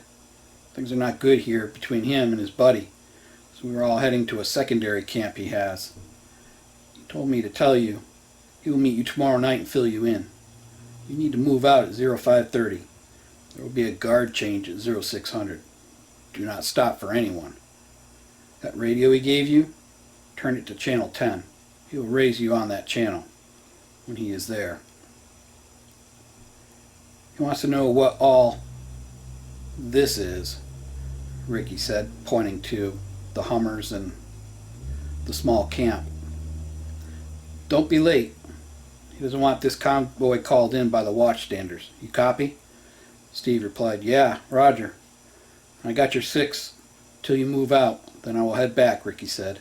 Copy that, Steve replied. Ricky left and seemed to vanish when he entered the woods. Steve rounded up Wendy, Tina, and Tim. Look, guys, we have a slight change of plans. We're going to need to move out early in the morning. We have to pass a place no later than 0600, so we can get to the next rally point, Steve said. Wendy and Tina protested. We got to get everyone fed before we leave. Steve shook his head. No, not this time. We'll feed everyone once we get to where we're going. It's only 8 or 9 miles up the road.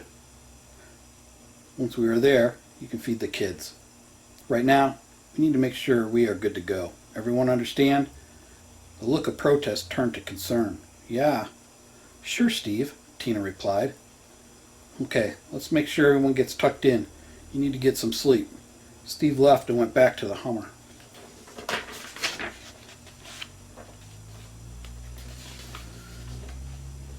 Zero 0530. Randy? Yeah, Dad, Randy replied. Let me talk to you before you head out. Bill stood on the porch.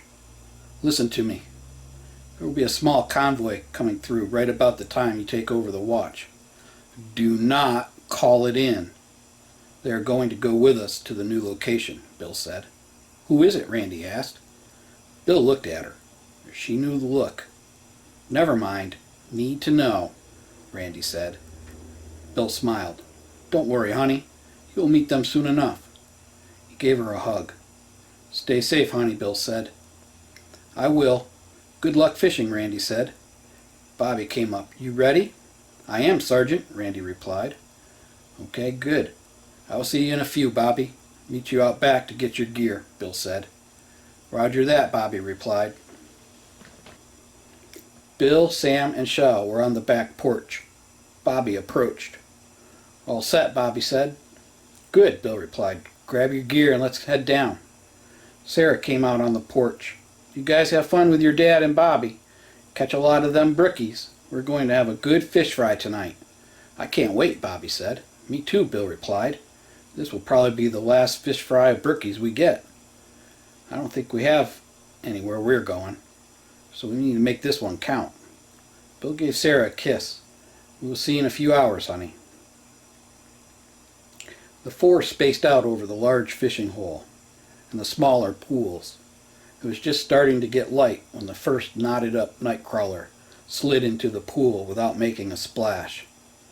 Dang, buddy, Bill said. If that was a diver, that would have been a 10. It wasn't long after the cast when Sam set the hook on a nice brownie. I got one, Dad, Sam said. Then Little Miss hooked into a nice brookie. Whoa, we got 2 going, Bill said. It was like every fishing trip they ever went on. Between Little Miss and Sam, Bill hardly ever got to toss a line in. Bobby was reeling in another brookie. That's 3 for me, Bobby said. Bill pulled a wiggling nightcrawler out of the can. He offered it to Shell. She scrunched her face, shaking her head no. Bill laughed and knotted it on her hook. There you go, Little Miss, you're all set. She smiled and said, Thanks, Dad. Finally, Bill got to toss a line in the water. He was fishing a smaller pool. As the worm floated over the small waterfall and into the bubbling water, boom, a hit. Bill set the hook. It felt like a nice one. He savored the moment. Got one, Bill said, as he reeled the fish in. Ricky watched as the convoy was just out of sight. He headed back through the woods with his partner. Steve was in the lead. It was 0600 when they passed the gated driveway, fortified with sandbags and concertina wire. 3 more miles to go, he said to himself. The sun started to peek over the mountaintop. As they came up on a faded and dilapidated brown sign with yellow letters and an arrow that said campground. Tim turned down the now broken and rough paved road. They came to a place that had some small cabins and outhouses. This must be it, Steve said. Steve and Tim cleared the cabins. Of the 4 cabins, only 2 were good. The others had holes in the roof and signs that animals were in there. The two good ones seemed to be in good shape. General Stroh observed the artillery batteries from the command tent. He reached for the radio. "All teams, we are green. I repeat, we are green. Commence firing." Chapter 30. God will cut you down. Ricky just crested the hill when the first rounds roared through the air, detonating on impact. "No! No! No!" Ricky yelled as he started to run towards the rear gate. The serene quiet of the morning's fishing trip was interrupted by the arcing rounds roaring into their targets. "Incoming!" Bill yelled. He turned and looked back as the massive explosions leveled everything in their blast radius. Little Miss screamed, "Mom!" and started to run towards home. Bill grabbed her. I know, baby. I need you to listen to me. You need to go to the culvert and stay there. Sam, you go with her." Sam looked at his father. "I'm not going nowhere to hide, Dad." Bill could tell he was numb. Bobby looked at Bill. "Who did this to us? My baby girl is gone. Who the fuck did this to us?" Bobby looked deep into Bill's eyes. Bill grabbed him. "You fucking listen to me right now. We need to get out of here. If we go back there, we are just as dead." Ricky and Zach, his partner, came running up. "What the fuck is happening?" Bill looked at them. "I do not fucking know, but we are going to find out." The second salvo roared in, the bomblets just annihilating everything under them. "We need to move, now. We need to get to LPOP-2 and see if Randy is still alive." "On me," Bill ordered. They grabbed their weapons and followed Bill down the creek bed. They came up on LPOP-2. All they could hear was screaming, sobbing, deep screaming. Bill entered the LPOP. He grabbed Miranda and shook her. Bill yelled, "Miranda, get your shit and come with me, now. We are going to the camp and meeting up with my friend." "My baby, Daddy, my baby." Bill grabbed her. He looked deep into her eyes. "I know, Mom, Chance, and baby Becca. We will make whomever these fuckers are pay for this. But right now, I need you here with me and the rest of your family. Do you fucking copy?" "Yes, sir," Randy replied. Cassidy's radio crackled. Steve pulled it to his ear. "Scorpion, Fox. Fire for effect. All primary targets are down. Nice shooting. Fox." "Scorpion, roger, copy." More rounds came in and pummeled Camp Whiskey Lima. Bill looked at Ricky. "Was there anyone that followed Steve?" "No, sir. He was clean," Ricky replied. "Fuck," Bill said. "Okay, everyone, bring your radios in." Bill entered in the Zone 10 frequency into Randy and Bobby's radio. "We'll stay on this channel." Bill looked at Ricky. "You have my rifle with you?" Bill asked. "Yes, sir. Just cleaned it this morning before I left Overwatch," Ricky replied. "Good. How much ammo do you have with you?" Bill asked. 100 rounds, Ricky replied. "That will have to work," Bill said. Bill spoke. "Listen up. We need to double time it to the campground. All of us. Listen to me, kids. Whoever did this to us will pay. They will pay for Mom, Chance, and baby Becca. But if we do not survive, we are no good to anyone. Copy?" Bill said. The group replied, "Copy." "We need to get a vantage point and see what's going on. I need to check on Max and his family," Bill said. "Moving," Bill ordered. The group started at a light jog. With the gear, they would run, then walk, then run again, and repeat this. "What's going on, Steve?" Wendy and Tina asked. "I don't know," Steve said. "Wherever it is, someone is getting their ass kicked. Hard. We'll stay here. Seems like the fighting is back where we came from." "I keep hearing some cryptic radio traffic between someone named Scorpion and Fox, but there's no real information," Steve said. "Man, I hope it wasn't Bill's camp that got hit," Steve said to himself.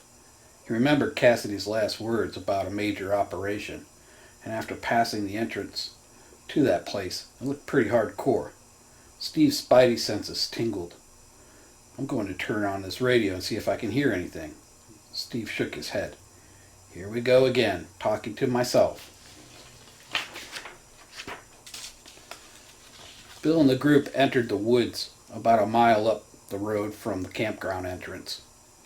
We need to be smart about this, Bill said. We need to make sure there are no more surprises waiting for us. Ricky, Zach, take point 100 yards ahead. The rest of you, ranger file, Bill said. The rest of the group spread out in formation. Another hour and a half, Ricky keyed up. Papa X-ray 3, Papa X-ray 1. They are clean. Roger that, Papa X-ray 1 out. Steve perked up. That was Bill's voice. He was talking to the guy from last night. Steve keyed up the radio. Papa X-ray 1, good to hear you, boss man. Bill replied, Roger that, brother. We are coming in. Do not shoot us. The group entered the big field where Steve met them halfway. Bill looked at Steve. We got hit hard. I lost everything. My wife, a son, and my granddaughter. Randy started crying. Bobby held her. If we weren't on an impromptu fishing trip this morning, we all would have been killed, Bill said. I think I know who did this, Steve said. We need to go have a chat. Bill looked at Steve. Well, there's no time like the present. What do you know? Bill asked. Steve told Bill what happened at Camp Freedom. He told him about the killing on the dirt road, the mortar team, and the hunting lodge. He also told him about Cassidy and the big operation. He handed Bill Cassidy's radio and told him about the 2 cryptic transmissions on it. Bill looked at the radio. He looked at Ricky and Bobby. This is a crypto radio the military uses. All we would have heard at the comm station was static on an active frequency, Bill said. He looked at Steve. When was the last transmission? Bill asked. Steve replied, about 20 minutes ago. It sounded like the person whose call sign is Scorpion was directing artillery fire. The person who is Fox was delivering the ordnance. Bill looked at his team. Guys, this is Steve. This is the guy I've told all of you about. Steve, this is Ricky and Bobby, 2 of my top team leaders. This is my daughter, Randy. Steve looked at Randy. Wow, the last time I saw you, you were just a teenager. I'm so sorry, ma'am, for your loss. To all of you, I'm so sorry for your losses, Steve said sadly. You know Sam and Shell. Hi, Steve, Sam said. Steve smiled at Sam. Bill looked at Steve. Steve knew this look. Before Bill could speak, what do you want to do, boss man? Steve asked. Steve had seen this man handle some of the worst case scenarios. He knew his boss was tore up inside with grief, but he would never let any of them see it. Right now all he needed was people that would listen and follow orders, and that was exactly what Steve was going to do. What do you have in these trucks? Bill asked. Steve replied, I have a 40 millimeter with roughly 250 rounds of HE, the 50 cal with 2200 rounds, a saw with another 3,000 rounds, and an odd bit of 5.56 for the AR M4s. Not much in the way of pistol ammo, Steve replied. Okay, this is a good start, Bill said. Bill was getting ready to speak when Cassie's radio crackled. Fox, Scorpion, go Fox. Sit rep. Scorpion, Fox. All Hotel Victor targets are KIA. Ricky looked at Bill, as did Bobby. The look on Bill's face was that kind of contorted, pissed off. Bill remained silent. Damage assessment is as follows. All primary and secondary targets are destroyed. We will need to utilize the cleanup team for body removal and disposal. It appears most were sleeping when the attack commenced. We have 1 watchstander MIA, presumed wounded or dead. Standing by for 1600 rendezvous. How copy? Fox copy. Fox out. Scorpion out. All this time, Bill said. Damn it! Damn it to hell! Bill was furious. Steve looked at Bill. Insider threat, boss? Yep. I should have seen it coming, too. This is as much my fault as it is anyone else's. Bill paused. Son of a bitch! Well, time to put a rabid dog down, Bill said, gritting his teeth.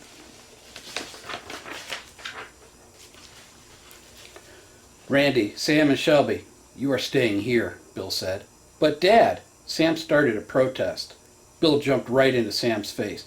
Boy, you utter any other word other than yes, sir, and I will kick your ass right here, right now. Am I clear, son? Sam saw the look in his dad's eye. He knew this was not the time for trying to be a man. Yes, sir, Sam replied. Bill released his grip. He looked at his 3 kids. You 3 are going to stay here and guard this place. Steve is in charge. Me, Ricky, Bobby, and Zach are going to finish some business. We'll be back after dark. Am I clear?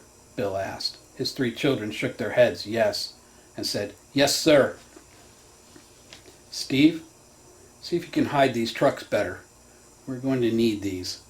How much fuel do you have? Steve looked at Bill.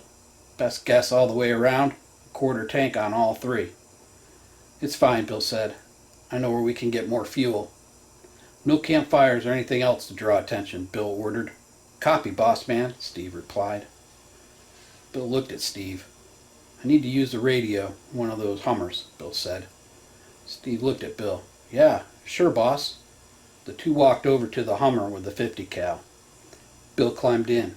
He pulled a small green pad from the cargo pocket on his pants and opened it up. He dialed in a frequency, pulled the radio handset out of the cradle and held it to his ear. He spoke slowly and clearly. CQ, CQ, CQ. This is Colonel Williams of the Pennsylvania State Guard. Break.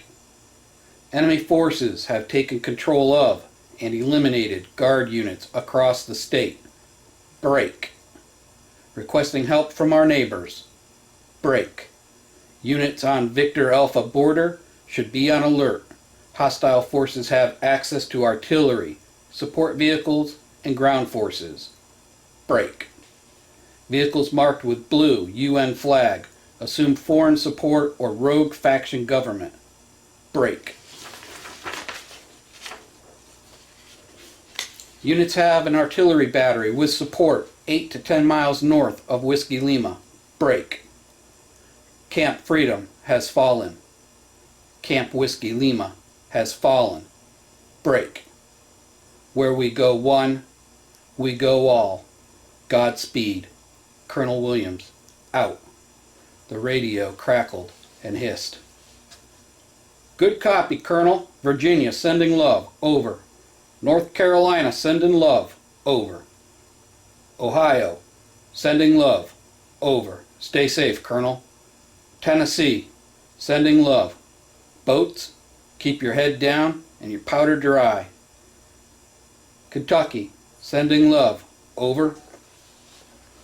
Bill looked at Steve. 5 states responded. More probably heard this. Let's just hope they can get here in time. Do you have my deer rifle with you? Bill asked. Steve looked down. Lost it, boss. Can't Freedom. No problem, Bill replied. We have one with us and 100 rounds of SMKs. Steve looked at Bill. What's the plan? We're going scorpion hunting. That is the plan, Bill said. By the way, I just initiated a war. Whomever these assholes are with the UN trucks are in for a very rude awakening. For the last year, states have worked hard to regain their sovereignty, rebuilding the states' governments. Pretty much each state is its own country now. Most have agreed to mutual defense pacts. So now, whomever these people are, they are considered enemy of the states. Steve nodded. Bill looked at Steve. Right now, though, I have to deal with an inside threat, Bill said.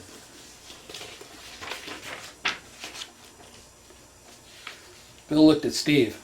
I need you to make sure my stubborn kids stay here. Keep them busy and make sure you personally keep an eye on them. I don't need any more grief today. Understand? Bill asked. Roger that, boss, Steve said. Bill stopped. He turned around. Come here, man. He held out his hand. pulled Steve in. "I'm proud of you, brother. I have missed you for a long time, and I cannot even tell you how glad I am to see you. We have a lot of catching up to do." "Damn it, kid, I've missed you," Bill said. "I've missed you too, boss man," Steve replied, fighting back tears. "I've kicked myself in the ass every day since the attacks for not sticking with you. Now, I'm afraid you will never get rid of me." Bill looked at Steve. "I don't think that I have a problem with that," Bill said. Bill managed a weak smile. Bill rounded up Ricky, Zach, and Bobby. "You boys ready?" "Hell yeah," they all responded. "Good," Bill replied. "I just put the word out to the other state guards. They are sending love. Our focus is to assess and eliminate. Let me see my baby, Ricky." Ricky handed Bill the Cadix precision rifle. Bill had built this gun with nothing but the finest components. Sub-MOA at 1,000 yards, 800 yards with the Silence Co. suppressor. "Hand me that can," Bill said. Ricky dug around in his pack and produced the thermal wrap suppressor. Bill screwed it on the barrel. Bill handed Ricky his M4. It was topped with a 4-power ACOG. Zach had a DM-built AR topped with a Nightforce 16-power scope and an Atlas bipod. Bill looked at the team. "Once we see who is left, no survivors. Understood?" They all nodded.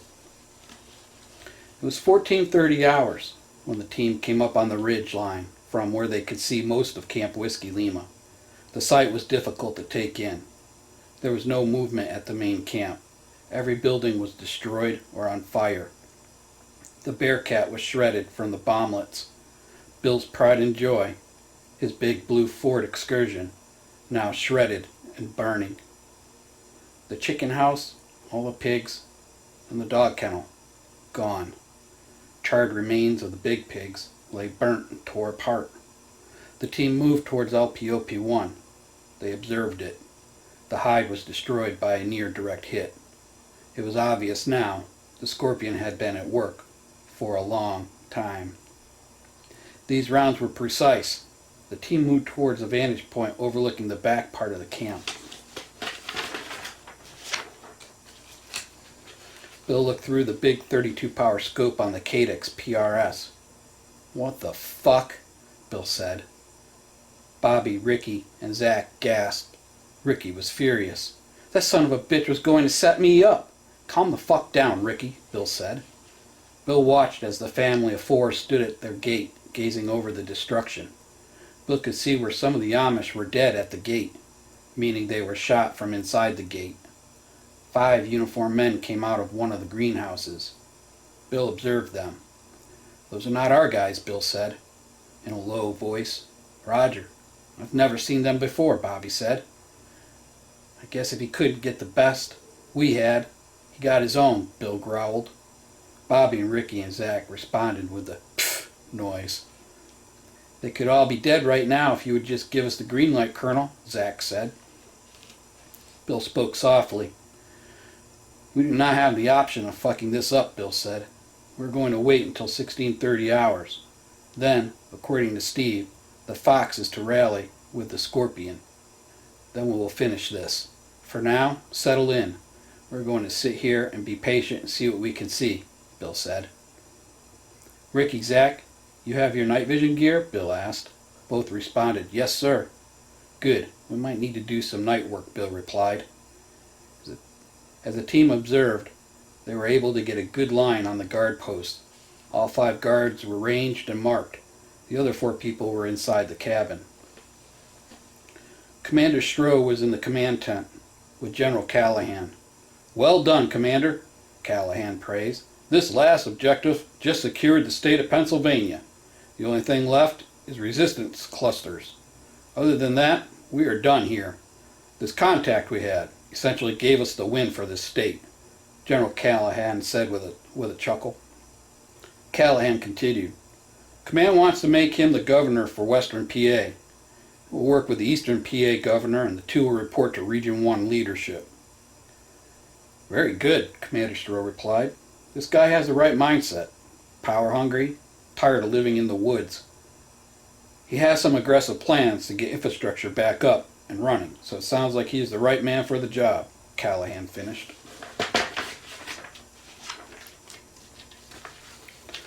I just hope he has the nerve to do the dirty work we will need him to do, Commander Stroh replied. Well, if he doesn't, he won't be governor long, will he? Both men laughed. 1630 hours we'll get to meet this guy. From his last check-in, the only thing that was left was the wounded and dying. I guess the 5-man team we sent him to secure his area killed a bunch of wounded trying to get into his compound, Stroh said. Good. Let's get going, General Callahan replied. It was 15:55 hours when Bobby whispered, "What's that noise?" There was a distant roar, and it was getting louder and louder.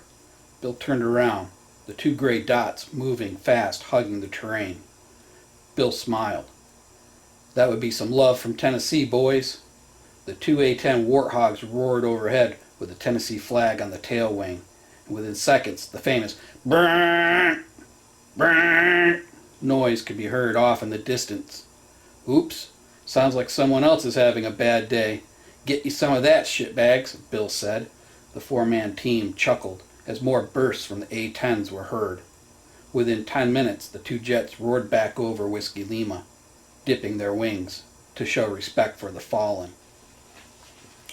The 300 men and woman contingent was setting up camp when over the top of the mountain 2 A-10 Warthogs started their strafing runs, the 30mm Avenger rotary cannons spewing their hate. 4 passes, and it was game over for this contingent. However, Stroh and Callahan would not be among the dead. They were on their way to meet the man known as Scorpion. They had 3 Hummers in a small convoy with a 6-man security detail. The lead Hummer pulled into the main gate of Camp Whiskey Lima. Hot damn, what a mess, General Callahan said. They slowly made their way back to the rear gate. Commander Stroh keyed up his radio. Box, Scorpion, we are here. Open your gate. Scorpion, copy, heading out. To open it now. Bill whispered, Okay, here we go. Ricky, you're on any leadership. Just take them out. Zach, Bobby, you take out the guards and any security detail. I will take out the trash, Bill ordered. The lead Humvee drove over the dead bodies at the gate and pulled into the yard and stopped. Callahan and Stroh dismounted once a security perimeter was established. So we finally get to meet, Stroh said, holding out his hand for a shake. This is General Callahan. Good to meet you, the general said, holding his hand out for a shake. Wait. 3, 2, 1. Send it, Bill said in a hushed whisper. Callahan never felt the 5.56 round hit him, popping his eyeballs out as he shook the Scorpion's hand. Stroh toppled over with a hole in the fatal T-box. The security detail was down within seconds, as the 5 guards were rushing to cover, being picked off one by one. Max turned to run when both his legs ceased to move. Agonizing pain flooded his brain. You just wait right fucking there, Max, Bill said in a guttural voice. Stacy and Max's 2 kids came out on the porch. She ran to her husband, and like him, she too fell to the ground, unable to move her legs. The 2 kids ran up to help their parents. Bill looked at them through the scope. They were innocent. They did not cause this. Bill felt the blood pulsating through the pad of his trigger finger. An eye for an eye, they say, Bill said to himself. Max and Stacy screamed at their children. Run! Run now! They kept screaming at them. Then yelled, No! No! Screaming and crying, Max pounding his fist in the dirt as he dragged his body to Stacy. The shadows of 4 figures appeared on the ground. The Singar's handheld landed next to Max's head. Sooner or later, God would have cut you down. I hope you're right with the Lord, Max. I can explain, Max cried. You killed innocent men, women, and children. You killed my wife, my baby son, and my only granddaughter. I just want to know, what was the price, Max? What was exchanged for their lives? Bill asked in a guttural voice.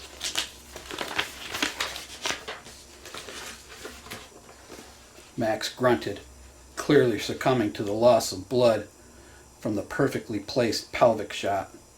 I was going to be the governor, of West PA. The sound of the action clinked from the suppressed AR. Bill looked at Stacy. She looked in horror at her husband, her dead kids. You knew all along what he was doing, and you never once said a word, Bill said. She begged Bill. Bill ended her misery. There was barking and whining coming from one of the greenhouses. Bill and the team entered. The kennel had been constructed, and Anka and Finney were both inside it. Both wagged their tails when Bill opened the gate. He even tried to take my dog, Bill said. Let's head back to camp. We'll come back in the morning and start the burial process, Bill said. We'll take these Hummers with us. When we are done in the morning, we'll take all the supplies we can from here and fuel up all the vehicles. Then we'll head to Tennessee, Bill said. Roger that, the team replied.